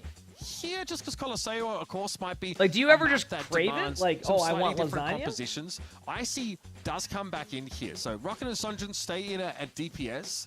Riker, of course, going to be taking a seat said- for the okay, time so you being said here. So kebab, I'm falafel, definitely interested sushi. to see Juby come back in, because I think that the Lucio definitely basically a necessity on these push maps, but Shawarma? especially Ramen. I like ramen. Ramen's good. I agree. You want to make sure that you have the mobility. Sushi, like, to I be still able have to never really make those had- quick rotations. I've had especially sushi, up but to I those haven't high had it ground, a the ton. bridge I definitely play need to try around, it. or even that midpoint. You got to be able to get back to those very quickly, so you aren't giving up too much. New area England over clam to your chowder? opponent. Well, I mean, But I think when being it from comes down Massachusetts, to there the is good clam substitution chowder there here, of but Icy and Riker, we if have I'm gonna, seen I Icy don't think I'm play gonna. such an Yeah, no, influential part not of yet. this roster. I'd say around To be like able to come in and June-ish. play things like the Sigma, like the Ramatra, Lizard just more Wizard, just sort thanks of for the 41 brawl-oriented months of the tier 1. heroes, Thank you, appreciate that it. can really hold that front line. And so maybe we can Pizza? expect to see a bit more of that heading into 41 Colosseo. months. Now, That's again, We have a almost pizza a place year. we've been wanting to get for a Thanks, while. Emongg. Until now has played out almost identically. You want a to how nice it did hot in day these for two clam chowder? teams' earlier matchup in Swiss. They played in round 3. Through the group stage, they played Samoa, which Luminosity won. Then Eichenwalde, Mashed which potatoes with Timeless managed to meatballs. win. So very much how that Yeah, but has like, played what's out. considered The good difference here sushi, is, of right? course, in the Because like first I've two, we like have tried it a Push couple times, and I instead don't of, hate it, and I think I Escort like back seafood a then. lot That more game now. ended So with a win for Timeless on Rialto. And so that's how they advanced. Actually, no, I think Timeless, they won Samoa and lost Eichenwalde. So there you go. I mean, that's how close these two teams are. It's actually flipped from how that first round matchup went. But again, these two teams are really familiar with each other. Already having played each other in Swiss. It was close in a best of 3, right? So expect to see a little bit of a divergence from, if you've been following these teams up until now. We had that roster swap. Just you said chicken parm? You mean chicken palm? Full intent behind that revealed. Okay. Chicken palm. I think the Orisa also works in this scenario, especially if you expect that Luminosity is going to come out with the same type of Orisa comp that they did on Samoa. You just go, yeah, okay, we can match that. But maybe this time around, playing with a bit more of these straightaways and Sonjun on this Sojourn instead, that might be the bit of a mix-up we were needing and we were missing there on Samoa. Early damage trade seemed to favor Luminosity here. Sonjin, though, you'll notice, is trying to play much more in the middle of the road as opposed Where'd to I park my car? a little bit more aggressive. We've Outside. already noted that after his time at Eichenwalde. I feel like I'd be if I said inside, like Dante back briefly, but these are just damage am I trades. parking A lot it in of like the my living interest room? Comes from these Sojourns. Well, I guess the these garage. rails, all the tracer duels that are happening on the right side of this area. You can see King posturing quite aggressively here in that courtyard. So remember, on this map, chat, it's not uncommon to see teams stand here for 1 minute and do absolutely nothing. It's just how the map plays. That's what you're seeing there. So It's all about the battle of the midpoint. How long I gotta hit pause here? for 1 second because then we should I fix give it that. another There you 30 go. seconds. You're probably not too much longer. Dante's starting to feel the pressure a little bit here, and it's going to have to disengage. So this now allows Timeless Well, I don't think I've ever had that to before. play up and have some space on their right. And here it is, Vision getting accosted by Rocket instantly. A railgun though comes out. It's just a body shot though. Did that disrupt the shot? I don't think what else, Another like- body shot claims the I haven't had pizza in Luminosity forever. have the edge. It's almost as if like Timeless walked a little bit. And I too will far say, forward Massachusetts into has good Luminosity pizza, territory before they were in my ready opinion. to actually pull the trigger. And so We have good Luminosity local able pizza. To set up that crossfire, get that pesky tracer out of the way, but not before Rocket was able to do some pretty big damage. I mean, these tracers are still going toe to toe. King able to get the pulse bomb online, but How about a taco pizza? I too think far behind when coming back out of those spawn. I don't know what's on that. But plenty of time here for Timeless to come back in and get the recontest. Like, do you just take a pizza and like fold it up? I mean, they thought about it. They definitely thought about it. I think they realized that they don't really want the bot to get too much. You said Massachusetts has pretty bad Also pizza, to don't be know honest. much about who's on that left-hand I mean, side. I'm talking like local They don't want to restaurants. group up too much. Sonjun here sees a sound barrier. Maybe regrets making use of the power slide in that moment, but is still in a safe enough place, all things considered. King sees the power slide. It might be time to go here with this pulse. What does Timeless have right now? They're gonna have. Nope, they won that. Ooh, that was good vision right there. Vision finds one, but that's all the Luminosity are gonna get there. What's up? A nice tussle over the point, but Timeless is able to walk it back over into their own territory, and really like forcing out quite a few big ultimates there from Luminosity. They got out the sound barrier, they got out that Kitsune rush, but I think right now I'm really looking at the. I think we're getting Thai food. That's what we decided on. That overclock. What should I get, Chad, if I'm getting Thai food? High ground control. Ooh, look at this flank. Very, very powerful. Who's ready to watch a pulse bomb get Suzu'd? The guy heard it. Yep. I mean, that's quite a statement you're trying to make. Oh, man, okay. No connection on the pulse bomb there from Rocket. Oh, look at 1 second, Katie. Yeah. Here's that overclocked division. Has been sitting. You said shrimp pad Thai? Patsy Patsy Ooh. I think that's the one I get. I think, yeah, Patsy Ooh's the one I've been getting, and it's really good. He's about to get surrounded. King actually fell to Rocket here, so at least Timeless have some step to this fight. Bubble tea? But as the pendulum swings, Luminosity now have the edge once more. I mean, what Starting flavor? To work their way forward means that, you know, I think Bubble? like we're still going to see one more team fight before we do get a chance to actually push this bot over to that first checkpoint. Yeah, Patsy Ooh's good. But this fight is should I get, like... sides. You have no ultimates for anybody. Should I be a rebel tonight and get a spice level on it? Luminosity just backing up. What should I go, chat? Spice level 1? So you don't like this map? What don't you like about this map? I actually like this map because, like, I feel like it's one of the push maps where you can get a really good game on it. Kind of like Esperanza. CJ riskily shows his whole self out there in the open while healing up the Sojourn. Okay, But, yeah, I mean, it's just like this map is a very standstill map. That's why we're 5 minutes in and you see the score. That's kind of what happens. Level 5? So now it is a Sojourn advantage for Luminosity. Opener trying to stay safe here. Juby already sent that sound barrier out in response. So both Lucios parting with their ultimates. So Luminosity still have this I don't want no. buffer. If they can break the dam here, they might. I guess when it comes to spicy food, I get like my question is like, what is like your spice level? Because I feel like obviously everybody's different with that, and I don't mind it when it's like super hot, but like it comes to a point where it doesn't have like a. Luminosity, I guess like a taste to me? Just a little bit longer to try to grab that checkpoint. But this has been such a little progress on both sides, so back and forth. Really nice recognition from both teams. Is it jalapenos is your limit? Oh, I can go past that. But Luminosity. All right, here we go. Anyway. Have the ultimate advantage right now. Again, Squeak gets caught out in the open on their own. It happens a second time. Almost prophetic that moment was. But Icy might be a bigger fish to fry here as King's been able to secure the Orisa pick with a pulse. The reason why they're not peeking there is because they have like the. Actually, I don't know what happened. Has extra defensive options in Terror Surge, which will apply Fortify for a time. Ooh. But you've got to turn this into something. You've got rid of the enemy Orisa. How do you go forward? Luminosity, though, making no progress in that direction. In fact, Sonjun's able to find a window to bring Juby down. This is huge for Timeless. They lose their Orisa and still get to keep coming forward, or at least not give ground. And now Icy's going to be back in the fight. You can handle very hot stuff. Yeah, I guess it just depends. depends. Trades were just so much better for Timeless, and now that Icy is back, as you mentioned, like there's I no think spice level options. they just have to try to hold their ground on this bridge to wait for their own fifth member to return. Give it a second. Dante trying to preserve his HP there. Exactly. Like well, that's what I'm saying is like I just feel like if I've ever had something way too spicy, it doesn't have like a flavor to me, and I don't know how to explain it. So I'm like, you know, I can. Rocket again on high ground. I don't think the spiciest thing I'd have. Like, besides like what, Sprite? Like I don't know. Okay, what do we got? Both Sonjun and CJ fall as a result of that. Eventually, Vision gives up his life, but this has been a really good match, by the way. These have been like today's been a really good day of Overwatch, in my opinion. From encroaching further. Yep, with a rocket pickoff here, Luminosity are back in the driver's seat. What a close Azariah, thanks for the 8 months of the tier 1. Thank you, appreciate it. Thank you. And we're down to 3 minutes and 15 in the round. Yeah, it's been just a standstill every single time there's been a fight over this bot. Now that Luminosity has been able to walk it back into their territory, though, they are just waiting for reinforcements so they can actually pop some of these ultimates. What a wonderful fight for them to win with using that makes nothing. sense, Selfish. So they've got 5 coming into this next fight. So you should be feeling pretty confident if you're a Luminosity fan right now. Hey, chat, this is such... No one's got the checkpoint yet, like the actual checkpoint. I'm trying to see what Timeless has beat. Luminosity's going to counter with beat. Then you're going to hear Sojourn out. Sound barriers now from both sides, but Vision will be the one with the overclock. Okay, and then there's gonna, if they survive this, then there's gonna be another Sojourn out. Will he have an opportunity? Vision wants to try and chase him down, so Sonjin drops to the low ground. CJ might be punished for his. Did that melee hit?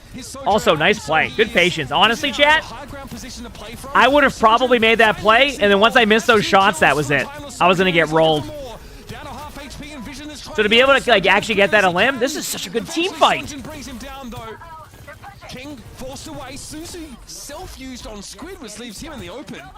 Wait, Timeless won that? Luminosity got a slim lead off that, but it is the slimmest of margins. It's a slim margin, but it's enough. You know, you delay the bot progress if you're Timeless, but now you still have the chance to like come back. What does Timeless have? Orisa ult and Pulse Bomb. Already at the bridge, so you should be able to deny the lead being taken as long as you play this safely. Slow and steady for Luminosity. It's a tenuous lead, Rose, but you're right, it is one of that. Yep, Icy getting picked off there. That was a hell of a lot of damage pumped into Icy. And now this is very, very dangerous for Timeless. Not only have Luminosity got the bot control, but they do it without spin. Wait, they have the bot control too. This is not good at all. Nice shot. That was a clutch play, because like, this could be a lot worse. Cancels out Rocket getting picked. Yeah, I was gonna say. Can Sonjin actually get here? He has some ability to take a commanding position here on this high ground, but CJ's down. Dante is able to find another opportunity to run the Kiriko out of town. Okay, here we go. Both teams have lost them though. Sonjin under no real threat from Dante, but the follow-up from Juby was always going to be there. Now I think Luminosity. This has been such a good game. Sorry, chat. It's just like all over the place in like a good way. This is awesome. Opener, excuse me, who has a sound barrier. You want to try and force that out here if you can. Pulse though won't get it done. Icy's way too healthy. Okay, so Timeless gets that. I mean, this is it. This is like the last team fight almost. Where Timeless has a position to win the map outright as a result. I was gonna say, this is like the last team fight coming up. It looks like. It was really important about the stall that Luminosity put forth out of the bot just a couple seconds ago, is that we are now in last fight territory. Timeless have the ultimate advantage. Oh, by the way, Katie, I just now saw the taco pizza you were talking about. See, I wouldn't like that. Wait, is that jalapenos or is that olives? 4v4 fight. As long as somebody doesn't get picked early. I don't know, it looks like olives to me. Alright, here we go. Neither have got there so far. Both, it is olives. Yep. I don't like olives. Did Timeless just take this? This is it. Whoever gets this, gets this. Oh my, what a game. They can't touch, that's it.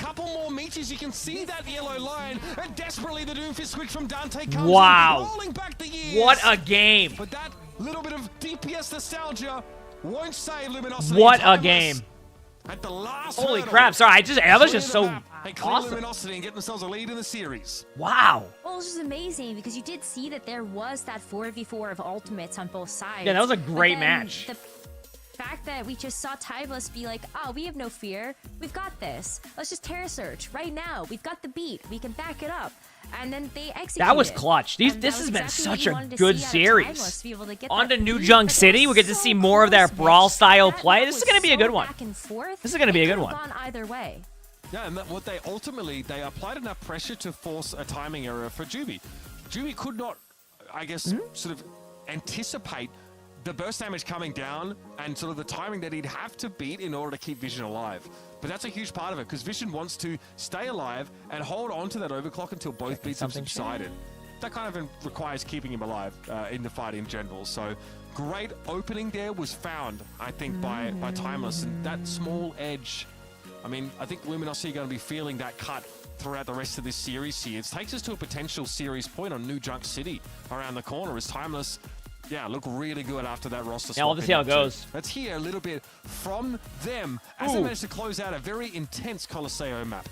Oh, I can't wait. This is going to be awesome. Where's the drop? We can go top. Okay. Where's the drop? I got a Curio, maybe. I'm really drunk toast. Thanks for the good stuff. Thank you. Appreciate it.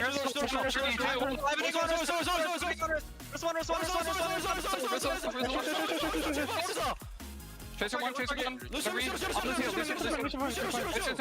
no re. Set up top. Holy shit. Shoot the kid bait. Shoot the Soch. I got cart. Just him. Care. Easy.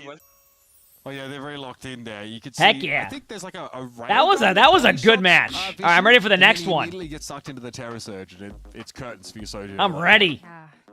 Yeah, but I mean, like, even just the comms all the way up until the very end, they're like, we haven't done it yet. You said those comms are a bit overwhelming. I mean, a lot of it, like, as like a pro player, when you have those comms, a lot of the time is that you, a lot of what happens is you just kind of like, you'll hear the information that you're looking for, and then you just keep like, so like, target focus, things like that. Over them so far, because again, a lot of the conversation has been about, you know, Vision, who looked really good on that first map, the switch to Ash. So like, if somebody's calling Lucio, and I'm able to get the Lucio, then I'm going to focus on that call out. Even if somebody's saying, oh, they used Suzu, they did this, they did this, that. You know what I'm saying? Sunjin's impact is still being felt on this particular map. You can hear him in the comms. He is out of the watch party's been fun. I've had a really good time. And that's manifesting in his play as well. I've had a really good time. It's been really chill. It's been like an awesome Saturday, just hanging out with Chad, having a good time. So yeah. Find the Kiriko after she's used her mobility. I've enjoyed the watch parties. It's just been I like watching the matches. It's a little bit of a break from like usually in the rank grind. So good time. Get to talk Overwatch with chat, talk about random foods. These two teams were separated by like I enjoy 1 it. to 4 meters for most of the map. But again, it's maintaining that mental acuity until the last. All right, give me 1 second, chat. I'm gonna go see what the menu is. You a win. And what a hard-fought victory here for Timeless to set themselves up with a lead. I want to take a second there to also call out openers specifically. I think Lucios are support heroes that go a little bit underappreciated, I think, in a meta like this. And you called out something really important there, Mitch, that so oftentimes the responsibility falls onto the Lucio to make sure that they are going to end up making sure that you get the mobility right away, or you're able to, even in opener's case, actually create an opening to get a pick. And so I think just being able to watch how opener is able to move around the map, and not only the macro with the team, but also the micro, watching which he boops away or even just makes a bit more vulnerable, is really, really important to keep looking at. Okay, here are your substitutions. So Chopper looks to be coming back into the lineup here alongside Rocket and Icy. This was, of course, what we saw at the outset from this Timeless squad. And again, like, that was obviously the map where they started strong and then began to struggle a little bit. So Sunjin hits the bench alongside Raka and Tensa. And New Junk City comes up, and it's a big time here. All right, extremely Minkus, thanks to the tier 1. Thank you, appreciate it. They've come close to Timeless. I mean, the Swiss... You're right, it is end of the season games, which is fine. I mean, like, I have fun playing off-roll, but we're chilling. This is a completely different story. A win versus Timeless, exit from the group in first place. escape the patch coming in. Patch. There's so much to play for. God. Mid-stage patch. Oh yeah, so what they're saying, by the way, to that chat is that there's also more groups next week, but it's like they won't have to play for till the main event if they win, so they can watch how the meta is and get an idea of how teams are going to play and learn the new meta before like having to be right into the match like a few days later. So pretty scary. Timeless, though, would prefer not to have to show something like that until we get to the main event itself. Here we go first, Flashpoint as per usual, folks. Middle of the map. We're going to have a Cassidy versus Sojourn difference, so this is actually making the switch here. What a roll. Chopper more than happy to pick up where Sojourn left off. We'll have the Orisa mirror. It'll be a Baptiste though for Squid. All right, so the Baptiste coming back into play. You do have the Immortality field, even though on a smaller cooldown. Wow, really big opener there. And this is like the difference in like when you have a Sojourn who's hitting their shots. Like, Sojourn is such a difficult hero to play against in top 500 gameplay, so like, yep. There's nothing Cassidy can really do. Citrus Nation is also in this group. Oh, damn. Yeah, Citrus Nation is a very good team. Timeless play around the use of yeah, I forgot they were in this group. This is a pretty stacked group then in general. Because they both come in for very different reasons. Their pools seem similar though, right? They're super, super similar, yeah. But Chopper is basically like a Sojourn one-trick. Is mostly what I think we see from him. Not necessarily that he can't like a change of pace with the WCS. Yeah, I enjoy it. I mean, being able to hang out and watch matches for hours on end with chat, like, great. I love doing these. I'll keep doing them as long as chat wants to see it. Also with the really flashy moments in that previous map. Also not afraid. I have fun with it. Can be a bit more relaxed at times, like then you know, I'm recording the spectating or play in, obviously. Luminosity is able to flip control of the point here. Chopper doesn't want this to be a long-term solution. No, siree. Here's that still forced out. The recall instantly from Rocket, who needs to get out. The recall, yes. That's good. Here. Time to slip the point, though, instantly. Luminosity, let that one slip away. And now this is yeah, now Timeless has a bit of an advantage again from just using Kitsune right here in a second. Maybe LG will speed high noon or speed beat. Dante's going for it here, but I don't know if Timeless realize what's actually coming at them from the other direction. Yeah, I think that's just going to be... Does buy a bit of time here, but how did Luminosity that was a pulse bomb. That was just a, hey, I don't need this type of pulse bomb play. And that is not only bad for this flashpoint, but also for the first fight on the next one. Opener is grinning from ear to ear right now, not having to have had to use that beat. With the servers? I mean, I haven't had issues with the Overwatch servers, but this next could be happening. Point. I mean, if you're able to just get immediate control, sound barrier is something that could totally give hopefully no that. issues. So as we take a look at where we're going next for Flashpoint, it's going to be Refinery, and this is actually where I would feel like sound barrier is even more impactful, just because of how close this space really is. You gotta fight close together. Yeah, especially if you, as the team controlling the point, want to push. Come on, LG, we need a map 5. That's true. Timeless took that, so let's see what happens now. So Timeless does have a Rissel coming up, Beat coming up. Gonna open it with Beat because they know that LG had used Beat prior, so it's kind of like a free engage ultimate. Because Icy was looking a little low. Great interruption of the Deadeye. Vision eats a javelin there from Icy. Oh, wow. But Okay, there you go. It looks like LG's going to take that. What maps do I think Sigma will be dominant on in Season 12? The healing not coming all at once. There's no burst about it. I mean, I think Sigma will just be good on maps, right? Like, I don't know. I still think even with Circuit Royale changes, I think Sigma would still be good, you know? I wouldn't be too worried about that with Sigma. All right, well, that's good news, though, for Luminosity. They got past sort of the big behemoth, which is that sound barrier that Opener had held on to. And now that that's off the table, it's kind of back to square one for both of these teams. Looking at another rotation of ultimates from Timeless, we've got the Kitsune Rush and the Overclock from Chopper. But Luminosity, on the flip side, now that they have control of this point, just, you know... Zam linked me, or linked a... You know? Just hit the pulse bomb. Actually, Twix Coffee sounds good. Easy clap. That's part of the plan, and guess what? Okay, they got the lamp out. With that immortality field in play. At least it wasn't Suzu, right? Rocket's pulse. King will have one though, but will he live looking in, they're gonna back away. It's looking unclear though. Is Luminosity. Oh wow! Oh no! Here, happy to drag this out even further, and even happy to concede the fight. King I mean, brought down, but Vision got Timeless is gonna have.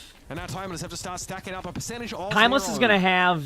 But not after Kitsune here, so they might just lead off with that. 80%. One more fight here, and Luminosity get a chance to tie up this. Maybe not. Maybe they wait for the window and then counter with it because they can just speed past window with the Orisa. Sound barrier from Juby as well. This is another kind of interesting give and take we'll have to see from these Lucio sound barriers. Is how do they really change? Well, LG has a free beat against their beat because they had used beat prior, so they know they can use it if they really need to. Juby here. Here's the window. Maybe a bit exposed in that position, so rectifies it instantly. 58% and counting now. Icy trying to stay. Oh, right click ran again the pick. Luminosity can honestly just brute force this. Then they do. Chopper knocked back, doesn't have any healing available. That was interesting. It's like this flashpoint now. It's all Timeless had their ultimates there. They could have used it to be aggressive, but they waited and they played the ult economy. And I think that's totally fine. Going on to the next flashpoint. That's totally fine. To spare Luminosity's side. The interesting thing about the Cassidy ult here is, you know, based on where you are, or I guess what side you end up on, might actually be really nice to have as a zoning ultimate. What better than to have bomb flats, such an open territory to play around, to have that Cassidy pop off. Here we go. Alrighty. Vision here. This map can play to his ideal sidelines at times, but honestly... This is a... I don't know, these Orisa matchups are great because you just like the team fights start so slow, so you have to wait a little bit, but then they get aggressive so fast. Oh wow, Timeless with the early pick on Dante. Their shot on top of him. That'll do it. Just take the damage, bro. What's the worst that could happen? I mean, I kind of like how Flashpoint is, but I mean, maybe they'll make changes eventually to something like that. The sad flashback moment to Coliseo. I mean, again, like he wasn't really able to do much with that Deadeye. I think that Timeless weren't really going to offer him much of an opportunity to turn that into a kill. Timeless has. I appreciate the discipline at the very least. And hey, you get a free reload. Don't forget, there's always LG some has upside. So I don't know. Maybe they'll just. We have two Terror Surges in play. It's that sound barrier advantage, though. Yeah, like remember how I was saying how they were going to save their ultimates a little bit? That's pretty much what they did. Like they chose to save their ultimates rather than like force a win on the other point. It's kind of worked out for them. Oh, what a stick. going to create some pretty variable fights. Ooh, I don't know who's going to win this. Yeah, that's kind of what we were hoping to keep paying attention to, right? Is that even though we have seen, the recall just in time. At first, and now Opener got to hold on to it. It hasn't really felt like it's given either. I mean, team honestly, like this delay by Rocket on advantage. point was actually really good. It did, yeah. That guarantees they'll get the point now. Opener has had it, and it hasn't. That was really been good. As big of an impact as you would expect when you have the sound barrier and the other team does not. Still, though, Timeless able to turn that Here into we go. a prolonged engagement, probably, you know, to some degree owing to the sound barrier having been used there. But Juby now's coming up on his. So Luminosity are in a good position to take 30, 40, 50 They're going main. percentage. Oh, it's going to be a risk all the time. Here we go. Their fingertips. Actually, though, at least has Oh yeah, Terra Rocket's Surge. really good. That's I really agree. Speculative. It's going to be hard to get value when your opponents are so durable under that sound barrier. I wonder how Timeless wants to play this, because they have their Kitsune coming up, so maybe they slow it down a little bit with Kitsune. Cassidy. Make sure their healing is good and everybody getting out of that line of sight. No one wants to face Vision down now. So much so that he's had to push. And there it is. Yep, there it is. That ultimate from the Baptiste. Oh no. And there it is. Terra Surge gets shut down instantly. I don't hate seeing the Kitsune rush here. Don't you love how tanks go with that one right there? How many stages are in OWCS? Well, this is the group play to get into the bracket CJ and play. King both fall there, so you can see it's Vision now trying to play alongside Juby and these other two supports. And that's beautiful. There's enough healing to keep Vision in the fight. And this town wasn't big enough for the two of them, apparently. There's Luminosity threatened now. All right. To take the map away. I think we might get a map 5 chat, Hey, well, which I would not complain about one bit. If we got a map 5, To reload.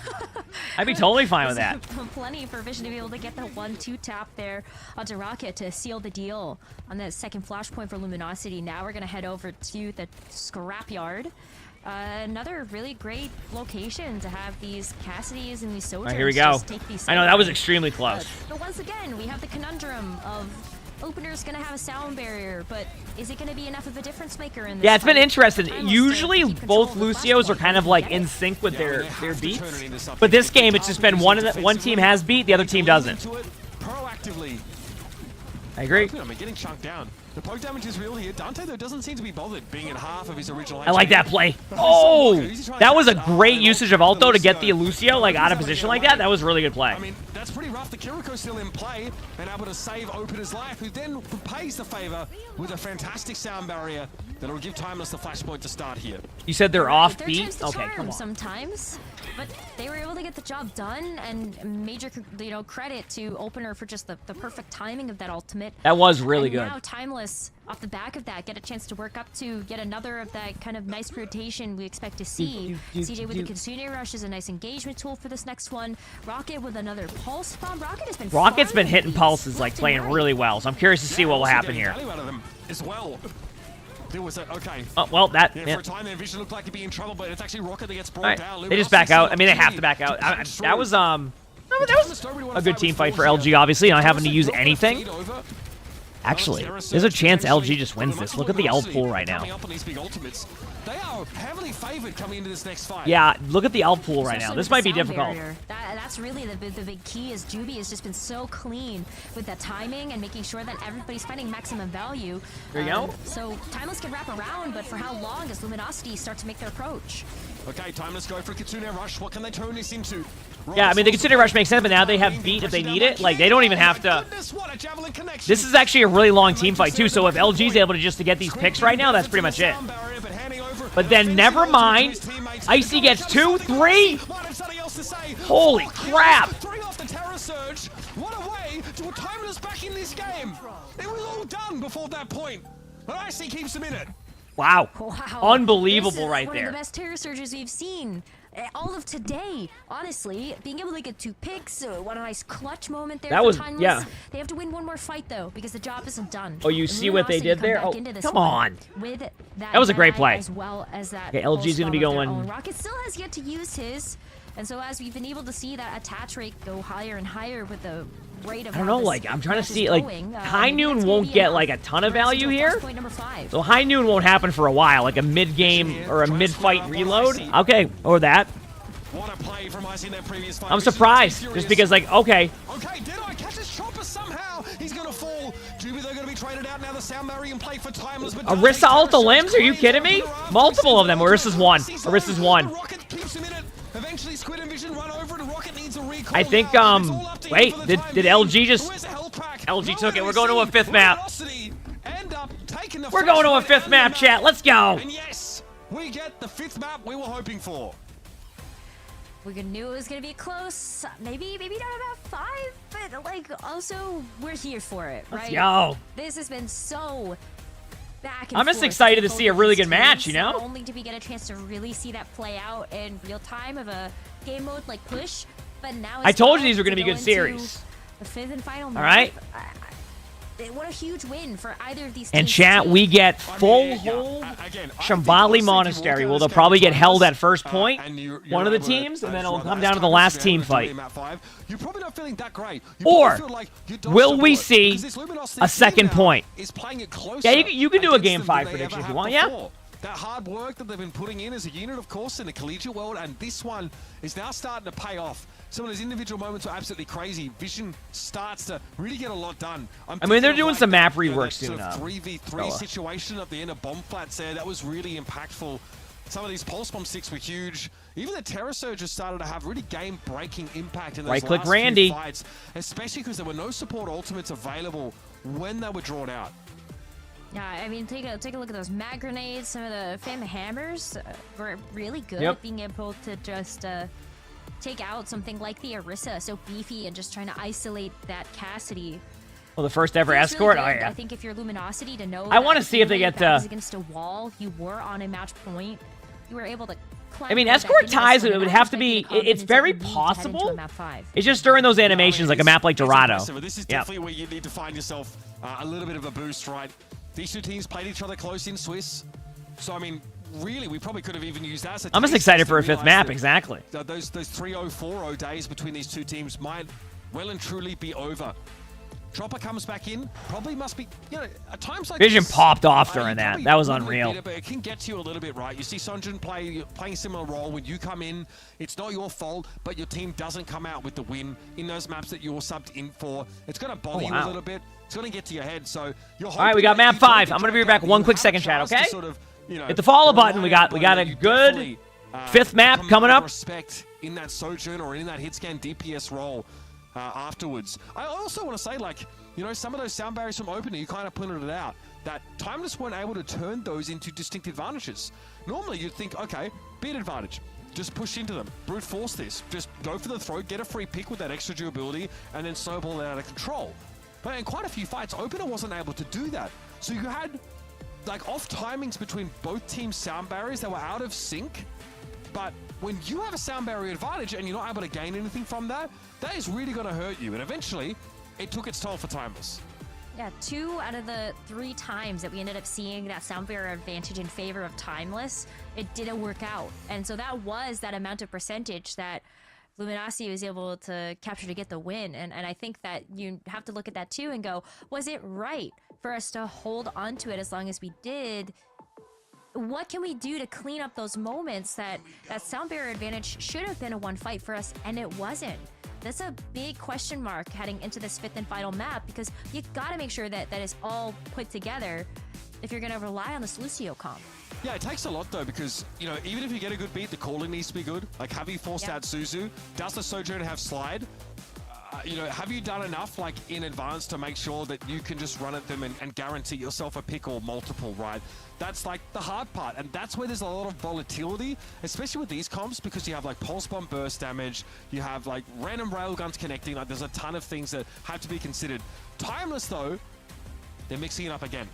They're gonna make some more roster substitutions here, as Riker is the one that comes back in. So there's like 3 different looks at this roster, 3 different permutations of tank and DPS here.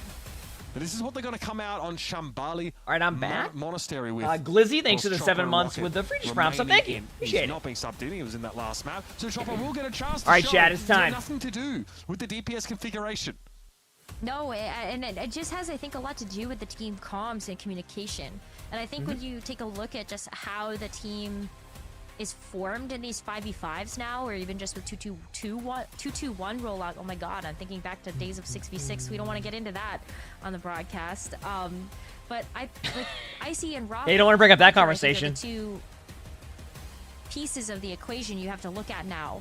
Isolate out which is going to be better for the team. Said when's the next in game? This moment. We're playing on Shambhala Monastery. This is a payload map.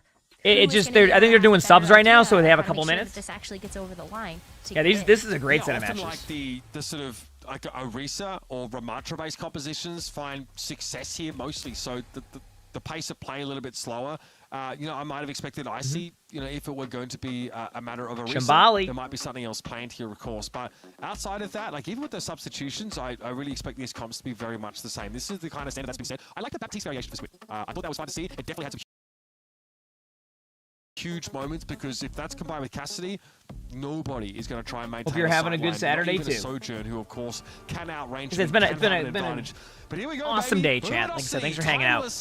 Timeless Still got one whole match left too, so we're vibing. I gotta hit pause once though. This group in first place.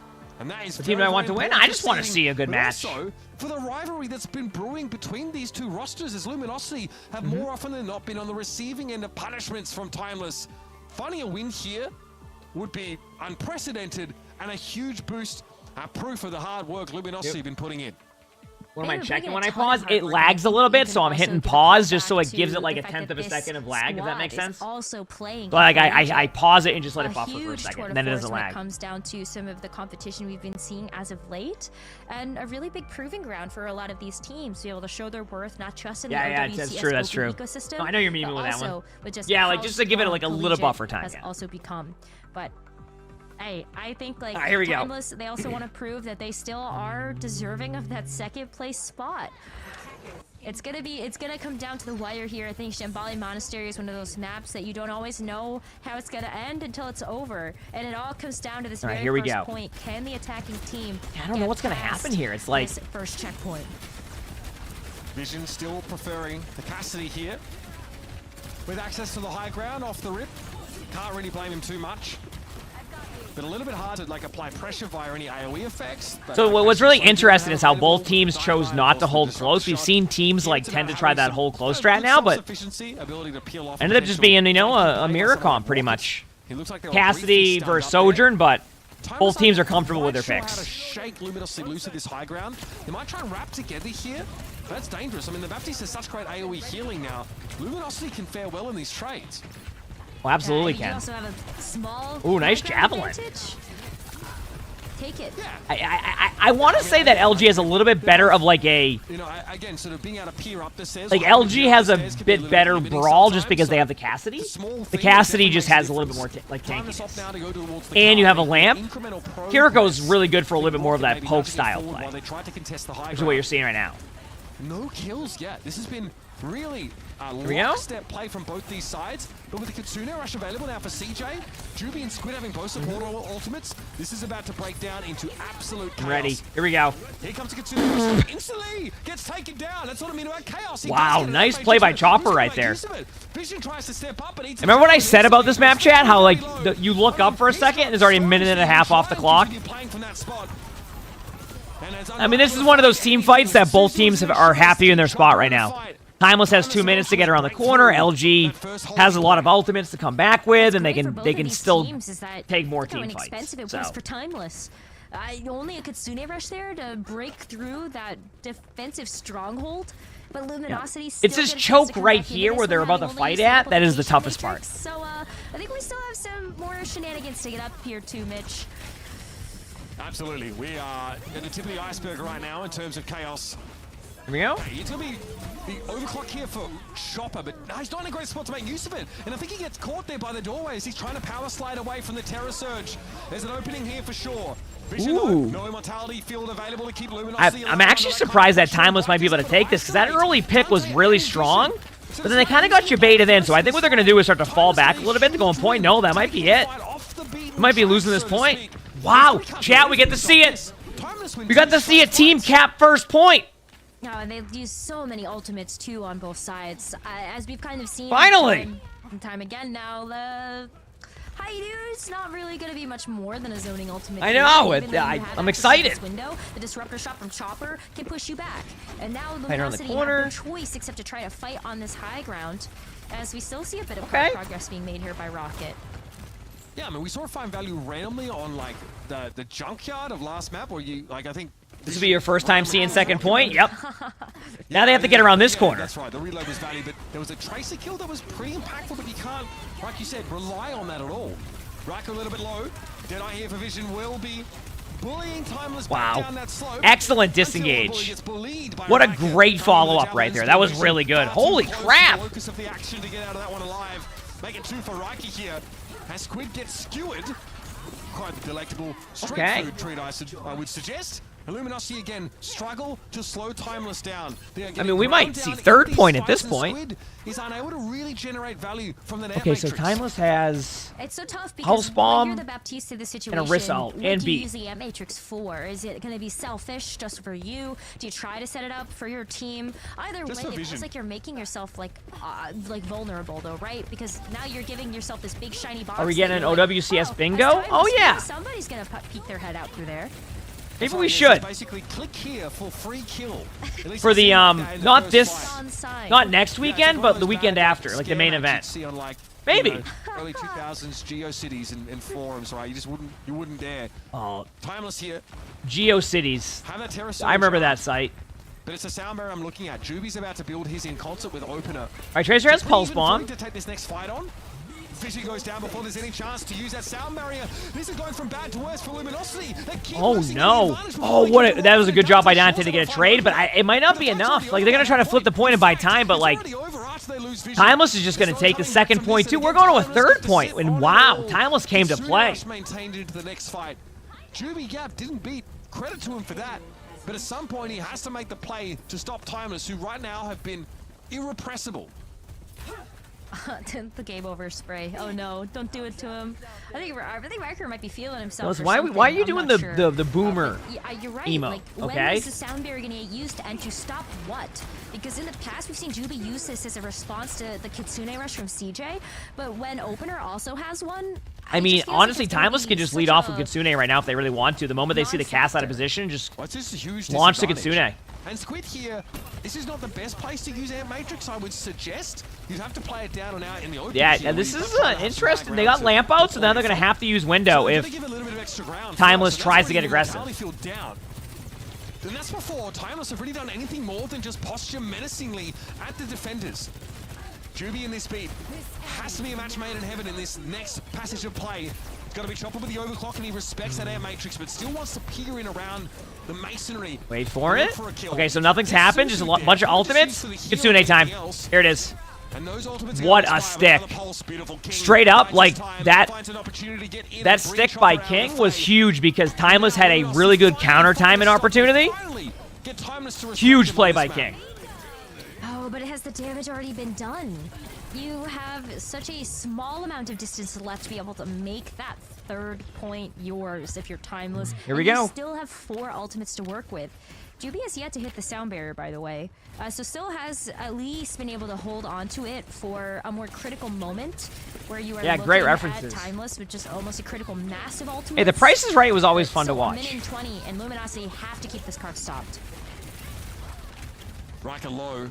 Wait for heals, wait for heals. So he has to give up all There you that go. space that he Alright, so just Tracer's fought gonna to try to gain. go in the backline first to try to force out a quick cooldown. What a stick, but then the lamp ruined the play! Diligently gets that one out. That was so cool too, but then the lamp. The lamp. Yeah, that first pick, I think.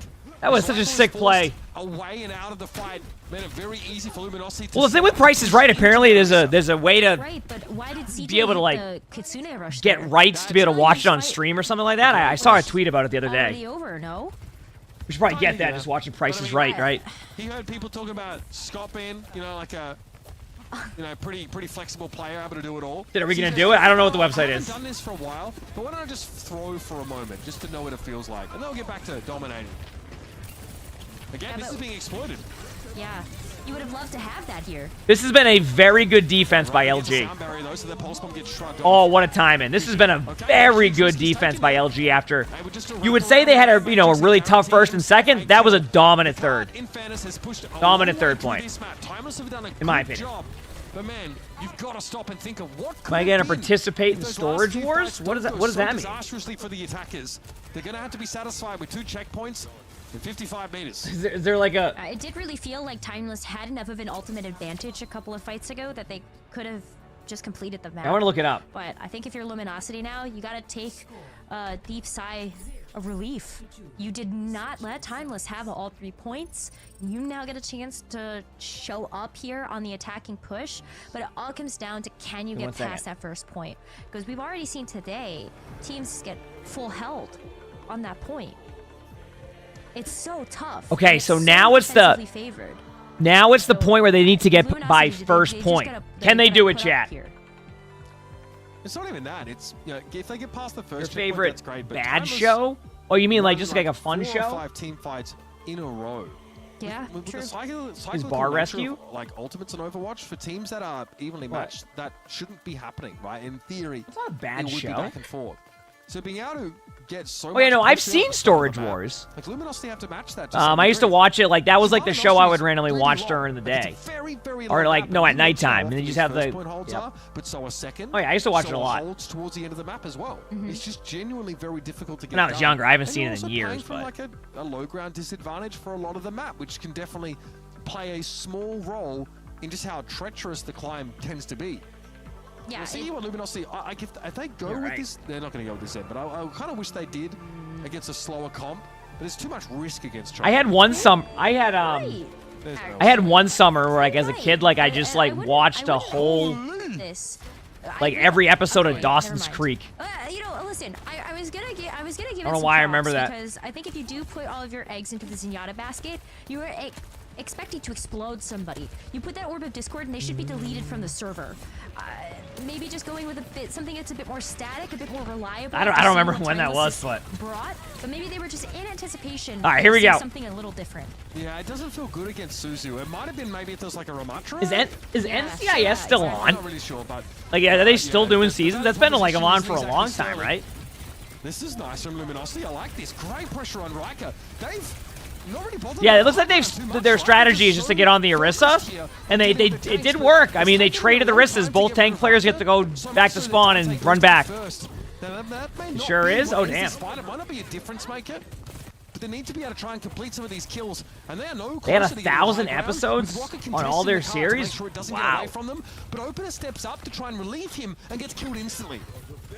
Well, that's one way that you can keep pushing this payload forward, taking advantage of the fact that neither tank Not is a in bad sight. start It's for just LG. Get those picks as the DPS. Not a bad start. Choice here, but to back This up is the to team go fight all right of the here, though. This is like the By the time problem the is Titans can come back, you need it's to get past this 14-5. choke. Luminosity are playing Basically around here, this otherwise you which get is a stuck great for 3 defensive minutes. corner for them. So here we go. We saw a fight taken here earlier on. I feel like it was by Timeless in a losing fight. Riker was I mean, if they're at 1,000 episodes, what is Law and Order at? Surge, Across all theirs. Started horribly for Timeless. Okay, here we go. Rocket now goes straight through the Huge Matrix. pulse. Okay, has to be an immortality field instantly, but he forced Good that beat. out. He probably were hoping for a little more, but he couldn't get that cooldown out of the Baptiste beforehand. That's fine. Opener falls though. Timeless starting to buckle, crumble under the pressure here. I don't know who's gonna win it. To life. Rocket takes a Who is huge gonna hit win from it? Somewhere behind and has to recall out Chat. the side. That checkpoint comes out for Luminosity, and this Chat. is a cracking pace. They're setting We across the have map. two This is a great start. It's a great start, but they've teams that have gotten past first point. Did just get past It happened. level 1 of this dungeon, and now they've got to work. I like that what is way to gonna describe happen level here. 1 of this dungeon. It really The is. new challenge here is to deal with. Did I this watch cavern. Fallout yet? I've watched So you'll see 3 Dante episodes, and it's immediately great. Try to take a bit more of that forward space, get a bit of poke, see if they can. I've get a enjoyed bit it pick there very with much somebody so. like I'm Vision 3 next to episodes him. in. But back up, great. I might watch the disengagement, 4th episode waiting tonight. For Timeless to just have to come to them. Vision in trouble there. Stunned up briefly, I think, by a Javelin, but wants to go for the Deadeye basically straight away. Immortality field is down, so you... Okay, there's the Ironside. Ooh, nice hinder. Don't you? Oh, I love a good hinder. Holy crap. Did you see that, chat? But eventually, he will fall. He's used to it at this point. He's playing Cassidy. After the Terror Surge, Riker tries to defend himself, but the crackback damage is immense. And LG wins that. Judy popping right off.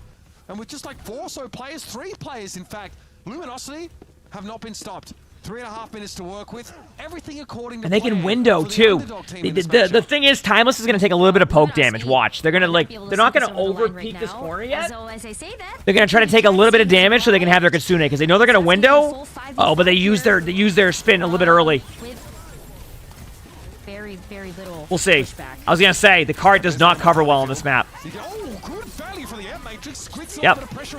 Chat's heard me complain about that. I'm like, yeah, I love as a tank I have to play cover, but now you have a cart, you just shoot their feet under. That they so desperately need against that air matrix play. Luminosity are doing all of the right things right Yeah, now. I want to say that LG gets this point, and I mean they're going on the third now.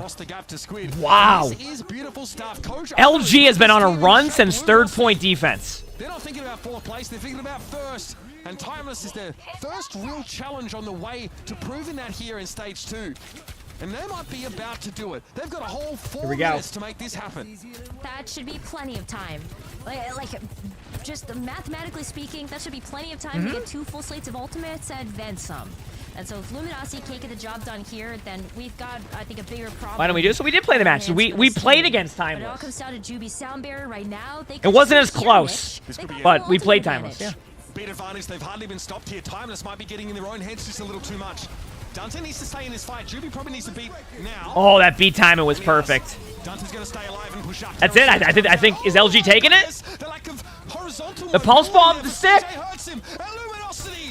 Wow, what a series! And there you go. Taking Timeless to task. LG wins that match. What a game! Wasn't all that close. These have been some really good games today, chat. Like really good games. That's wild. Incredible. And now we are starting to see potentially a changing of the guard, right? Luminosity have been able to make Wow, so what a much game. progress over the last, God, it's only really been a month, right, since stage 1. And this is a huge statement. They lost, they got crushed. All right, and then we still have one more series that should also be a really good And I'm matchup. sure that hurt, because they had to fight, to get to that game in the first place, right? That 3-0 against Pirates in Pajamas. Yep. We're like, okay, Luminosity looking like the real deal.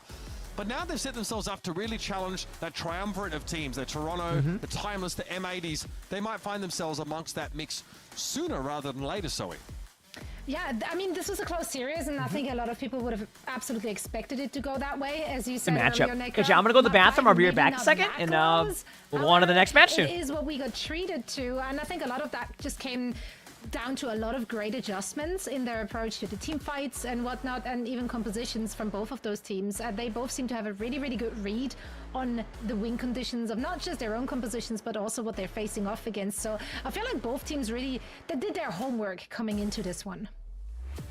Yeah, they really did. I think this is also just a good testament to scouting, the coaching on both of these squads, the fact that they also have had a chance to get a lot of scrims. I think that's something that is going to be really highly valued in this open ecosystem, is just how much practice can you get against these top teams. And I feel like when you look at Timeless and Luminosity, these are teams that scrim against each other a lot.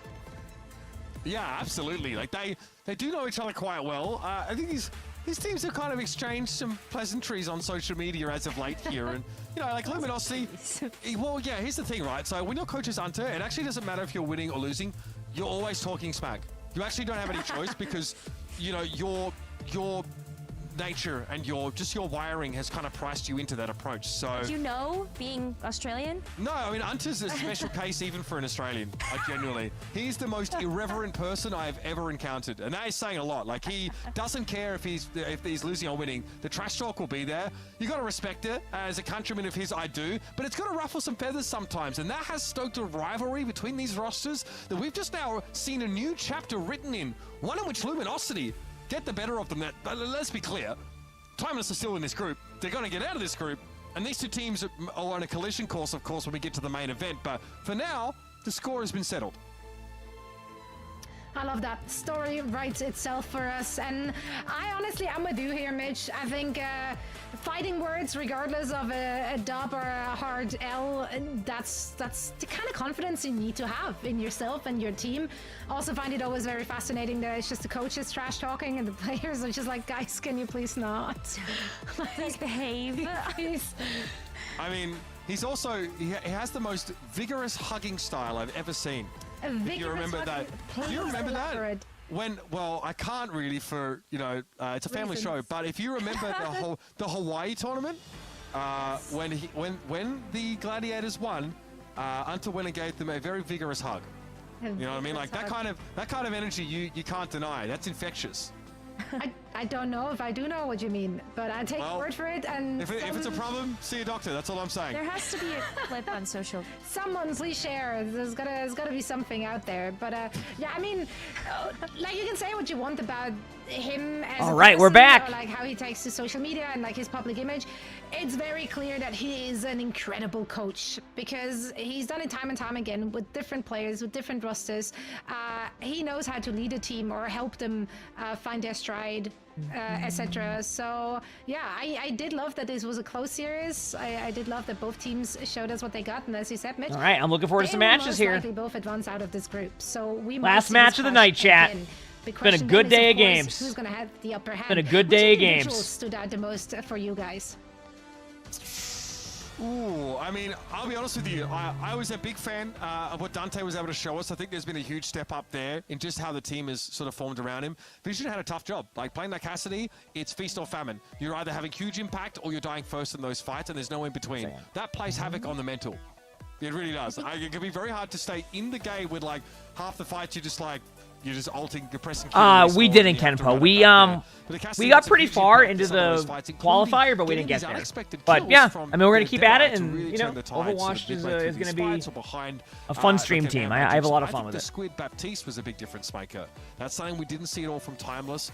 Those M matrices, and especially that immortality field, was absolutely crucial because it's not just pulse bomb that they're stopping. It's also just like these heavy rushes and these sort of surprise plays we saw from Timeless.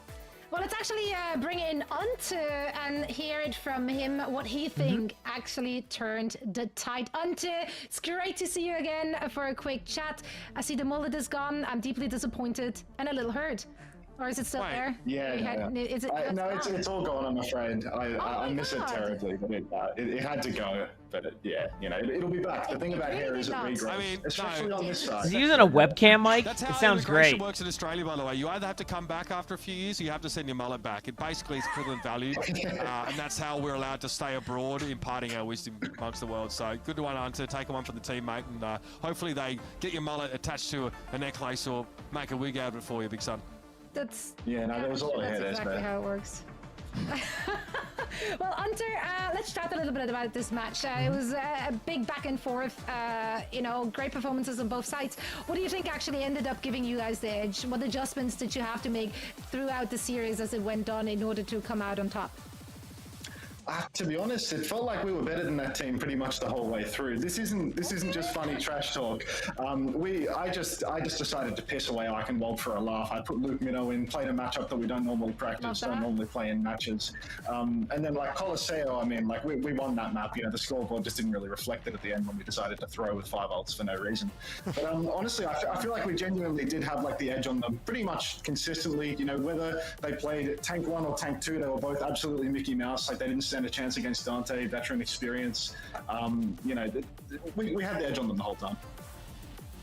What do you guys think about this Timeless squad? Because you know, you've got a let's say communication style onto that can ruffle some feathers. I've definitely seen the reaction on the Timeless side to that. What do you kind of think about this team? Because they've had your number up until now, mate. But would one LG did. LG did. Afoot. They're just doing the interview right now, so we're just chilling watching that. It is a bit of that, to be honest. You know, Timeless is a team that's full of all the next up young talent, emphasis on next up, obviously. We've even got some of the next up coaches on that team in the form of Capitology and whatnot, who, you know, obviously we're all terrified that he wasn't in the Overwatch League because, you know, God knows what he could have done with the roster. But yeah, I mean, you're right that Timeless is very much this new generation of talent coming through. But you'll also see that on our team. Like Luminosity, we have players like Squid, who are genuine up-and-comers. And, you know, you're looking at him and thinking, wow, his BAP performance was insane this week. If you watched him play BAP in last OWCS, that bastard threw our matches playing Baptiste. You give the guy a couple of weeks, and he's just taking over the lobby, like carrying the game. So, I'm sure you sorted it out proper good though, Max. I did absolutely nothing for him, but, you know, I'd love to say the lamp? Yeah, there's a lamp right there. I mean, Hunter, there has been a lot of chatter though about this patch that's coming in. Check one thing here. Next week. How do you feel like your team is going to fare on that patch, and are you like relieved you're dodging it for the group stages? I am so glad that we get to skip that group because if Wrecking Ball is important, we are cooked. Like we are so cooked. we have two off-tank players that are like both 40 years old. So I don't know. We might have to look at the gun strat of signing a 17-year-old. Matt's gone postal. Thanks for the 29 months of the Twitch Prime. Thank you, appreciate it. Thank you. Well, you have a little bit of time to figure that out. Now, generally, how do you feel like your team is stacking up to the rest of the competition? Look, I think if we can take Timeless, we can pretty much take anyone in the tournament, to be honest. You know, as much as I would love to talk down to Timeless over and over and over again, they have had really solid performances. You know, M80 has crumbled to Timeless a few times over. You watch practice and whatnot, and again, they lose to Timeless loses or beats M80 quite often. So I think that, you know, Toronto is the dog where everyone knows, you know, Toronto's the best team in the region. But beyond that, I think that we have like a very strong matchup. There's pretty much every team now. Well, we're very excited to see more of you in the squad. Unto, thank you once again for joining us. It's always great to have a chat with you. Oh yeah, watch Uncoachable and team. Hey, make your bed for Uncoachable at least. No one's gonna watch a 4-hour show. I had to roll it. I started at like 4 in the morning for Collegiate. I'm not making my bed. I rolled out of bed, got here. Give me a break. Yeah, it's a flick of the wrist, big son. Easy clap. Takes like 1 minute. I've got weak wrists. I can't do it. All right, big brain, weak wrists. That's the Hunter we know and love. Thank you so much for joining us. We're going to see more of you in this squad, of course, in the main event. All right. What a guy. No, I mean, I'm going to do it. I mean, again, tell you what, like, again. Like, all right, who's going to win this match, chat? For a bit of trash talk, but, you know, when we get to brass as I mentioned, like, Overwatched once, it's because we're that good. As well for you know, it's without saying that we're absolutely dominant, right? You know what I'm saying? Guys full of confidence here, and I think, like, that entire Luminosity team is going to be over the moon about what they've been able to do, and I love that they mentioned, like, the transition with the Baptiste play. Squid is really coming into his own. We talked about how much of a difference maker he was, especially setting up vision, and that's a big part of their win here today. Yeah, I was gonna bring up too that I think Jupi also had a glow up between stages 1 and 2. Oh yeah, we're the #1 seed. That you need to Twinkie, thanks for the 100 bits. C1 Sully, he's over there just playing. Fights, whether it was the sound barrier coming in at the right time or also being able to help out. He's over there playing, being a good boy. Actually had a good sight line. Jupi also came up really big today. Yeah, I think this team has definitely put themselves on everyone's radar. The top teams know to be afraid, or at least one more match. Yeah, chat, I don't think I'll be co-streaming matches tomorrow, though. I think I will be taking tomorrow off and taking Monday off, and then we're going hard in the paint. Season 10 is on Tuesday, so. And hopefully this drops, because if there's drops, we'll be doing long streams. Well, we already do long streams, but you know what I mean. Even longer. So they get to sit back even and longer. wait it out. Now we have one more game to play today, and that's going to be between M80 and Pirates in Pajamas. And all of that is going to happen on the other side of this. All right. Let's go.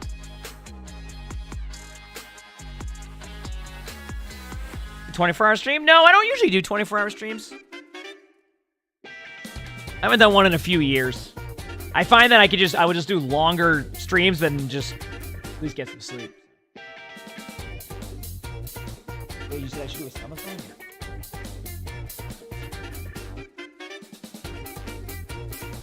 Oh, that'd be kind of cool, Transcend. I don't know if they'll do that, but that would be a cool drop idea. I like that.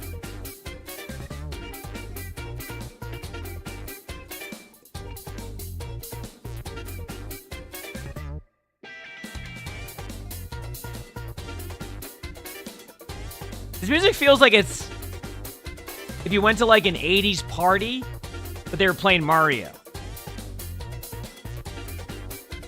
what I'm saying?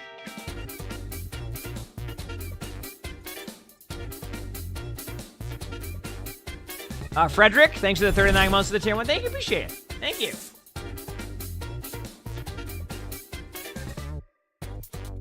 How's M80 been looking in general recently? I haven't seen much of their stuff.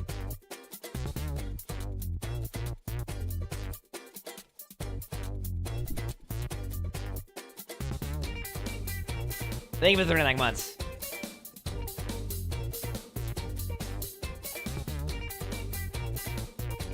I don't know if I have.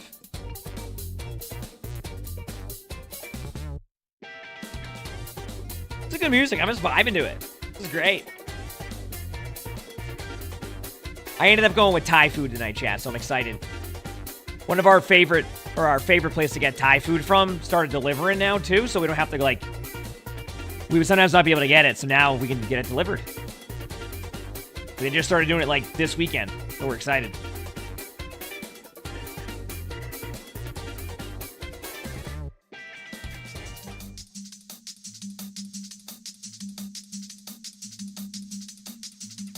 Did you too? Heck yeah.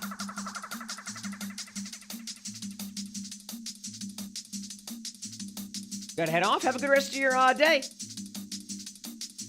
Then movie night? No plans on that. How long is this stream? I've been streaming for a while.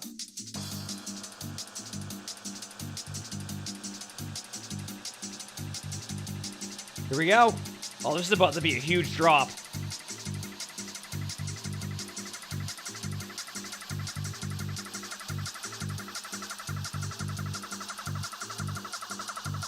I mean, Dild is still playing next week, I think. Or tomorrow. Tomorrow, maybe. Or maybe next week. Yes, Crandall, they are. I mean, a lot of the players are on rosters, but the orgs themselves aren't. I think Toronto's the only OWL org that stayed.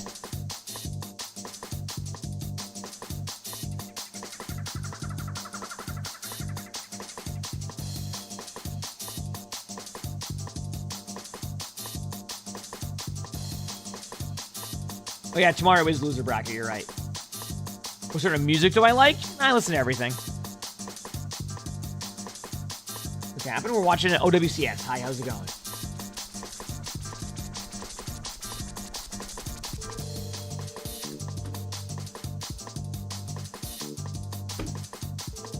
When it's finals, like, of this group? Not this upcoming weekend, the weekend after. Good even country? I don't mind country. I mean, I don't listen to a lot of country, but, like, I don't, like, hear a country song and hate it.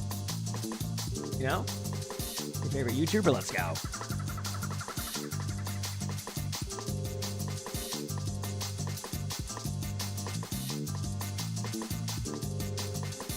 Well, DreamHack is like the DreamHack's where they have the finals, but like of this group. So yeah, DreamHack is next month at the end of May. At the end of May.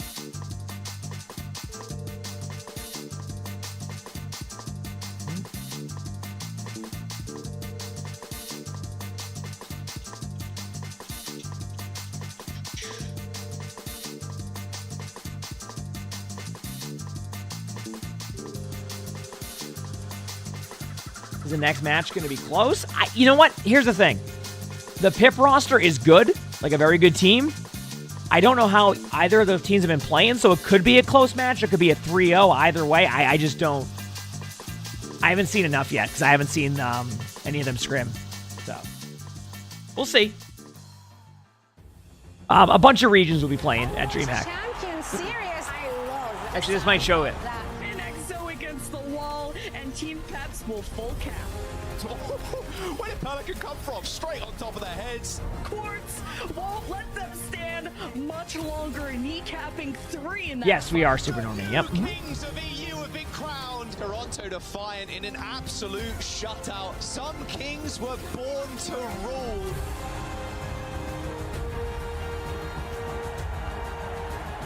Yep, that's the major. I might go, I might not. If anything, I might want to go to that one. The one in, what is it, Stockholm?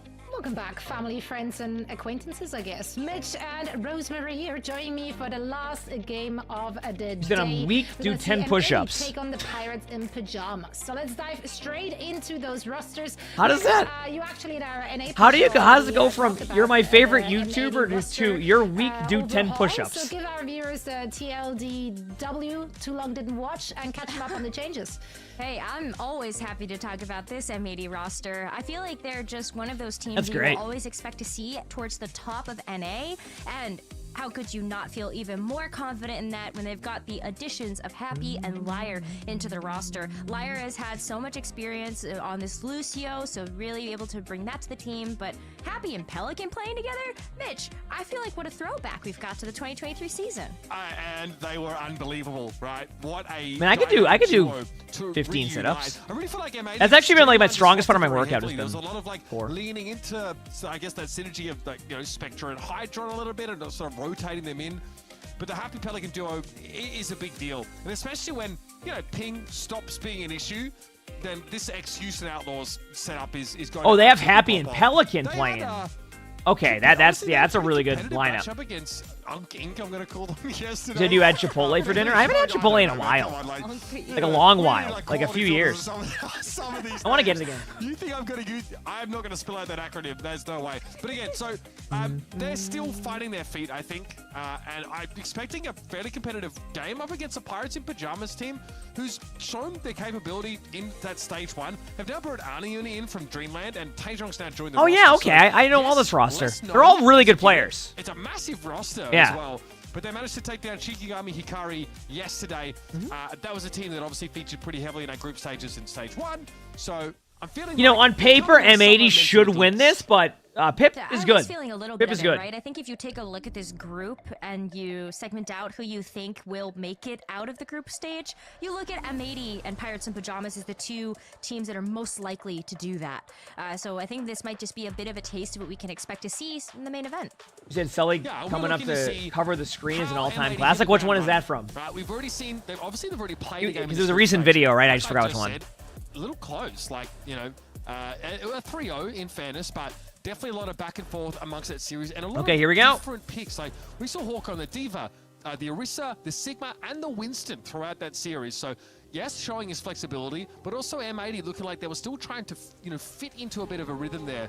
Again, you know what to expect from Pelican and Happy. It's going to be Pelican play Tracer. I'm hoping we get some Echo, where there are some maps that here we go. suit that. Same. Not so sure if that's Please tell you that Strider actually plays Wrecking Ball. Strider actually is a really good Wrecking Ball, but no, probably won't. I think they just get the most played heroes on their profiles. It's one of his favorite heroes to play. It's one of our favorite heroes to watch. So. But I think you also have to take a look at what's going to be the most beneficial for the team. And I don't always feel like the Echo is as self-sustainable as I think you might want it to be. That's quite of a interesting name there on the Cassidy. Is that Happy? Yeah, 100%. It definitely needs some infrastructure built around it in terms of team comp, but sometimes that's just too restrictive. So M80's running the Diva comp. I'm loving what I'm seeing. Happy explodes onto that high ground here. Strider being knocked off, and my goodness. I love the comp M80 runs here. Diva Torb. She's gonna have to get out. She does, but. All right, well, I found the new team comp for Overwatch, chat. Sound good? Garnering some attention there in main somehow. Good start for M80. It's going to help out a lot. Really good start. You might be playing on Listen, I'm just happy Hawk's playing not Diva.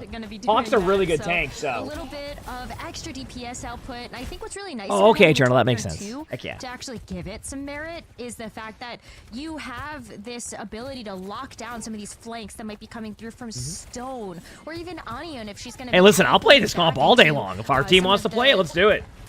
Other kind of DPS members to give them a hand. Oh, it's extremely troll against Tracer. It is so effective in that matchup. The J3 Torb isn't actually bad.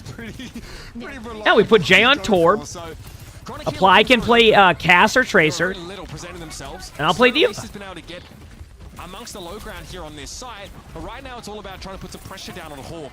Eventually Pelican's turret is going to be... Yeah, by the way, this is the point of view of what it's like playing as a tank. What the heck did I just witness? Nice boop. The answer was yes. You may have the point. Nice play. I think you have to take a look at that 8-ball again, though, and see what it's going to come up with next. Because do you get to keep the point? Yes, no, or whatever the other, 12 options are. Okay, do they have that? Okay, they're going to lead off with window from... I don't know. Where's a good window spot here? Probably the corner? Or even main? I don't know. Point control is a little bit we'll see. Angles to play around with this Orisa. First stop is this high ground. I think remembering that toy... Window! Held one by Makers Boomers. That was now I'm realizing now, a lot of this current generation might not ever have asked the question. There's the window. Are they going to counter with Kitsune or are they going to wait it 1 second? Don't have time to be consulting for advice. Ooh, they flipped them. Ooh, what a... I like that approach. I like the idea, but I think what happened was, though, is they had an off angle on point, so it made it a lot easier. Chronic is going to be brought down. Now Pelican has a nasty little off angle and a molten quarter spin in the next fight. You know what's actually something that's really good with Molten Core when you play Torb? At least in my opinion. On top of the turret, actually. You use it as a defensive ultimate, so you just throw your Torvald on your team when they dive you or go for you, and then it's basically like a support ult. You don't have to use it aggressively. You can actually use it as a support ult. I actually listen to I don't know what my worst hero is. That's it. Gotta make a play happen Maybe here. Rhine? Around that sound barrier. That high Or ground Widow? control, though, is something that's going to take a little longer to assume. Magic Maple doesn't want to take the risk of going up there right now, and here comes the Modern Core. That's on the low ground. There's the beat timing. Happy Good beat. during that dead eye. Sound barrier comes out. Ooh, Arista's already won, and they know it too. They're gonna have to try to counter with something soon, otherwise they might just lose the point. Hawk, of course, able to retreat to some degree behind that. Ooh, nice shot by Chronic. Gets traded on, but like that was a huge play because that would have been a remake. Although it looks like that should be the first round of this map for M80. The Torp comp. Should The just be Torp point comp. capture here. I don't even know if the Lucio can touch, if it gets just I had a moved really away, good Rhine so, game recently. Are you sure it was me? Able to play the keep away there to secure that first objective for M80. But this is kind Yeah, of what we because expected, that's the right, question. Mitch? Like taking a look at this first map, it really should be coming up all M80 here. Yeah, look, very hard for sort of Pirates in Pajamas to get the high ground consistently, especially with like the displacement potential that Hawk offers. Pelican operating off angles pretty effectively, also make it half a stone to flank. So your ability to pinch M80 or even like to force them out of position kind of isn't really there. So we saw Pirates in Pajamas, like they speed into like a defense, an amp matrix rather, just to try and like, you know, take M80 by surprise. And they had a decent go of it, right? That fight ends up going in there. Yeah, that's happy, in their yes. favor eventually. And to make it competitive, but I had at least 2 to 3 big slams. Oh yeah, the MTD game. I know what you're talking about. I forgot about that game. That was the Kings Row one, right? Now maybe do we get to see like a bouncing Torp turret? Well, we see a bouncing Lucio actually. You know what I love when the animation isn't like they're like kind of out of the lamp, but it's like forgiven, so you don't like actually get the lamp. Like that looked like that was a pretty good dive on the bat. Bit of an overextension there. Is M80 a lot better than Pip? I mean, it's hard to. Not enough though to give Pip a chance. It's like for a first point. not really. Like they're both really good teams. Is the best way to put that. With the diva on the You know, kind of how we talk about like Timeless and Defiant. You can kind of do very similar with like M80 and Pip, right? Take that elevator up to Pip the has a top really good team. and keep it. And especially when you have, you know, the Torp. But M80 is also really good. So like on paper, a lot of people will go with M80. Lock down But that both high are really ground good. away from Pip. So they're gonna take this low ground approach now. Very annoying turret placement there for Pelican. Can't really be seen unless you push Here we up go. into it. Do they have Liar here? No. He's able to skid away. Still healthy enough, in fact, to hold his ground and send some shots back in the direction of the Pirates, who right now trying to reclaim the point. They finally clear that top in turret out of the way, for- but that can be refreshed in a few moments. Who's map selection was this? I forgot who they said had it. Doesn't particularly matter. He needs to keep that damage Hitting coming. some shots. Hitting some shots. Hitting some shots. 44% accounting. It's going to be a Nice. exchange with Chronic. Woo! Magic Maple couldn't do it Okay. in time. And that ends up being a one-sided fight, to be sure. And you only needed a sound barrier to do that. That feels so good. Yeah, Especially M80's pretty as a good. response to something like the Kitsune Rush. Happy's also a very, very, very good hit scan player, so like I'm not surprised to see. You know what I mean? Like that was a good Especially play. if you can capitalize on it and pair it with another ultimate. But maybe they get to hold on to literally everything else, and it should realistically No, be I think their a wrist is fight really win good. here. They Alright, here we don't go. Play around the Terra Surge, and they also have the amplification matrix to help boost up some of this damage from Pelican and Happy. Wait. They know it, but the Molten Core's going to make it really hard to Wait, the advance. rare pulse bomb a limb? The pulse bomb here, but the immortality Yeah, see the Molten Core, how it's kind of used defensively there? Like, I like that. Because they can't really engage. Hawk still has beat, and they also have high noon, so... Or, not beat, you know what I mean. Diva. Matrix completely shuts you down.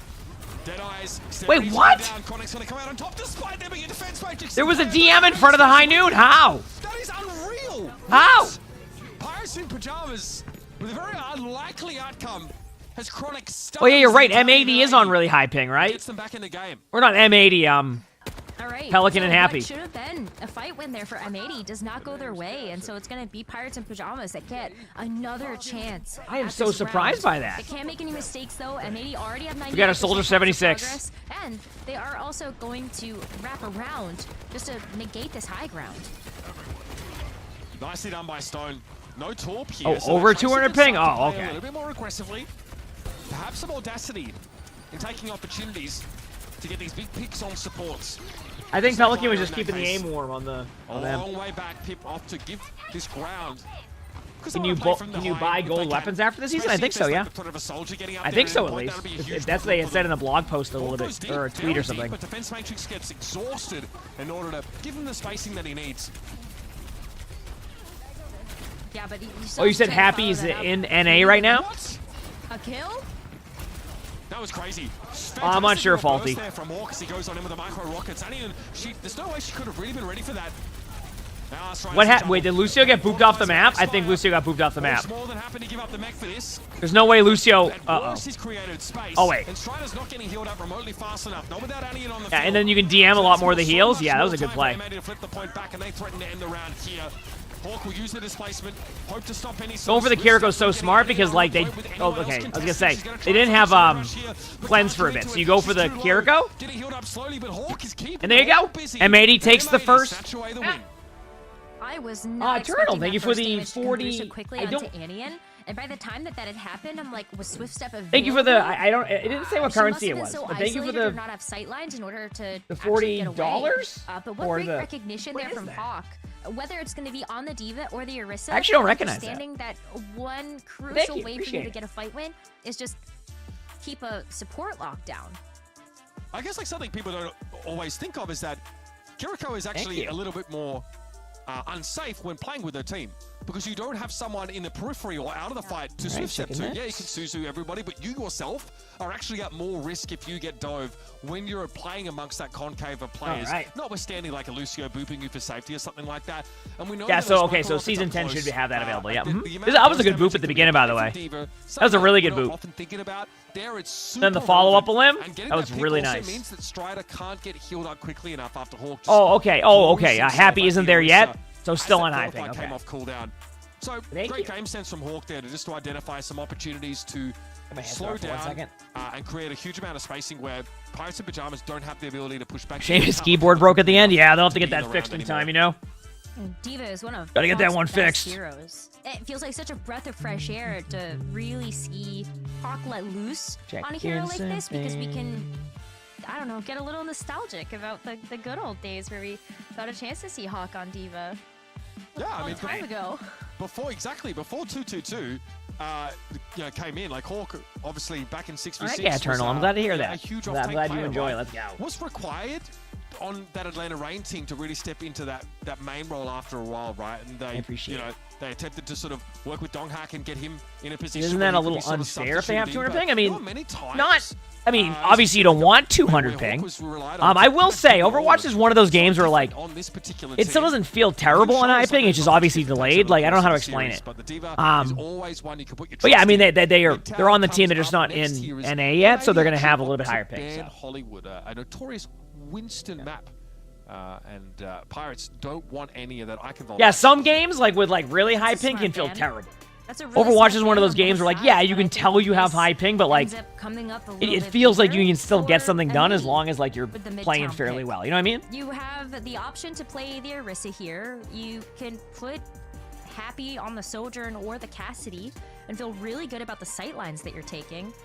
So I think the onus is kind of on Pirates in Pajamas to really show us what they're able to do. When they were able to show us the Sigma versus Shikigami, they did get the win with that Sigma composition, but this is a whole different beast when you look at M80 as your opponent. Absolutely. All right. Hawk Sigma is absolutely. You said 200 ping is almost unplayable. I feel like feeling very strong. Yeah, it's not the best to have 200 ping. It's still they're obviously still making it work, right? That could be sort of generated isolating. What you really don't want is the packet loss. But yeah, so like a poke composition here with Maple on the brig. I think that both teams are going to opt into this here, so a lot of that shield pressure is going to be where we see Sigma for the first. Sigma versus Sigma. Let's see how this goes. Now, see, some teams like to take this left side really quickly. Some teams like to kind of split it in the middle. My guess is they go far left, especially with this comp. You keep the Sigma main, keep the angle, and then maybe go left side. What kind of safe rotation can you make? A lot of times these Sigma compositions. I usually play about 50 ping because I connect to Chicago servers a lot of the time. If they feel like that is going to be a safe enough approach. I mean, it's a very good spot now to be as Cassidy because all of a sudden you can easily see that Sigma on the high ground, and they have to play with the shield close to them. Good immortality field. That Sigma is not going to survive that after that lamp. I mean, people are going to absolutely crumble here. I mean, that was a perfect play by M80. That was like just textbook. So that's a quick first point capture, a very quick payload unlock, and that's also going to be some. Yeah, that was just a good start. That M80 gets to take. If they're able to take this high ground control as well, I think like you're feeling really good about your opportunity to progress to the second point. Well, Happy's gonna fight. Yeah, I mean, I don't think there's anything wrong with like, yeah. I mean, he's gonna try and maybe even wrap on the right Ooh, side. the 200 ping Widow. Hey, I love this. Happy the Widow pick here. Yeah, I mean, like now. If I recall correctly, though, Happy actually used to play on NA servers a lot with high ping and still got to like rank 1. Like, you can even see the window he was locking down too, where he's like, This was a few years ago during Overwatch 1. Tracer to be here. Like, you have to put your Sigma on the low ground here. Happy was known as like one of the best Widows. Or is one of the best Widows. Like, it's much harder to like stop very Tracer good. from doing whatever she wants. I like the approach though. The response is good from Pirates. It's actually a good map control flip. Damage from that gravitic flux though. And they have to This angle they've taken is actually really good. They might lose this team fight, maybe? The Sigma survives that and then rocks the Tracer! Came quickly enough for Hawk to turn around on Stone. And Happy's flanking on Widow. This can't end well. Nope. Watch your back. Holy watch your crap. front. Can't watch A little bit of the wow. side angles all the time either. So that sucks. If you're Pip. Wow. Look, I mean, so much of that fight got decided by the gravitic flux. I think Hawk is 3 or 4 players of Pirates in Pajamas there, and they have to. I mean, Hawk played that excellent. To the fact that they've been dropped in a strange location. That was excellent play by Hawk. Field, they've got to heal up very quickly, whilst M80 is still piling on that pressure. In these poke comps, the flux is so big. Yep. To decide these fight outcomes. Okay, here we go. Let's see what happens. I mean, Pip has to lead off with probably the Sigma ultimate because they know they don't have to worry about the high noon on that play because obviously they don't have a Cassidy. Pretty good. Yep, some have said They have walls, so they know where they're at. Hawky boy, pretty good at the game. Nice shot. Hawk is him. A lot of pressure being put down now, and you can see this Widow denies any sort of fanning out from Pirates in Pajamas. I mean, M80's just waiting for their ults at this point. Like, that's basically what's going on. And so Pelican is getting Look at the Brig blocking for the Widow. Nerdy angle. That is extremely nerdy. I love that. Let's go. Oh my god. What every Maker's dream is Ooh, that was such a good shot, too. There's another flux. Trying to go for his in response. Hawk lapped him on So flux. that what M80 did right there was like super underrated. Is basically like they had map control, but they didn't play too aggressive or try to force a play. They just waited a few extra seconds to be able to build up their ultimates, and then when Pip finally tried to make an ult play, M80 had their ult again. Excellent play. So far. Excellent play. Even though we are That seeing Doofus is a good kind hero. of the typical happy pop-off on the Widowmaker. Excellent play right you there. You can feel its presence. It is so palpable. Yeah. Like, you even call it out that Pirates in Pajamas, they can't peek, they can't All right, here we keep go. high ground, they can't look anywhere because they're so scared to pop their heads out. Pelican now can drop down on his own volition. Find the optimal target for the pulse bomb. Well, sometimes you'll be able to get an ultimate and like before the other team does, just because of like how they want to play it, and that's probably what happened there. Threat. Pelican might just run it back again. Just run circuits on them. Hawk eventually So I think they'll add OWCS skins for the new teams. I think that would have to be a conversation they have with like the teams of the orgs because like it's different than OWL. So probably not is my guess. But who knows? Liar getting picked off now, and Pirates in Pajamas are making the right moves here in this fight, but the high ground still. But even then, they don't have the map control. Chronic is in trouble. He tries to predict the positioning of the Tracer. And he gets a nice little dink. Ooh! This is stunning stuff from Chronic. How does Chronic get in a limb right there? I am so confused. Wow. Magic Mayfall just isn't enough there with the Brig to stop this pressure. Talking about the Widow, right? This is Happy. Happy is not a Widow. Tracer. Like only plays Widow. One of the best Widows in the game, but a very, very, very good player who can play pretty much anything. Point presence. Really good at hit scan. Pip have to step out into these Widowmaker sightlines. And Happy can still play the high ground now with how aggressively Pirates are pushing up. Yeah, you've got to cancel that Deadeye. Yep. That third shot would have been the end of you. Hawk stunned up briefly by that rally stun. Oh, you're talking about like the OWCS, so I think they were asking like specific on the orgs, but yeah, that makes sense too. That was being threatened. M80, no ultimates to lean on right now, but he can say the same. Like if like M80 had like a skin in game or something, I think. Now it's going to come down to the individuals. Trying to shield very, very no, they don't have. Streamer mode isn't out yet. A fighting position. Streamer mode isn't out yet. Stone now has the high ground, but for how long? Finally, a kill comes out. It's going to be Happy actually brought down by Chronic, who has to Yeah, there's play drops right now, too, within yep. that danger range for Cassidy.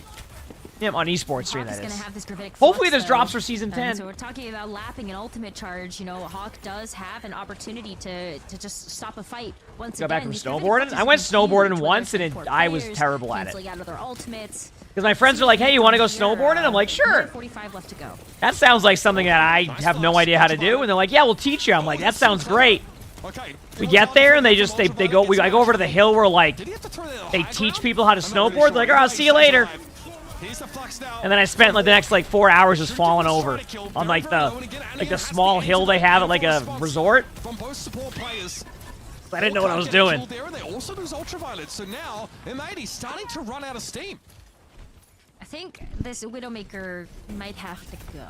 I just like, especially when you take a look at how far this card has progressed. Not sure you're gonna quite get the sight. Pretty good stop by here.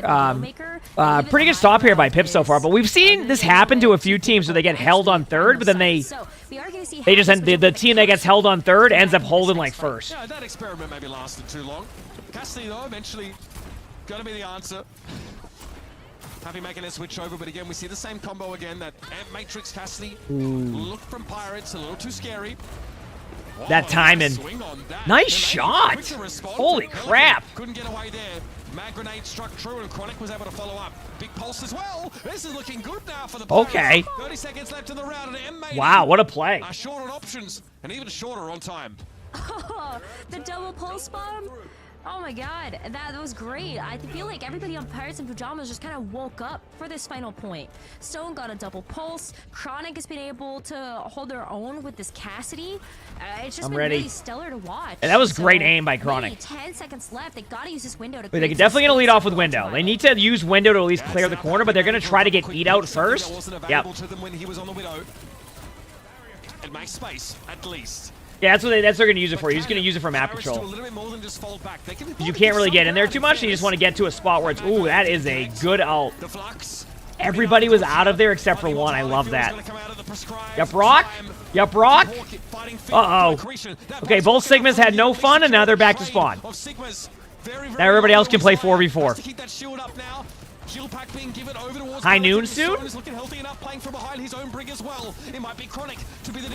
Oh, that window is just going to be point winning. It's Liar falling first, and it was Stone to open up the fight. Pulse was there. Wargwolf, thanks for the 28 months of that finish prime. So thank you, appreciate it. Where's the big slam? Yeah, there's no big slam. There's no Rhine. I think at the end of the day, when you look at that third point of Midtown, there's no Rhine. Defending spawns are so close. You're almost always at a disadvantage if you're the attacking team, unless you can throw 5 ultimates at that fight and sweep away the competition. So the fact that they got stopped there was a bit of a death sentence. But now they get a chance to see if they can full hold, maybe.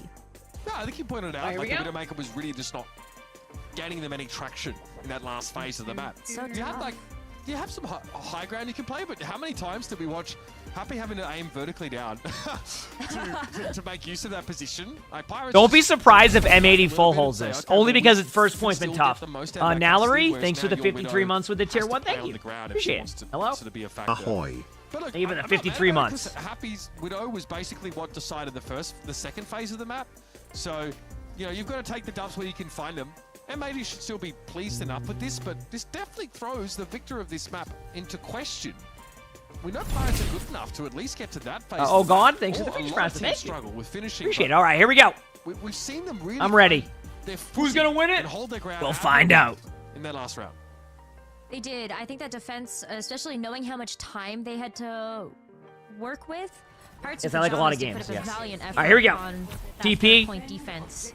We are going to see them take a very quick approach. I like that. We do see the Symmetric Teleporter to help get Pirates in Pajamas out of spawn. But Pelicans on the Torbjorn once again. That's going to be the big difference between M80's and Pip's comp. So we'll see if they go for that more spam-heavy gameplay or if they try to take the other side of the map. M80 is running that, like, Torb comp again, which it went well on the first map. So we'll see if this works a little bit more now, too. And fight for the point this means that S-Force, thank you for the tier 2 membership. Thank you, appreciate it. If they keep trying to standing, but that's when things get a little hairier. The YouTube sub. Thank you. Accretion's being traded. Kinetic Grass there. Magic 8 Ball. Yep, gets caught out. Really good start right there. It's a nice pincer attack. You can see the off angle the Pelican is taking over by Laundry. Yep, so Brock. It's a little bit more difficult for Pirates in Pajamas to Back up now, make yep. that rotation. Either you're going to be... Did they're building windows so fast? They are. They're taking damage a lot, so like... It could be a part of their strategy, too. Some teams have strategies where they try to build a really fast window, and then you just go in with that window to, like, kind of take advantage of that stuff. Yeah, Season 10 is coming up soon. Yeah, Tuesday. Catastrophic for them. So instead, maybe a setup around this Out Matrix. Chronic still on the Cassidy here. Yup, Rock! Oh, great interrupt there from Strider. I interrupt myself as the Accretion interrupts Hawk's Gravitic Flux. Now They're going to counter window very soon. Heavy lifting and an Out Matrix from the high ground here for M80. It's an awkward This is just... Yeah, they're just doing that to keep map control. They deny the value of this ultimate. They deny the value, but they still are not able Oh, what to a hinder! this choke. So even though Hawk wasn't able to land the Gravitic Flux, Wow. everybody in I cannot believe they didn't lose that. What a play. That was a sick rock, by the way, too. What a rock by Strider. What a rock. Disadvantage in that engagement. And they may have even able to sit here on a molten core, which, as you can imagine, would be extremely nasty if it got thrown into that choke. But the rally's also really important. There's the stun aspect that can, give you an extra tool to stop this Tracer. Stone already has it hard. He has to deal with. Right, here we go. I'm ready. The Cassidy slow. And of course Okay, M80 does have Tor Belt, so no matter what like Pip does here, they're going to be able to kind of Tor Belt their push. Like even if they had window now, or like when they get aggressive here, that's going to be used as a defensive ultimate. Like very defensive. You gotta be really careful because that Sigma shield could only last for so long, and you got Brigitte. Hawk has ult again. Oh no. Hawk has ult again. Holy crap. Did you see how many ults that Cassidy just took? And they had full HP? Great response here from N80. We've seen how bad those gravitic fluxes can be. At what rank do people start purposely taking damage to charge their VAP ult in 45 seconds? 1 minute remaining. Probably every rank, just on a purpose. Compositional switch with Strider going over to the Winston just briefly. Thought about it. Wow. All right, they're gonna so window versus window, Sigma ult. So yeah, I mean, M80 has the advantage here.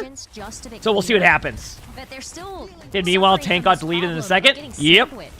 By ults, whether it was the Molten Core or just the Torp turret or I guess skills as well. Here we go. They gotta make these rotations faster and they're getting stopped at this choke.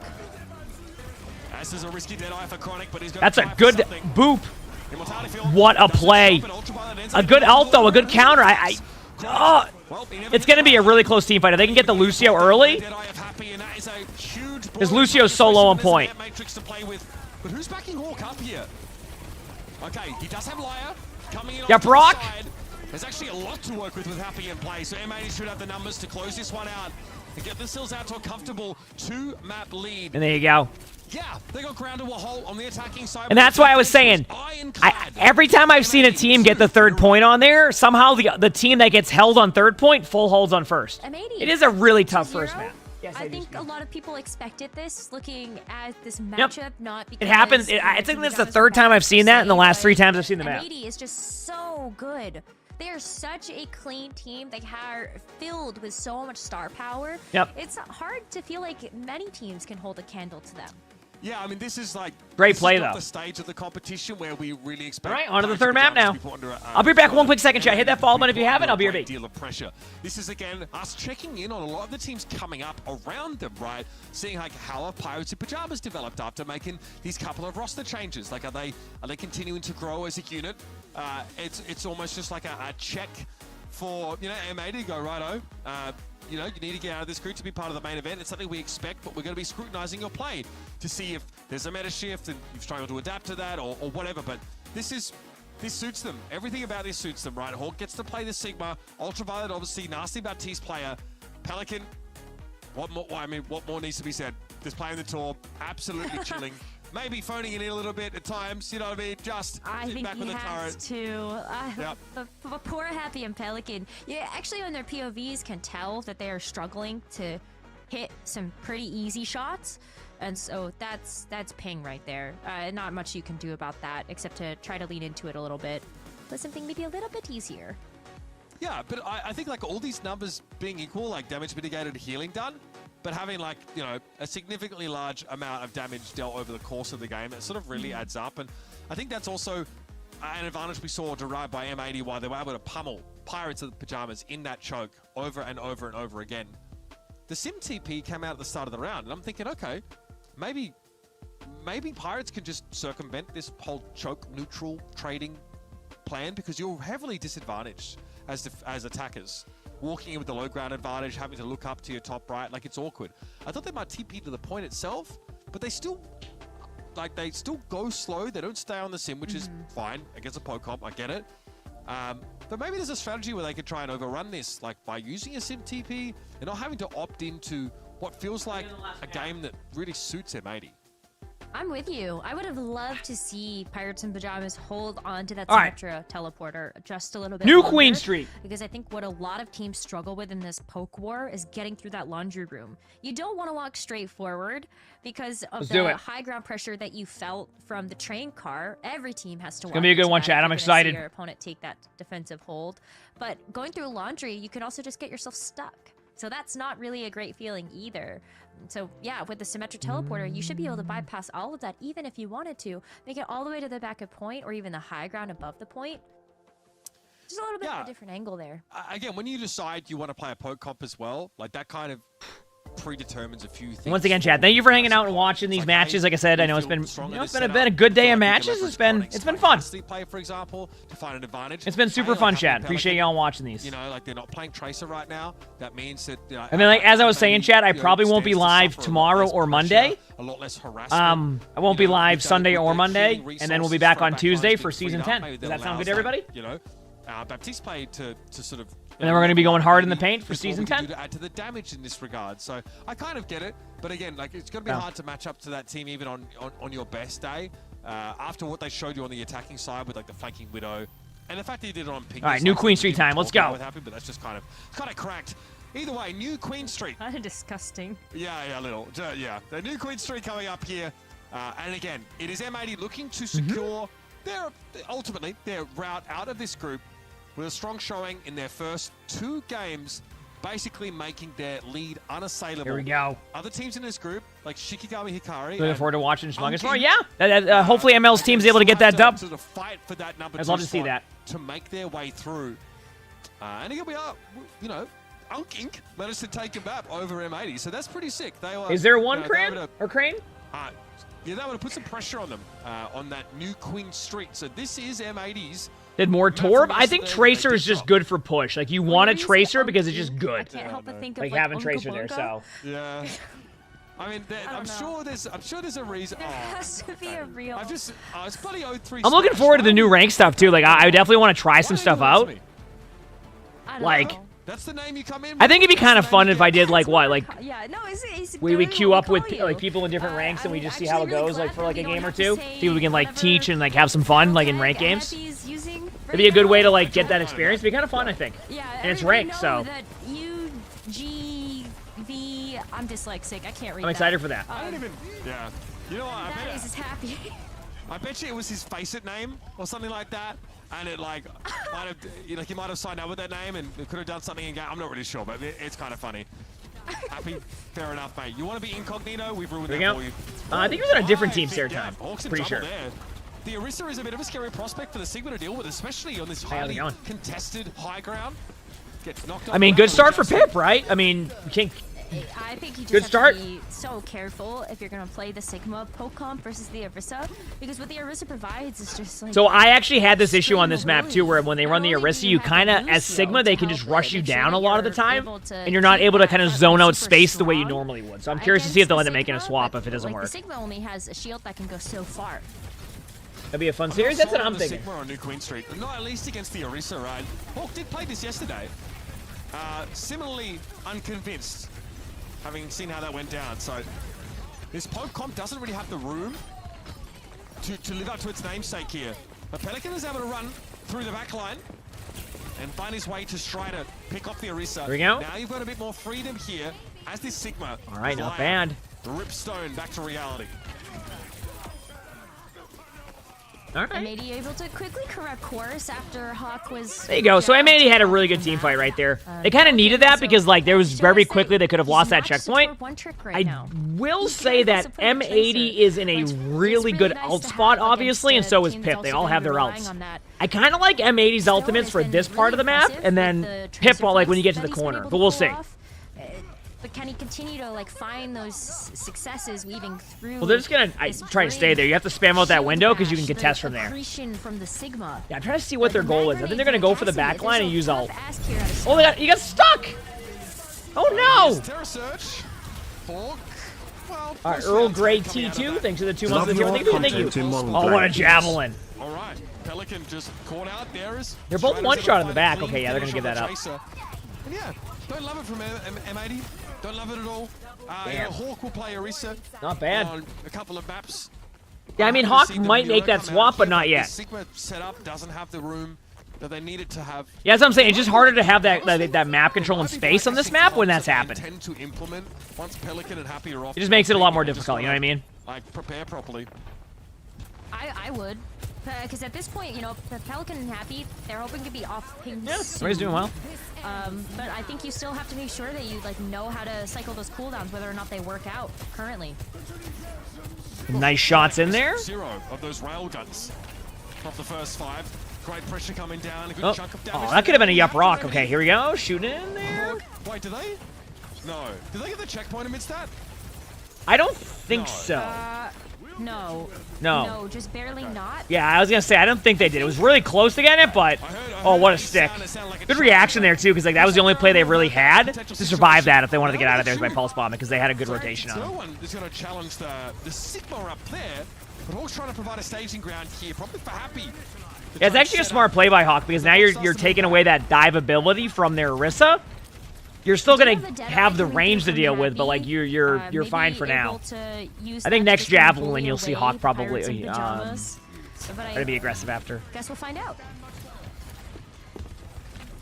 But he creates space, so all good, right? Having pops in Deadeye, Pirates in Pajamas here. I mean, they can't challenge that, that's fine. But this is such slow going for M80. It is glacial. Yeah, the flush, yeah. To try and at least get back to parity here. Yeah, Matrix though, that was the real threat, not the Deadeye. Oh, sorry? Stone just... Oh, they did get the checkpoint? Oh, okay, my bad. Sorry, I thought they...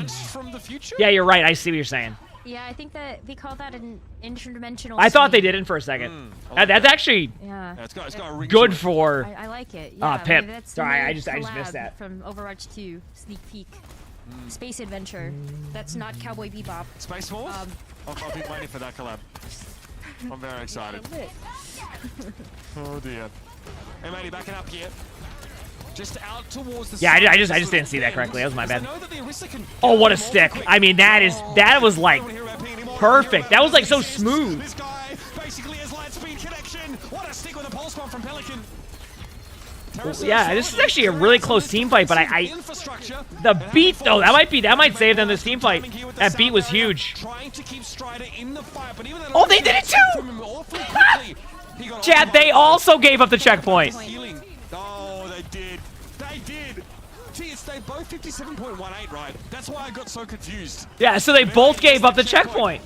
Same way. Midway through the fight. Yeah, it's technically drawable. You're not wrong. Yeah, they got the checkpoint. And it's so sad because Pirates in Pajamas were there. They were there, but they had taken the fight elsewhere. Something that the power of the Sigma from Hawk really can provide. Yeah, this is basically just going to be a stalemate in the middle for a second. This is just back to square one. Yep, it's back to basically being 0-0. Start to fight over the midpoint. There's one ultimate online that's going to be Chronic. That was an important push for them because that got rid of the good spawn. Like M80 have not had a chance to wait, Arista's won. Oh no. Oh goodness, that's a big overextension. Yeah, that was like a real huge overextension. That's gonna be like that's gonna give. Oh no. That's gonna give M80 the opportunity to just go and take this because now like they're gonna get the checkpoint. They're gonna have a high noon and a pulse bomb. They've allowed M80 to waltz, not crawl, waltz back into the lead. Arista's one shot again, like they already got the checkpoint, so it's gonna push past. That's why it was so important. Try and avoid Happy's pressure, but again, the Arista gets picked off first. This is uncharacteristic based on what we've seen so far in this map. Pirates in Pajamas have to shape up quickly. Well, technically, like, think about this. What if a team like I mean, with 3 minutes a left, Tracer hit a pulse bomb on a Cassidy, but the Cassidy hindered the Tracer at like 30 HP, and they both died in the bot? That'd be a draw, right? I think it would be, right? Like, I think that's where you would see that. Stone able to take down Happy, but Stone's been getting a lot of pulse bombs, by the way. Not sure of that. Immortality fills from Ultraviolet. Getting picked off first was crucial, though. The Terror Surge did its job. I like the timing from Strider there to make sure there was no Immortality by the Pulse detonation. And now we're going to have a pushback. That's kind of a huge pick onto Ultraviolet. I mean, the trade itself, though, like, that is actually... Ooh. Uh-oh. I mean, yeah, you have the That was tough because, like, oh, no. They should have had that because the early pick they had. They're going to trade onto Hawk, but, like, they might just get the point back. 20 seconds left to play with here. Some individual Any of these team fights that go in favor of M80 with no progress for Pip is going to be really tough. Dominating. They've got a big meterage lead, like over 20. And that checkpoint, of course, which is really got to be crucial. That's just so... oppressive to play into. You're trying to make a comeback in overtime. You don't even have that first checkpoint. It's like, man, how on earth are we going to win enough fights in a row to do this? But they have to consider a rush to play off here. Both support ultimates, in fact. They're going to have to leverage them about now. It's going to have to be now or never. That is, you're right. Like, Here we this go. is starting to get out of hand, especially with those close spawns at M80. Get a chance to take advantage. See, now, like, M80 can slow it down a bit, too. Like, it's just it's just... Pelican. I think they're going to lead with a window soon. They know the Orisa's low, so if they pressure with a window at the same time, they can just get the Orisa for free. Or simply use it to force the Suzu itself. Actually. Onion, they've noticed that the Hawk is low. They're going to try and push into this. Yeah, they saw an opportunity to go for Hawk. The window will probably keep Hawk alive underneath. Actually, Hawk is underneath by... Yeah, I was going to say. Another stick by Stone. That's the second time. Did that Orisa just... Yeah, that Orisa ulted to keep the HP. With his own sound barrier, and had a dominant fight win. I don't think you hate that, though, if you're Yeah, M80. I actually... It's stalled enough that there's only a minute left. Yeah, but Yes, I Pirates think... and Can they Pajamas get a are little going bit to more be there? able No, to they definitely checkpoint can touch the bot in time. finally. They didn't be like a 0.005 meter away from being able to capture it before. Also, they did have it, right? Yeah, they did have it because they walked right through. Down by the time the bot got there. What a play by Chronic. Whoa. What a play. But they took the bot. Wow. I actually think... I think Pip's going to get the lead. Pirates threaten to equal and exceed that meterage tally. I mean, I think they're going to get the lead. Maybe? No, I think Tracer can touch. Oh, they've got to go now. They have to stop this because it's going to be very difficult to do that once Pirates and Pajamas have taken control. That's a really quick stagger, though. They got a lead, though. Yeah, they did get the lead. Hawk goes in with the ult. 6-2 M80 still have that edge. Hawk now going to throw himself in there. Okay, I'm saying, like, this is going to come down to, is there any else coming out? I think Timeless might take this map. Or not Timeless, Pip. And M80 have again conceded new Queen Street. Wow. Good job by Pip there. That play by Chronic was game-winning. Wow. Right, well, that was first unexpected. checkpoint was very impactful for both teams. Nice play. Let's Honestly, I'm go. blind. I totally missed Let's that go. they had that first checkpoint. It really looked like they didn't. So what do we have? New Junk City next? Oh, Saravasa. Okay. So both teams actually kind of C9 the checkpoint. They're having great push maps today, in my opinion. So it did matter, yeah. I mean, if there isn't a checkpoint and you have to wait, then we don't see this like reckless push from M80. That was they actually great. have time to set up and have a proper fight there. So Pirates, they kind of paved They the got way phone for for a second? success right at the start of the round. No, it looks great for them. And I think when you look at how scrappy a lot of those fights were, I would be a little bit worried if I were M80 taking a look at a map like Saravasa for the next one. Because can you play the Torb? Like, do you feel confident being able to play the Tracer? I don't know how good M80 are feeling with their odds of having to play a lot of these, like, higher mechanically skilled heroes. All right, next map. This might be, this might be about as Do I think exploitable any as teams in M80 NA are ever gonna be. play well against Space Station? I mean, Space Station's really good right now. See that SSG's really good. water? I mean, I think that's going to be... this It's might going to be be the an time to exciting strike. land to see a lot of the This teams will that be do make it massive for mean, DreamHack. I'm looking forward to in DreamHack. terms of like how their seeding is going to be set up for, you know, the main event, and that stuff really, really matters. But look, just a generally very strong showing on this map. I thought Stone was really good. Anian finds such an important pick in that last fight. She opens up with a kunai headshot kill. Hawk is terror searching, like kind of off the point. All right. It doesn't find any value. M80 they're desperate. Take my headset off for a second. They've run out of time here, and it's hard. This is hard to do what Pirates just Anyone did. from They the stay old in control over the maps, mentally speaking, right? And even when they fall behind, I mean, they know I mean, they have a honestly, checkpoint. Winston's They know actually they can good. play off that. They just need. But yeah, They SSG's managed to find it at the perfect time. SSG's really good. I mean, it's gonna be exciting. Super Whenever good it does come to a positioning. land, I think it's really gonna be heads exciting. up play as well to just kind of keep their cool. I do think something that Now they're on to NAD the next struggled map, with is chat. playing It's the Sigma time. Comp. It was too slow. It is time. So long to get this. Can they bring this to a map 5 to make this a close series, or will M80 close it out on Suravasa?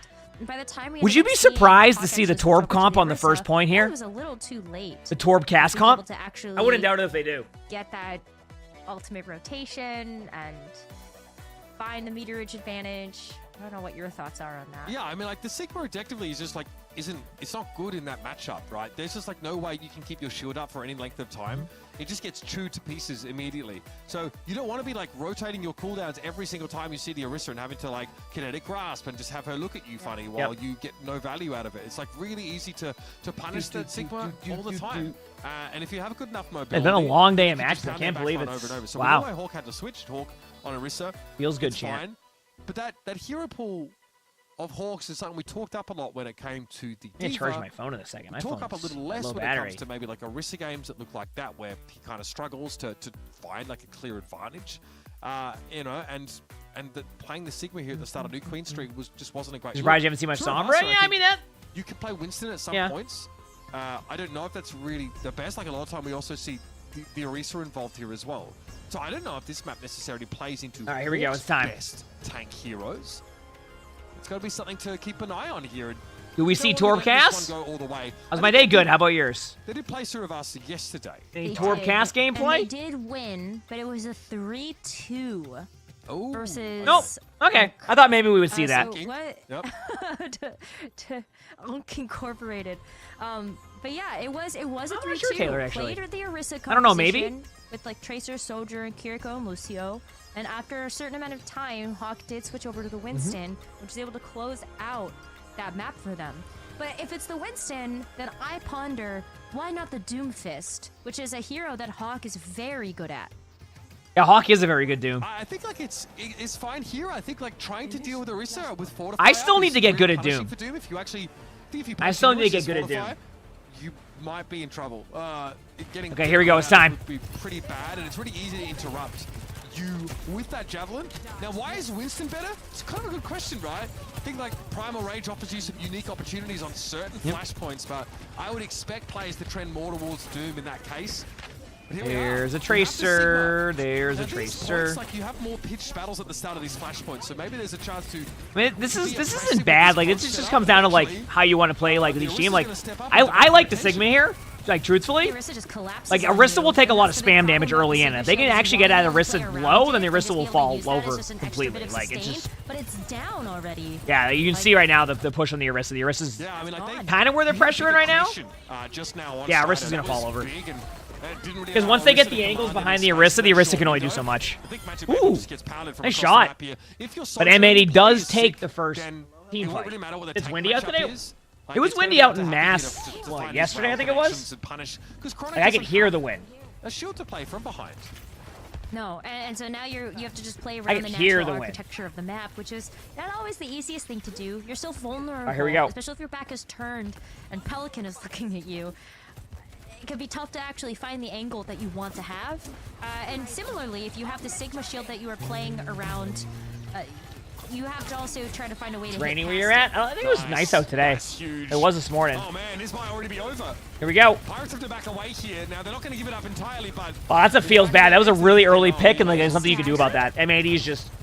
M80 likes the Sigma comp. I mean, Hawk is a very good tank player, and Sigma is obviously Hawk is really good at. So you're seeing kind Basically of putting it at a point here just where, you know yeah, you get some really good free Sigma ult play, charge. and we'll see if they're able to take this team fight. I wouldn't doubt it if you see Kitsune just to win the team fight, or maybe a pulse bomb early from Pelican to try to force out a cooldown, fun experience for Pip to have to walk or just a into. 1v1 by Pelican across the map. And Stone is dead. okay, so we Okay, have so they a double back Kitsune, here so that at this both DPS roles. in this early phase of the map. Oh, that ended up being a good one because M80 was forced to use their Sojourn ult, and they didn't get much value from it. So they at least have a Sojourn, a Sojourn ult advantage going to the next point. But dude, you're so used to watching. Oh, you're saying like the way that the matches are. Yeah, no, I get what you're saying. Absolutely. Flashpoint number 1 heading to M80, and now the onus is on them to figure out how they want to set up for it. The M80 has 3 ultimates. Pip has 4 ultimates. And yeah, I mean, basically what I was saying, they have the Sojourn ult advantage. So I wouldn't doubt it if M80 tries to counter in against their Sojourn rather than disengage out, because they know they have beat anyway. So they want to try to engage them and take away that space the Sojourn needs here. Is going to be the accretion. And the flux. Like, they know that's what's going to be. Like, don't be surprised to see, like, an aggressive outside play. Differently around these ults. I mean, the flux. We'll see, though. It's all philosophy on if they want to disengage it or just engage in. Kind of looks like they're setting up for disengage. There's nothing worse than, you know, having a group up to play on a flashpoint. Oh, wow, what a play. So they planned for the disengage, but then Pelican had to use a cooldown early, so they went for it still. I don't even know if this is going to be worth it, like, for them. We'll see. Yeah, Brock? He has to have expected this outcome. What's nice, though, about the gravitic flux getting used is you did get out the sound barrier. I think there's not a better way for you to have at least released that. Yeah, M80 will have a slight pockets of Pip. advantage here. So what, by the way, the reason why Pip is playing right here is because they're going to do a very aggressive Orisa ult. Unless they get scouted, which I don't think they're going to scout. On these smaller flashpoints. I mean, Temple's tiny. Yeah, it worked. That's a play that's always really good where you kind of have like a bit of a surprise play. I mean, I will say, though, the pick onto the Kiriko was not good for them. Yeah, Strider has to use the ultimate there. Oh, no. Stone does get a huge pick there, but yeah, okay. Finding that pick of the Kiriko is pretty important now. Stone. Yeah, there we go. I was going to say. He kind of has to, but M80 aren't in a position to flip this with 3. It'll just be Pelican center here. See, like, M80's okay with this because at the very worst, say they lose the next team fight, they've at least made it so Pip is probably going to have to use one of their ultimates, which makes it a lot better. They know they have a beat advantage right now, so, like, if Pip leads in with Kitsune, they're going to counter with their own Kitsune. So they might slow play this fight a little bit to give Sojourn time to get a pick, but we'll see. This one is a team of 5 to play around that sound barrier advantage, but they didn't need it in that. They don't want to wait too long because the next thing you know, it's the point. Yeah, I want to see a proactive beat here from Lyre. Push into the entirety of Pirates if you can. Magic Maple's very low. Okay, so we're going to start with a Kitsune Rush, which is fine. It's going to draw that out of Alien as well. Good pressure, Happy putting down Magic Maple, and here's the beat to follow it up. So see, there was the beat advantage they had, right? So, like, they're able to go in and kind of Kitsune counter, but, I mean, Stone's actually getting close to getting the limb here. But they do end up getting Stone. Yeah, see, that's tough. And I feel like the team fight took a little bit too longer than they wanted, right? Ultimates to potentially close this flashpoint entirely. So they go from 0 to hero here on Yep. Temple. I actually think that M80 is just going to win this team fight. From a team like M80, also a big. Yeah, I don't think they're going to go for it. Are they going to go for this? But here we go. I'd be surprised if they. I mean, actually, maybe they were doing this just to get ults out. A little bit of an over-aggression by M80, but I think the way M80 looks there is get us 2 points. If they lose the next one off of an ult advantage, that's fine. They just want to guarantee they win it. And honestly, it looks like it might have been the play. Wait a second. Sound barrier, Magic Maple quickly gets back into the fight, and I love this. Pirates and Pajamas play safe. They stay in the fight, and they're going to have the flashpoint because Magic Maple gets there. I mean, never mind. I did not expect that. That was looking like M80 was going to win that. Credit to Pip. That was clutch. That was a great play. That was a great play. So I know that was extremely unexpected. Though, because then you had it to actually come in and that was completely unexpected. When the cards felt so stacked against you after losing Mayfall so early. Yeah, M80 in my opinion should have won that. Over to the next flashpoint. I'm really looking at M80 to see if they can turn the tide with this Orisa composition. The Orisa versus Orisa has looked to be in Strider's favor as of right now, and we're going over to yet another tiny flashpoint. Oh, what an early pick by Stone. Oh, no. It's a little bit hard to poke him down from all of these little hiding holes that this point features. And look at that, right after Timeless. They're not Timeless. I keep saying Timeless. Pip. I keep saying Timeless because I made that comparison earlier where like how Pip is like Timeless where like you don't know what to expect but they're really good. When it comes to this Orisa composition. They have. Whether or not it's been Strider creating more space, I Yep. think Chronic as well has really been able to get the better of some of this backline of M80 and really opening things up for Pip to play a bit more. Yeah, aggressive. same zombie. I think, Same. Too, to Annie and M80 has good ults coming doing up. a great job of keeping this team healed up while also making sure that you have the Suzu online for those critical moments.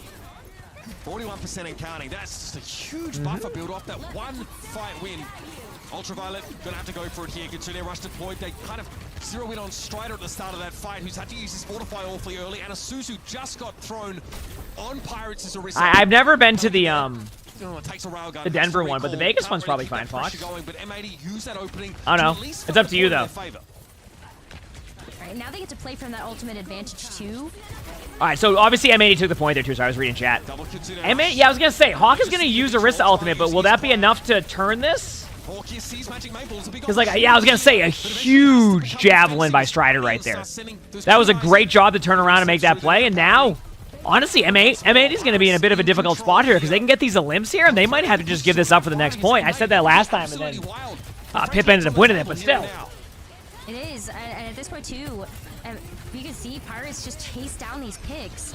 If there's any more staggers here, M80 cannot get back to the splash point, and that will be a match point. Yeah, I actually understand. Work on that one. I think we all have to work on that one. I'm okay with map point, I guess, at this stage. Map point. All right. Yeah, I think map point's fine, right? These overclocks from Chronic, man, That's fine with me. Been hitting beautifully. M80 here again. You know, we kind of alluded to it. Some of these more like mechanically intensive heroes on ping can be a little bit harder to achieve the outcomes that you're looking for, even for the most veteran of Overwatch players. Here we go. Fit the bill for Happy It's time. Completely. Chronic wants to take a flanking angle here. This is brazen. Slides into position. Okay, Terror Surge now going to try to bring all of M80 together, but there's some terrain. I mean, I honestly, if Timeless keeps... why do I keep saying Timeless? If Pip keeps playing this way... Doing the work to follow up on the Orisa roll from Striker. If Pip keeps playing this way, we might be seeing a 5th map. Walker needs a lot of healing. He buys a little bit of space now, but eventually is brought down as Strider comes crashing into him with his own javelin spin. This is going to be another huge amount of flashpoint progress for... And Pip is going to have Kitsune, so it's not like that M80 can come back and just have a Kitsune advantage. Like, Pip's going to take enough poke damage right now to be able to have that in time, I imagine. So, like, it's not going to be... Just how much healing she's been pumping out into the team, and the damage. Like, they're just going to be able to go right back in with a Kitsune. Nice to have that online to potentially close up this map. Pip really need one more fight here. Like I think that M80 will use it first, but then they're not going to expect Pip just to use it right back. And there it is. They did lose Lucio during that, though. And M80 is able to get a couple one pick. I thought, wait. Oh! And M80 actually, I don't know who's going to win this. So M80 still have a fighting chance here, but it's just Hawk. Hang on, this is dangerous now. Uh-oh. Hawk's like, no, I'll see you later. Have a good day. Hawk can't even flip the point into his team's favor. Laya has to get him back into the action quickly. He has to back away because he doesn't have enough to if he goes down there, that I think the whole team is screwed. So go into overtime here with a little bit more reinforcement. They do get the point back, and this is where Pip recognizes they have to back up because they have a chance to so M80 took that back. In this next fight. But now Pip has a bit of a beat timing, not a beat advantage, because I mean, M80 will build beat quickly. I don't know. This is interesting. Can Pip take this to just win the round and go to a 5th map, or will M80 bring this to the next point? Set up, and you have a couple of fights. M80 has beat now, and then Pulse. Man, taking them to a map 5 would be so if Pip goes in with Orisa ultimate, then M80 can Pulse bomb that? Probably. Weaknesses exploited. Let's see just how hard Pirates in Pajamas can press down on that. We have a pulse bomb here for Pelican. Both teams have the sound barrier, so and that's what they're going to do, actually. The timing and execution of those. Yeah, and there's the cleanse now. Draw a Suzu out. He's probably happy enough with that here, even if not getting the kill on Strider. There is a Terror Surge to worry about, and Strider's going to go for it right now. Ultraviolet's able to swift step away. Oh, okay. I thought the Orisa got the Olymp for a second. I was like, what? I think that might be it. Stand up in midair, but still has a couple of these rails to deploy. And there's no targets because Anian deals with Hawk. M80 are screwed. Pirates in Pajamas. Absolutely. Chat, we're going to a 5th map, and it's on Junkertown. They're going to take us to a map 5. Remember earlier when I said that the 2 matches were going to be great? Was I wrong? Nope. Xballa, thanks for the 6 months of the Feature Sponsor. Thank you, appreciate it. When you look at this matchup, everyone's like, oh, I'll be right back 1 second as I get to the next map, chat. Let's go. Because I think it's like, oh, I think M80 wins like 3-0, 3-1, but a 5-map series. This has been a banger, and I think Pirates and Pajamas have earned it over and over. A brief look at what went down yesterday, though, like with a very similar map pool, you know, between Unkink and this M80 team, probably might have made us reconsider just how simple, how straightforward this would have been. Now, they did win Suravasa in that matchup, but like it wasn't close, and I don't know if the play necessarily was very convincing in the Orisa composition. I guess the upside being Junkertown does offer a pretty decent place to bring your Sigma comps back into the fray, right? You can play that poke style if you want. It's also quite hard to exploit that in many parts of this map. Teams have tried to play like that hard dive look, but I think right now that's hard to make happen. So there might be, they might be avoiding execution, M80 here, by being able to go back to what has worked for them so far. But man, let's talk a little bit of, about this Pirates in Pajamas team, because this is a great result already. I mean, the play with the Orisa comp was super clean. It's been super, super good, and I think it's a really nice moment to kind of give a couple more credits to the players that are on Pirates in Pajamas. You know, Anian, she was a player for the New York Excelsior during her time in the Overwatch League. She gets picked up by this roster to help come in and play this Kiriko. It's looked so smooth today, and this is not, we didn't get a chance to see her too often in their matchup yesterday. It was Anian, and then Divinity came in to play a couple of those maps, and Maypal as well. I think just Ana Lucio has been stellar. This is a player that I feel like has been kind of on the up and up in the tier 2 scene. All right, chat, I'm back. It's nice to see them have a great pop-off performance here. Hey, look, how are we doing, everybody? Like a great shell of a team to fit into here. You know, like I think the coordination has been fantastic. The beat timing as well, especially when it comes to keeping Strider in these particular fights. I think it's been crucial. The Orisa battle has been extremely chaotic, but generally, Pirates in Pajamas have just looked better there. Hawk seems to be constantly giving ground, constantly being forced to use his defensive cooldowns earlier than he otherwise would like, and even something as pedestrian as like the Terror Surge timing and usage has looked really good. So that comp, now we know Pirates in Pajamas, very good there. The better team on that comp, undeniably. They can't really get away with that on a map like Junkertown. It's so vertical. The sightlines are so wide. They're going to have to go, potentially Look at the to a doggy. Sigma Mirror or something that they could sort of maybe, play to the topography a little bit more with. Either way, those questions and many more I'm sure will be answered after we come back from this break with map 5 on the line. All right, chat, it's time. Okay, is this the DMCA one or is it not? Begin excavation log. Sloan Cameron here. Oh yeah, this is the DMCA one. I can't listen to it because the music on it's DMCA. We're good, we're good, we're good.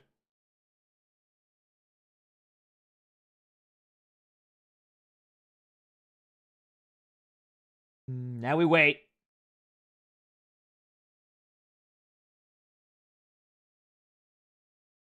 Yep.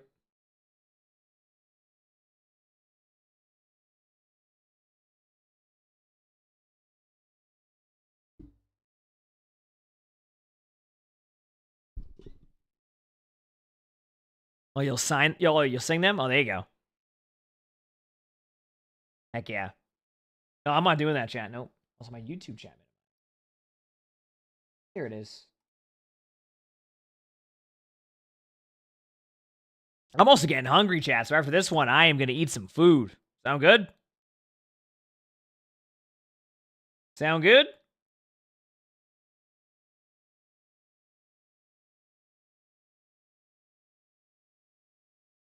I'm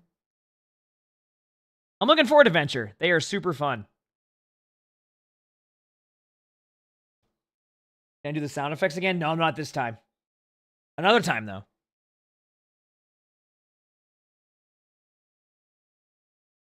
Look how cool that looks. The lasagna sounds good, too. We ended up getting Thai food. Can you believe we're on the 5th map? Let's go. Implications for competitive play might be with Venture's addition to the game. But now, we turn our attention to this 5th and final map in a series that has gone in a direction we definitely didn't expect. M80 were off to a strong start here. The Pirates in Pajamas have slowly wrested control back. New Queen Street, then Suravasa. Maps that we knew that M80 were a little shaky on. What are those, dropping to this Cameo. Upstart squad. And now that 2-0 title is on the line coming out of this Group C. It's amazing that Yep. Pirates in Pajamas could reverse sweep a team that is considered top 3 in the entire NA region. I mean, they're a good team. Isn't that something? Wait, are we actually going to see Strider on ball? Can it Pirates in happen? Pajamas' skill. But it's just that we have seen in NA these top 4 teams of M80. I think it is. Yeah, Strider's going ball. There you go, chat. Get ready. Just be such a cut above everybody else when it comes to their power level and the power rankings that you see for the region. That it feels so unprecedented taking a look at a team like this. But Mitch, we're getting our answer, I think, to how Pip are going to handle the Sigma composition, and that's with maybe a bit of a look into the future crystal ball of the next patch. This is wild. I mean, the Wrecking Ball creates a huge amount of space here. Chronic is still going to have to, win the 1v1s here and gets Happy, which what we saw in the previous map, that's very much within the realm of possible. I mean, Happy's a great Widow. Hawk, who won't really know where to put himself. This is going to be a good Widow duel. Wow, do you see Strider's HP right there? Welcome to tanking. You don't have a Zenyatta here to deal with this Wrecking Ball, so Strider will be really hard to stop. And he got so low there, and do you see how his health bar magically increased all the way back to full? There we go. That's impressive. Anion and Maple are really putting in the legwork. Wait, Sigma's one-shot now already. Oh, wow, what a lamp. Oh, great immortality field, though, from Ultraviolet, really holding it together. I was going to say, that lamp right there was like, that saved that part of defense. Happy just got a nice shot. Happy's a great Widow. To get through this choke. So interesting start so far. I wonder if they're going to stay on the ball or if they're kind of done with the strategy. And they're predicting some of these angles from Strider quite well. I wouldn't doubt it if you see him switch off ball. Very good against this more static, grouped up, sort of set up from M80 that wants to keep you at arm's length. Like, they might not. Okay. Widow versus Widow duel, Well, Striders are really good Wrecking Ball players. So, like, this comp is designed around, like, taking angles and taking map control. So it's a part of their strategy. M80 did a really good job. They almost got him, and then North America, M80 was able to do that. So kind of a bit more of an unknown factor. See how it works. Alright, once more. A foray into the back line there for Strider. This time with the nano boost. Yup, Rock. That Rock's important. Oh. Basically 0 damage to the flash grenade from Anion, who really facilitates for that play to happen. See, like, really good Wrecking Ball players can, like, get value in, like, a really short distance like that. Pelican gets a huge pick onto the Ana. I don't think Pelican can get out right now, but Strider's just rolling strikes left and right. look at this angle. Look at this patience. I couldn't. Is going to be basically towards I couldn't. The checkpoint by the time that Pelican comes back. Happy's dead. Yep, the Wrecking Ball again. Victim of the Hammond. Probably gonna. Oh, look at that. 775 HP. Pretty insane. The fact that he's able to do that and walk away is just, I don't know. That's just. Do you see what I'm talking about, chat? When it comes to like really good Wrecking Ball players, like that's. 3 minutes and 40 I told you they're good at ball. M80 are scrabbling. They have no idea. They're excited to learn ball next season. Yeah, I guess it depends how much of the rework they're doing is good. Okay. I'm definitely gonna try it out. See. By no means convincing switch up to handle this comp. And now they're going back. But then, yeah, like this is what it's just gonna be rock paper scissors here.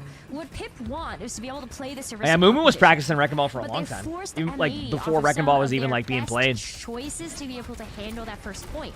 Widowmaker is gone. You don't have to deal with the happy Widowmaker anymore, and how you feel pretty good, I think, if you're Strider playing into this Orisa versus Sigma.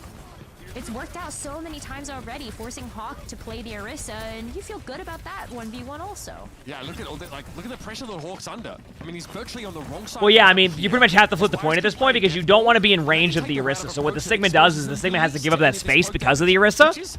So that's why Hawk's making that rotation. You just get rolled. You went in there, right? This is not looking great for them. I mean, Hawk uses the Gravitic Flux here. This is an interesting sequence. I don't think that caught anybody. I think maybe Strider got caught in that and then was Suzu'd immediately and killed back up. This has certainly been a second point, I must say. Like, this is, already getting them the result they need. This was a second point of Junkertown. And they're not touching the cart. Yeah, Yeah, they just gave that up for free. They didn't touch the cart. That is true. They didn't touch. No, they did not. There's somebody stuck. Pelican is stuck. Oh God, what am I watching? What is actually happening here? We're watching M80 crumble. Yeah, I don't know what just happened. Like they were playing so well that on second point they didn't know what they wanted to do there, and they just over-rotated. The last couple of maps, and M80 have no choice but to match this. There aren't any good opportunities to get Sigma value here. The high ground. Yeah, I mean, Sigma struggles against those contra now. I mean, Tank in general does, so Orisa, you go Orisa because you have so much survivability. So Hawk now needs to match on this Orisa. It needs to hope that they are more coordinated than they were in Suravasa. Deadeye. I love that high noon on the platform there. Sort of contemplate how to fight their way out of this situation. But like, what a hinder. Man, this feels like Pirates in Pajamas are meant to win this map. They look insane. They look like they have protected a president that isn't a bastion. In this case, it might just be the horse. It's going to be interesting because they know they can go back right. Okay. I was going to say they know they can go back right in them because the Orisa had to run away. For example, Pirates in Pajamas beating M80. That would be... Ooh, really good shots by Happy right there. That might be able to give them a bit of a hold. Nope, Chronic gets the limb. Finally, Happy's able to find a couple here, but needs to move out. Oh, Chronic's popping off. The right-click Randy. By a mag grenade, and just one shot for Chronic would be enough. The dance is dastardly for Happy, but eventually he'll be... Wow. Who saw this coming? Pip with 2 minutes on the clock. That is almost a speed run. They didn't get stopped on second. The cart barely got stopped on third. Unreal. Unreal. I'm gonna go put my phone on the charger very quickly. I don't like this. I mean, look, I mean, I guess like seeing the Wrecking Ball out of the gates, like it maybe shouldn't be too much of a surprise. It's really good against those Sigma compositions because you know, it's so predicated on just being able to stand where you want to and not be shifted and just be a bulwark for your poke heroes. So Pirates in Pajamas don't respect this. I also think getting to see Ardian on the Ana is great. It's one of her, definitely one of her best heroes. I think we even, you know, like we saw hyping that up a lot during the that was the match she won. Yep. In NYXL. That's right. Like we definitely hyped it up a lot in that era. But you saw like that process. Thanks for the 7 months of the tier one. Thank you, appreciate it. Like a really Wrecking Ball again, chat. Like it's just so easy for the Wrecking Ball from that point on to just roll on. I mean, I feel like these have been some of the best OW like CS games we've seen like at like consistently. You know what I mean? Like, there hasn't been a ton of stomps today. Just really good matchups. Hawk is playing across the map by necessity. Like they completely countered this M80 comp, and now they've forced M80 onto a less comfortable setup in order to hang. And they're Wrecking Ball defense. Falls meta? Yeah, I'll start working on Wrecking Ball next game. Or next day I play. It's wacko, but it could work. Yeah, I told you Strider's a really good Wrecking Ball. There's no switches coming out here from M80. Wait, Hawk? Pause? Diva. Hawk, walk back. Hawk, I like it. Okay, right. Okay, I like this. I like this. I like the way Hawk thinks, you know? Yeah, look, better access to some of this high ground, and also you can interfere a little bit more with Wrecking Ball's pathing just by booping in. All right, here we go. Defense Matrix also gives you a couple of windows, but you are in a Cassidy versus Widow matchup, excuse me. So trying to secure side lines for Happy is something that Hawk has to be constantly aware of. And you see that Defense Matrix getting thrown Tracer across top the left. cart, so he's trying to do that now, but oh, look at the map control by Hawk right now. That Ana might be dead in a second. That was sick. I was gonna say that was really cool. He wrapped around the entire back of the point. It did work until it didn't. I will say that. I liked it though. I thought that was really good, really good. They were like so close to get, like super close to getting the limb. Come out to have that pincer dive with Hawk's Diva. But I think the same problem remains as what you were saying. Is so like, you know what's cool about the ball here? The ball can disrupt so many of their attempted plays. Onto the Widowmaker unless Pelican can get in a position and coordinate with that, which is going to be very difficult to do. No, kind of awkward as well because I think like Hawk doubles back. Well, no, he dives. I mean, this is just a Widow battle right now, so it's just going to take a bit. By the Wrecking Ball and the Tracer play from Pirates, so both teams are diving each other at the same time. What happened? I know. It looks like it's about to be a, I don't know. Imagine the reverse, what is it? A reverse sweep? We'll see though. Still putting a lot of pressure here. Now down the Strider also can help build up ultimates really quickly too by just like, for Zenyatta especially. That's not leaving the choke anytime soon.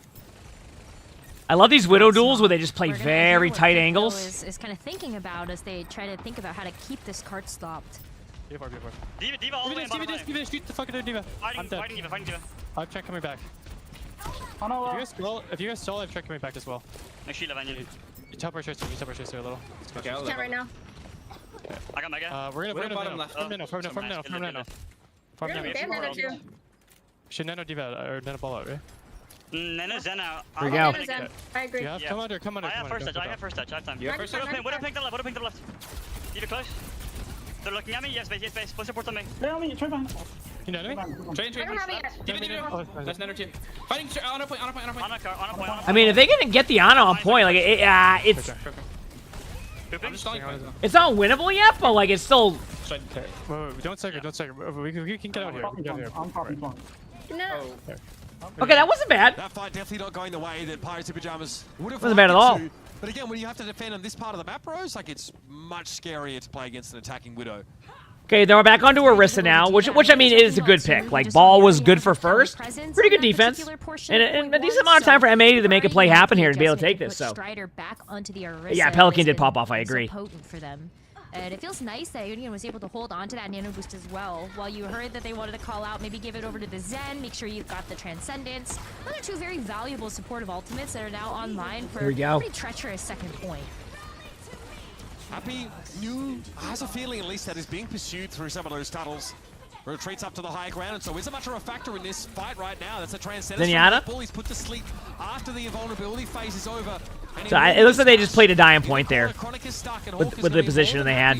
To take care of the gunslinger. Okay, there's a pulse here. I wonder if they want to switch up their comp a little bit too. That seems like a bit of a unnecessary pulse bomb though. That was gorgeous. And now the Tracer has no choice except to step out into the... You know what I mean? I feel like that was...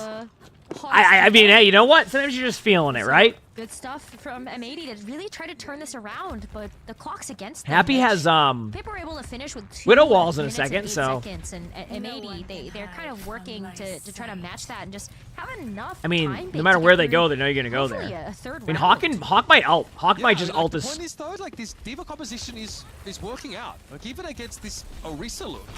That was a good rotation though, going bottom left. Fight with Strider on so many occasions and is under a lot of pressure constantly health-wise. Hawk does have Diva ult. Ultraviolet and Liar to keep him in mech most of the time is important. Nice shot. That's what we need to see. Stone brought down with a headshot.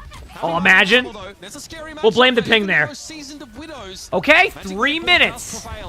M80's making decent time, not as good as Pip was, but like this is still good. This is possible. Valiant effort there by This is possible. Magic Meatball's Lucio, but ultimately the rest of the fight was happening on the point, and they were just able to take down that defense very quickly.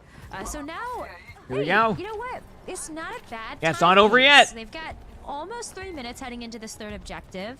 They are continuing to keep this card steadily moving forward. And what this Diva has on this Orisa is this high ground presence. Huge javelin. Pulse. They're playing the high ground now. Okay, so they're gonna set up for probably a high noon play. No point to high noon yet. Actually, they might go for it like at a certain point, but like it's not even worth yet. Oh, okay. As I said that, they already did it. Hawk can always go up and down as he pleases. Deadeye for Chronic again functioned as an instant reload and nothing more. And Hawk is soaking up so much of these hits, giving the space for Happy to Good job by Hawk right there. Kiriko out of the picture. Hawk, I mean, you can see what this guy looks like on a comfort pick. It's a different story entirely. I mean, listen, I love this pick. About the Diva in this matchup is that Hawk is very solo actor. You know, he has a ton of damage. Wow, is this possible? Are we gonna see a 3-3? So it's kind of like having a mini shield. But you can use it way more reactively to help out when maybe his teammates aren't able to get out of that line of fire easily themselves. Here we go. It's been working out great here. M80 has been smooth sailing so far to the final part of this point, and they still have to continue rushing. I mean, they have someone else. Cass just disintegrated. Goes about as you'd expect. Completely run into the ground by the Diva. I think we're going 3-3. On the point, but Strider gets taken down midway through that animation. Not an easy thing The to counter do, with beat. Without durable, the Orisa is there. Pelican's pulse here may not even be needed. Wait, they traded. Wait. They did trade though. Pelican with a 20-player kill streak. Looks like M80, you're gonna get the map done, but we're gonna be running it back. That's wild that Pip still have a faster time after their Wrecking Ball shenanigans. But M80 well and truly keeping themselves in this game. Has to be a self-Susie Fanian. Wow. This one is about done. What a game. A 1 minute difference. What a game we are watching right now. They have the lead, and that's enough to comfortably have ultimates online. And so that's something that I think you're really excited about having as an advantage. But M80 played with so much momentum. They just came out of the gates swinging. Do you think? Like the diva Do you think right Pip away. runs the wrecking ball again I don't on know if defense, Pip can or they just stick Orisa? Just immediately locking in the wrecking ball. We'll see. Right, you feel like it's a pretty big risk to take when M80 could come out on literally anything. It probably It's a good doesn't do any match. favors when they're going up against an Orisa comp, but I'm curious to see what they go with. the room to switch to mirror that. I think they're discussing it right now. Will be on the diva still potentially. I think it's going to be Orisa, yeah, because I was saying they're running the Kiriko, so like that would make sense. So the safest pick. The moment they went, Is the Orisa, and yeah, that's I mean it where is the safest pick. I think this is a good idea by Well, Pip. the Orisa too, when you think about if you like lock in the wrecking ball, Because you're going to lose the surprise anyway of what they were Orisa on playing, that so second point, like the Orisa here makes sense for just, it's a very solid pick and you can't go wrong with it and they can't really counter swap you on anything. That would make it difficult for Orisa, you know what I mean? Strider's So been really clean with those when he's been able to actually land them on it's a good safe pick. Big difference is that Diva's not Attack, so they easy to might go lock ball, down, but not on either defense. Any of these heroes that do have mobility or play away from the team. So as we see these spawn doors open, Is it for too the safe, though? attacking No. side, No, it's not. Happy's looking for the opportunity to maybe. I mean, it really starts with this 1v1 Happy versus Chronic. Like, and just get that's where it kind of information starts. to the team. Yeah, obviously, just like the mere presence of the Widow makes it a little scary to push out into that cul-de-sac. Are they just in front switching of to a the different first hero? checkpoint. Okay, so we are interesting. Like, obviously, it can be hard for the Baptiste here to heal the Diva consistently, but Ultraviolet doesn't want to play Yeah. Ana here. I mean, I get it though. I mean, this is a good pick. Baptiste is nice because you do have the opportunity Yep. to have the immortality field. If you're gonna go against something like the Kiriko, then you want to make sure that you at least have. Like, Yeah, the Hawk's trying to immortality ping the field. Widow for Amplification matrix on attack is a Happy. great engagement If you're a tank mechanism. player and you see the Widow, always try to ping for him. Pelican very wary of the Widow. Hunting. That was so close. The hunter But becomes a hunter. that's enough pressure, right? It's a good amount of damage. Can't quite complete the one clip here. Forces a defensive probe on the right-hand side from Pirates in There you go. Pajamas. Chronic now definitely starting to feel the pressure a little more. Taking more There it defensive is. position on this high ground. Nice shot. What? Sliding going down. Still, what a pick. Getting the Baptiste there is huge. Here comes Happy sliding on in and gets brought down by the SMG mode. Pirates in Pajamas now in a position to hold this. They might actually. Wow. What a pop-off moment by Chronic right there. I mean, what else can you say? And so he does, but it's Strider that's there. I mean, I think that might be okay. So, the thing is, it's still winnable for M80, but this is coming down to the wire. What a game. More than doable. I might even say it's likely. Yeah, honestly, I think Pip will run the wrecking ball now. Pirates in Pajamas, they did the hard work. Yep. The hard work would be trying to get a full hold on Junkertown. How many times have we? Also, chat, when this game ends, play? I'm probably going to hop off pretty quickly. I'm getting hungry. It requires All right. everybody see it in teams where like one team is utterly dominant. I really appreciate y'all That being said, watching. there's, like, it's overtime. There's less time to like fix your comp and make your push here, but you know, Pirates had the chance. Yeah, this is They a great switched match. I mean, to a wrecking ball I said comp it and earlier, just like, I was like, come back. there's so many And good one shot matches goes. today, and then I predicted that these two matches would be Smashing really Ultraviolet good. there on some kind And of both of them have gone the towards distance. card. I feel like that tilts things in their favor hugely. Did spawn hold? No. Such a huge source No. of healing. The immortality Eh. field is off the table. All the burst healing from No, with the comp they're running, they're not going to. It's just it's all gone. And so if you don't have that, I feel like the cards fall so fast. Even though Strider is out of the picture, he was able to come back on the wrecking ball. And There is respond more to his OWCS faster, tomorrow. I won't be more streaming defensive tomorrow side. because I am getting some stuff It was done. a great I'm pick, taking Sunday and then Monday off, and then I'll be able back to on keep Tuesday that for the new distance season between with himself long and the streams. rest of the DPS on M80. So. Winnable. Super winnable. Again, like a Widow pick can decide it all, just as it felt like it did on defense. All right, I was wrong. They went Orisa, which I mean, once again, is a safe pick. So, Any other way. 2 minutes on the clock. okay, here we go. Chronic maybe was just baiting a shot there. Pirates in Pajamas poised to win the entire series with a compelling push on Junkertown. Chronic needs one pick. Didn't take it off all the time. Widowmaker, one pick on the Even if attack. I took 2 days off, which I This is usually only the take end 1 of day that off, it would defensive be hold. So he's Saturday, hunting Sunday, for just it, 'cause that's and when we're gonna see Lonnie, standstill up until then. But this when card is gonna Lonnie, allow so would much have days free off 'cause progress. If this one pick she works in on the schools, attack so could during the decide week it all. she doesn't have the days Spin off. Stone here is an easier time of getting to grips with the back line. Okay, Stone's in a good spot now, but you can hear Pelican behind. That was a. Yeah, I was gonna say. Pelican played that perfectly. What do you do with 4 players now, Pirates in Pajamas? Looks like they're gonna back away. Chad, this is close. They have to, because if they get staggered, or if they give over any more ultimate charge, or like Pelican could have a pulse bomb by the end of this one. And they could drag this fight out, Rose. This I could mean, go on and on and on. If they can catch Annie in here, that's another. This is so close. For Pirates in Pajamas to be back as a whole unit, regardless, it gets us down to under 1 minute. They have Kitsune coming up. If they can get a really quick Kitsune here, this could be unreal. Yeah, but Happy wants a pick. Now they're on cast. Oh, they're switching off of everything. They're starting to make swaps. To just stop this attack push in its tracks, but pay attention to Ultraviolet. Almost as Kitsune rush online, and that could be the end of this attacking push here for Pip and their dreams of making it to the main stage just like that. Strider's taking too much damage. Backing here. away. Slows things up for Pirates in Pajamas. Kitsune Rush plus like a Diva dive could allow you to blow up like a Kiriko if Anion's not going to be ready for this. It's literally last team fight. Whoever wins this team fight wins the map. Stepped up to counter this Tracer flank.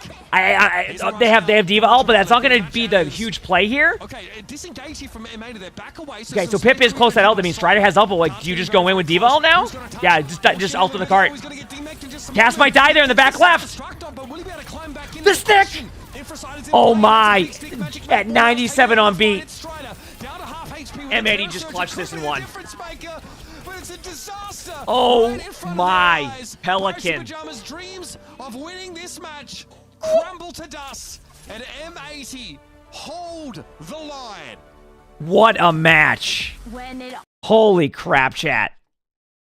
all looked like Pirates in Pajamas was gonna take the Wow. reverse sweep over M80, they clutched it. That was so good. They did not Yeah, Pelican put down popped their off. That was a reserve great reset. match. They looked really good when Hawk was able Yep. to play that Diva.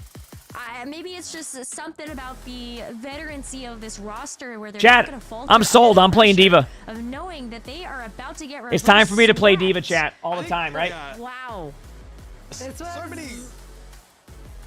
many rosters have that hurdle to. Anyway, chat, I'm going to hop off pretty quickly here. Unbelievable gameplay, unbelievable matches. Thank you for hanging out with me all day long, just watching co-streams.